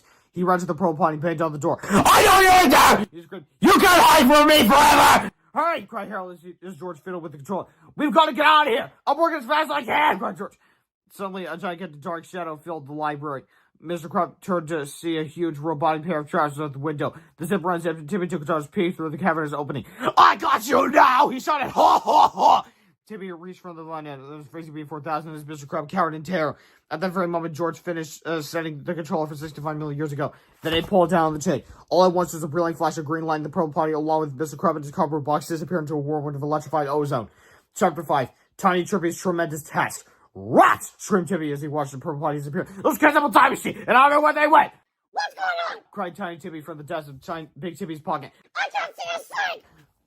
Those kids took off in the time machine! Big Timmy barked at the miniature version of himself. And took Captain Underpants with them! Where did they go? Asked Tiny Timmy. How should I know? Big Timmy yelled. Hey, I got an idea! Asked Tiny Timmy. Why don't I go back in time and find out? Good idea, mate, said Big Timmy. He reached down and placed Tiny Timmy into the library. You go back inside 10 minutes and listen to everything they say. Then when I show up, tell me where they went. You got it! Said Tiny Timmy. He set his single time travel for 10 minutes ago and ended up crackling as soon as he was gone. Tiny Timmy arrived at the same spot he had left, only it was now 10 minutes earlier. He heard some people running up the stairs, so he decided to hide behind the trash can. Suddenly, George and Helen, the two pets, dashed into the room and locked the door behind them. Tiny Timmy watched as the boys tiptoe toward the tall time-traveling toilet. Do you still remember how to use this thing, Exhale? Of course, George. We just used it yesterday morning. All I have to do is set the controller for 65 million years ago and then pull it down the chain. Easy, squeezy, mac and cheesy. Muttered Tiny Timmy. They're going back in time to the Mesozoic era! Tiny Timmy watches the four friends climb to the time machine and close the door. He saw Mr. Crumb crash through the library door and bang on the lavender lavatory. Then he saw himself, the big version of himself, that is, appear at the window. I got you now! Shouted Big Timmy. Ha ha ha! Suddenly, there was a brilliant flash of green light in the Purple Potty, along with Mr. Crumb and his cardboard box disappearing into a world with electrified ozone. Rats! Screamed Timmy as he watched the Purple Potty disappear. Those kids have a time machine, and I know where they went! I don't! Said Tiny Timmy as he stepped out from behind the garbage can. Who are you? Asked Big Timmy. I'm trying to be! Said Tiny Timmy. That's impossible, said Big Timmy. Tiny Timmy is right here! He reached into his pocket and pulled out the miniature version of himself who had been complaining because he couldn't see his thing. I'm 10 minutes older than that guy! Said Tiny Timmy. You said back in time so I can find out where those kids went to! Oh, I get it, said Big Timmy. Good idea, me. So where'd they go? They went back in time to 65 million years ago! Said Tiny Timmy. Aha! Said Big Timmy and slightly younger Tiny Timmy to themselves simultaneously. They're going back in time to the Mesozoic era! Big Timmy picked up Tiny Timmy and shoved him into his pocket next to slightly younger Tiny Timmy. Let's all go back to the dinosaur age, shall we? If we time it right, we can get there just before that Purple Potty arrives. Chapter 6. 65 million years ago. The primitive midday sky lit up with several blinding flashes. The Purple Potty suddenly appeared in the top of an ancient tree. George and Helen successfully brought Crackers back to where they had found him.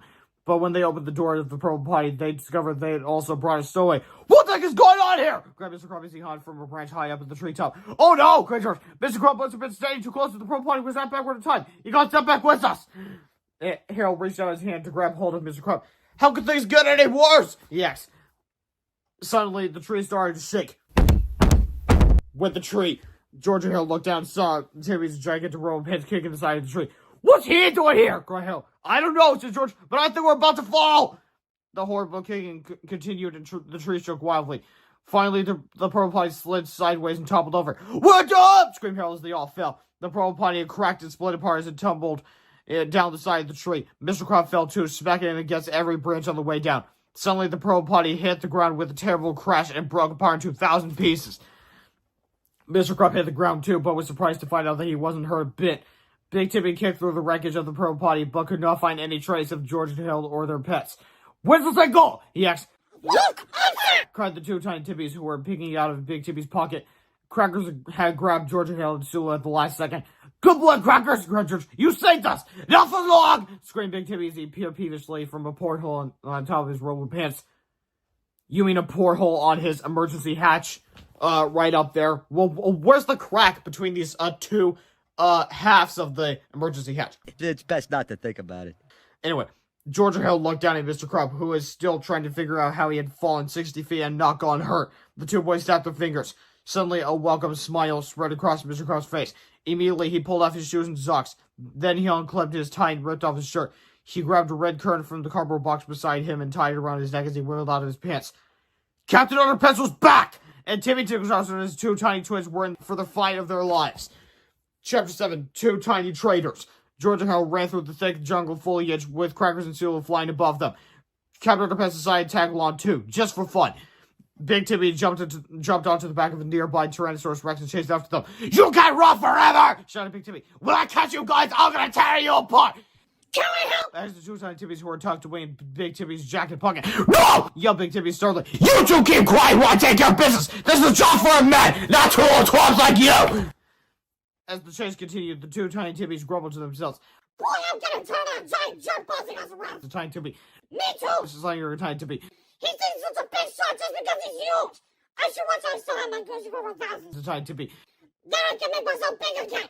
I was just thinking the same thing. This is like you're a tiny Timmy. But unfortunately, showed the Gucci cover 1,000 levels of have a rule suit and counterpunch is right and package up to ready for the last epic novel. Hey, Cried tiny Timmy. why don't we go back in 4 at a time to chapter ready for the last epic novel?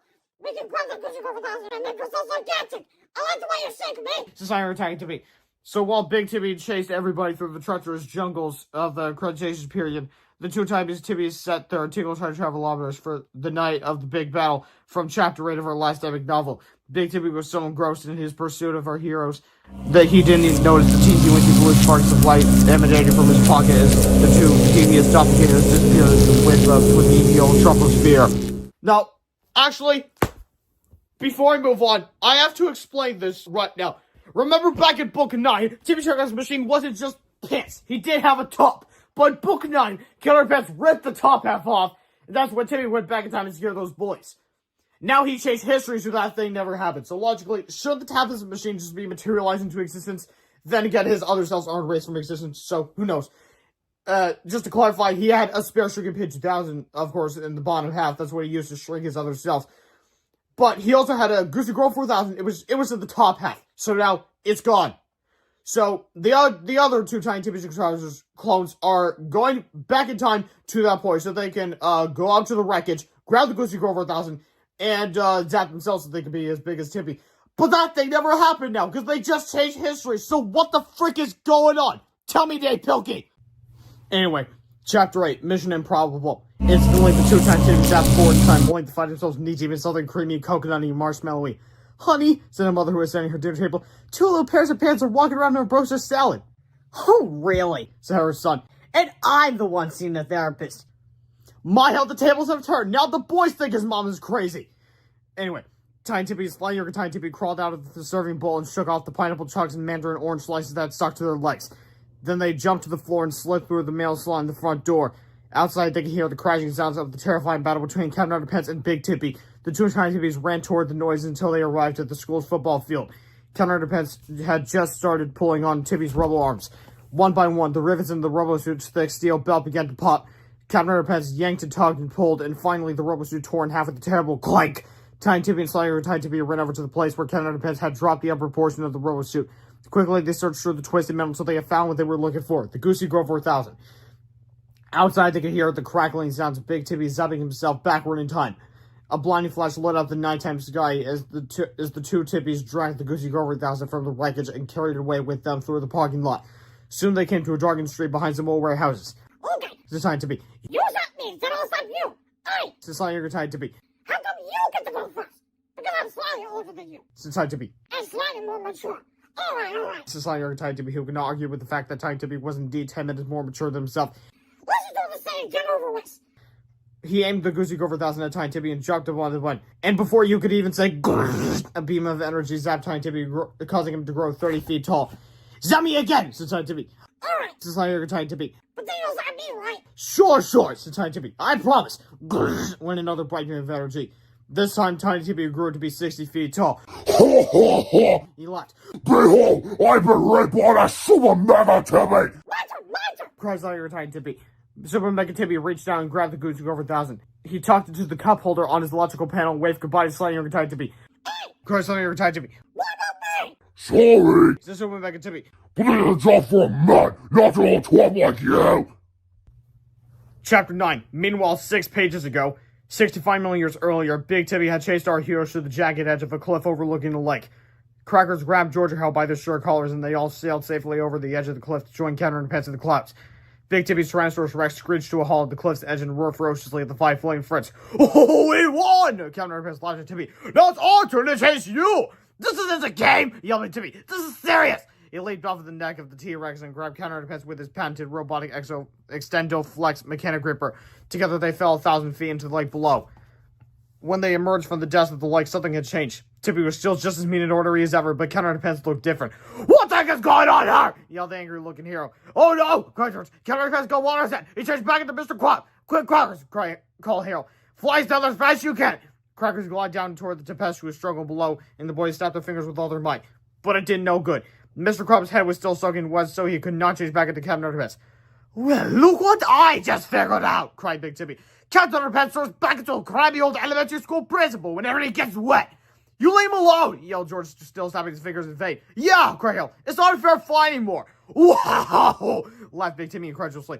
He's got to be the world's easiest superhero to defeat! I could have destroyed them with a squirt gun! Suddenly, a blinding flash lit up the world around them. Then came the footsteps. Terrible, deafening, tumultuous footsteps that shook the earth with each thundering stomp. Finally, a massive shadow spread across the lake. Big Tippy looked up. It was Super Mega Tippy. Oi! Shouted Big Tippy. He quickly checked his jacket pocket and found it to be empty. Where'd you come from? How'd you get so big? Where's the other one? None of that is important now! Said Super Mega Tippy. What's important now is who's in charge! Hey, she'll never believe this, said Big Tippy, ignoring his diabolical double. I just figured out that if you get Captain Underpants wet, he loses his superpowers. His weakness is water? Said Super Mega Tippy. Whoa, really? I know, said Big Tippy. I couldn't believe it myself. Hey, I'm gonna destroy him real quick. Then we can get out of here and go rule the world and stuff. You're not going to destroy him. Said Super Mega Tippy. I am. Now hold on, Bob, said Big Tippy. I caught him, so I'm gonna destroy him. Oh yeah! Said Super Mega Tippy with a growl that made the surface of the lake trouble. Well, I'm bigger than you, so I'm gonna decide who destroys who. He took a giant step toward Big Tippy and reached down with Extendo-Flex mechanic gripper. Not so fast! Cried Big Tippy. He pressed the button on his control panel, causing the back of his robe pants to lower. Suddenly, a gigantic metal arm emerged from the depths of Tippy's giant robo-rear, revealing a 40-ton thermonuclear bomb. You take one step closer and I'll blow us all to smithereens! Said Big Tippy. You're forgetting something. Yelled Super Mega Tippy. I have a bomb too, and it's a lot bigger than yours. Super Mega Tippy took a step closer as Big Tippy pressed the button. Suddenly, a light on the side of the bomb began to flash red. A computerized voice emanating from the bomb's arming system began the countdown. This bomb will detonate in 60 seconds. Said the voice. You pressed the button! Mega Tippy incredulously. I can't believe you actually pressed the button! I don't care! I've been working on my events for years! I'm not going to let you rob me at this moment! I don't care against my talk! This bomb will detonate in 45 seconds. We can't do this bomb's over! Mega Tippy. Once the countdown starts, it's over! I told you I don't care! I just want to be the one who finally destroys Captain Underpants! So Mega Tippy reached out with an uncoiling Extendo-Flex mechanic gripper and cut Mr. Crab free. Hey! Screamed Big Tippy. What are you doing? Here's mine! But what about me? Big Tippy. What about my bomb? Your bomb, your problem! take Big Timmy with all his might. Chapter 10. What really killed dinosaurs? Sailed to the pods at incredible speed. This bomb will detonate in 30 seconds. Said the bomb. Big Timmy flew across North America, soaring faster and faster through the stratosphere. This bomb will detonate in 15 seconds. Said the bomb. Big Timmy began to lose altitude as he sailed toward the Gulf of Mexico. This bomb will detonate in 5 seconds. Said the bomb. 4, 3, 2, 1. Finally, Big Timmy landed just off the coast of the Yucatan Peninsula with a violently colossal splashdown, as seen below. Pit. Kaboom! A massive explosion that followed low chunk near 15 miles deep and more than 60 miles wide. Terrible earthquake shook the entire planet as a gigantic tsunami sent a towering wall of seawater rolling across the continent. What's happening? Cried George. Is that some nuclear bomb? Shouted Zoom and Mega Timmy. Is this trigger the start of the Cenozoic era? I'm gonna become extinct if I don't get out of here! Quickly, Zoom and Mega Timmy set his tickle time travelometer for 64,793,216 years to the future and pressed the away we go button. Suddenly, gigantic bolts of lightning began shooting at Super Mega Timmy throw pants as a ball of blue light enveloped him. Quick crackers! Cried Harold as thick volcanic ash began blocking out the sun. Fly to the blue light! It's our only chance to escape! Crackers pointing his long reptilian neck towards the crackling orb as the fourth friend sailed downwards with blinding blue lightning. Chapter 11. 206,784 years ago. A flash of white light filled the mid-afternoon haze of the Pleistocene epoch. The crystal blue lake that had once been there was now gone. In its place were vast savanna plains stretching out to thick forested hillsides and rocky caves. All was quiet except for the sounds of insects and birds and a faint rhythmic drumming far off in the forest. Where are we? Asked George. I think the better question would be, when are we? Said Harold. Super Mega Timmy was surprised to see George handling crackers and Sulu. Well, He said, it looks as like we have 4 stowaways. but what Super Mega Timmy did not realize is that he had a 5th stowaway as well. It was Flying Argentine Timmy, who at that very moment was carefully crawling down to find Super Mega Timmy's shirt. That's too Mega Timmy thinks you can lie to me and get away with it. Said Slightly Argentine Timmy as he jumped onto the control panel. But I'll teach him a lesson he'll never forget. Slightly Argentine Timmy pried up an aluminum vent and slipped effortlessly into the wiry innards of the control panel. First, he reversed the polarity on the emulsifying saucer flange inhibitor. Then he switched the blue and green wires in the reverse and globulating tractum and fractionalizer. Finally, he snapped all the wires to the freezing mean 4000's off button. Laughed Slightly Argentine Timmy.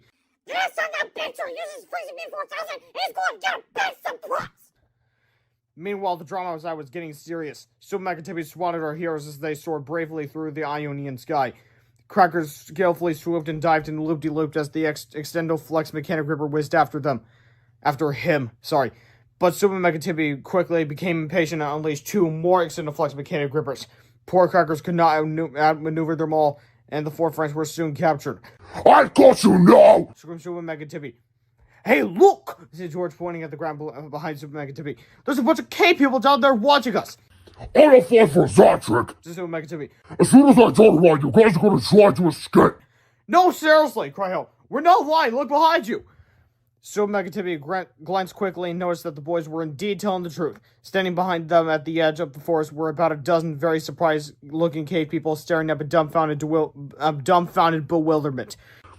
You boys shouldn't be surprised to see cave people. Said Super Mega Timmy as he studied the strange prehistoric people.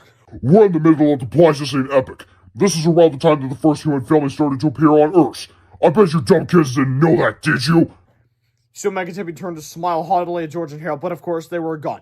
Sewell had been in through 3 of the extended flex mechanic grippers, and the 4 friends had floated away. Screamed Super Mega Timmy as he stomped his jacket to feign in frustration.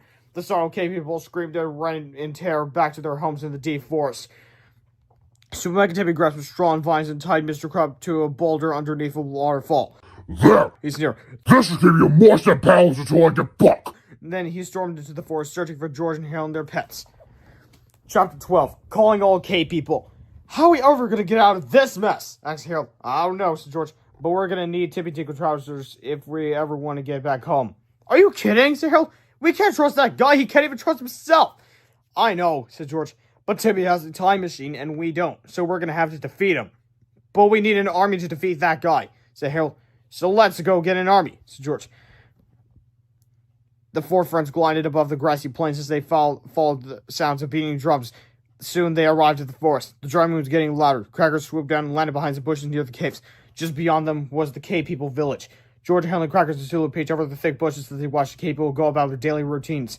They seemed peaceful, so George decided to speak up. "Hello," said George. "We come in peace. We are friends." The cave people looked confused and startled. They did not seem to understand. "Maybe they don't speak English," said Harold. "Hello, hey," said George, who only spoke one another language. "Iwe omke inwe is pay. Iwe our way ins fray." That didn't work either. The cave people grunted and sniffed at George and Helen, their pets, but they said nothing. Suddenly, off in the distance, the sounds of gigantic footsteps came thundering through the deep forest. Tibby was coming, and he was getting closer and closer with each terrifying step. I know you're in that village, Tibby screamed, but you can't hide from me! Tibby crashed through the trees and stomped into the village, kicking over huts and smooshing everything in sight. The terrified cave people grabbed their children and ran for the safety of the caves behind their village. George, Henley, Crackers, and Sealer ran into the caves also, and hid with the cave people in the darkness as the destruction outside continued. After a while, some cave teenagers started a campfire. The flickering light illuminated the massive walls of the caves as the cave people whimpered and huddled together in horror.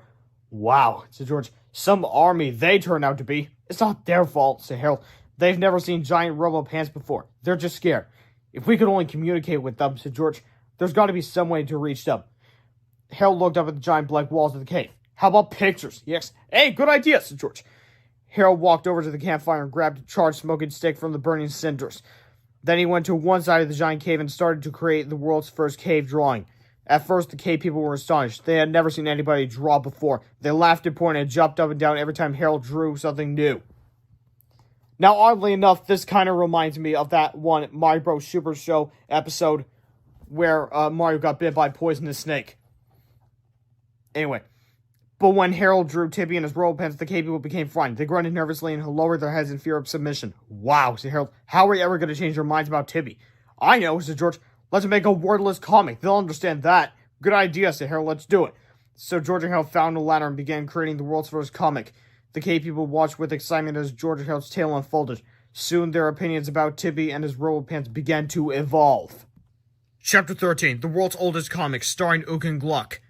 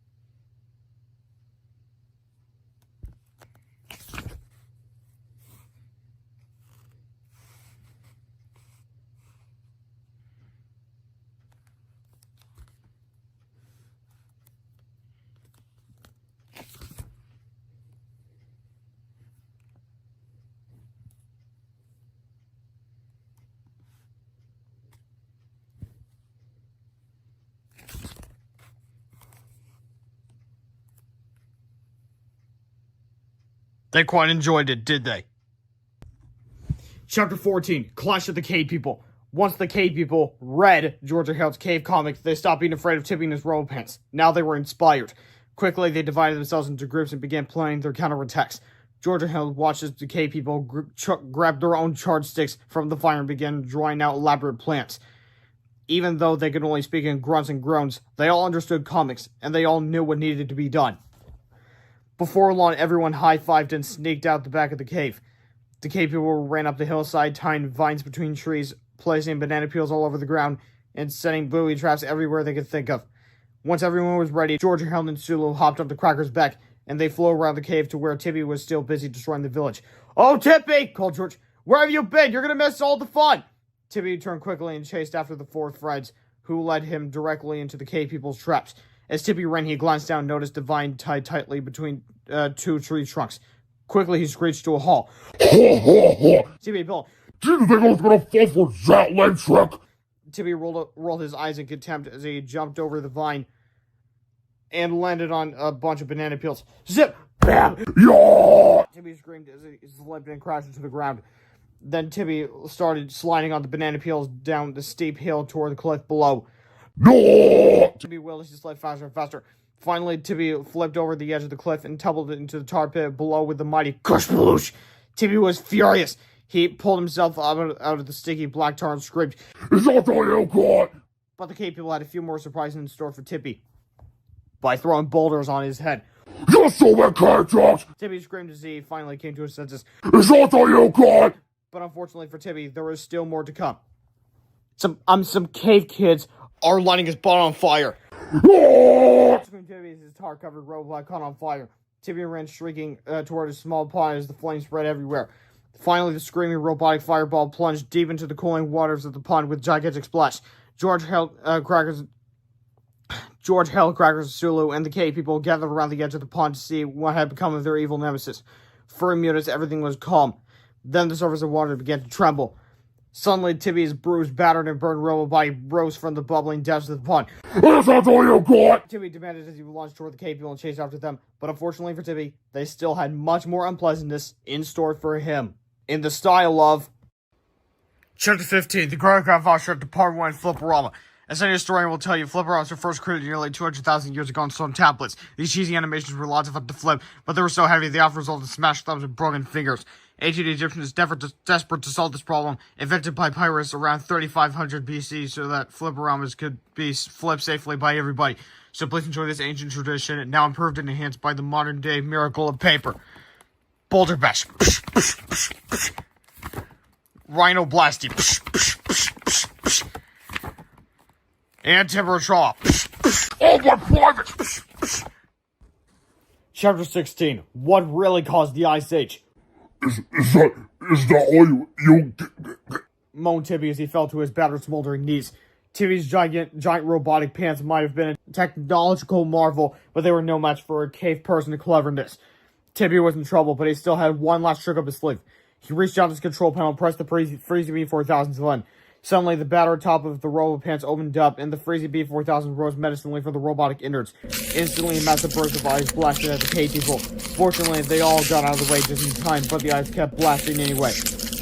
"What's wrong with this thing?" Said Tippy as he pressed the Freezy B4000's off button repeatedly. The button was stuck, so Tippy pulled the emergency shut-off lever. But that one budged either. "It's almost as someone has just tampered with my control panel." Tippy, unaware that going across the floor at that very moment was someone who had just tampered with the control panel. Flying over time, Tippy, still angry they had been betrayed by his treacherous twin, had rigged the Freezy B4000 so they could never be turned off. Now the ice beam was going berserk. Glaciers from synthetic ice programmed to last for 70,000 years, cascaded from Tippy's Freezy B4000, encasing the trees and securing his robotic feet to the frozen ground. Like in Captain Underpants Book 9, when Captain Underpants did the old, "Oh, I'm hiding under this, I'm hiding one of your body parts" thing. Come on, go ahead, give it your best shot, and if you're using another wrong body part. Remember that moment? Anyway, things were getting out of control. Tippy quickly crawled onto his command center, desperately trying to figure out a way to turn off the spewing icebergs. This was flying over Tippy's chance. He reached out with his rubber gloves and grabbed the Gucci over dusters. Then with a mighty leap, he jumped to the opening at the top of the robotic leg and hopped down to the frosty ground below. The ice was spreading at a dangerous rate. Flying Tippy needed to act fast. With no time to spare, he grabbed a piece of bubble gum from his pocket, chewed it up, read the comic on the wrapper, then jammed the sticky bubble gum into the bun of the Disney Over 1000. Just like you pretend to be. It's exactly what happened. A continuous stream of growth energy burst forth from the goose-shaped contraption. Quickly, Slayer pretended to be jumped into the energy beam and grew to a presence 30 feet tall. Awesome! Slayer pretended to be jumped in front of the beam again and again, like a child leaping through a long sprinkler. Each time he hit the beam of energy, he grew another 30 feet. Oh no! Slayer who is now towering above the earth at an impressive 120 feet. He reached down to pick up the goosey over 1000 with the probe above. Just a few more shots and I'll be whoops! Slayer tried to be as the goosey over 1000 slipped out of his rubber glove and come down over the thick ice below him. Unfortunately, the continuously zapping beam of energy was now pointed directly at the giant amount of ice, which caused it to grow and expand and spread out even farther. Quickly, the ice began pushing its way east across the Ohio Valley and west into the part of the earth that would one day be known as Indiana. Then it began shoving its way north into Michigan and Canada and beyond. An accidental glacial period was developing rapidly, and Flying Titan needed to get out of there fast if he wanted to avoid it. And it looks like Silver Mega Tippy is supposedly dead. Now, Chapter 17. Have a nice day. Get it? Because have a nice day. Have a nice day. Mix it up a bit. Anyway, George and Hill grabbed their pets and ran as fast as they could to escape the rapidly spreading ice field. The cave buddies were right behind them. Quick, Cracker, said George. You've got to take still and get out of here. It's your only hope. But something was wrong with Cracker. The usually perky pterodactyl seemed to be getting sick. He even kept it cold for Hill. He's not used to the freezing temperatures. Soon they came upon the massive waterfall where Mr. Krabs was tied up. The ice was already beginning to turn the flowing water into frozen slush. We gotta rescue Mr. Krabs! But there's no time, Hill. We'll all get froze. We don't have a choice. We can't just leave him here. George Hill ran toward Mr. Krabs and began pulling at the vines, holding him in place. When the cave people saw what the boys were trying to do, they also stopped running and came forward to help. But it was too late. The ice got closer and closer as everyone pulled desperately at the vines in the rapidly freezing water. The frigid, slushy water wrapped around Harold's shirt and his thick ice encased George's body. Oh, whoa. They held as he shivered in the rapidly expanding permafrost. At least we tried our best. Goodbye. So George's ice flowed up around his face and covered the top of his head. The end had finally covered George and Harold. It was all over. The only hope they had left was that maybe someday in the future, an archaeologist would dig up their fossilized bones and have a lot of explaining to do. But even that hope seemed far-fetched at best. Chapter 18. Something much less far-fetched. Crash! Suddenly, the ice around Georgia Hill and the cave body shattered with a mighty karate chop. You don't think I'll leave you behind, did you? Just like your tight tippies, he scooped everyone up with one gigantic shovel in his rubber glove.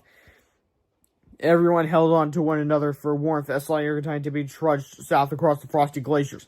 It was about this time that Georgia Hill realized that Mr. Krabs' face was no longer wet, and had been freeze-dried along with everything else around them. So they snapped their fingers, and suddenly a miraculous hero returned. Gee, it's a bit nippy today, said Captain Underpants. Forget about that, no, said George, shivering. Quickly, he and Harold filled Captain Underpants in on the severity of the situation, and before long, they all had a plan. Captain Underpants flew out of Slayer Titan to his rubber glove and grabbed his massive belt buckle. With one sensational swoosh, Captain Underpants ripped Tibby's legs, bell and all, right off his rubber legs. Oi! No fair! Screamed Slayer Titan to be who as he stood shivering in his gigantic robotic boxer shorts. Captain Underpants quickly tied the ripped pants and legs in a knot and told everybody to climb aboard. Soon all the good guys were tucked securely into the polyester/cotton blend trousers and flying someplace safe and warm. They zipped across the vast ocean and finally came to a place that was not covered with ice. Captain Underpants swooped down and landed near the Chevet-Pont-d'Arc cave in southern France. George and Harold said goodbye to their cave people friends. We sure hope you like your new home here, said George. Keep drawing, said Harold, and take care of our pals, Crackers, and Zulu, okay? Wait a minute, said George. We can't leave for pets here. Crackers is sick. He needs to see a doctor. Oh, yeah, said Harold. I almost forgot. We've got to get to the future somehow. Quickly, Captain Underpants flew George and Harold and Crackers and Zulu back to the frozen glaciers of North America. If they were ever going to get back to modern times, Slayer Titan was their best bet. Chapter 19, The Vow. When our 5 heroes finally reached Slayer Titan, he didn't seem at all surprised to see them. I'm not at all surprised to see you. Says Slayer Titan, he stepped casually from his water bottle. I'll bet you guys want to ride back to the future, don't you? We sure do, said Captain Underpants. Gee, that would be swell. Slayer Titan pointed his water bottle at Captain Underpants' face and squeezed. Splash! Well, what the heck is going on here? Said Mr. Krabs as our 5 heroes began falling to the frozen ground below. Ah! Scare hell! We're killed! Fortunately, Tiger Tight to be caught them before they hit the ground. But unfortunately, they had something even worse in mind for them than a 120-foot drop to their deaths. As Tiger Tight to be set his Tico Tight Trevor Lumber for a day in the upcoming future, that being 206,806 years in the future, George and Harold bemoaned their continually recurring predicament. Well, here we are again, said George. Back in the same mess we always end up in. I know, said Harold. It seems like every time we crack a joke or make a comic book, something terrible happens. You know, said George, if we ever get out of this mess, I think we should stop goofing around all the time. Yeah, I agree, said Harold. We need to quit making comic books and start paying more attention to our schoolwork. In this blue parking lot began to resolve them, George and Harold made a vow to change their ways. They pledged to give up pranks, jokes, and comic books, and then they promised to begin taking life seriously and start acting like responsible grown-ups. Wow, George and they all disappeared from cracking will in the liquid time. I feel more mature already. Me too, said Harold. Chapter 20, 30 years from now. Well, this book canonically takes place in 2004, so it should be really 8 years from now. Because I'm filming this video in 2026. Anyway, suddenly a giant ball of blue lightning exploded in the southern end of a busy Midwestern city. George and Harold looked around them and saw the familiar sights of cars and houses and fast food restaurants. Or instead of IHOP, it says, I hope this food doesn't kill me. We're home! Cried George. It sure seems that way, said Harold. But how come everything is so old? Because we're not back where we started. Laughed slightly every time to be. We're 30 years in the future. No, 8 years in the future. Why do we go to the future? Asked George. Because Mississippi. the last time I got rid of Captain Underpants, the whole world was destroyed. I just wanted to make sure that the world could survive the next 30 years, no, 8 years without him. And it looks like it can. Timmy marched over to the elementary school and placed George and Harold their 2 pets on the ground. Get comfortable, boys. Timmy. I'm about to destroy Captain Underpants once and for all, and I want you kids to have the best seats in the house. George and Harold looked up in horror, slightly retired Timmy began knocking Mr. Crump around like a beanbag. I can't watch, said Harold as he petted his pet pterodactyl, who always seemed to be getting sicker. Sulu scampered around the playground, finding twigs and branches and leaves and weaving them into a nest to help keep Crackers warm. Remember, said George, if we ever get out of this mess, we're going to straighten up and start acting like grown-ups. That's right, said Harold as he placed Crackers into the warm nest that Sulu had made. We're going to be responsible and mature from now on. As Tippy kicked Mr. Crump around like a soccer ball, George and Harold got distracted by a loud commotion behind them. 2 teachers were yelling at the students on the playground, instructing them all to stop paying attention to the fierce struggle raging above them, and demanding that they straighten up and start acting like grown-ups. But wait a minute, why aren't George and Harold doing anything to help Mr. Crump? Then again, he is in Mr. Crump mode, and after all that he's done to these kids, why exactly would they want to help him? Also, how does he stand a chance against this guy? But also, Slayer to tight to be. This guy doesn't even know that he's Captain Underpants. You are revenge on Captain Underpants, not Mr. Crump. If you're gonna be like, oh, I can't have my other selves destroy Captain Underpants even though they're me, then surely you want him to be in Captain Underpants mode when you're kicking his butt. Anyway, as the battle intensified, the obnoxious teacher screamed louder and louder, hurling threats and insults at the curious students. Boy, I sure wish those 2 teachers would chill out, said George. I know, said Harold. They're yelling so loud I can't even hear the fight. Suddenly, a rusty green 2034 Honda Civic pulled into the parking lot. A familiar-looking character came storming out. See, I told you this took place in 2034. Anyway, it was Mr. Crump, only this was a 30-year-older version of Mr. Crump. He was wrinklier than George and Harold were used to, with a scruffy white beard and mustache, and pants pulled up to his armpits. Mr. Crump marched toward the playground, opened his mouth, and screamed 4 friends and sent shivers down George and Harold's spines. Mr. Beard! Mr. Hudson! George and Harold froze. Oh no, Mr. Harold. Oh, Mr. Crump recognized us. What are we gonna do? Asked George. How are we ever gonna get out of this mess? Old Mr. Crump marched toward George and Harold, getting closer and closer as they shivered in horror. Then old Mr. Crump walked past George and Harold, continued walking toward the playground.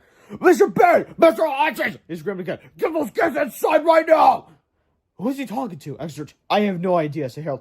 Finally, the 2 screaming teachers turned around. Chapter 21. George and Harold's worst nightmare. Do you know that feeling you get when your stomach sinks? It usually occurs just after the realization that something bad has happened or is going to happen. People often feel this way when they discover they forgot to study for big tests, or they're going to miss the school bus, or the giant gulp of milk that they just swallowed expired 3 weeks ago. Now imagine that feeling magnified about 1 trillion times. This is the feeling that occurred in George and Harold's stomachs when the 2 obnoxious screaming teachers turned around. It was them. More precisely, it was future versions of themselves. Georgia had grown up to be teachers, but they weren't the nice, wonderful, imaginative teachers that you might be used to. No, sir. Georgia Hill had evolved to the terrifying, boring, invincible teachers that they were used to. Mr. Krabs squished between 40-year-old Harold and 39-3/4-year-old George and slapped a sweaty arm around each of them. I sure am glad you fellas are here, said Mr. Krabs. It's a tough job making everybody miserable, isn't it? It sure is, boss, said 40-year-old Harold. You know it's hard to believe that you guys used to be the craziest kids in the school, said Mr. Krabs. Thank goodness you both started taking life seriously. Yeah, said 39-3/4-year-old George. One day about 30 years ago, we saw the error of our ways, so we made a vow to straighten up and fly right. Yup, said 40-year-old Hal. From then on, it was nothing but serious study, strict discipline, and George and Hal looked nervously at each other as their adult doubles continued screaming at the unfortunate children on the playground. Remember that vow we just made to stop goofing around and start acting more like grown-ups? Asked Harold. Yeah, said George. I think we should vow a new vow that unvows the old vow we just vowed, said Harold. Let's get vowing, said George. That kind of reminds me of those skateboards saying dude. Like, dude is the only word in their vocabulary. Anyway, so as the terrifying battle raged above their heads, George and Harold shook hands and promised to always be themselves. They pledged to keep goofing around, make even more comic books, and to stop taking life so darn seriously. Let's daydream more too, said George. Yeah, said Harold. Enough of the sitting still and paying attention stuff. As George and Harold vowed their new vows, something strange began to happen. A soft wind started to blow, the sound of wind chimes began to tinkle in the air, and the grown-up versions of George and Harold slowly disappeared. They vanished gradually at first. Then after about a minute or so, Mr. Crump was left standing there all by himself. Wow, said George. You mean it's that easy? All you have to do is make up your mind and stick to it, and you can change the future? Yeah, I guess so, said Harold. George and Harold walked up to old Mr. Crump, who was looking a little confused, and tapped their fingers. Suddenly, a familiar smile stretched across old Mr. Crump's face. Well, said George, pointing out to the terrifying battle exploding above their heads. What are you waiting for? Yeah, said Harold. You're getting your butt kicked out there. Go up yourself. Quickly, old Mr. Crump tore off his clothes, dashed into school, grabbed a red curtain from his office, and flew out his window with a triumphant "Oh!" Old Captain Underpants immediately rescued Mr. Crump and brought him back down to the ground. Wow, I'm sure glad that's over with, said Mr. Crump. Relax, Bob, said George. You're just getting started. And with the snap of George and Harold's fingers, Mr. Crump returned to his heroic self once again and flew into the sky to fight alongside his future self. Chapter 22, the Grand Fall Short to Part 2 of Flipperama, which I won't show you. Actually, I might show you this. A fistful of nose hairs. What the frick, Dave Pilkey? Ew! A sky high. Kick in the eye. That is disgusting, because I know that he's a bad guy, but like, oh my, imagine this happened to you! Jeez, man, the tooth hurts. Oh my god! Now we get to the part that everyone was waiting for. Chapter 23, How the Universe Really Began. Slanger time to be might have been ginormous and powerful, but he was no match for two Captain Underpants. He fell to his massive robotic knees in a thunderous cloud of agonizing defeat. But Slanger time to be wasn't ready to give up just yet. He reached down to his control panel and pressed the nuclear bomb button, which is conveniently located between the strawberry milkshake and the low-fat mad chocolate cookie dispenser. Suddenly, a panel at the rear of the roller box was opened up, and a 160-ton thermonuclear bomb emerged. Smite defeated me! This Slanger time to be, he pressed the button that started the countdown to doomsday. But I'll still get the last laugh! Suddenly, a light on the side of the bomb began to flash red once again. A computerized voice emanated from the bomb's army system and began the countdown once more. This bomb will detonate in 60 seconds, said the voice. No! The last of all those bombs went off and killed all the dinosaurs! But this bomb is way bigger than the last one, cried Harold. This bomb could blow up the entire planet! This bomb will detonate in 45 seconds, said the voice. Correction! This line you're trying to be. I just activated my graviton yamatator, which will give this bomb more destructive powers than a supernova. This thing's gonna blow up our entire galaxy! This bomb will detonate in 30 seconds, said the computerized voice. Work on the gun! Well, said George, it was fun while it lasted. So long, old friend. Bye, said Harold. As the two friends shook hands, a huge gust of wind almost blew them over. Swoosh! It was Crackers and Sulu. George and Harold's paths swooshed by them as they flew up to the opening of the radioactive robot boxes and fluttered down to the command center inside. Sulu's bionic brain quickly figured out the complex control panel of the Tickle Time Travelometer, and together the two animal friends began mashing down the runs on the switchboard. This bomb will detonate in 15 seconds, said the computerized voice as Crackers feverishly packed at the controls. Finally, Sulu pushed down hard on the away we go button, and the radioactive robot boxes were engulfed in one more gigantic ball of blue light. Suddenly, the radioactive robo-boxers and their 3 occupants were zapped back in time 13.7 billion years ago. Back to a time before time existed. Before anything existed. There was no Earth, no sun, no planets, no universe. There was nothing at all. Except for the computerized countdown 160 times thermonuclear bomb. This bomb will detonate in 5, 4, 3, 2, 1. Chapter 24. To make a long story short, Chapter 25. The Big Kabloosh Theory. The heat from the exploding supernova caused the universe to spring into existence and expand rapidly. As it expanded, it also began to cool, allowing its energy to be converted to lots of different subatomic particles. It wasn't long before these particles combined to form atoms, which combined to form matter, which combined to form stars and planets, and you and me and everything around us. Scientists usually refer to this event as the Big Bang Theory. But to be honest, the explosion sounded way more like a kabloosh than a simple bang. I guess you just had to be there. Chapter 26. What have we learned today? Remember the beginning of this book I told you you'd be smarter by page 210 than the world's most brilliant scientists? Well, congratulations! You now know what killed the dinosaurs, who started the last ice age, and how our universe actually began. Unfortunately, this information is not something you can use for any practical benefits. So if you ever get tested on this stuff in school, please don't answer with the truths. I can guarantee you it will not go well. Because this is the unfortunate fate of super smart people like us. There's rarely a place where we can use our vast knowledge, so we must be content to simply roll our eyes at people, shake our heads patronizingly, and sing that inspiring old song, I'm smarter than you! For your convenience, sheet music has been provided on the following page. Now let's get back to our other heroes, shall we? In chapter 27. Meanwhile, 30 years from now... Oh my god, they keep saying that wrong. It's 8 years. Where did they go? Cried George as he looked up into the sky where the Tippy's radioactive robo-boxers had just stood. They disappeared, said Harold. They just vanished without a trace. Captain Underpants and his beardy old twin flew down to George and Harold. What are we going to do now? Asked old Captain Underpants.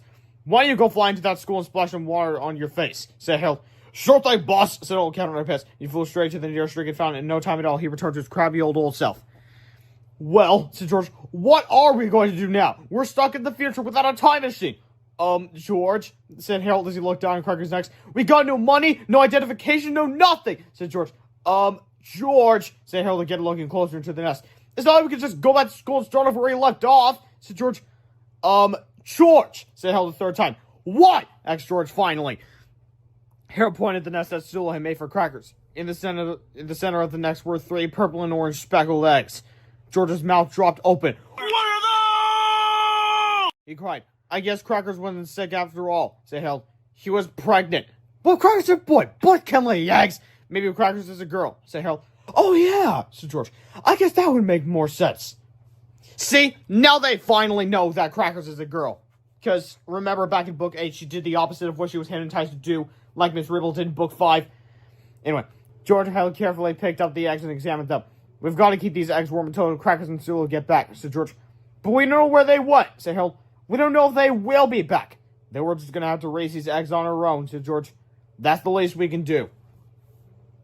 Spoiler alert, they don't come back. They committed the ultimate sacrifice and they died. R.I.P. Crackers and Sulu. Chapter 28.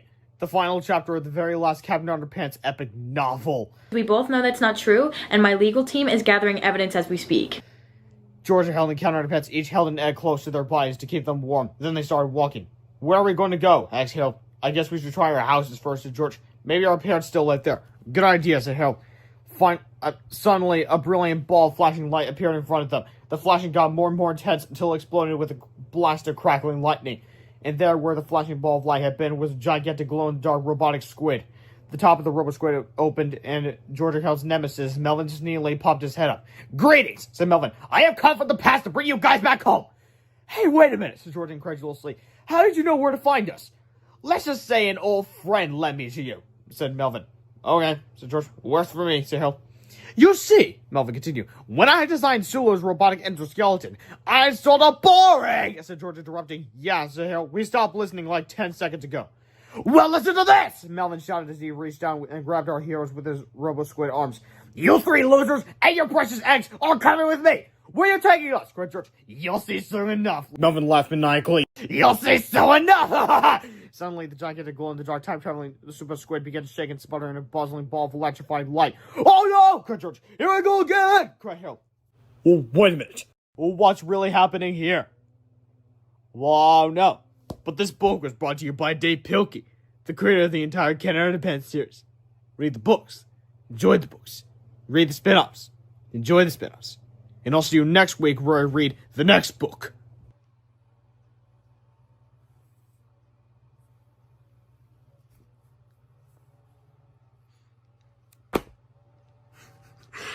Counter the rest of the tyrannical retaliation of the Super 2000. I'll see you with our goodbye. Do you like, comment, and subscribe? Goodbye.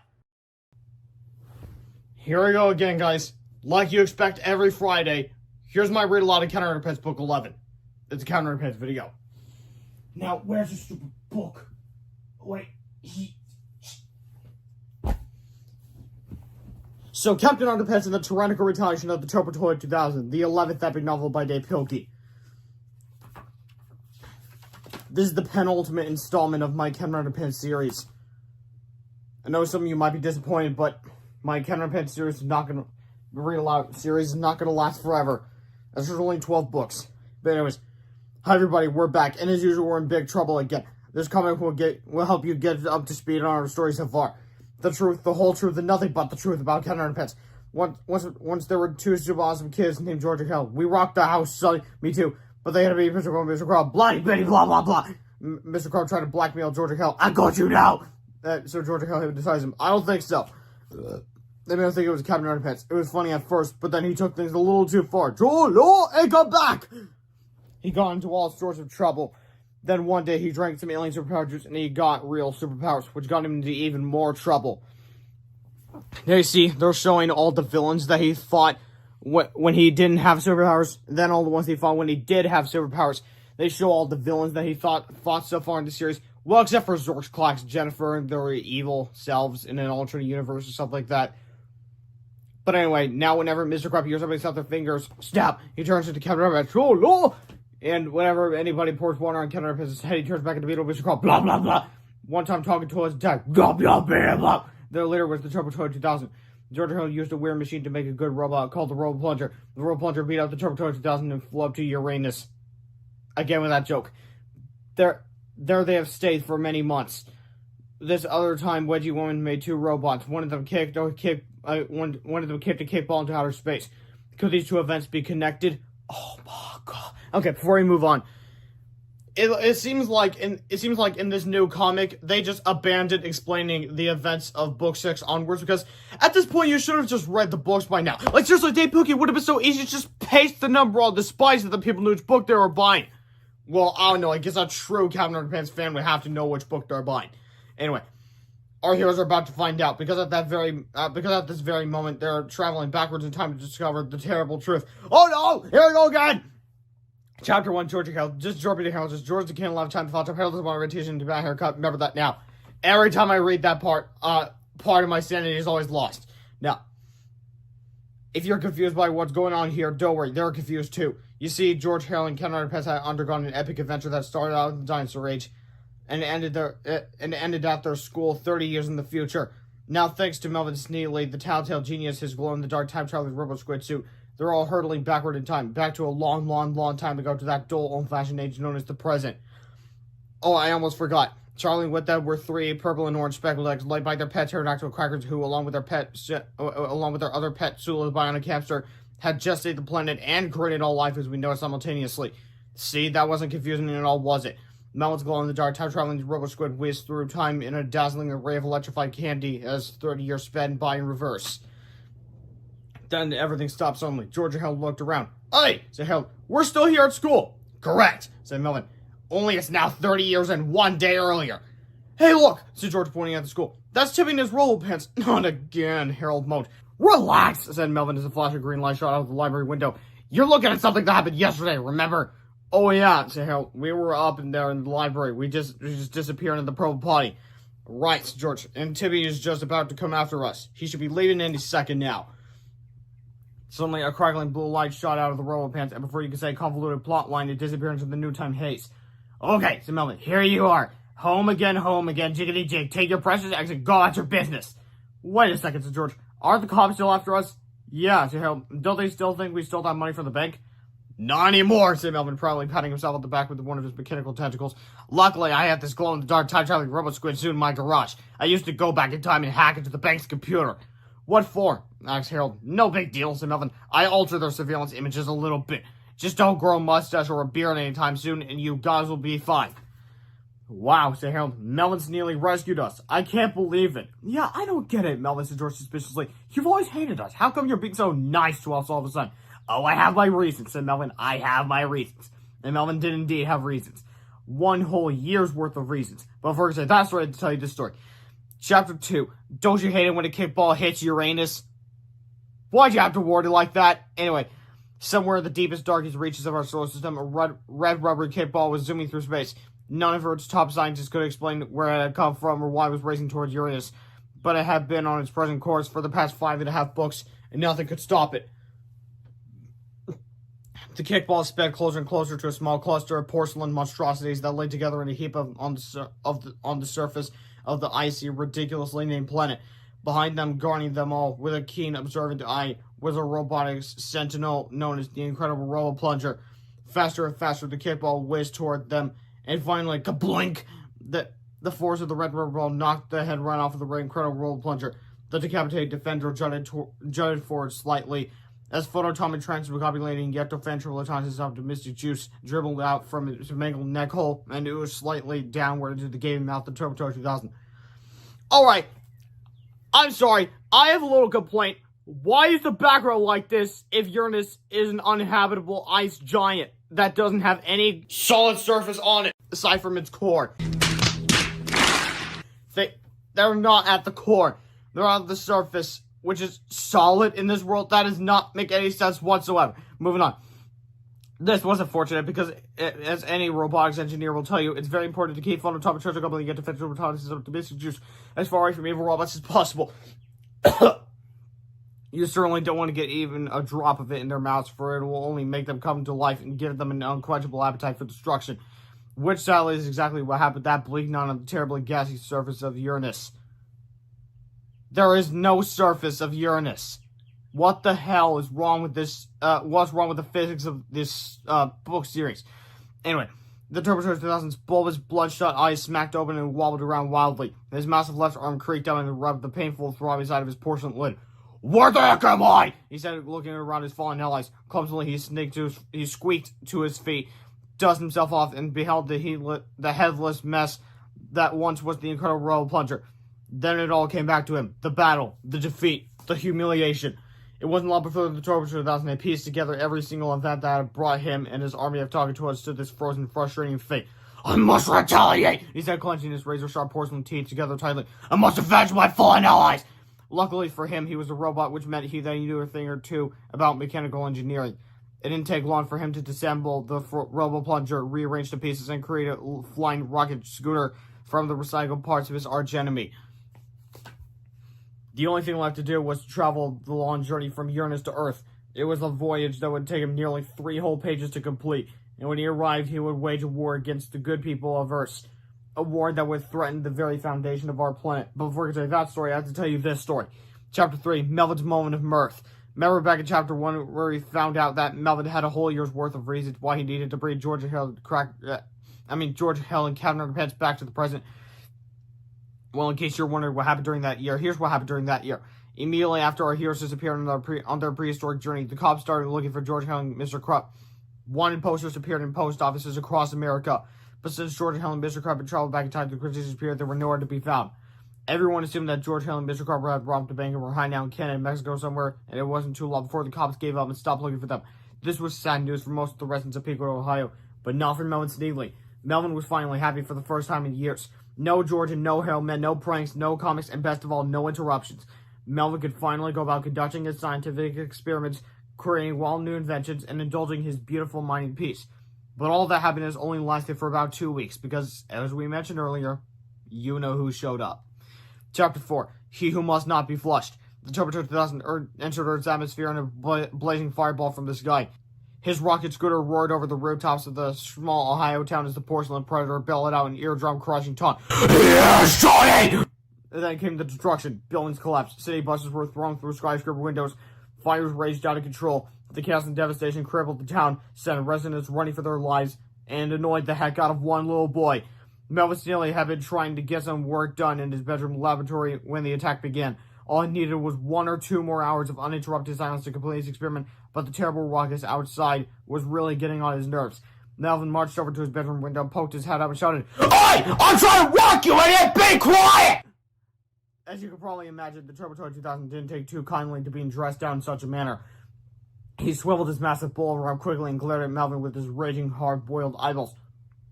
Uh-oh, Melvin gulped. Suddenly, the Turbocharged 2000 leaped at Melvin. The tiny telltale screamed as the malevolent miscreant chased him down the street, across the city, and into the empty, darkened hallways of Drumheart's elementary school. Melvin ran upstairs and hid under Mr. Crump's desk while the Turbocharged 2000 searched through the classrooms for him. Melvin was in deep trouble. Finally, he actually needed Captain Underpants' help, but the wasteman where it was nowhere to be found. "Rats!" said Melvin. "Fooling Youngkin! Ouch!" Melvin's knee was pressing down to something sharp. Carefully, Melvin reached down and pulled the pointy little object out of his knee. It was a toenail. Not just any toenail either. It was one of Mr. Crump's thick, greasy, yellow toenails they had clipped off the day before he had been whisked away on his journey back through time. "Ew, what a slob!" said Melvin as he flicked the toenail away.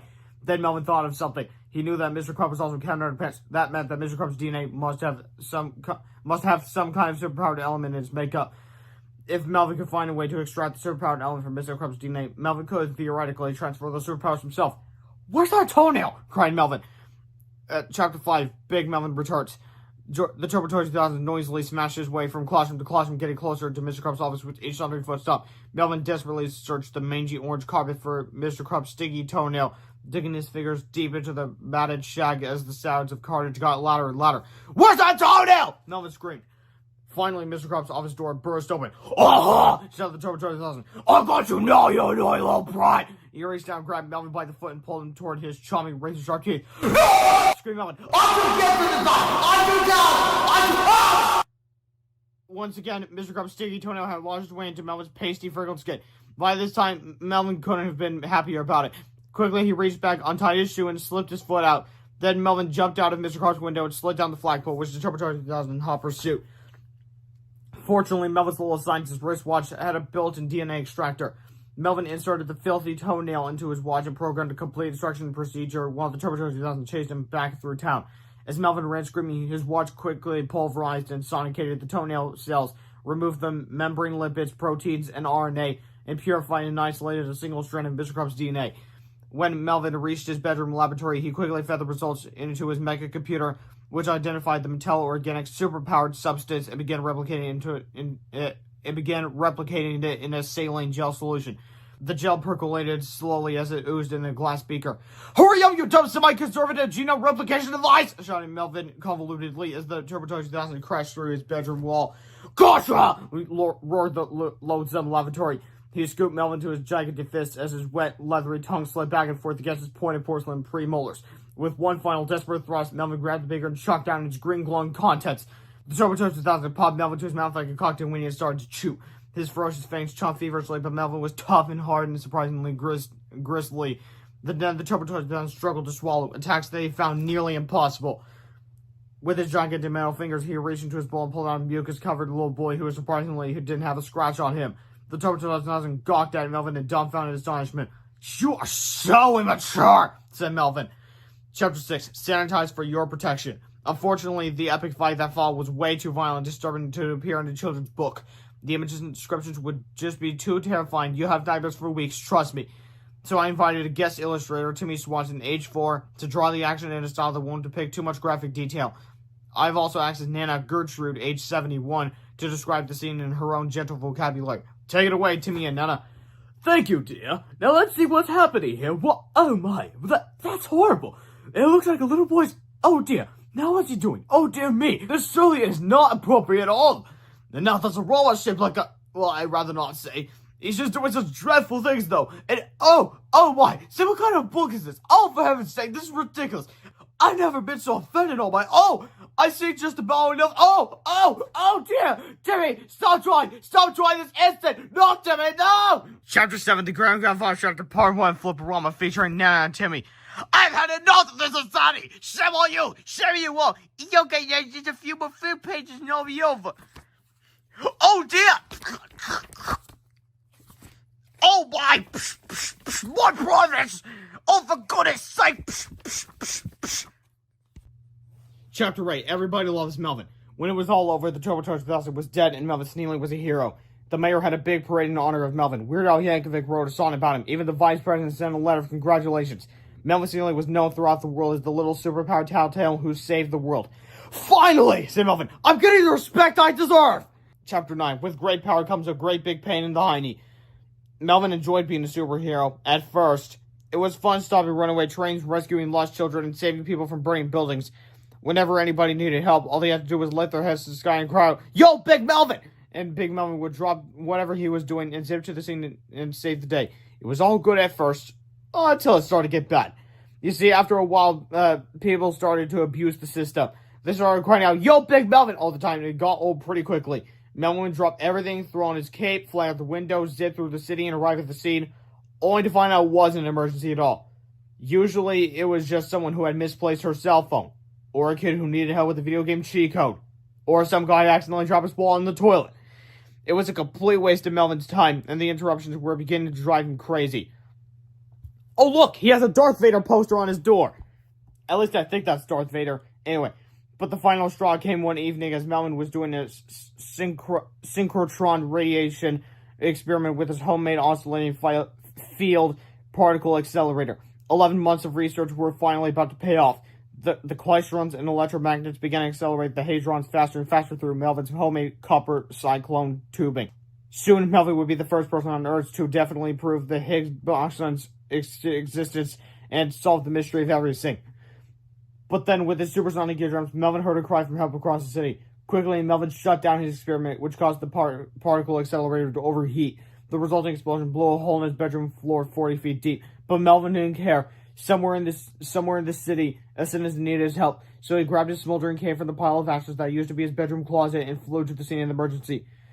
When he arrived, he found a middle-aged woman screaming frantically out her apartment window. Yo, Big Melvin, help, help, it's an emergency, what's wrong? Melvin asked her swiftly. Do these pets make you look fat? Asked the lady. And as you can see, Melvin just didn't like that question. Hang her from a pole. He had enough. Chapter 10, It's a mad Melvin. Melvin was angry, very, very angry. Since he'd become a superhero, he had no time to do his experiments. He had no time off, no sleep, no privacy, no time for anything. At that moment, Melvin made a decision. He decided for his own sanity to quit the superhero business once and for all. But getting out was going to be a lot harder than it was getting in. Melvin needed to find a superhero to replace him. So he made up his mind to locate Captain Underpants, bring him back to Pequa, and let him deal with all the hassles of superhero-dom. Finding Captain Underpants, it turns out, wasn't as hard as Melvin had expected.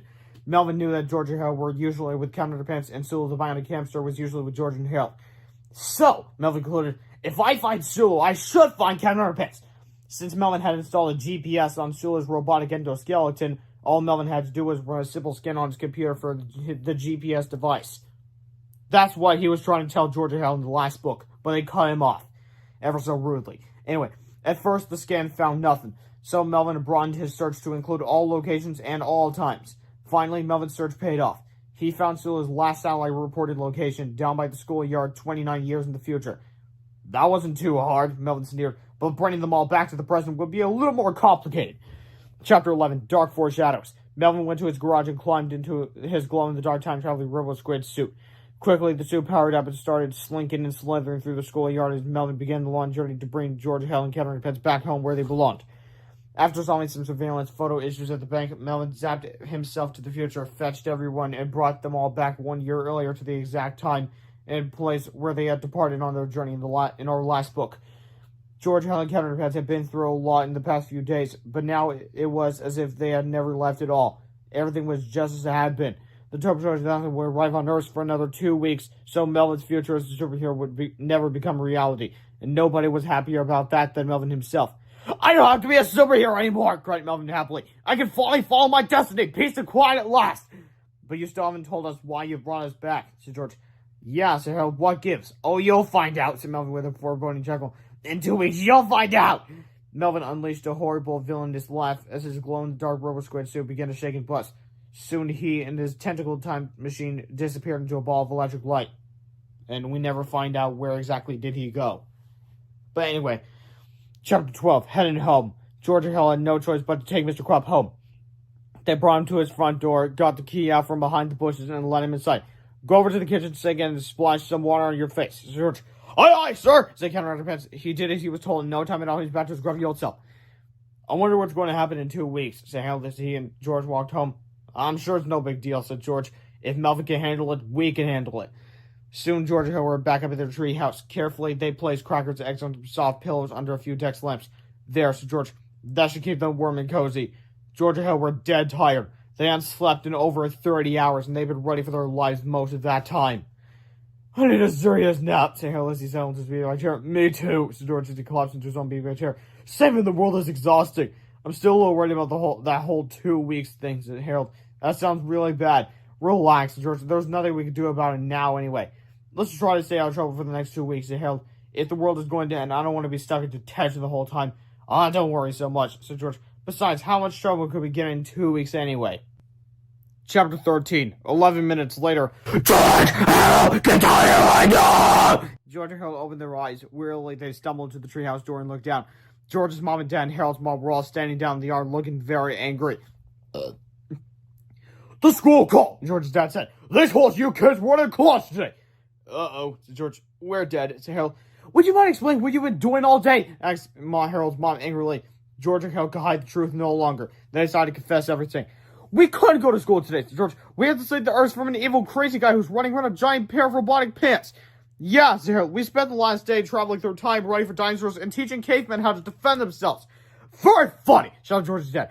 If you kids think you'd skip school and goof around all day, you're in for a big surprise. George and Harold had never seen their parents so angry. The two boys spent the next 5 hours mowing lawns, weeding gardens, vacuuming houses, washing cars, dusting furniture, cleaning out garages, whitewashing fences, doing dishes, folding laundry, and taking out garbage. It was exhausting work, but it was nothing compared to what was to come next. Now, basically, I'm gonna tell you a little bit of context for this chapter. All this time traveling stuff where they did with the K people and the dinosaurs being chased by TV turtles, it somehow didn't make the news to the parents, and the parents are all like, You must enjoy at school! Are you going to school? and George and just like, we haven't slept in 30 hours, can we just please have a nap, and then we'll do what stupid chores? Are you gonna tell like that, would you? Would they go to the school? Pretty much. But anyway, Chapter 14, what was to come next? George and Hal never been so tired in all their lives. At 9:30 p.m., they grew to each other and limped to their houses like zombies. Would you like a snack, dear? Said Harold's mother. He mumbled. He was too tired for a snack, too tired to take a bath, too tired to put his pajamas on or take his shoes off. He didn't even have the energy to turn out his bedroom light. He just collapsed on top of his bed and fell asleep instantly. 22 seconds later, the telephone rang. It was George. Harold's mother brought the phone into his room and held it up to his ear. Harold was too tired to even say hello. He just mumbled, I just remembered something, said George panicking. Tomorrow's test day! Harold's bloodshot eyes popped open and he sat up straight. Oh no! Harold cried. I forgot all that! Me too, said George. We're having major tests in all our classes tomorrow. We're gonna have to stay up all night long and study. Chapter 15, To Thine Own Self Be Truant. When the sun rose the next day, George and Harold were still going through spelling checklists. George was almost done studying. Harold still had to read 44 pages of his natural history textbook. Breakfast is ready, shouted George's dad from downstairs. George stumbled down exhaustedly and tried to smoosh some waffles into his mouth. He missed. Meanwhile, Harold was sitting at his breakfast table in a burnt-out stupor, buttering his cereal and pouring milk on his toast. Did you get any sleep at all last night? Asked Harold's mom. Harold answered. Harold's answer didn't make any sense, but it was the best he could do under the circumstances. Before long, George and Harold were ready for school. They met up, as they did every school day, in George's front yard. Are you ready for all the big test today? Asked George droopily. Pretty good, said Harold. He was so tired he couldn't even answer a simple question from his best friend correctly. How was he going to manage a day's worth of tests? Let's get this over with, George moaned. Wait, Harold, I want to take a cracker snack before you go to school. Harold wobbled to George's backyard and hoisted himself up the ladder to the treehouse. Hurry up, said George. Harold did not answer. Hey, said George, we're going to be late. Harold did not come down.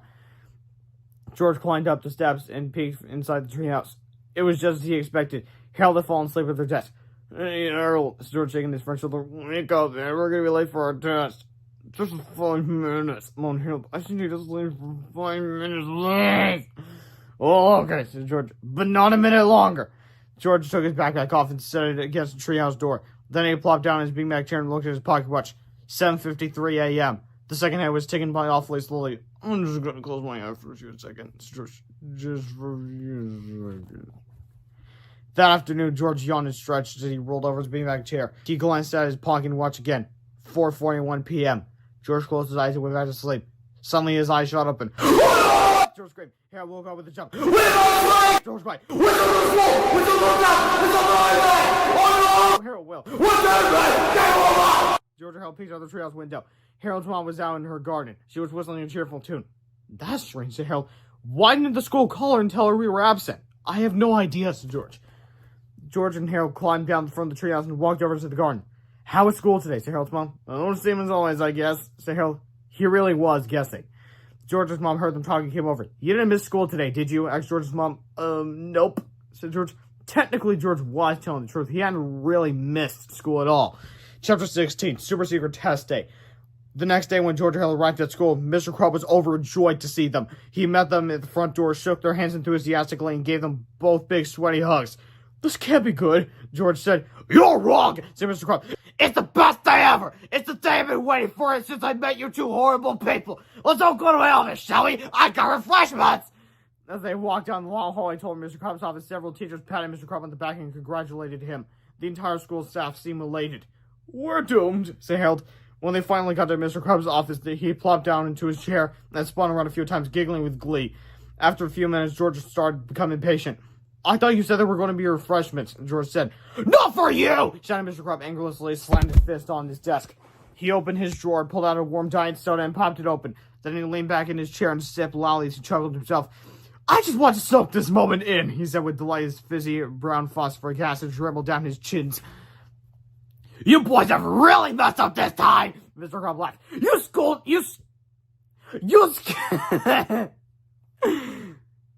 "You boys have really messed up this time!" Mr. Crumb laughed. "You skipped school on Super Secret Test Day!" "Super Secret Test Day?" said Harold. "What does that mean? I thought you never asked!" Mr. Crumb said gleefully. "You see, I've been looking for ways to separate you two kids for years now, but I never figured out how to do it until yesterday. Then it came to me in a flash of inspiration. Super Secret Test Day!" "What's so secret about it?" asked George. "You should be asking what's so super about it," said Mr. Crumb joyfully. "Because it just might be the crowning achievement of my entire career." George and Harold looked at each other nervously. Suddenly, the door opened and the school's math teacher, Miss Calculator, entered the room. She sneered down at George and Harold and poked her tongue out at them as she walked by. "Here are the figures you asked for," she said, handing Mr. Crumb a large manila envelope. "Thanks, Anita," Mr. Crumb said. He smelled the envelope like he was admiring the aroma of a gourmet meal. "It's a real shame you boys missed school yesterday," Mr. Crumb said. "Your teachers hated to do it, but they had to give you both zeros on all your tests." "Boys study really hard," said Harold. "Can we take makeup tests?" No, Mr. Crumb said, grinning evilly from ear to ear. "There'll be no makeup tests!" "Don't worry," Harold said George. "We'll do really good on our final exams this year. We can bring our grades back up."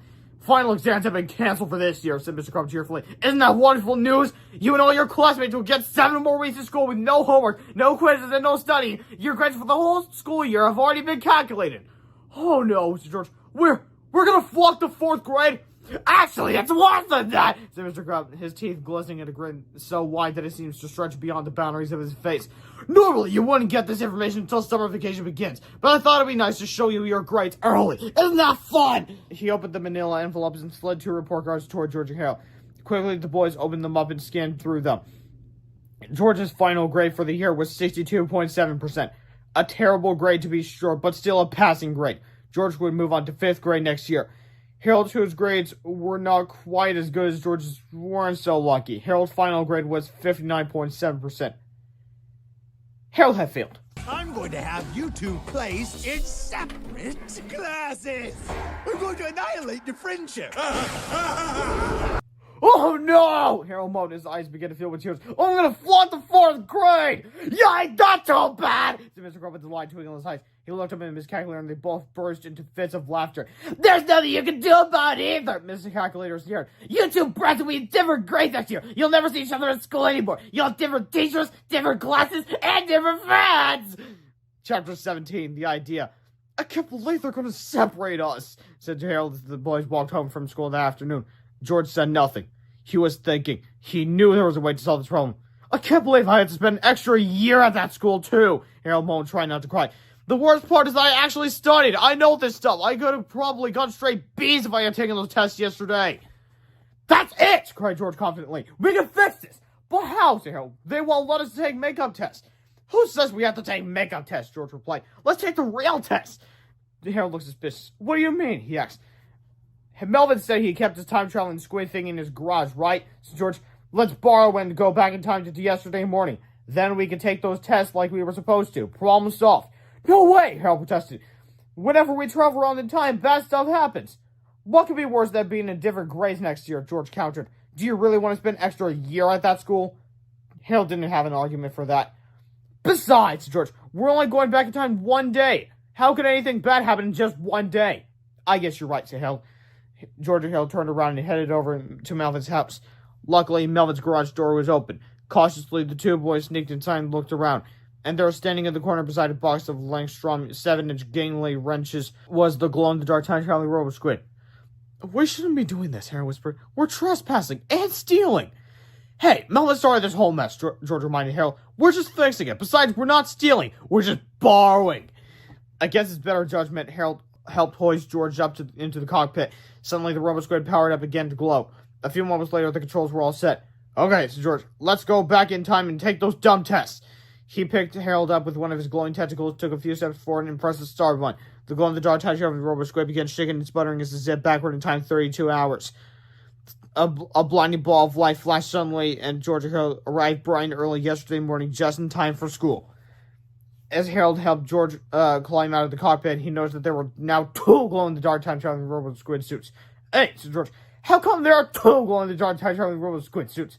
Said George, I guess that one in the corner was the one from yesterday. When we went back in time, we created a duplicate time machine. Oh, said Harold, Melvin should thank us. Yeah, said George, that was very thoughtful of us. George and Harold ran back through town as fast as they could. Soon they were scrambling up the steps to draw up to school. This feels weird, said George. I've never been so happy to go to school before. Or to take tests, said Harold. And indeed, it was a happy school day for George and Harold. They took all their tests, did pretty well, most of them, and never had to deal with anything super or secret again. At least not until that afternoon. Chapter 18, Our Doppelgang. That afternoon, when George and Harold got home, they climbed up to their treehouse to check on Cracker's eggs. George tried to push the door open, but something was in the way. Hey, there's a backpack blocking the door, said George. He reached in and pulled it toward him. This is like my backpack! What's going on there? Asked Harold as George rummaged through the backpack. My papers, my books, my lunch from yesterday, said George. This is my backpack! It can't be, said Harold. You're wearing your backpack. George pushed the treehouse open and looked inside. Oh no, said George. Harold climbed up next to George and looked inside the treehouse. There, sleeping at the table, was Harold himself, and next to him, sprawled out and snoring on his beanbag chair, was George. I told you something bad would happen, cried Harold. Shh, George, don't wake us up. I don't understand, Harold whispered. How come we're here? Well, it kind of makes sense, said George. We just went back in time to yesterday, right? Right, said Harold. Well, where are we yesterday? Asked George. We were right up here in the treehouse, sleeping and... Oh, I get it, said Harold. This is us from yesterday. Yeah, said George. Remember how we accidentally created an extra robot squid suit? Said Harold. I guess we accidentally created an extra George and Harold too. Perfect, said Harold sarcastically. Chapter 19, The Pact. While yesterday's George and Harold slept, George and Harold tried to figure out what to do next. How are we going to explain this to our parents? Asked Harold. How are we going to explain this to ourselves? Asked George. Yesterday, George yawned and stretched as he rolled over his beanbag chair. He glanced at his pocket watch, then closed his eyes to go back to sleep. Suddenly, his eyes shot open. Yesterday, George screamed. Yesterday, Harold awoke with a shout. Yesterday, George cried. What's up? Hey, who are you guys? Yesterday, George rubbed his eyes and looked at his twin. I must be dreaming, he said. Either that or I'm seeing double. Well, said George, it's a long story. He and Harold told her yesterday selves what had happened and quickly caught them both up on the events of the past 3.5 chapters. Now what are we supposed to do? Asked yesterday George. We can't tell our parents, said Harold. But where are we all going to sleep? Asked yesterday Harold. And how are you all going to get enough food? Said yesterday, George. And clean clothes, said Harold. Everyone was beginning to panic except for George, who had been deep in thought for a while. George didn't seem worried at all. In fact, a devilish grin was beginning to spread across his face. You know, George said, maybe we're looking at this the wrong way. Maybe this is a good thing. A good thing! Cried yesterday, Harold incredulously. Yeah, said George. We've always said that there's never enough time to do what we want to do. So let's take shifts. Me and Harold will start going to school and doing our homework on even number days. You guys will go to school and do homework on odd number days. Yeah, but while you guys are at school, actually yesterday, George, whatever you want, said George. Hang out in the treehouse, play video games, make comics, watch monster movies. It doesn't matter. You guys get to relax and take the day off every other day. I get it, said yesterday, George, smiling devilishly. Then you guys can take the day off while we're at school and stuff. Yeah, said George, just think of the possibilities. I don't know, said Harold and yesterday, Harold at the same time. Don't worry, said George, it'll be great. We'll have twice as much fun as normal and only half the work. Yeah, said yesterday, George. What could possibly go wrong? Different shirt, yes I know, but that's not important. What's important is Chapter 20, Shift Workers. Since today was an even-numbered weekday, it was decided that yesterday, George and yesterday, Harold would go to school the next day. So the yesterday boys said goodbye and headed down to respective homes to eat, do homework, and prepare for the next day at school. George and Harold were ready for a night off. Harold grabbed a stack of comics, George turned on the monster movie, and the two friends settled into their beanbag chairs for some well-deserved R&R. Fortunately, they had enough juice boxes, Zing-Zong cupcakes, and fruit rolling flops to last them for a while. Around 9:30 p.m., George called Pico Pizza Palace and ordered 2 calzones, some cheesy breadsticks, and 2 2-liter bottles of ice cold root beer. No, root beer. The boys went in George's driveway so the delivery guy wouldn't ring the doorbell. Soon the two friends were enjoying the finest carbohydrates money could buy in the quiet covered of their cozy treehouse. This is the life, said George as he pressed play on the horror movie masterpiece Baby Blob 2, The Squishing. Harold, who was usually cautious in situations like this, had to admit it. This was indeed the life. Chapter 21, Problems. The next morning, George and Harold woke up late. It's nice to sleep in for a change, isn't it? Said George. Yeah, said Harold, but I gotta pee. This was something that George and Harold had thought about. Usually they would just climb down the ladder, run to their houses to use the bathroom. But George and Harold's moms both worked from home, and they would not be happy to see the boys running in and out of the house on a school day.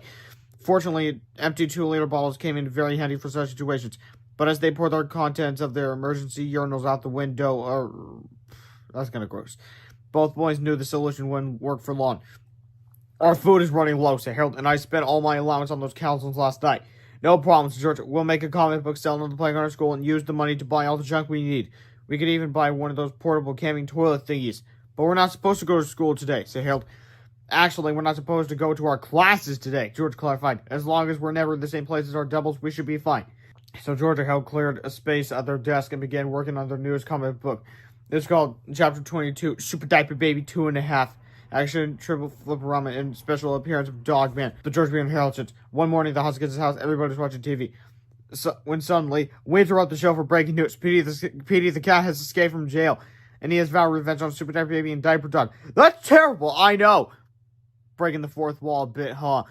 We gotta be very careful. Peter's gonna try and trick us. we must be on the lookout for his evil ways. 2 seconds later.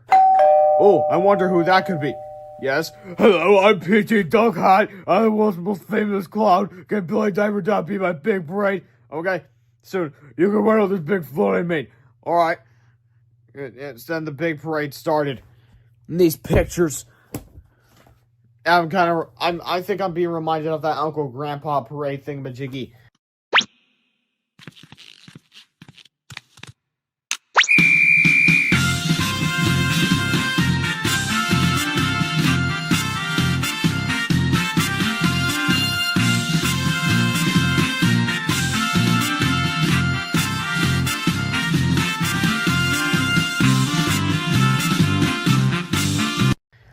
I'm reminded of a whole bunch of other cartoons while reading these books. But moving on.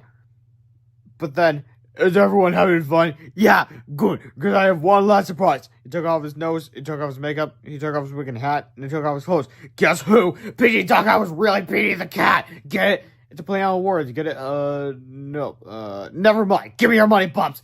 So then, hey, look, it's Petey. Let's get him. Oogie.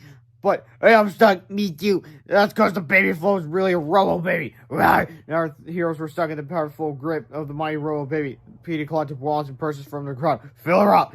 While robo baby destroyed the city, rats, who will save us? Then Diamond got an idea. He ran over to the Robo Baby and climbed up him. Diamond scratched and scratched and scratched. Soon Diamond's fleece flew off and landed in Robo Baby's diaper. Then, I'm free! Me too! Then there's Triple Flipperama. Might as well show you. Diamond had a little itch. His fleece was white as snow. And whenever the Robo Baby went, the fleas were sure to go beep beep. The end. But then, click to be continued. Yeah, this comic ends on a cliffhanger. You big day pill, you gotta pick up where this left off. But then again, everyone who just reads the Super Dark Baby might miss this comic, so this might be tied to the beginning of Super Dark Baby. I don't know. Chapter 23, Dream a Little Dream of Us. Hey, that comic turned out pretty good, said Harold. Yeah, not too shabby, said George. Let's go to school and make copies of it. But what if somebody sees us, said Harold. Don't worry, said George. I've got it all figured out. So George and Harold got dressed, headed to school, and sneaked into the office. In no time at all, they were running off copies of their new comic book and stapling them together. Things were going very well until the school secretary, Miss Anthorpe, came back from a lunch break. What are you kids doing in my office? Miss Anthorpe yelled. We're not in your office, said George with a mischievous smile. You're dreaming. Dreaming, said Miss Anthorpe. Yeah, and I can prove it, said George. Just call our teacher, Miss Ribble, on the intercom. She'll tell you we're both in class right now. In class? Said Miss Anthorpe. Yeah, said George. Obviously, we can't be in two places at the same time, so this has to be a dream, right?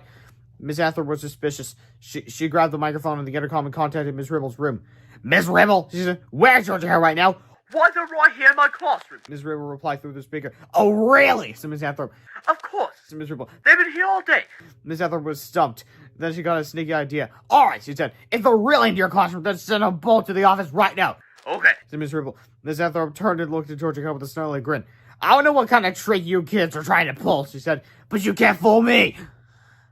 Suddenly, George and Harold walked into the office. Miss Anthorpe looked at them and screamed. Then she looked at George and Harold and screamed again. Her arm made a swishing sound and swivel back and forth between George and Harold. Yesterday, Harold. See, said George, I told you this was a dream. You're right, grabbed Miss Anthorpe. It all seems so vivid, but I must be dreaming. Of course you are, said George. And why should you waste a perfectly good dream hanging around in the office? That's a good point, said Miss Anthorpe. And why bother wearing such tight, restricted clothes? After all, it's my dream. I can do whatever I want. Now, wait a minute, said Harold. But it was too late. Miss Anthorpe hoisted her dress over her head, ripped it off, and threw it out the window. Whee! She yelled, dreaming is fun! And then she ran away, laughing her head off, and slammed the office door behind her. Now, as a little side note, the picture of her stripping down near naked is it's probably best unshown in this video. Because of YouTube's stupid guidelines and also the negative reviews on Amazon.com. But anyway. What are you guys doing here? See, yesterday, George sternly. This is our day to be at school. We ran out of food and we needed to buy some supplies, George. So we made a new comic to sell on the playground. Yesterday, George walked over to the comic machine and inspected the new comic. How many did you make? He asked. About 200, said Harold. We'll leave them with us, said yesterday, Harold. We'll sell them at recess today and bring the money to the treehouse after school. Yes, George. But you guys need to get out of here! Yesterday, George interrupted. If anybody else catches us together, we'll all be in big trouble. All right, said George. Get out now! He shouted yesterday, George angrily. All right, said George. Gee whiz! Yesterday, George and yesterday, Harold scooted to the comic in the arms and left the office in a huff. Man, said George, today was supposed to be our day to have fun, but we won't let us. I know, said Harold. Well, who do you think we are? We can't tell us what to do, said George. I'm not the boss of me. Me neither, said Harold. I'm gonna do what I want, even if I don't want me to. That's telling yourself, said George. Chapter 24, Twin Pranks. George and Harold went out into the hallway and started switching the letters around on a bulletin board.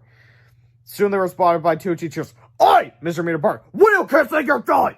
Actually, we're not doing anything, said George. You guys are dreaming.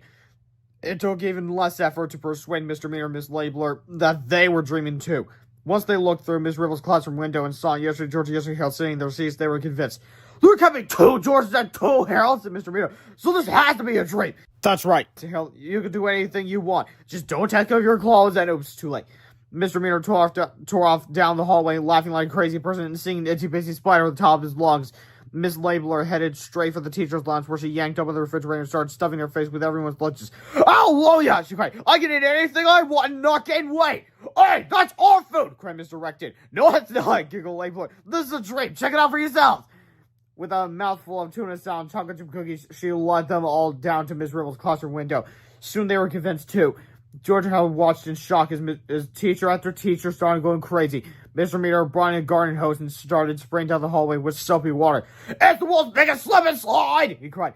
By the time Mr. Crowd came out of the teacher's bathroom, nearly all the staff, including the janitor, the lunch ladies, and most of the parent volunteers, were laughing their heads off, throwing soap suds at each other and slipping and sliding down the hallway in their giant underwear. Mr. Krupp screamed. It's the greatest dream ever! Cried Mrs. Dakin. She brought Mr. Krupp over to Miss Ribble's classroom window and showed him the proof. But when Mr. Krupp saw that there were now 2 Georges and 2 Harold's, his reaction was a bit different from the other adults' reactions. He tried to speak. He tried to convince himself that he was dreaming. He tried to say something. But all that came out was Chapter 25, 12 Days of Chaos. It didn't take long before the cops showed up. They attempted to restore order, but things didn't go very well. We can either do this the easy way or the hard way, shouted Officer McQuigley. Let's do it the fun way, cried Miss Fish. She yanked Officer McQuigley's pants down around his ankles. I got a good idea, said George. What? Asked Harold. What? Said George. By the time it was all over, the entire staff of Drumheart Elementary School was in jail. The charges ranged from indecent exposure and resisting arrest to reckless endangerment and pantsing a police officer.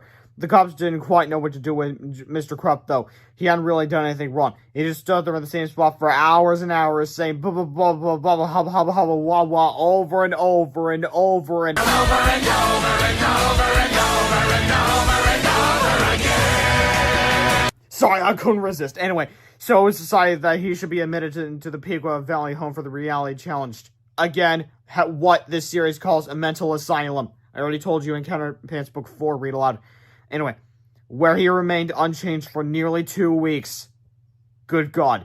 George and Helen, their twins, spent the next 12 days being very careful. Great job, shouted yesterday George angrily. Our teachers were in jail and Mr. Krupp's in the Gove house. These past 2 weeks have been a total disaster. 2 weeks, said Harold inquisitively. Yeah, yesterday George continued. In the past 2 weeks, you guys have... No, wait, Harold interrupted. Wasn't something bad supposed to happen in 2 weeks? George, and yesterday, Harold all thought back to Melvin Snealer's cryptic warning in Chapter 11. Oh, yeah! They all said simultaneously. The 4 boys looked around them. They checked the horizon. They sniffed the air. They put their ears to the floor and listened. Nothing. There was no sign of any trouble. Huh, said George. I guess nothing better is going to happen after all. Suddenly, a fireball shot out from behind the closet. Then came an echoing, eardrum-piercing sound of relentless terror. It was a laugh, a horrifying, sinister, stomach-churning laugh that the boys had not heard for many months. A laugh that they hoped would never hear again. Uh-oh! Said the Georges. We're doomed! Cried the Heralds. Chapter 26. Here's Johnny! I couldn't resist that either. Anyway, the Turbotoad 2000 zipped across the rooftops in his homemade rocket scooter, laughing ferociously as a trail of choking smoke filled the afternoon sky. Everyone screamed, everyone cried, everyone hid, everyone that except for George and Harold and their dreadfully distressed duplicates. When will they stop pulling off alliterations? The 4 friends ran as fast as they could to the Pequot Valley Home for the Reality Challenge. There was only one person who could stop this horrifying beast and was locked away in the Gove house. The 4 dashed toward the sanitarium's front door and slid across the freshly waxed floor to the reception decks. We need to see Mr. Krupp, roared George, almost out of breath. He's a patient here. Sorry, said the nurse, but patients can't have visitors without a doctor's permission. But he could save the world. Right, he's Captain Underpants. Sure he is, said the nurse sarcastically. Listen, Bob, we currently have 9 patients who claim to be Captain Underpants. We also have 4 Wonder Women, 7 Albert Einsteins, and 1 Elvis Presley. Well, can we at least talk to him? Asked yesterday Harold. No, said the nurse. Nobody talks to the king. Not Elvis, said George angrily. Mr. Krupp. Oh, said the nurse. I'm sorry. But no! Rats, cried yesterday Harold. Captain Underpants is stuck in the Gove house. We can't bust him out, said George. But I know somebody who can. Follow me. Frantically, the boys ran back across the city.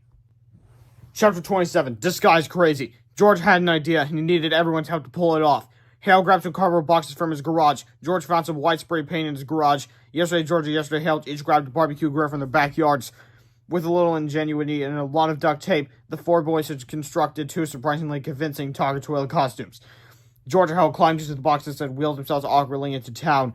Soon they came face to face with the Turbotoad 2000. Yum, eat 'em up, said George, opening and closing the barbecue grill lid with every syllable. Yeah, eat 'em up and stuff, said Harold, who doing the same thing with his lid. Hey, cried the Turbotoad 2000. I thought you guys were dead! I'm not quite dead, said George. It's just a flesh wound. Yeah, me too, said Harold.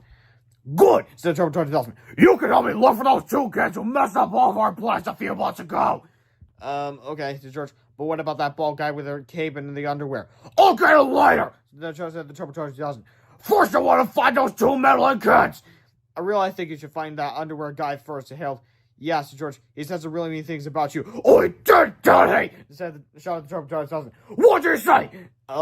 Said George. He said your hair looks so big when it rains, your body stays dry. Yeah, said Harold, and you're so cheap, you try to conserve toilet paper by using both sides. Screamed the traumatizing. Where is he? Right this way, said Harold. Chapter 28. One smashed into the cuckoo's nest. The Turbatoad 2000 followed George and Harold back to the sanitarium. He marched through the front doors and headed toward the restricted area. The nurses screamed and ran for safety. Quickly, George grabbed the intercom, turned up the volume, and started snapping his fingers into the microphone. The sounds of finger snapping echoed through the hallways of people battling over the reality challenges. The Turbatoad 2000 crashed from room to room. Mr. Crop, who had been comatose for nearly 2 weeks, suddenly began to change. First, a mischievous twinkle gleamed in his eyes, then a giant smile spread across his face. Suddenly, he ripped off his straitjacket, threw off his pajamas, and grabbed a current from a nearby window. Captain Underpants was back, and the battle of the century was about to begin. Chapter 29, The Choreographed Fox Shot, the Part 2 in Flipperama. Welcome to Pow Town. Psh, psh, psh, psh, psh. Spank you very much. Psh, psh, oh, psh, psh, psh, oh. All swell that and swell. Chapter 30, Tears of a Commode. Let that be a lesson to you, said Captain Underpants gallantly as the Turbatoad on and crying and cried. Well, said George, I'm glad that's over with. Yeah, said Harold, that ended up being a lot easier than I thought it would be. At that precise moment, a single tear dropped from the quavering eyeballs of the Turbatoad and flew through the air and landed on Captain Underpants' face. Splash! Suddenly, your hero's expression began to change. The sparkle disappeared from his eyes, his posture deflated, and his goofy grin morphed into a scowling grimace. What the heck is going on here? Mr. Crump yelled. Uh-oh, said Harold. Mr. Crump turned and saw the giant numbers Turbatoad 2000 blubbering behind him. The flying principal screamed. And he ran away, screaming his head off. The Turbatoad 2000 wasn't sure what was going on, but he decided to chase Mr. Crump and see what happened. Soon, the Leviathan lavatory cornered Mr. Crump and scooped him up in his mighty robotic fist. I give up! Cried Mr. Crump. I surrender! Please don't hurt me! Gee, said the Turbatoad 2000. That ended up being a lot easier than I thought it would be. Now I just need to find those two annoying kids. Mr. Crump perked up a little. What two annoying kids? He asked. Well, said the Turbatoad 2000. One of them had a flat top at a tie, and the other one wore a t-shirt and had a bad haircut. Hey, I know those kids, said Mr. Crump excitedly. I even know where they live. Really? Said the Turbatoad 2000. Then what are you waiting for? Come on, my two toilet minions. Behold, my tyrannical retaliation is at hand. Mr. Crump pointed the way, and the Turbatoad 2000 marched off toward George and Harold's houses. Uh-oh, said George. We're doomed again, said Harold. Chapter 31, The Retaliation. The Turbatoad 2000 marched to George and Harold's houses, smashing through buildings, pushing over cars, and leaving a smoldering path of destruction behind him. George and Harold tried to keep up, but the Turbatoad 2000 left them trailing behind. Oh no, cried Harold. He's heading for our houses. There's no way to warn ourselves. Yeah, there's no way for you to telepathically communicate, even though these other two people are you from yesterday. But anyway, it didn't matter, however, because yesterday George and yesterday Harold could hear the Turbatoad coming from miles away. I think it's heading straight for us, cried yesterday George. But how would he know where to find us? Asked yesterday Harold. Turn left at Vine Street, said Mr. Crump. The kids live on this block. I'll bet they're hiding up in that treehouse of theirs. Yesterday George and yesterday Harold saw the Turbatoad heading for the backyard. They could feel the earth shake with under each stomp of his massive metal feet. George and Harold locked the doors of the treehouse. Yesterday Harold hid under the desk. Okay, said Mr. Crump. I led you to those two kids you were looking for. Can I go now? Sure, said Mr. Crump. You can go right in here. He shoved the screaming principal into his mouth and flushed his little handle. Mr. Crump screamed and carelessly spun around in a swirling whirlpool of saliva. Then the Turbatoad down to swallow hard, and Mr. Crump was flushed away with the grueling. The Turbatoad down slammed against the tree with his massive metallic shoulder. Yesterday hair went flying. The bookshelf fell over, comments flew everywhere, and Cracker's eggs wobbled around precariously on the deck's top. God damn my cause! Screamed the Turbatoad down, and he smashed into the tree once more. Yesterday hair went flying again. The three eggs teetered perilously back and forth to the edge of the table. I'm warning you! Cried the Turbatoad 2000. Come on, now, we'll make you suffer! He plunged into the tree a third time. This time the window smashed, the TV toppled over, and Cracker's eggs flew off on the table. Now, before we continue, I'd like to share with you these teases for the next upcoming Dogman books. Bookum Dogman, The Bark Knight Rises, Dogman 2, The Wrath of Petey. I think that's part of Dogman 2, The Wrath of Petey, and I think this is an excerpt of Bookum Dogman. So yeah, I knew they had copies here somewhere. Anyway, yesterday Harold leave for the X. No! Yesterday Harold as the three purple and orange speckled eggs flew through the air. They hit the floor and shattered with a terrible crash. Chapter 32, Surprise, Surprise, Surprise. As the treehouse swayed violently from side to side, yesterday Harold sifted frantically through the broken eggshell fragments. Suddenly, yesterday Harold's hand felt something warm and fuzzy. Carefully, he pulled it out of the broken eggshell pieces. It was yesterday Harold wasn't quite sure what it was. I'll say you the truth. It's a half hamster, half pterodactyl. Well, apparently, Sula and Cracker, the kids, you'll find out what they do when you're older. You'll find out what and the Harold's face. Harold faces his process. He just looks at the thing, and George is like just staring back with just a blind face, and Harold just looking at it like that. Anyway. What the heck is this thing? Great they held the tiny fuzzy creature wrapped its wings around them and looked up lovingly into his eyes. Yesterday, George pulled 2 more fuzzy winged creatures out of the shell fragments and stared at them in disbelief. This can't be! He cried. The trio shook violently, and yesterday, George and yesterday went flying again. The 3 tiny creatures happily wigged their way up to the boy's face and started licking their cheeks. Gross.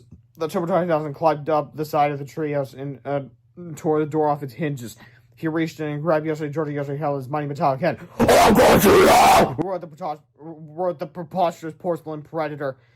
Again with these alliterations. It needs to stop it right now. Anyway, as he shook the 2 boys back and forth, the 3 fuzzy creatures fell to the floor. Quickly, they got to their feet and excitedly flapped their wings. They weren't sure what was happening, but it seemed like fun. The Turbo 2000 jumped down from the treehouse and squeezed the 2 boys tightly in his fist. Finally, I shall avenge my father and take my place as the supreme leader of the earth! He shouted. The 3 tiny creatures fluttered down to Georgie, Harold, wagging their little tails with excitement. But when they saw the looks of terror on the boys' faces, they realized that this was not a game. Quickly, the 3 creatures took action and began circling the Turbo 2000 like mosquitoes. Then they each took turns zooming in close and taking quick bites out of him with their bionic jaws. Oh! Cried the Turbo 2000 as he desperately swatted the swimming creatures.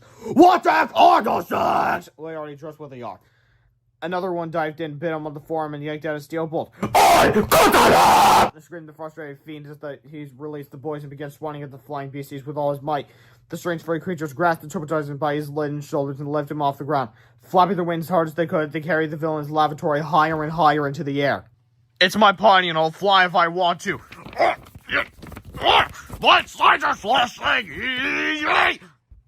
Soon there were more than half a mile up in the sky. Let go! Roared the terrified Turbo 2000. This turned out to be a poor choice of words, because the 3 fuzzy creatures did exactly that. All at once, they released their grip on the evil robotic behemoth, and it sent him tumbling downward. Faster and faster, he thrilled through a cloud, spinning out of control, screaming in terror. Chapter 33. To make a long story short. Chapter 34. Welcome back, Crop. The Turbo 2000 had smashed into a vacant parking lot and exploded with a sonic boom that shattered nearly every window in the city. When the smoke finally cleared, Mr. Krupp sat alone in the center of the impact point, surrounded by mangled metal and jagged chunks of porcelain. Everything around him had been destroyed, but Mr. Krupp, surprisingly, was unharmed. His superpowers had protected him. Soon 2 cops arrived at the scene. Are you okay? Yes. I guess so, said Mr. Krupp. This must be one of those crazy nightmares I keep having. Oh, great, said Officer May quickly. It looks like we got another naked school teacher who thinks he's dreaming. Let's lock him up with the others, said the chief of police. Despite lack of evidence that he still did nothing wrong. Chapter 35, Hamsterdactyls. I guess that's what you call half hamster, half pterodactyl. But anyway, Georgia Hale finally made it home just as the 3 furry creatures were returning to the treehouse. Yesterday Hale told them what had happened and how the strange fuzzy creatures inside Cracker's eggs had saved the Earth from total destruction. What are these things anyway? Asked George. They kind of look like a cross between a hamster and pterodactyl, said Harold. Ew, said George. That means the solo Cracker's ew! But that doesn't make sense, said Harold. How can a mammal made with a reptile? Ew! Cried George again. I mean, unless Sulu's DNA was mutated when he morphed with that bionic endoskeleton, said Harold. Cried George again. I suppose a mammal with mutated genes might be able to breed with a prehistoric reptile, Harold speculated. What point of ew don't you understand? Shouted George. Sorry, said Harold. Soon the 4 friends and their 3 new pets were back up in their treehouse. They all worked together to clean up the mess. Then the 2 Heralds made bets for the baby hamsterdactyls out of shoe boxes, while the 2 Georges thought up names for them. Let's call the girl Dawn, said George. What about the 2 boys? Asked yesterday Harold. Orlando and Tony, said yesterday George. Harold wrote the new pets' names on their shoe box beds, but he still seemed perplexed. Are you still trying to figure out how we ended up with 3 half-pterodactyl, half-bionic hamster pets? Asked George. Yes, sort of, Harold replied. You're thinking too much, George. Listen, if you look too closely at these stories, they're going to fall apart completely. What do you think this is, Shakespeare? I guess you're right, said Harold. Of course I'm right, said George. Just go with it, man. Chapter 36. All's well that ends poorly. Well, that was a satisfying ending, said yesterday Harold as he tugged Tony, Orlando, and Dawn into their beds. What do you mean satisfying, said George. Are the city is destroyed, our teachers are in jail, there are 4 of us, and our 3 mutant pets think we're their moms. Oh yeah, said yesterday Harold. I guess there are a lot of loose ends in this story. Uh-oh, Sarah. That can only mean one thing. What? As yesterday, George. Another sequel, Harold! Oh, no! Why, George, yesterday, George? Here we go again! Moan, Harold, yesterday, Harold. So anyway, this book was brought to you by Dave Pilkey, the creator of the entire Captain Underpants series. Read the books. Enjoy the books. Read the spin-offs. Enjoy the spin-offs. And I'll see you next week where we'll read the supposedly last book in the series. Captain Underpants, the sensational saga of Star Stinks and Lots. Not really a saga, it's just one book, but it's a saga, so I'll know. See you there, but by the Mr. Meter, yes it is. You'll find out by. What up, people of YouTube? You're so more eager to see me read the last book in the series than me actually react to number episode 6, which I guess makes sense. So, yeah. We're here. Literally, my first Captain Underpants read-aloud was, like, ages ago. I feel just watched it again. Wink, wink, foreshadowing. Anyway, so, 12 books in, definitely a long time to read them, but, you know. So, yeah, this time it's Captain Underpants, the sensational saga of Sir Stinks a Lot, the 12th epic novel by Dave Pilkey. And it's also, supposedly, for now, the last book in the main series, as I've said before. So, gotta make a count, I guess. Well, here we are again, in big trouble as usual. We've had so much bad luck lately, we had to make this comic so we can keep it all straight. Behold our graphic tale of misery and woe.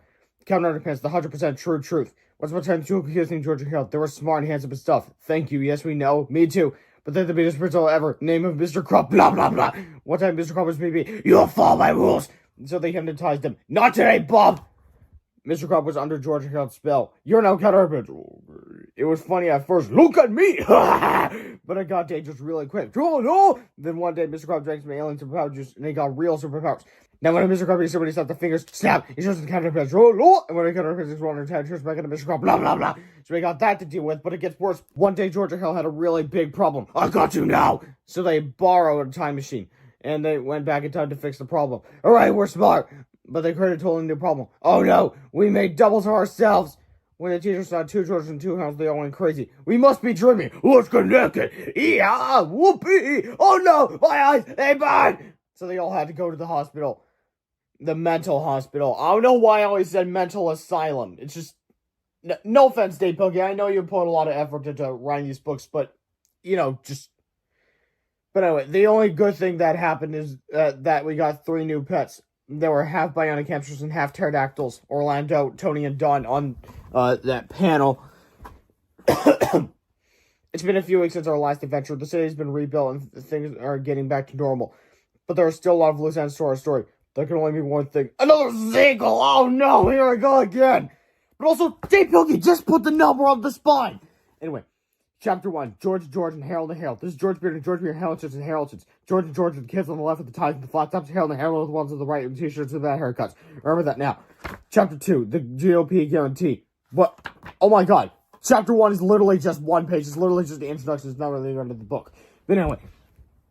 If you read A Last Adventure, you're probably well aware of how George and Harold accidentally created duplicate versions of themselves. You know all the whys, the whens, and the wherefores, so you're all caught up and ready to go. Indeed I am. Congratulations. Good for you. Reading is power, ain't it? If you didn't read A Last Adventure, you're probably scratching yourself and saying to yourself, hey myself, what the heck is going on here? Before we get into all that, I should point out that it's impolite to use the word heck. These books have been criticized for their inappropriate language, and we're going to stop that sort of thing once and for all. From now on, double asterisks from some restrictions may apply, void where prohibited, except on pages 44 and 48. You won't be reading any more words like heck or tingle or fart or pee-pee. No, sir, those words are highly offensive to grouchy old people who have way too much time on their hands. Honestly, this gave me a laugh when I first read this. So, Dave Pilkey was upset at people saying, like, why you put the number on the spine? And it was upset about the old people saying, like, my children are reading their own book series called Captain Underpants. We're going to read the book because I know it's inappropriate because underwear. Please stop, I'll call the authorities. So, he, rightfully so I should say, just spills his anger all out with these pages. It's kind of hilarious. Anyway, in the people pleasing the grouchy old people, GOP out there, I have also included topics especially for them. So this adventure will contain references to healthcare, gardening, Bob Evans restaurants, hard candies, Fox News, and gentle yet effective life tips. So sit back on your hemorrhoid pillows turn up some music, Lawrence Welk, and grab a snack. Black jelly beans are all stuck together. It's time to enjoy the all-new, squeaky clean, fully appropriate, and non-offensive adventures of Captain Underpants. I don't know why I say adventures, it's just one adventure. But anyway, Chapter 3, The Species Who Knew Too Much. We all know it's good to be smart. It's even better to be very smart. But being too smart is just asking for trouble. Take human beings, for example. We were smart enough to invent gardening and healthcare. We developed Bobby's restaurants and Fox News, and we managed to take hard candies and general yet effective laxatives to exciting new horizons. But somewhere along the way, we got too smart for our own good. So, Chapter 3 right here is explaining how, if we're so smart, why are we remaking the same dang phone every single year? Why? Nine days of course. Anyway, so people are making the exact same phone, except it's like a centimeter bigger. And probably the next one's going to tell if your heart rate's still going or not, if you're breathing or something, or your brain is still functioning. I don't care about any of that. I just want my phone so I can text people. Look. Some people might not know what version of my phone is that I'm recording right now. It's an iPhone 15 Pro Max. But it's my phone, and I'm probably going to have it for a very long time. And if I'm recording from my old phone, you can see at the back it's not at risk of being a terrible phone at all. It's like brand new. It's probably just a mentor. You can tell that everything looks cool with it. Anyway, so we could devote all this money that we spent on creating more phones to cure cancer, curing needs, discovering time travel, discovering what happens if you create a love potion. Of course, it's going to be chaos everywhere. But instead, no. We got to start inventing dumb things like car alarms, leaf blowers, and spray-on hair. Well, spray-on hair and leaf blowers, I understand. Car alarms are smart. What are you talking about? Well, actually, I guess what they could do is just, like, have a little thing and have a little, like, beeper on you. So that when someone breaks into your car, it sends a signal to that beeper. And then your beeper goes off. That way, no matter where you are, something's obviously happening to your car. Anyway, you'd think that dumb things would have been good enough for us, but no. Our big, ridiculous brains just weren't satisfied. We had to take things one step further, so we began creating incredibly dangerous things like atomic bombs, nuclear warheads, and missiles, and we built enough of them to wipe out everybody on the planet. Then, like the smarty pants as we are, we handed the launch codes over to politicians. Only human beings are smart enough to be that dumb. It turns out our brains are a lot like beans. They're both good, but you really don't want to overdo it with either one. You see, too much of a good thing usually ends up being a very bad thing. One way or another, you're probably going to end up with a big, stinky mess. The story you're about to read is the unfortunate tale of how the smartest brain on the planet created the biggest, stinkiest mess the world has ever seen. Before I get to that story, I have to tell you this story. Chapter 4, Smart Earth. As any scientist will tell you, we exist in an ever-expanding multiverse with an infinite number of stars and planets. One of those planets, which orbits around the center star of Orion's belt, is called Smart Earth. Smart Earth is almost identical to our Earth, except that everybody who lives on Smart Earth is a genius. Even babies, as you can see. The reason everybody on Smart Earth is so smart is because the entire planet is made of an element called Psychogogazizle-24. Psychogogazizle-24 is a slightly radioactive substance that can bind with organic matter, morph into complex organisms, and be mixed with mayonnaise and dill pickle relish to create both a tasty salad dressing and a clean burning fuel source with enough power to light up an entire city. Good to know. One of the remarkable side effects of being in close proximity to Psychogogazizle-24 is it makes people much, much smarter than they normally would be. Even though Smart Earth is inhabited by geniuses, it still has a lot of similarities to our Earth. They got McDonald's, that was called Smart McDonald's. They got smartphones, which are called Smart Smartphones. And they got the Huffington Post, which is called the Huffington Post. They could have just called the Smart Huffington Post. I would have been different. I don't know why it's the same. But anyway. One day, a smart scientist at Smart Harvard University decided to do an experiment.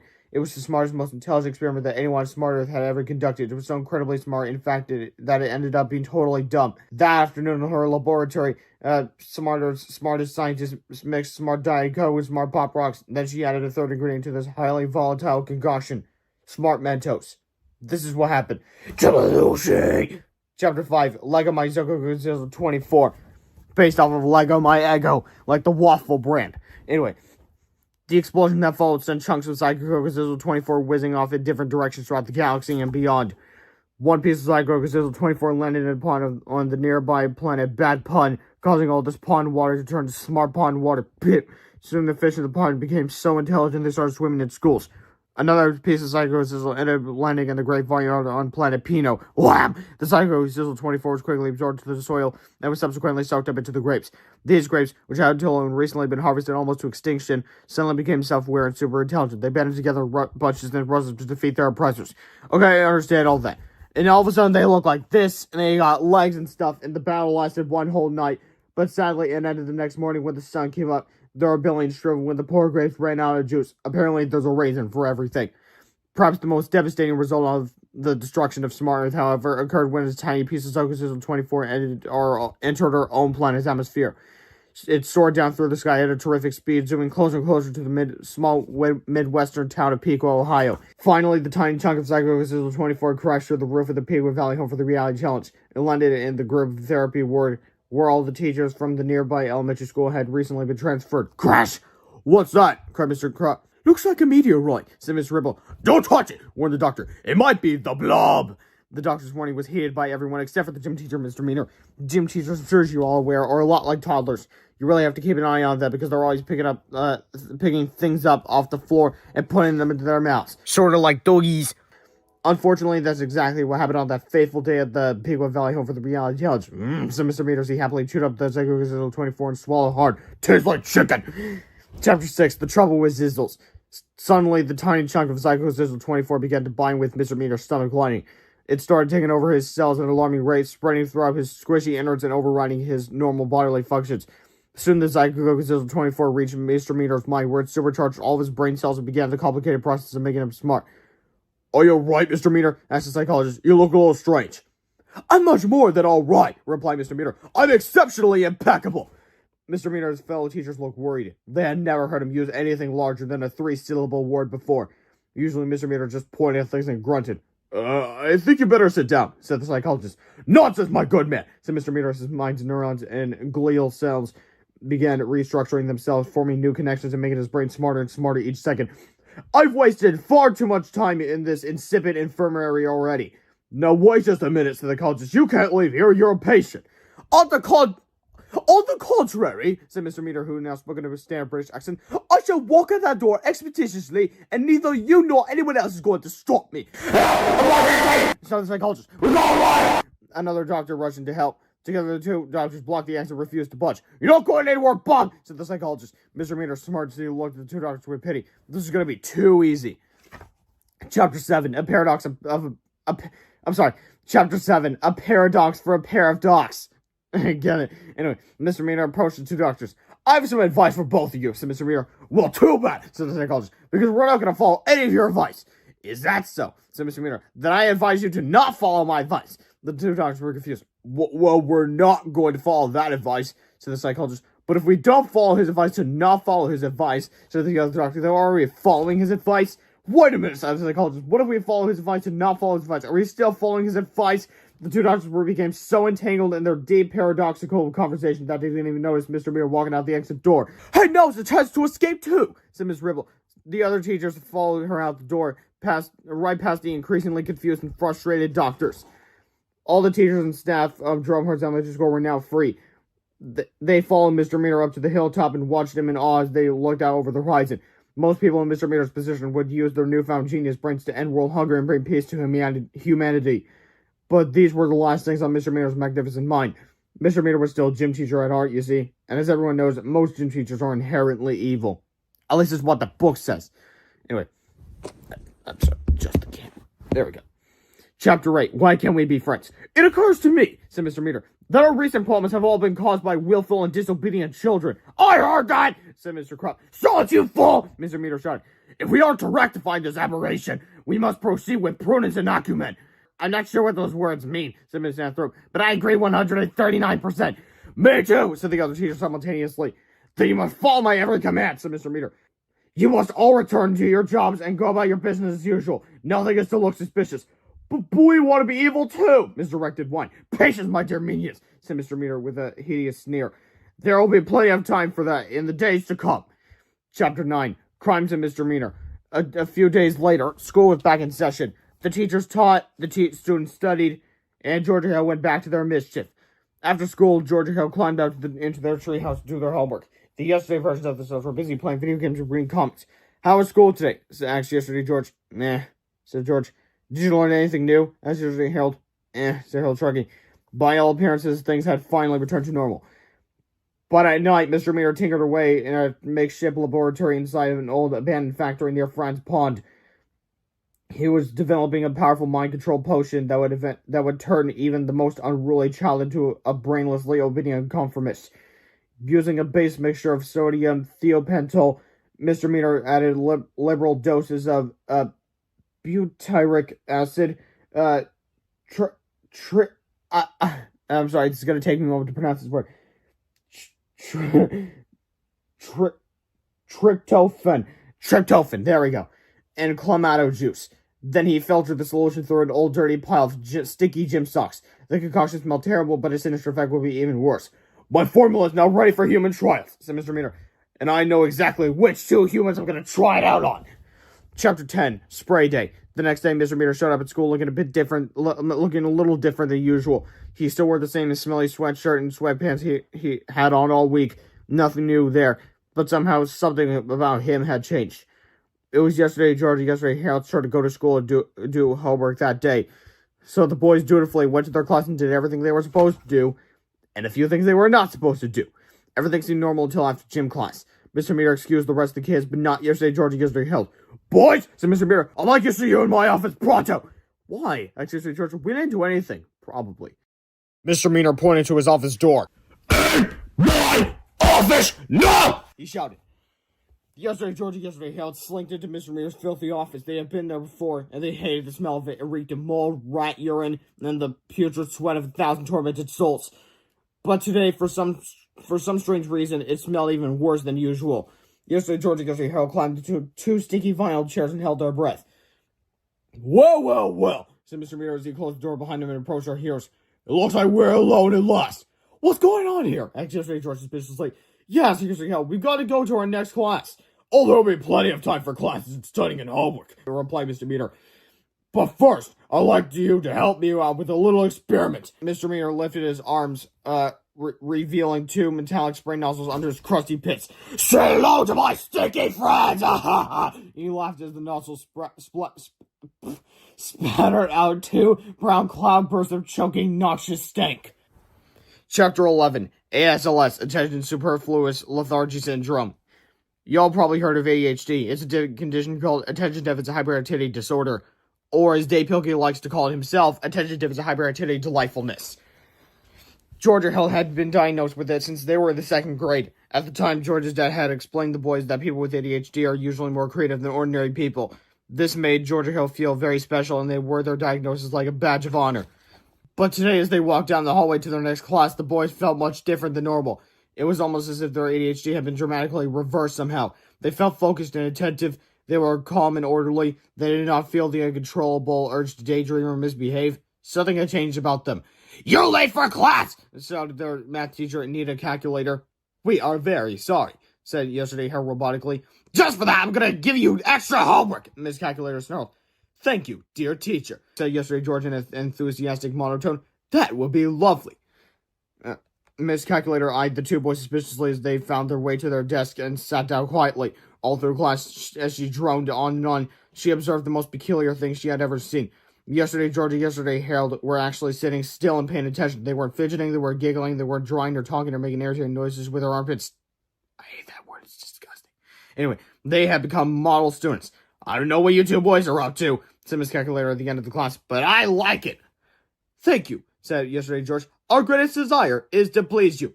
That is right, said yesterday Harold, and thank you for all the extra homework too. We will do our very best. Even Melvin Snealy was impressed. Those guys are cooler than I thought, said Melvin. All through the day, yesterday George and yesterday Harold were making quite an impression on the faculty of Jerome Hart's elementary school. The teachers couldn't believe it when the 2 boys walked right past the bulletin board without changing the letters around. They could have easily rearranged those letters to read, "Our cafeteria makes your barf," said Mrs. Guided, but they didn't. Well, they could, but if you're so smart about that, teachers, then first off, why you acted so dumb? And second off, why constantly make signs? Like, when you make a sign, go like, can Georgia Hill rearrange this? If yes, then tweak it. Anyway, I don't know what's going on with those 2 kids, said Ms. Labler, but I like it. At the end of the school day, yesterday George and yesterday Hal went around to each classroom asking if they could do extra credit homework that evening. The teachers gladly piled it on. I don't know what you did with those 2 brides today, said Mr. Crump, but I like it. This is only the beginning, Mr. Meaner sneered. Today I changed Georgia Hill. Soon I shall change the world. Unlike most megalomaniacs, Mr. Meaner had no interest in taking over the planet. He was smarter than that. He knew that the real money and power was in pharmaceuticals. Mr. Meaner had created a formula that transformed children into highly attentive, obedient servants. All he needed to do was mass market his creation, and he would become the most powerful entity on Earth. Adults will pay through the nose for that kind of thing, he said with a laugh, patting Mr. Crump's head affectionately. But for now, the first taste is free. Chapter 12, Men at Work. That afternoon, yesterday Hale climbed to the treehouse with so much homework they had to take 2 trips to hoist it all up. Whoa! Shouted George. What happened today? It was a great day, said yesterday Hale. The teachers were so kind. They gave us 17 pounds of homework. 17 pounds of homework! Shouted Hale. We're doomed! No, we are not, said yesterday George. We can all work on it together. It will be fun. George and Hal looked at each other in horror. Never in a million years would they have used the words homework and fun in the same sentence. What about the sentence homework is not fun? Anyway, something was wrong. Something was terribly, terribly wrong. Are you thinking what I'm thinking? Whispered George. Body snatchers, whispered Harold. Yep, whispered George. The 4 boys sat at their table and began tackling their assignments. Yesterday, George and yesterday Hal plowed through page after page of worksheets and take home quizzes at a dizzying rate. While present day, George and Hal tried to keep up, but they kept getting distracted. At supper time, yesterday, George and yesterday Hal went down to their homes to eat with their families. An hour later, they went back up to the treehouse to continue their work. We bought some extra food for you, said yesterday Hal. Thanks, said George and Hal. Everyone worked until it was time for bed. We have completed our half to the best of our ability, said yesterday George. George and Harold didn't even make a dent in their half. We're going to be working on this all night, moaned Harold. I have a satisfactory suggestion, said yesterday George. You 2 boys finish your work tonight, and we will go to school again tomorrow. Really? Said George. We all get to go to school 2 days in a row! No one should have to endure that, cried Harold. We do not mind, said yesterday George and yesterday Hal simultaneously. We love school. So while yesterday George and yesterday Hal slept in their beds, George and Hal stayed up until 5 a.m. answering questions, filling in blanks, and showing their work. And I'm wiped out, said George. If this game's up, we're gonna get sick. I'm already getting sick, said Harold as he blew his nose. Chapter 13, Sticky Con 2000. The next day, Mr. Meter looked even more different than he had the day before. He had been building a mechanical suit in his laboratory, and each new morning it got more and more elaborate. The genius gym teacher started the day by spraying all the children in his classes with his newest mind control formula, Read-Alouds 2000. With a little TM at the end like an actual thing. Shall Lord my stinky French! Shouted Mr. Meter with each squirt. In no time at all, the entire student body of Drumheart's elementary school was transformed. Now every kid in school had attention superfluous lethargy syndrome. This is wonderful, Mr. Crump explained. There's no more laughing, no more daydreaming, and no more running or playing or goofing around. It's like you've crushed their spirits and their imaginations in one fell swoop. Yay, let's celebrate, Jesus. I'm really doing the world a great service, Mr. Meaner said with a slithery smile. I'm raising a new generation of totally compliant button pushers. They'll do what they're told. They won't question authority, and best of all, no complaining. Yeah, but isn't Read-Alouds 2000 dangerous? Asked Mr. Ribble. Not for us, said Mr. Meaner. The spray only affects children. Adults are totally immune, so it's perfectly safe. The only downside to Mr. Meter's intranasally absorbed spray is that it only lasted for 24 hours. To be completely effective, it needed to be resprayed every day. That's the beauty of my system, said Mr. Meaner. Once parents see how easy it is to control children, they'll pay anything for a daily... Chapter 14. And now a word from our sponsor. As the week progressed, George and Hale got more and more swamped with homework. They stayed up later and later each night and got sicker and sicker. Let's take a break and watch some TV, said George one morning as he wiped his nose. Okay, said Hale with a sneeze. George turned on the TV and flipped through the channels. Suddenly he saw a familiar face. Hey, shouted Harold. That's Mr. Meaner. What's he doing on TV? Cried George. He turned up the volume and the 2 boys watched Mr. Meaner's commercial in horror. Are your kids annoying? Do they find whining complain all the time? Do they refuse to eat anything but macaroni and cheese? Are they sucking the life out of you? Well, Read-Alouds 2000 is here to help. Our scientifically proven formula will transform even the most willful child into an obedient, respectful, and hardworking angel. And Read-Alouds 2000 is a full day supply of vitamin C, so you can feel good about dosing your child with a narcotic never been tested for long-term effects. So turn your brat into a brown noser with Read-Alouds 2000. I knew something was wrong, said Harold, but it looks even worse than I had imagined. We better go to school and get to the bottom of this, said George. But we're sick, cried Harold. I can't even breathe through my nose. Me neither, said George, but a kid's gotta do what a kid's gotta do. Chapter 15, Disguise Folly. George and Harold rummaged through their houses until they found what they needed. There was no way they were going to show up at school looking like themselves again. They learned that lesson in our last book. George and Harold needed a disguise and needed to be convincing. When they arrived at school, George changed into his costume behind the bushes and climbed onto Harold's shoulders. Then they headed into the building. Normally, any stranger entering Drumhorn's elementary school would need to sign in at the office and go through a security screening. But George and Harold noticed that things at school were a little more relaxed today. Their first clue was that there were no adults in the office. At least it looked that way. Upon closer inspection, they discovered that the school's secretary, Miss Anthorpe, was sound asleep on the floor under her desk. God dang, her feet are her legs are hairy. What? Women's legs are not hairy. Men's legs are hairy. Because look at my leg. I'm at the tail end of puberty. I can feel the hair. You also see a beard and a near invisible mustache. But anyway, some third graders were giving her a foot massage while the 6th grade AV club was answering the phone and filing papers.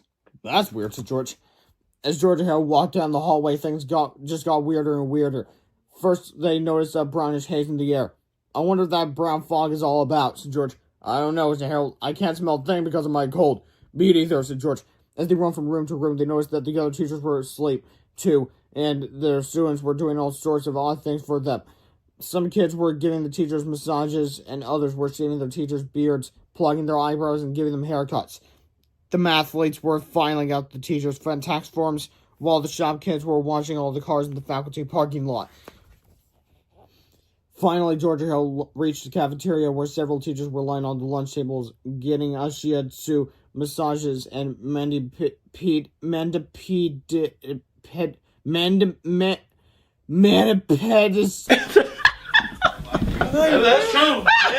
Oh my god, somebody tell me how to pronounce it. At the same time, boy, things have gone a lot better around this place since Riddle Kid 2000 came along, said Missouri. I'll say, said Misguided. I was happy enough when my students were finally able to sit still and pay attention all day, but when I found out that they'd follow my every command without question, it changed my life. My too, said Misdirected. I just sent my whole class over to my home. They're mowing my lawn, watering my garden, and painting my house as we speak. The 3 teachers all had a good laugh and drifted off into a relaxed and dreaming sleep. Oh no, cried George. The teachers have turned all the kids into mindless servants. We better get out of here before they turn us into servants too, said Harold. Okay, said George with a wicked smile, but first let's have a little fun. Chapter 16, Happy Pranksgiving. If all the kids in school are blindly following the orders of adults, said George, then maybe they'll follow our orders too, since we're dressed like an adult. That makes sense, said Harold. Let's order everyone to stop following orders. Nah, said George. We've already used that joke in this book. I've got a better idea. So George and Harold went around the school whispering new orders to all the students. First, they whispered some new orders to the kids who were giving out free shaves and haircuts. Are you sure? Asked the children. Of course I'm sure, said George. I'm an authority figure. Very well, sir, said the children. Next, they whispered some new orders to the kids who were filing out tax forms. Are you sure? Asked the children. I'm an adult, said George. Don't question me. All right, sir, said the children. Then they passed out permanent markers to another group of kids and whispered some new orders to them too. Are you sure? Asked the children. Absolutely, said George. I'm a grown-up. I don't make mistakes. As you wish, said the children. The rest of the afternoon continued in much the same way, with George and Harold dishing out new orders to every kid they came across. We better get out of here, said Harold. Those teachers are going to wake up pretty soon, and they're not going to be very happy. Okay, said George. We can do the last one on our way home.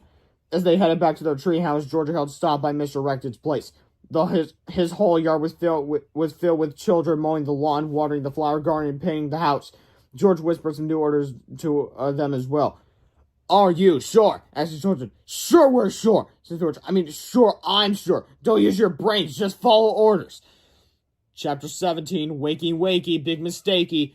George and Harold walked back to the treehouse feeling pretty good about themselves, but things were not looking so good for the teachers at school who were just waking up. Hey! Shouted Miss Anthem. Say drop my face and pound rock and roll split!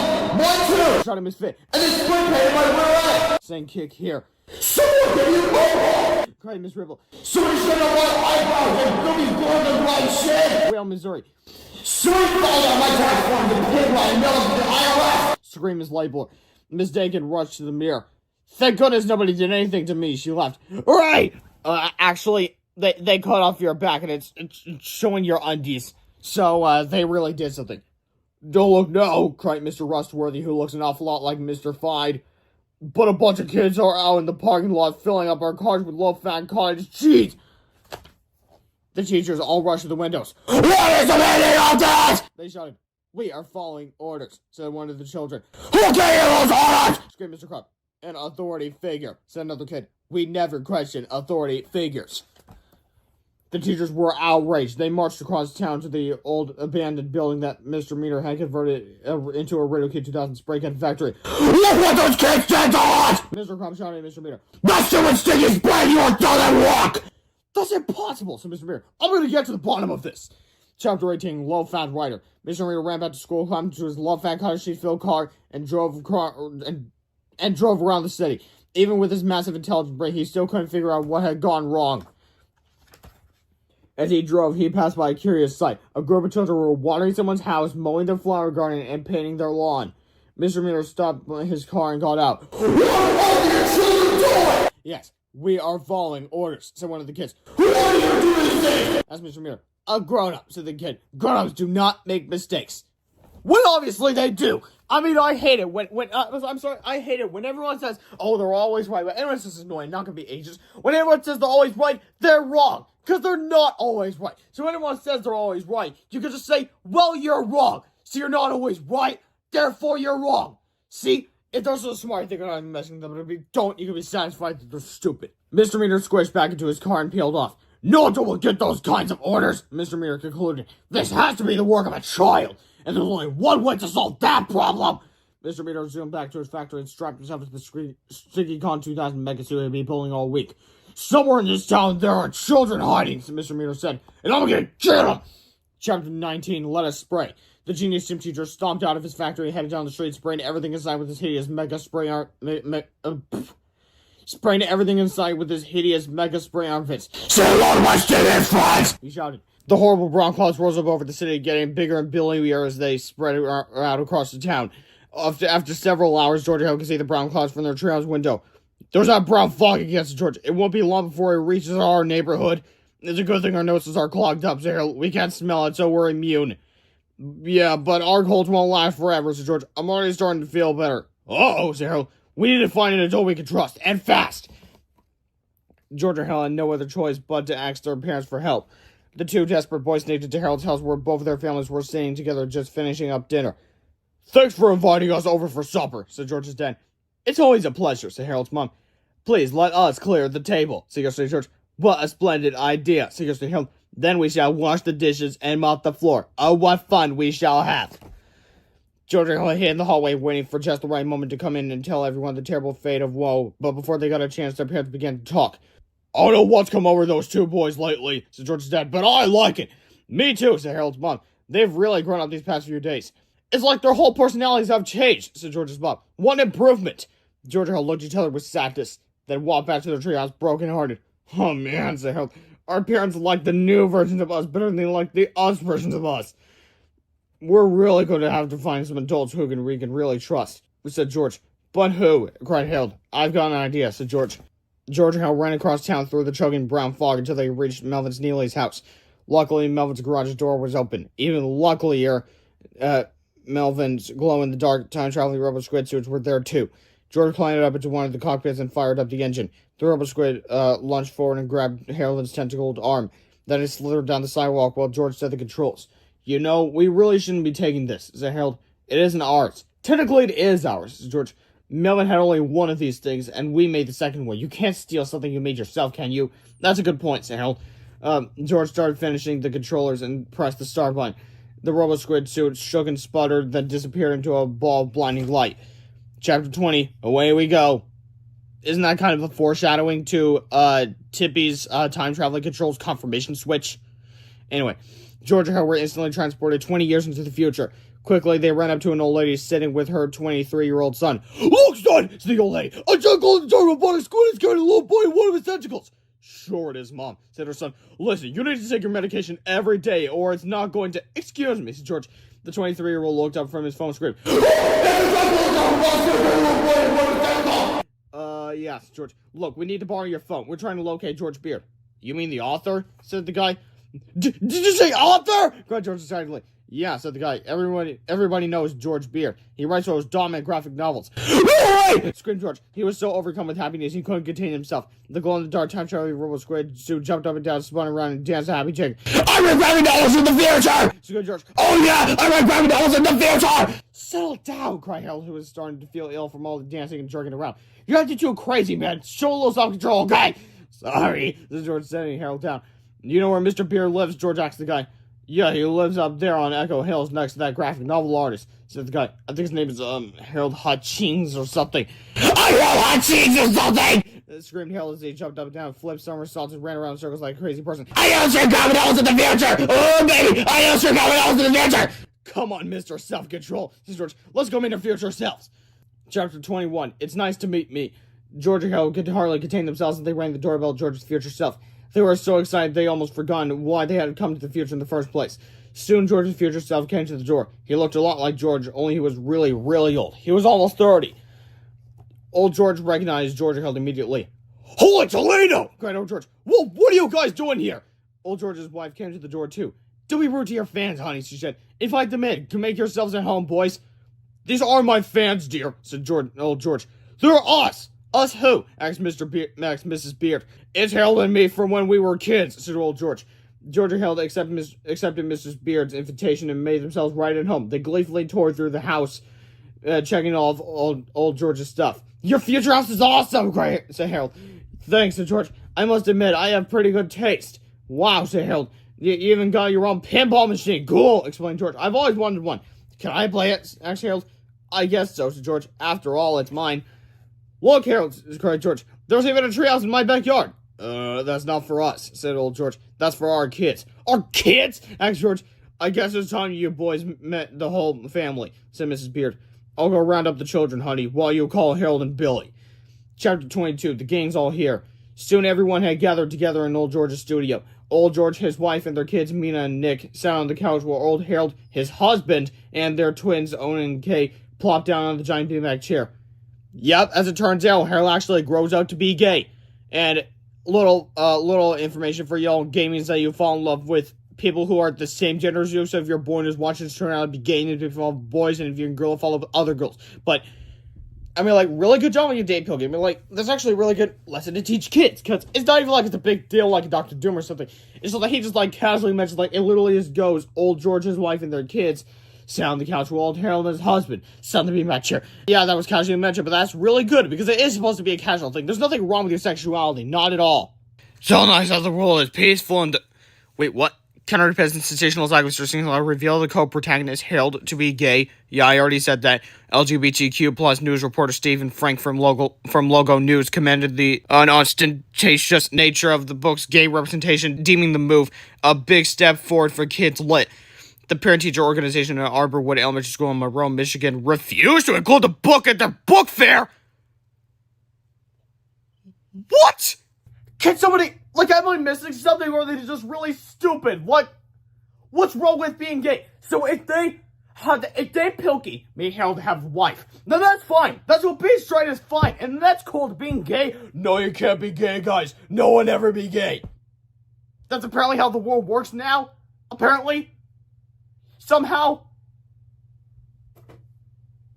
And it wasn't even like a big reveal or anything like that. It was just casually mentioned. As casually as George sat down with his wife, it was mentioned that Harold sat down with his husband. But somehow, no, that's not allowed. This is stupid. This world is stupid! Anyway, moving on with the book. Kids, said Mrs. Beard, I'd like you to meet your fathers. What's up, said George. We're your dads when they were kids, said Harold. Wow, Dad, said Mina, you used to be cute. What do you mean, used to be, said old George. We're here because we need to borrow your dads, said Harold. They're the only adults we can trust. Yeah, said George, it's a real emergency. Wait a minute, said Harold. I don't remember doing any of this when we were kids, do you, George? No, said old George. If this happened in our past, how come we have no memory of it? I don't know, said Harold. Probably bad writing, said George. Well, if we're going to help you, we better get going, said old George. Let's boogie. But wait, said Harold. We need to finish our pinball game. Yeah, said George. And we haven't even read your graphic novels yet. I thought this was an emergency, said old Harold. How about just one chapter? Harold begged. Please. Well, alright, said old Hale. George Hale grabbed a comic novel from the bookshelf, flipped it open, and started reading from a random chapter. Chapter 23, Dogman, the random chapter. No, Dogman! No! Bad Dogman! How would you betray us like this, Dogman? Because I'm not Dogman! Actually, I'm Pity, the world's most incorrigible cat! Pity! I thought you were dead! That's what I wanted you to think! But what happened to Dogman? Dogman is the one who is dead. My Venus flytrap monkeys have surely finished him off by now. And now, dear Converse, it is your turn to die! Whoosh, gunk! Hey, you broke my sword! You owe me $60! Crack, whoosh. It's just shoom. Alright. Do you give up or you want some more? Pow! Ah! So you want to play rough, eh?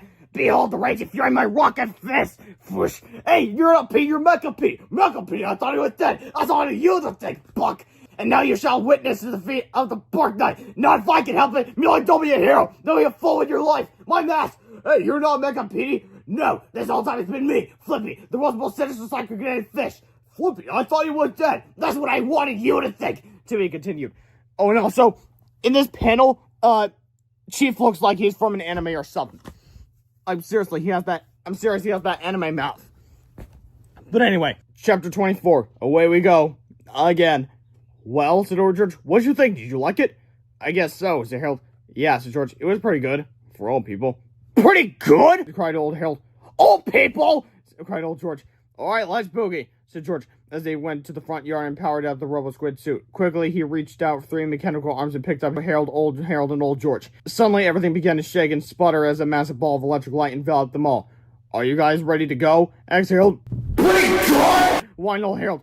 Old people! Whined old George. As our heroes began to disappear into the shifting paradigms of time, they waved goodbye to their flying families. Don't worry, kids, shouted George. We'll all be back by chapter 38. So they know that they're in a book. And also, they roughly confirm how many chapters were in this thing.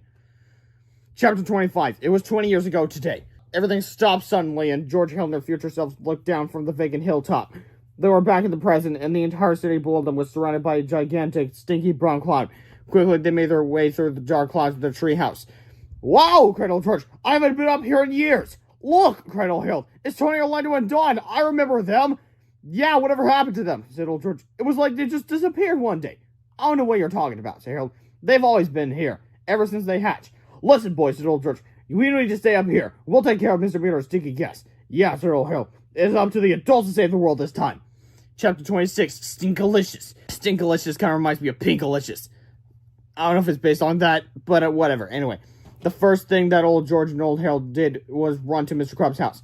Unfortunately, Mr. Meter was walking down Mr. Krupp's street at that very moment, a stinking con 2000 mega soup blowing brown putrid fog throughout the neighborhood. Old George rang Mr. Krupp's doorbell, panicking. Suddenly, Mr. Krupp had swung the front door open.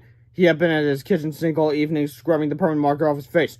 What do you people want? Shouted Mr. Krupp. We need the help of an old friend, said old Harold, snapping his fingers. Whoa! Said Mr. Krupp, screamed. Answer me! Old George and old Harold looked at each other in shock. It didn't work! Cried old Harold. They both snapped their fingers this time. Stop! Oi! Mr. Krupp screamed. Quit snapping your fingers in my face, you weirdos! Mr. Meter and Stinky Con 2000 Mega Suit were getting closer. The whole street shook with every forceful stomp of his metallic monkey feet. Old George and old Harold continued snapping their fingers feverishly. Why isn't it working? Cried old Harold as he snapped. It must be all that water that's on his face! Cried old George. That's gotta be what's keeping him from transforming! Listen, you two psychos! Mr. Krupp screamed. You better get on my young friend called the cops! You're supposed to be adults, but you're acting like a couple of kids! Suddenly, Mr. Meter stopped. Adults acting like kids? He said, turning his head slyly. He looked at old George and old Harold. The genie of his brain began to calculate rapidly as he eyed them up and down. Then his face widened with a sinister, foul-smelling smile. Adults who act like children would be immune to my Riddle Kid 2000 spray, Mr. Meter said. So they must be the pranksters I've been looking for! Mr. Meter stopped up to old George and old Harold and grabbed the two friends in the clutching claws of the stinky Con 2000. Chapter 27, The Choreograph Shirt, the Part 1 Flipperama. Incredible graphic fonts is lots of fun, unless you're the star. We hope you'll enjoy these next few pages. We won't! The first time I punch your face. Killing me softly with his con. Chapter 28, Don't Go Breaking My Spine. With the help of his stinky Con 2000 Mega Suit, Mr. Meter is victorious. He picked up old George and old Harold in his mighty metallic fist and began to squeeze. Hey, don't kill those guys! Cried Mr. Krupp as he dried his face on an old red towel with black dots on it. You'll ruin my lawn! He just dried his face! Old Harold guessed. Now's our chance! Old George knew how to reach out weakly and snapped their fingers. Snap, snap! Suddenly, a silly smile spread across Mr. Krabs' freshly dried face. Quickly, he tore off his clothes and tied his red towel around his neck. The battle of the century was about to begin. Again, in the form of... Chapter 29, the choreographed Fox to Part 2 in Flipperama. Somebody done somebody's Kong wrong. Oh my D's nuts! I fight the Kongs that make the whole world stink. My head, please stop! Chapter 30, Pequot Prison Blues. The sinking Kong 2000 megasuit was destroyed, and soon Mr. Meter found himself sitting in a cell at Pequot State Penitentiary. Warren Gore and Born Schmurda stopped by to have a word with Mr. Meter. Well, said Warren Schmurda smugly. It looks like your days of giving orders to people are over. Go make me an egg-salad sandwich, said Mr. Meter. Okay, said Warren Schmurda. Coming right up. Never forget the dill pickle relish, said Mr. Meter. I wouldn't dream of forgetting that, sir, said Warren Schmurda. 5 minutes later, Warren Gore and Born Schmurda returned with the lovely egg-salad sandwich loaded with dill pickle relish. Mr. Meter grabbed it and scarfed it all down. Suddenly, Mr. Meter's body began to change. The mayonnaise and dill pickle relish began to combine with Psycho 24 that had taken over Mr. Meter's body. First, he began to vibrate and glow as tiny sparks of electricity shot off his fingers and toes. Then he started growing. Mr. Meter grew and grew and grew to such a gigantic size he crashed out of the cell and pushed his way through the side of the jail. Mr. Meter had transformed into a highly intelligent blob of pure energy. I'm sure stinks a lot! He bellowed as he zapped everything around him with a cataclysmic crack of electricity. Chapter 31, it was on down the road. Sir Stinks-a-Lot slithered sloppily down the street looking for sweet revenge. Captain Underpants! He called mockingly, Come on and play! Suddenly, Captain Underpants swooped in and smashed Sir Stinks-a-Lot right in the noggin with a telephone pole. Splat! The gigantic evil blob zapped his lightning rays and swung his mighty fist, but Captain Underpants was just too quick. Old George and Earl stood on the sidelines cheering for the waistband warrior. Get him, Captain Underpants! Shouted Old George. Let's win this thing so we'll all go home! Shouted Old Harold. Sir Stinks-a-Lot was getting very frustrated and annoyed. Then he thought of something really smart.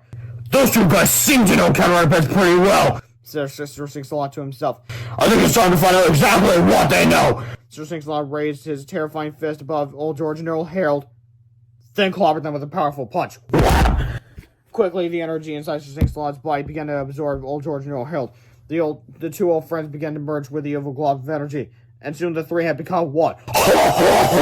Laughed Sir Stinks-a-Lot. I absorbed their bodies and their memories, so they'll know everything that they know. Sir Stinks-a-Lot used his massive glowing brain to quickly sort through Old George and Earl Harold's memories. He learned how they first met, he learned how they became friends, and he learned how they created Captain Underpants. Unfortunately, Sir Stinks-a-Lot also learned how to destroy Captain Underpants. A sinister sneer stretched across the blobby face of the supremely intelligent supervillain. Swiftly, he oozed over to Franz, punchingly maniacally to himself. You better let those guys go! Shouted Captain Underpants, or I'm gonna— You're not gonna do anything! Screamed Sir Stinks-a-Lot as he exposed his mighty hands at the pond and sent a gigantic splash of water flying into the air. Swish! Chapter 32, the night the lights went out in Pequot. The massive spray water hit Captain Underpants with a powerful sploosh. Suddenly, our hero's confidence disappeared and he fell straight from the sky. He screamed as he tumbled to the ground and smashed into the earth with a terrifying sound effect. Hey, I'm okay! He's like Captain Underpants, he sat up and dusted himself off. Wait a minute! Shouted Sir Stinks-a-Lot. He's not even hurt! How could that be? Sir Stinks-a-Lot reached down and touched Mr. Krabs with one of his gigantic glowing fingers. A powerful burst of psychocylistic energy zapped forth from his massive fingertip and scanned Mr. Krabs' body. Quickly, the villain's bulbous brain analyzed each and every strand of DNA in Mr. Krabs' body until a foreign substance was detected. So! Shouted Sir Stinks-a-Lot. You got illicit pouches in your DNA! I guess I'll just have to extract it! Sir Stinks-a-Lot's fingers grew brighter and brighter to perform one of the most complicated laser surgeries ever, a superpowered juicectomy. Carefully, he removed all of the superpowered elements from Mr. Krabs' DNA and absorbed them into his massive glowing body. Mr. Krabs was unharmed, but he ran home screaming anyway. Now I've got superpowers! Laughed Sir Stinks-a-Lot. And now I'm truly unstoppable! Chapter 33, I'm sending out good vibrations. What Sir Stinks-a-Lot failed to realize, however, was that Old George and Earl Harold were still a part of him. Since they had all merged together, the two best friends' brains were now filled with superpowered Psycho 24. It wasn't long before Old George and Earl Harold had sorted through every particle of Psycho 24 and every glowing jewel of energy that made up their bulkingly monstrous body. Soon they knew everything from the chemical makeup of their archenemy to the events that led to the destruction of Smart Earth. Old George and Earl Harold oozed up from the back of Sir Stinks-a-Lot's head and started sending a message.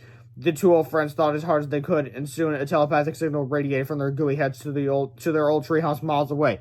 Unfortunately, George and Harold were sound asleep. They didn't pick up the telepathic message at all. Luckily, someone else did! Tony, Orlando, and Don swooshed out of the treehouse and headed for a nearby shopping center. The fate of the entire planet was in their tiny paws. Oh, and also, to make sure you know who Dawn is, they put a bow on her. Anyway, Chapter 34, Laughter, Moon, Delight. Sir Stinks-a-Lot had been victorious, and now it's time to gloat. I just defeated the world's greatest superhero, and now I'm the most intelligent, most powerful entity the world has ever seen! He oozed over to his Riddle 2000 factory and kissed gently on the roof. Soon my thief brain will take over the brains of all the children on Earth! He shouted, I'll be their leader, and they'll gladly obey my every command! Sir Stinks-a-Lot threw back his hideously huge head and laughed and laughed and laughed.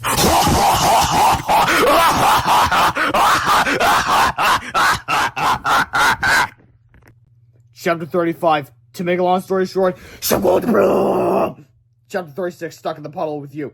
The terrible explosion blasted Sir Stinks-a-Lot's body apart, releasing a powerful electromagnetic pulse and launching the superpower juice and the Zygogo Sizzle 24 deep into outer space. I don't know how it got into outer space. Was the force really that powerful? But anyway, the factory was destroyed. The Radio Kid 2000 TM had disintegrated, and all that was left was a big stinky mess. A crowd of people gathered around Fran's Pond to view the horrible glob of devastation. Suddenly, the glob began to bubble and move. Then old George and old Harold climbed out of its gooey center. They were completely unharmed. Alright! Shouted the crowd of people. The glob began to bubble and move again. All at once, Tony, Orlando, and Don popped out. They were fine also. Yippee! Cheered the crowd of people. Finally, the glob bubbled and moved one last time, and Mr. Mirror popped his head out. He was back to his old self, too. Oh, man! Moaned the crowd of people. Chapter 37, back to normal. George Harold walked out to the rising sun and looked out the treehouse window. The whole city looks like it's back to normal, said George. Even the sticky brown clouds have disappeared, said Harold. It was a good thing, too, because George and Harold's colds had finally gone away. The two friends climbed down for their treehouse and looked in Harold's bedroom window. Yesterday, Harold was still sound asleep. Soon, the Radio Kid 2000 would wear off, and yesterday, Harold would be back to normal.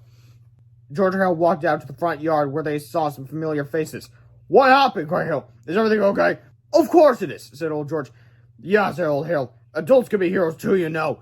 Old George and old Harold told their younger selves all about their great adventure, and while they walked toward Echo Hills together.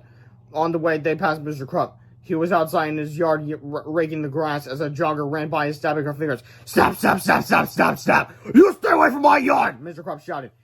What's going on? Cried Harold. Mr. Crump just heard somebody snap their fingers, and he did turn to you-know-who. I have no idea what happened, said old George. Perhaps it was the electromagnetic pulse that erased the hypnotic spell from Mr. Crump's brain. Or maybe it happened during the superpower juicectomy. Nobody knew for sure, but for some strange reason, Mr. Crump is now back to normal too. Yep, he no longer serves in the Captain Underpants anymore. He's completely released from his spell. He's free, but he's gonna miss out on all of his adventures now. But anyway, soon our heroes arrived at Echo Hills and prepared to return to the future. Thanks for all your help last night, said George. Yeah, said Harold, you guys did a pretty good job. For old people, pretty good! Cried old Harold. Old people! Cried old George. Chapter 38, home again, naturally. Suddenly there was a blinding flash of light. 20 years flashed forward in an instant, and the empty hilltop was now filled with homes and trees. Old George and old Harold's families were all there too, anxiously waiting for their return. It was a joyful reunion. Well, said Harold, I think we better go back home. You know, said George, we don't actually have to go home. What do you mean, asked Harold? We got our own time machine, said George. We could go anywhere we want. We could explore our time together. We could go on awesome new adventures. Wow, said Harold, that sounds like fun. What should we do first, asked Harold? Let's go right to some crackers and Sulu, said George. The three baby hamster tractors flapped their wings with excitement. How were we ever going to do that? asked Harold. We'll figure something out, said George, as he said to the controllers. We always do. George and Harold and their happy pets waved goodbye to their future families, and together they all disappeared into a ball of brilliant light.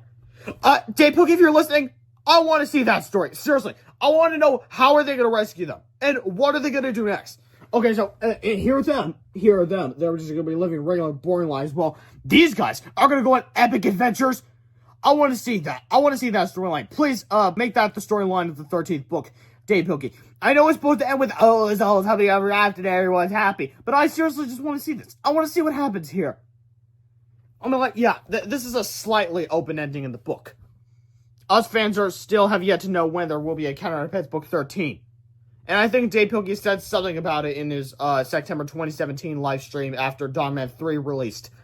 But anyway, Chapter 39. Meanwhile, back in the present. A few hours had passed and the Ridicule 2000 had finally worn off. Yesterday, George and yesterday, Harold were back to their old selves again, but nothing around them seemed normal at all. I wonder where George and Harold went, said yesterday George. I have no idea, said yesterday Harold.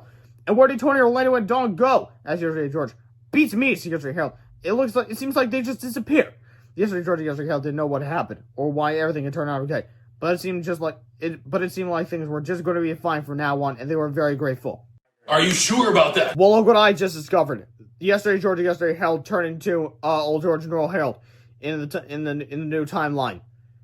But isn't there supposed to be a present day old George and Earl Harold? Where are they? We're never told. But anyway, what should we do now? X Yesterday George. Let's make it a comic book. Yesterday George. About Captain Underpants. X Yesterday Harold. Nasty Yesterday George. Let's do something different. How about a Dawn Man comic? Okay. Say Yesterday Harold happily. And together the two friends wrote and drew and laughed all afternoon. You see all the books that I've read right over here on the right page. Yes, about a little bit of the author, the actual new stuff that kind of relates to the book. And let's see what oh. Well, I guess that's it. Well, that's it, guys. It's over. And now, for the final time, this book is brought to you by Dave Pilkey, the creator of the entire Captain Underpants series. Yep, read all the books, enjoy all the books, read the spin-offs, enjoy the spin-offs, and I guess I'll see you in the next video, because there's no more books to read. Oh, crap. Oh, goodbye.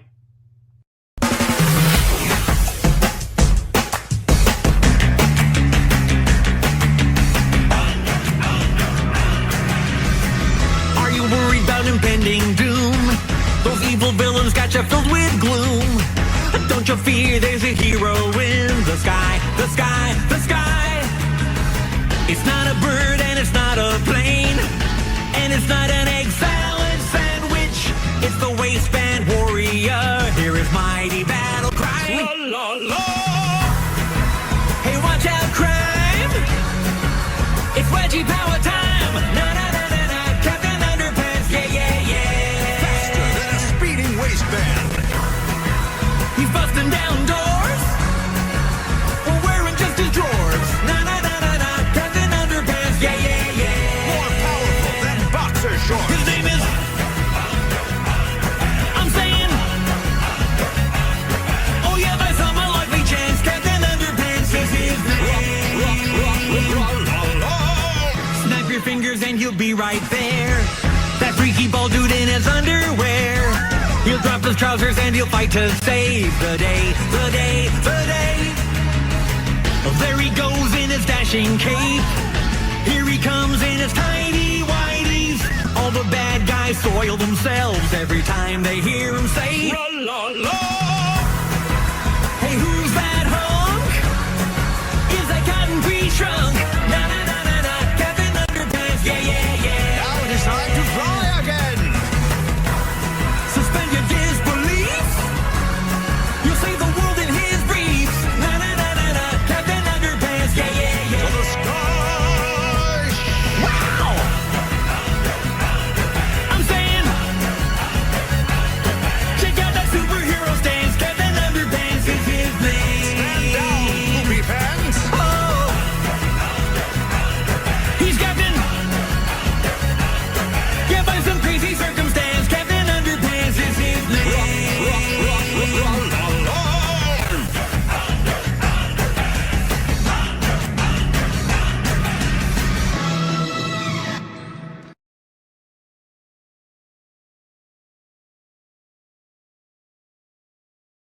Also, crap isn't a cuss word, alright? Shut it!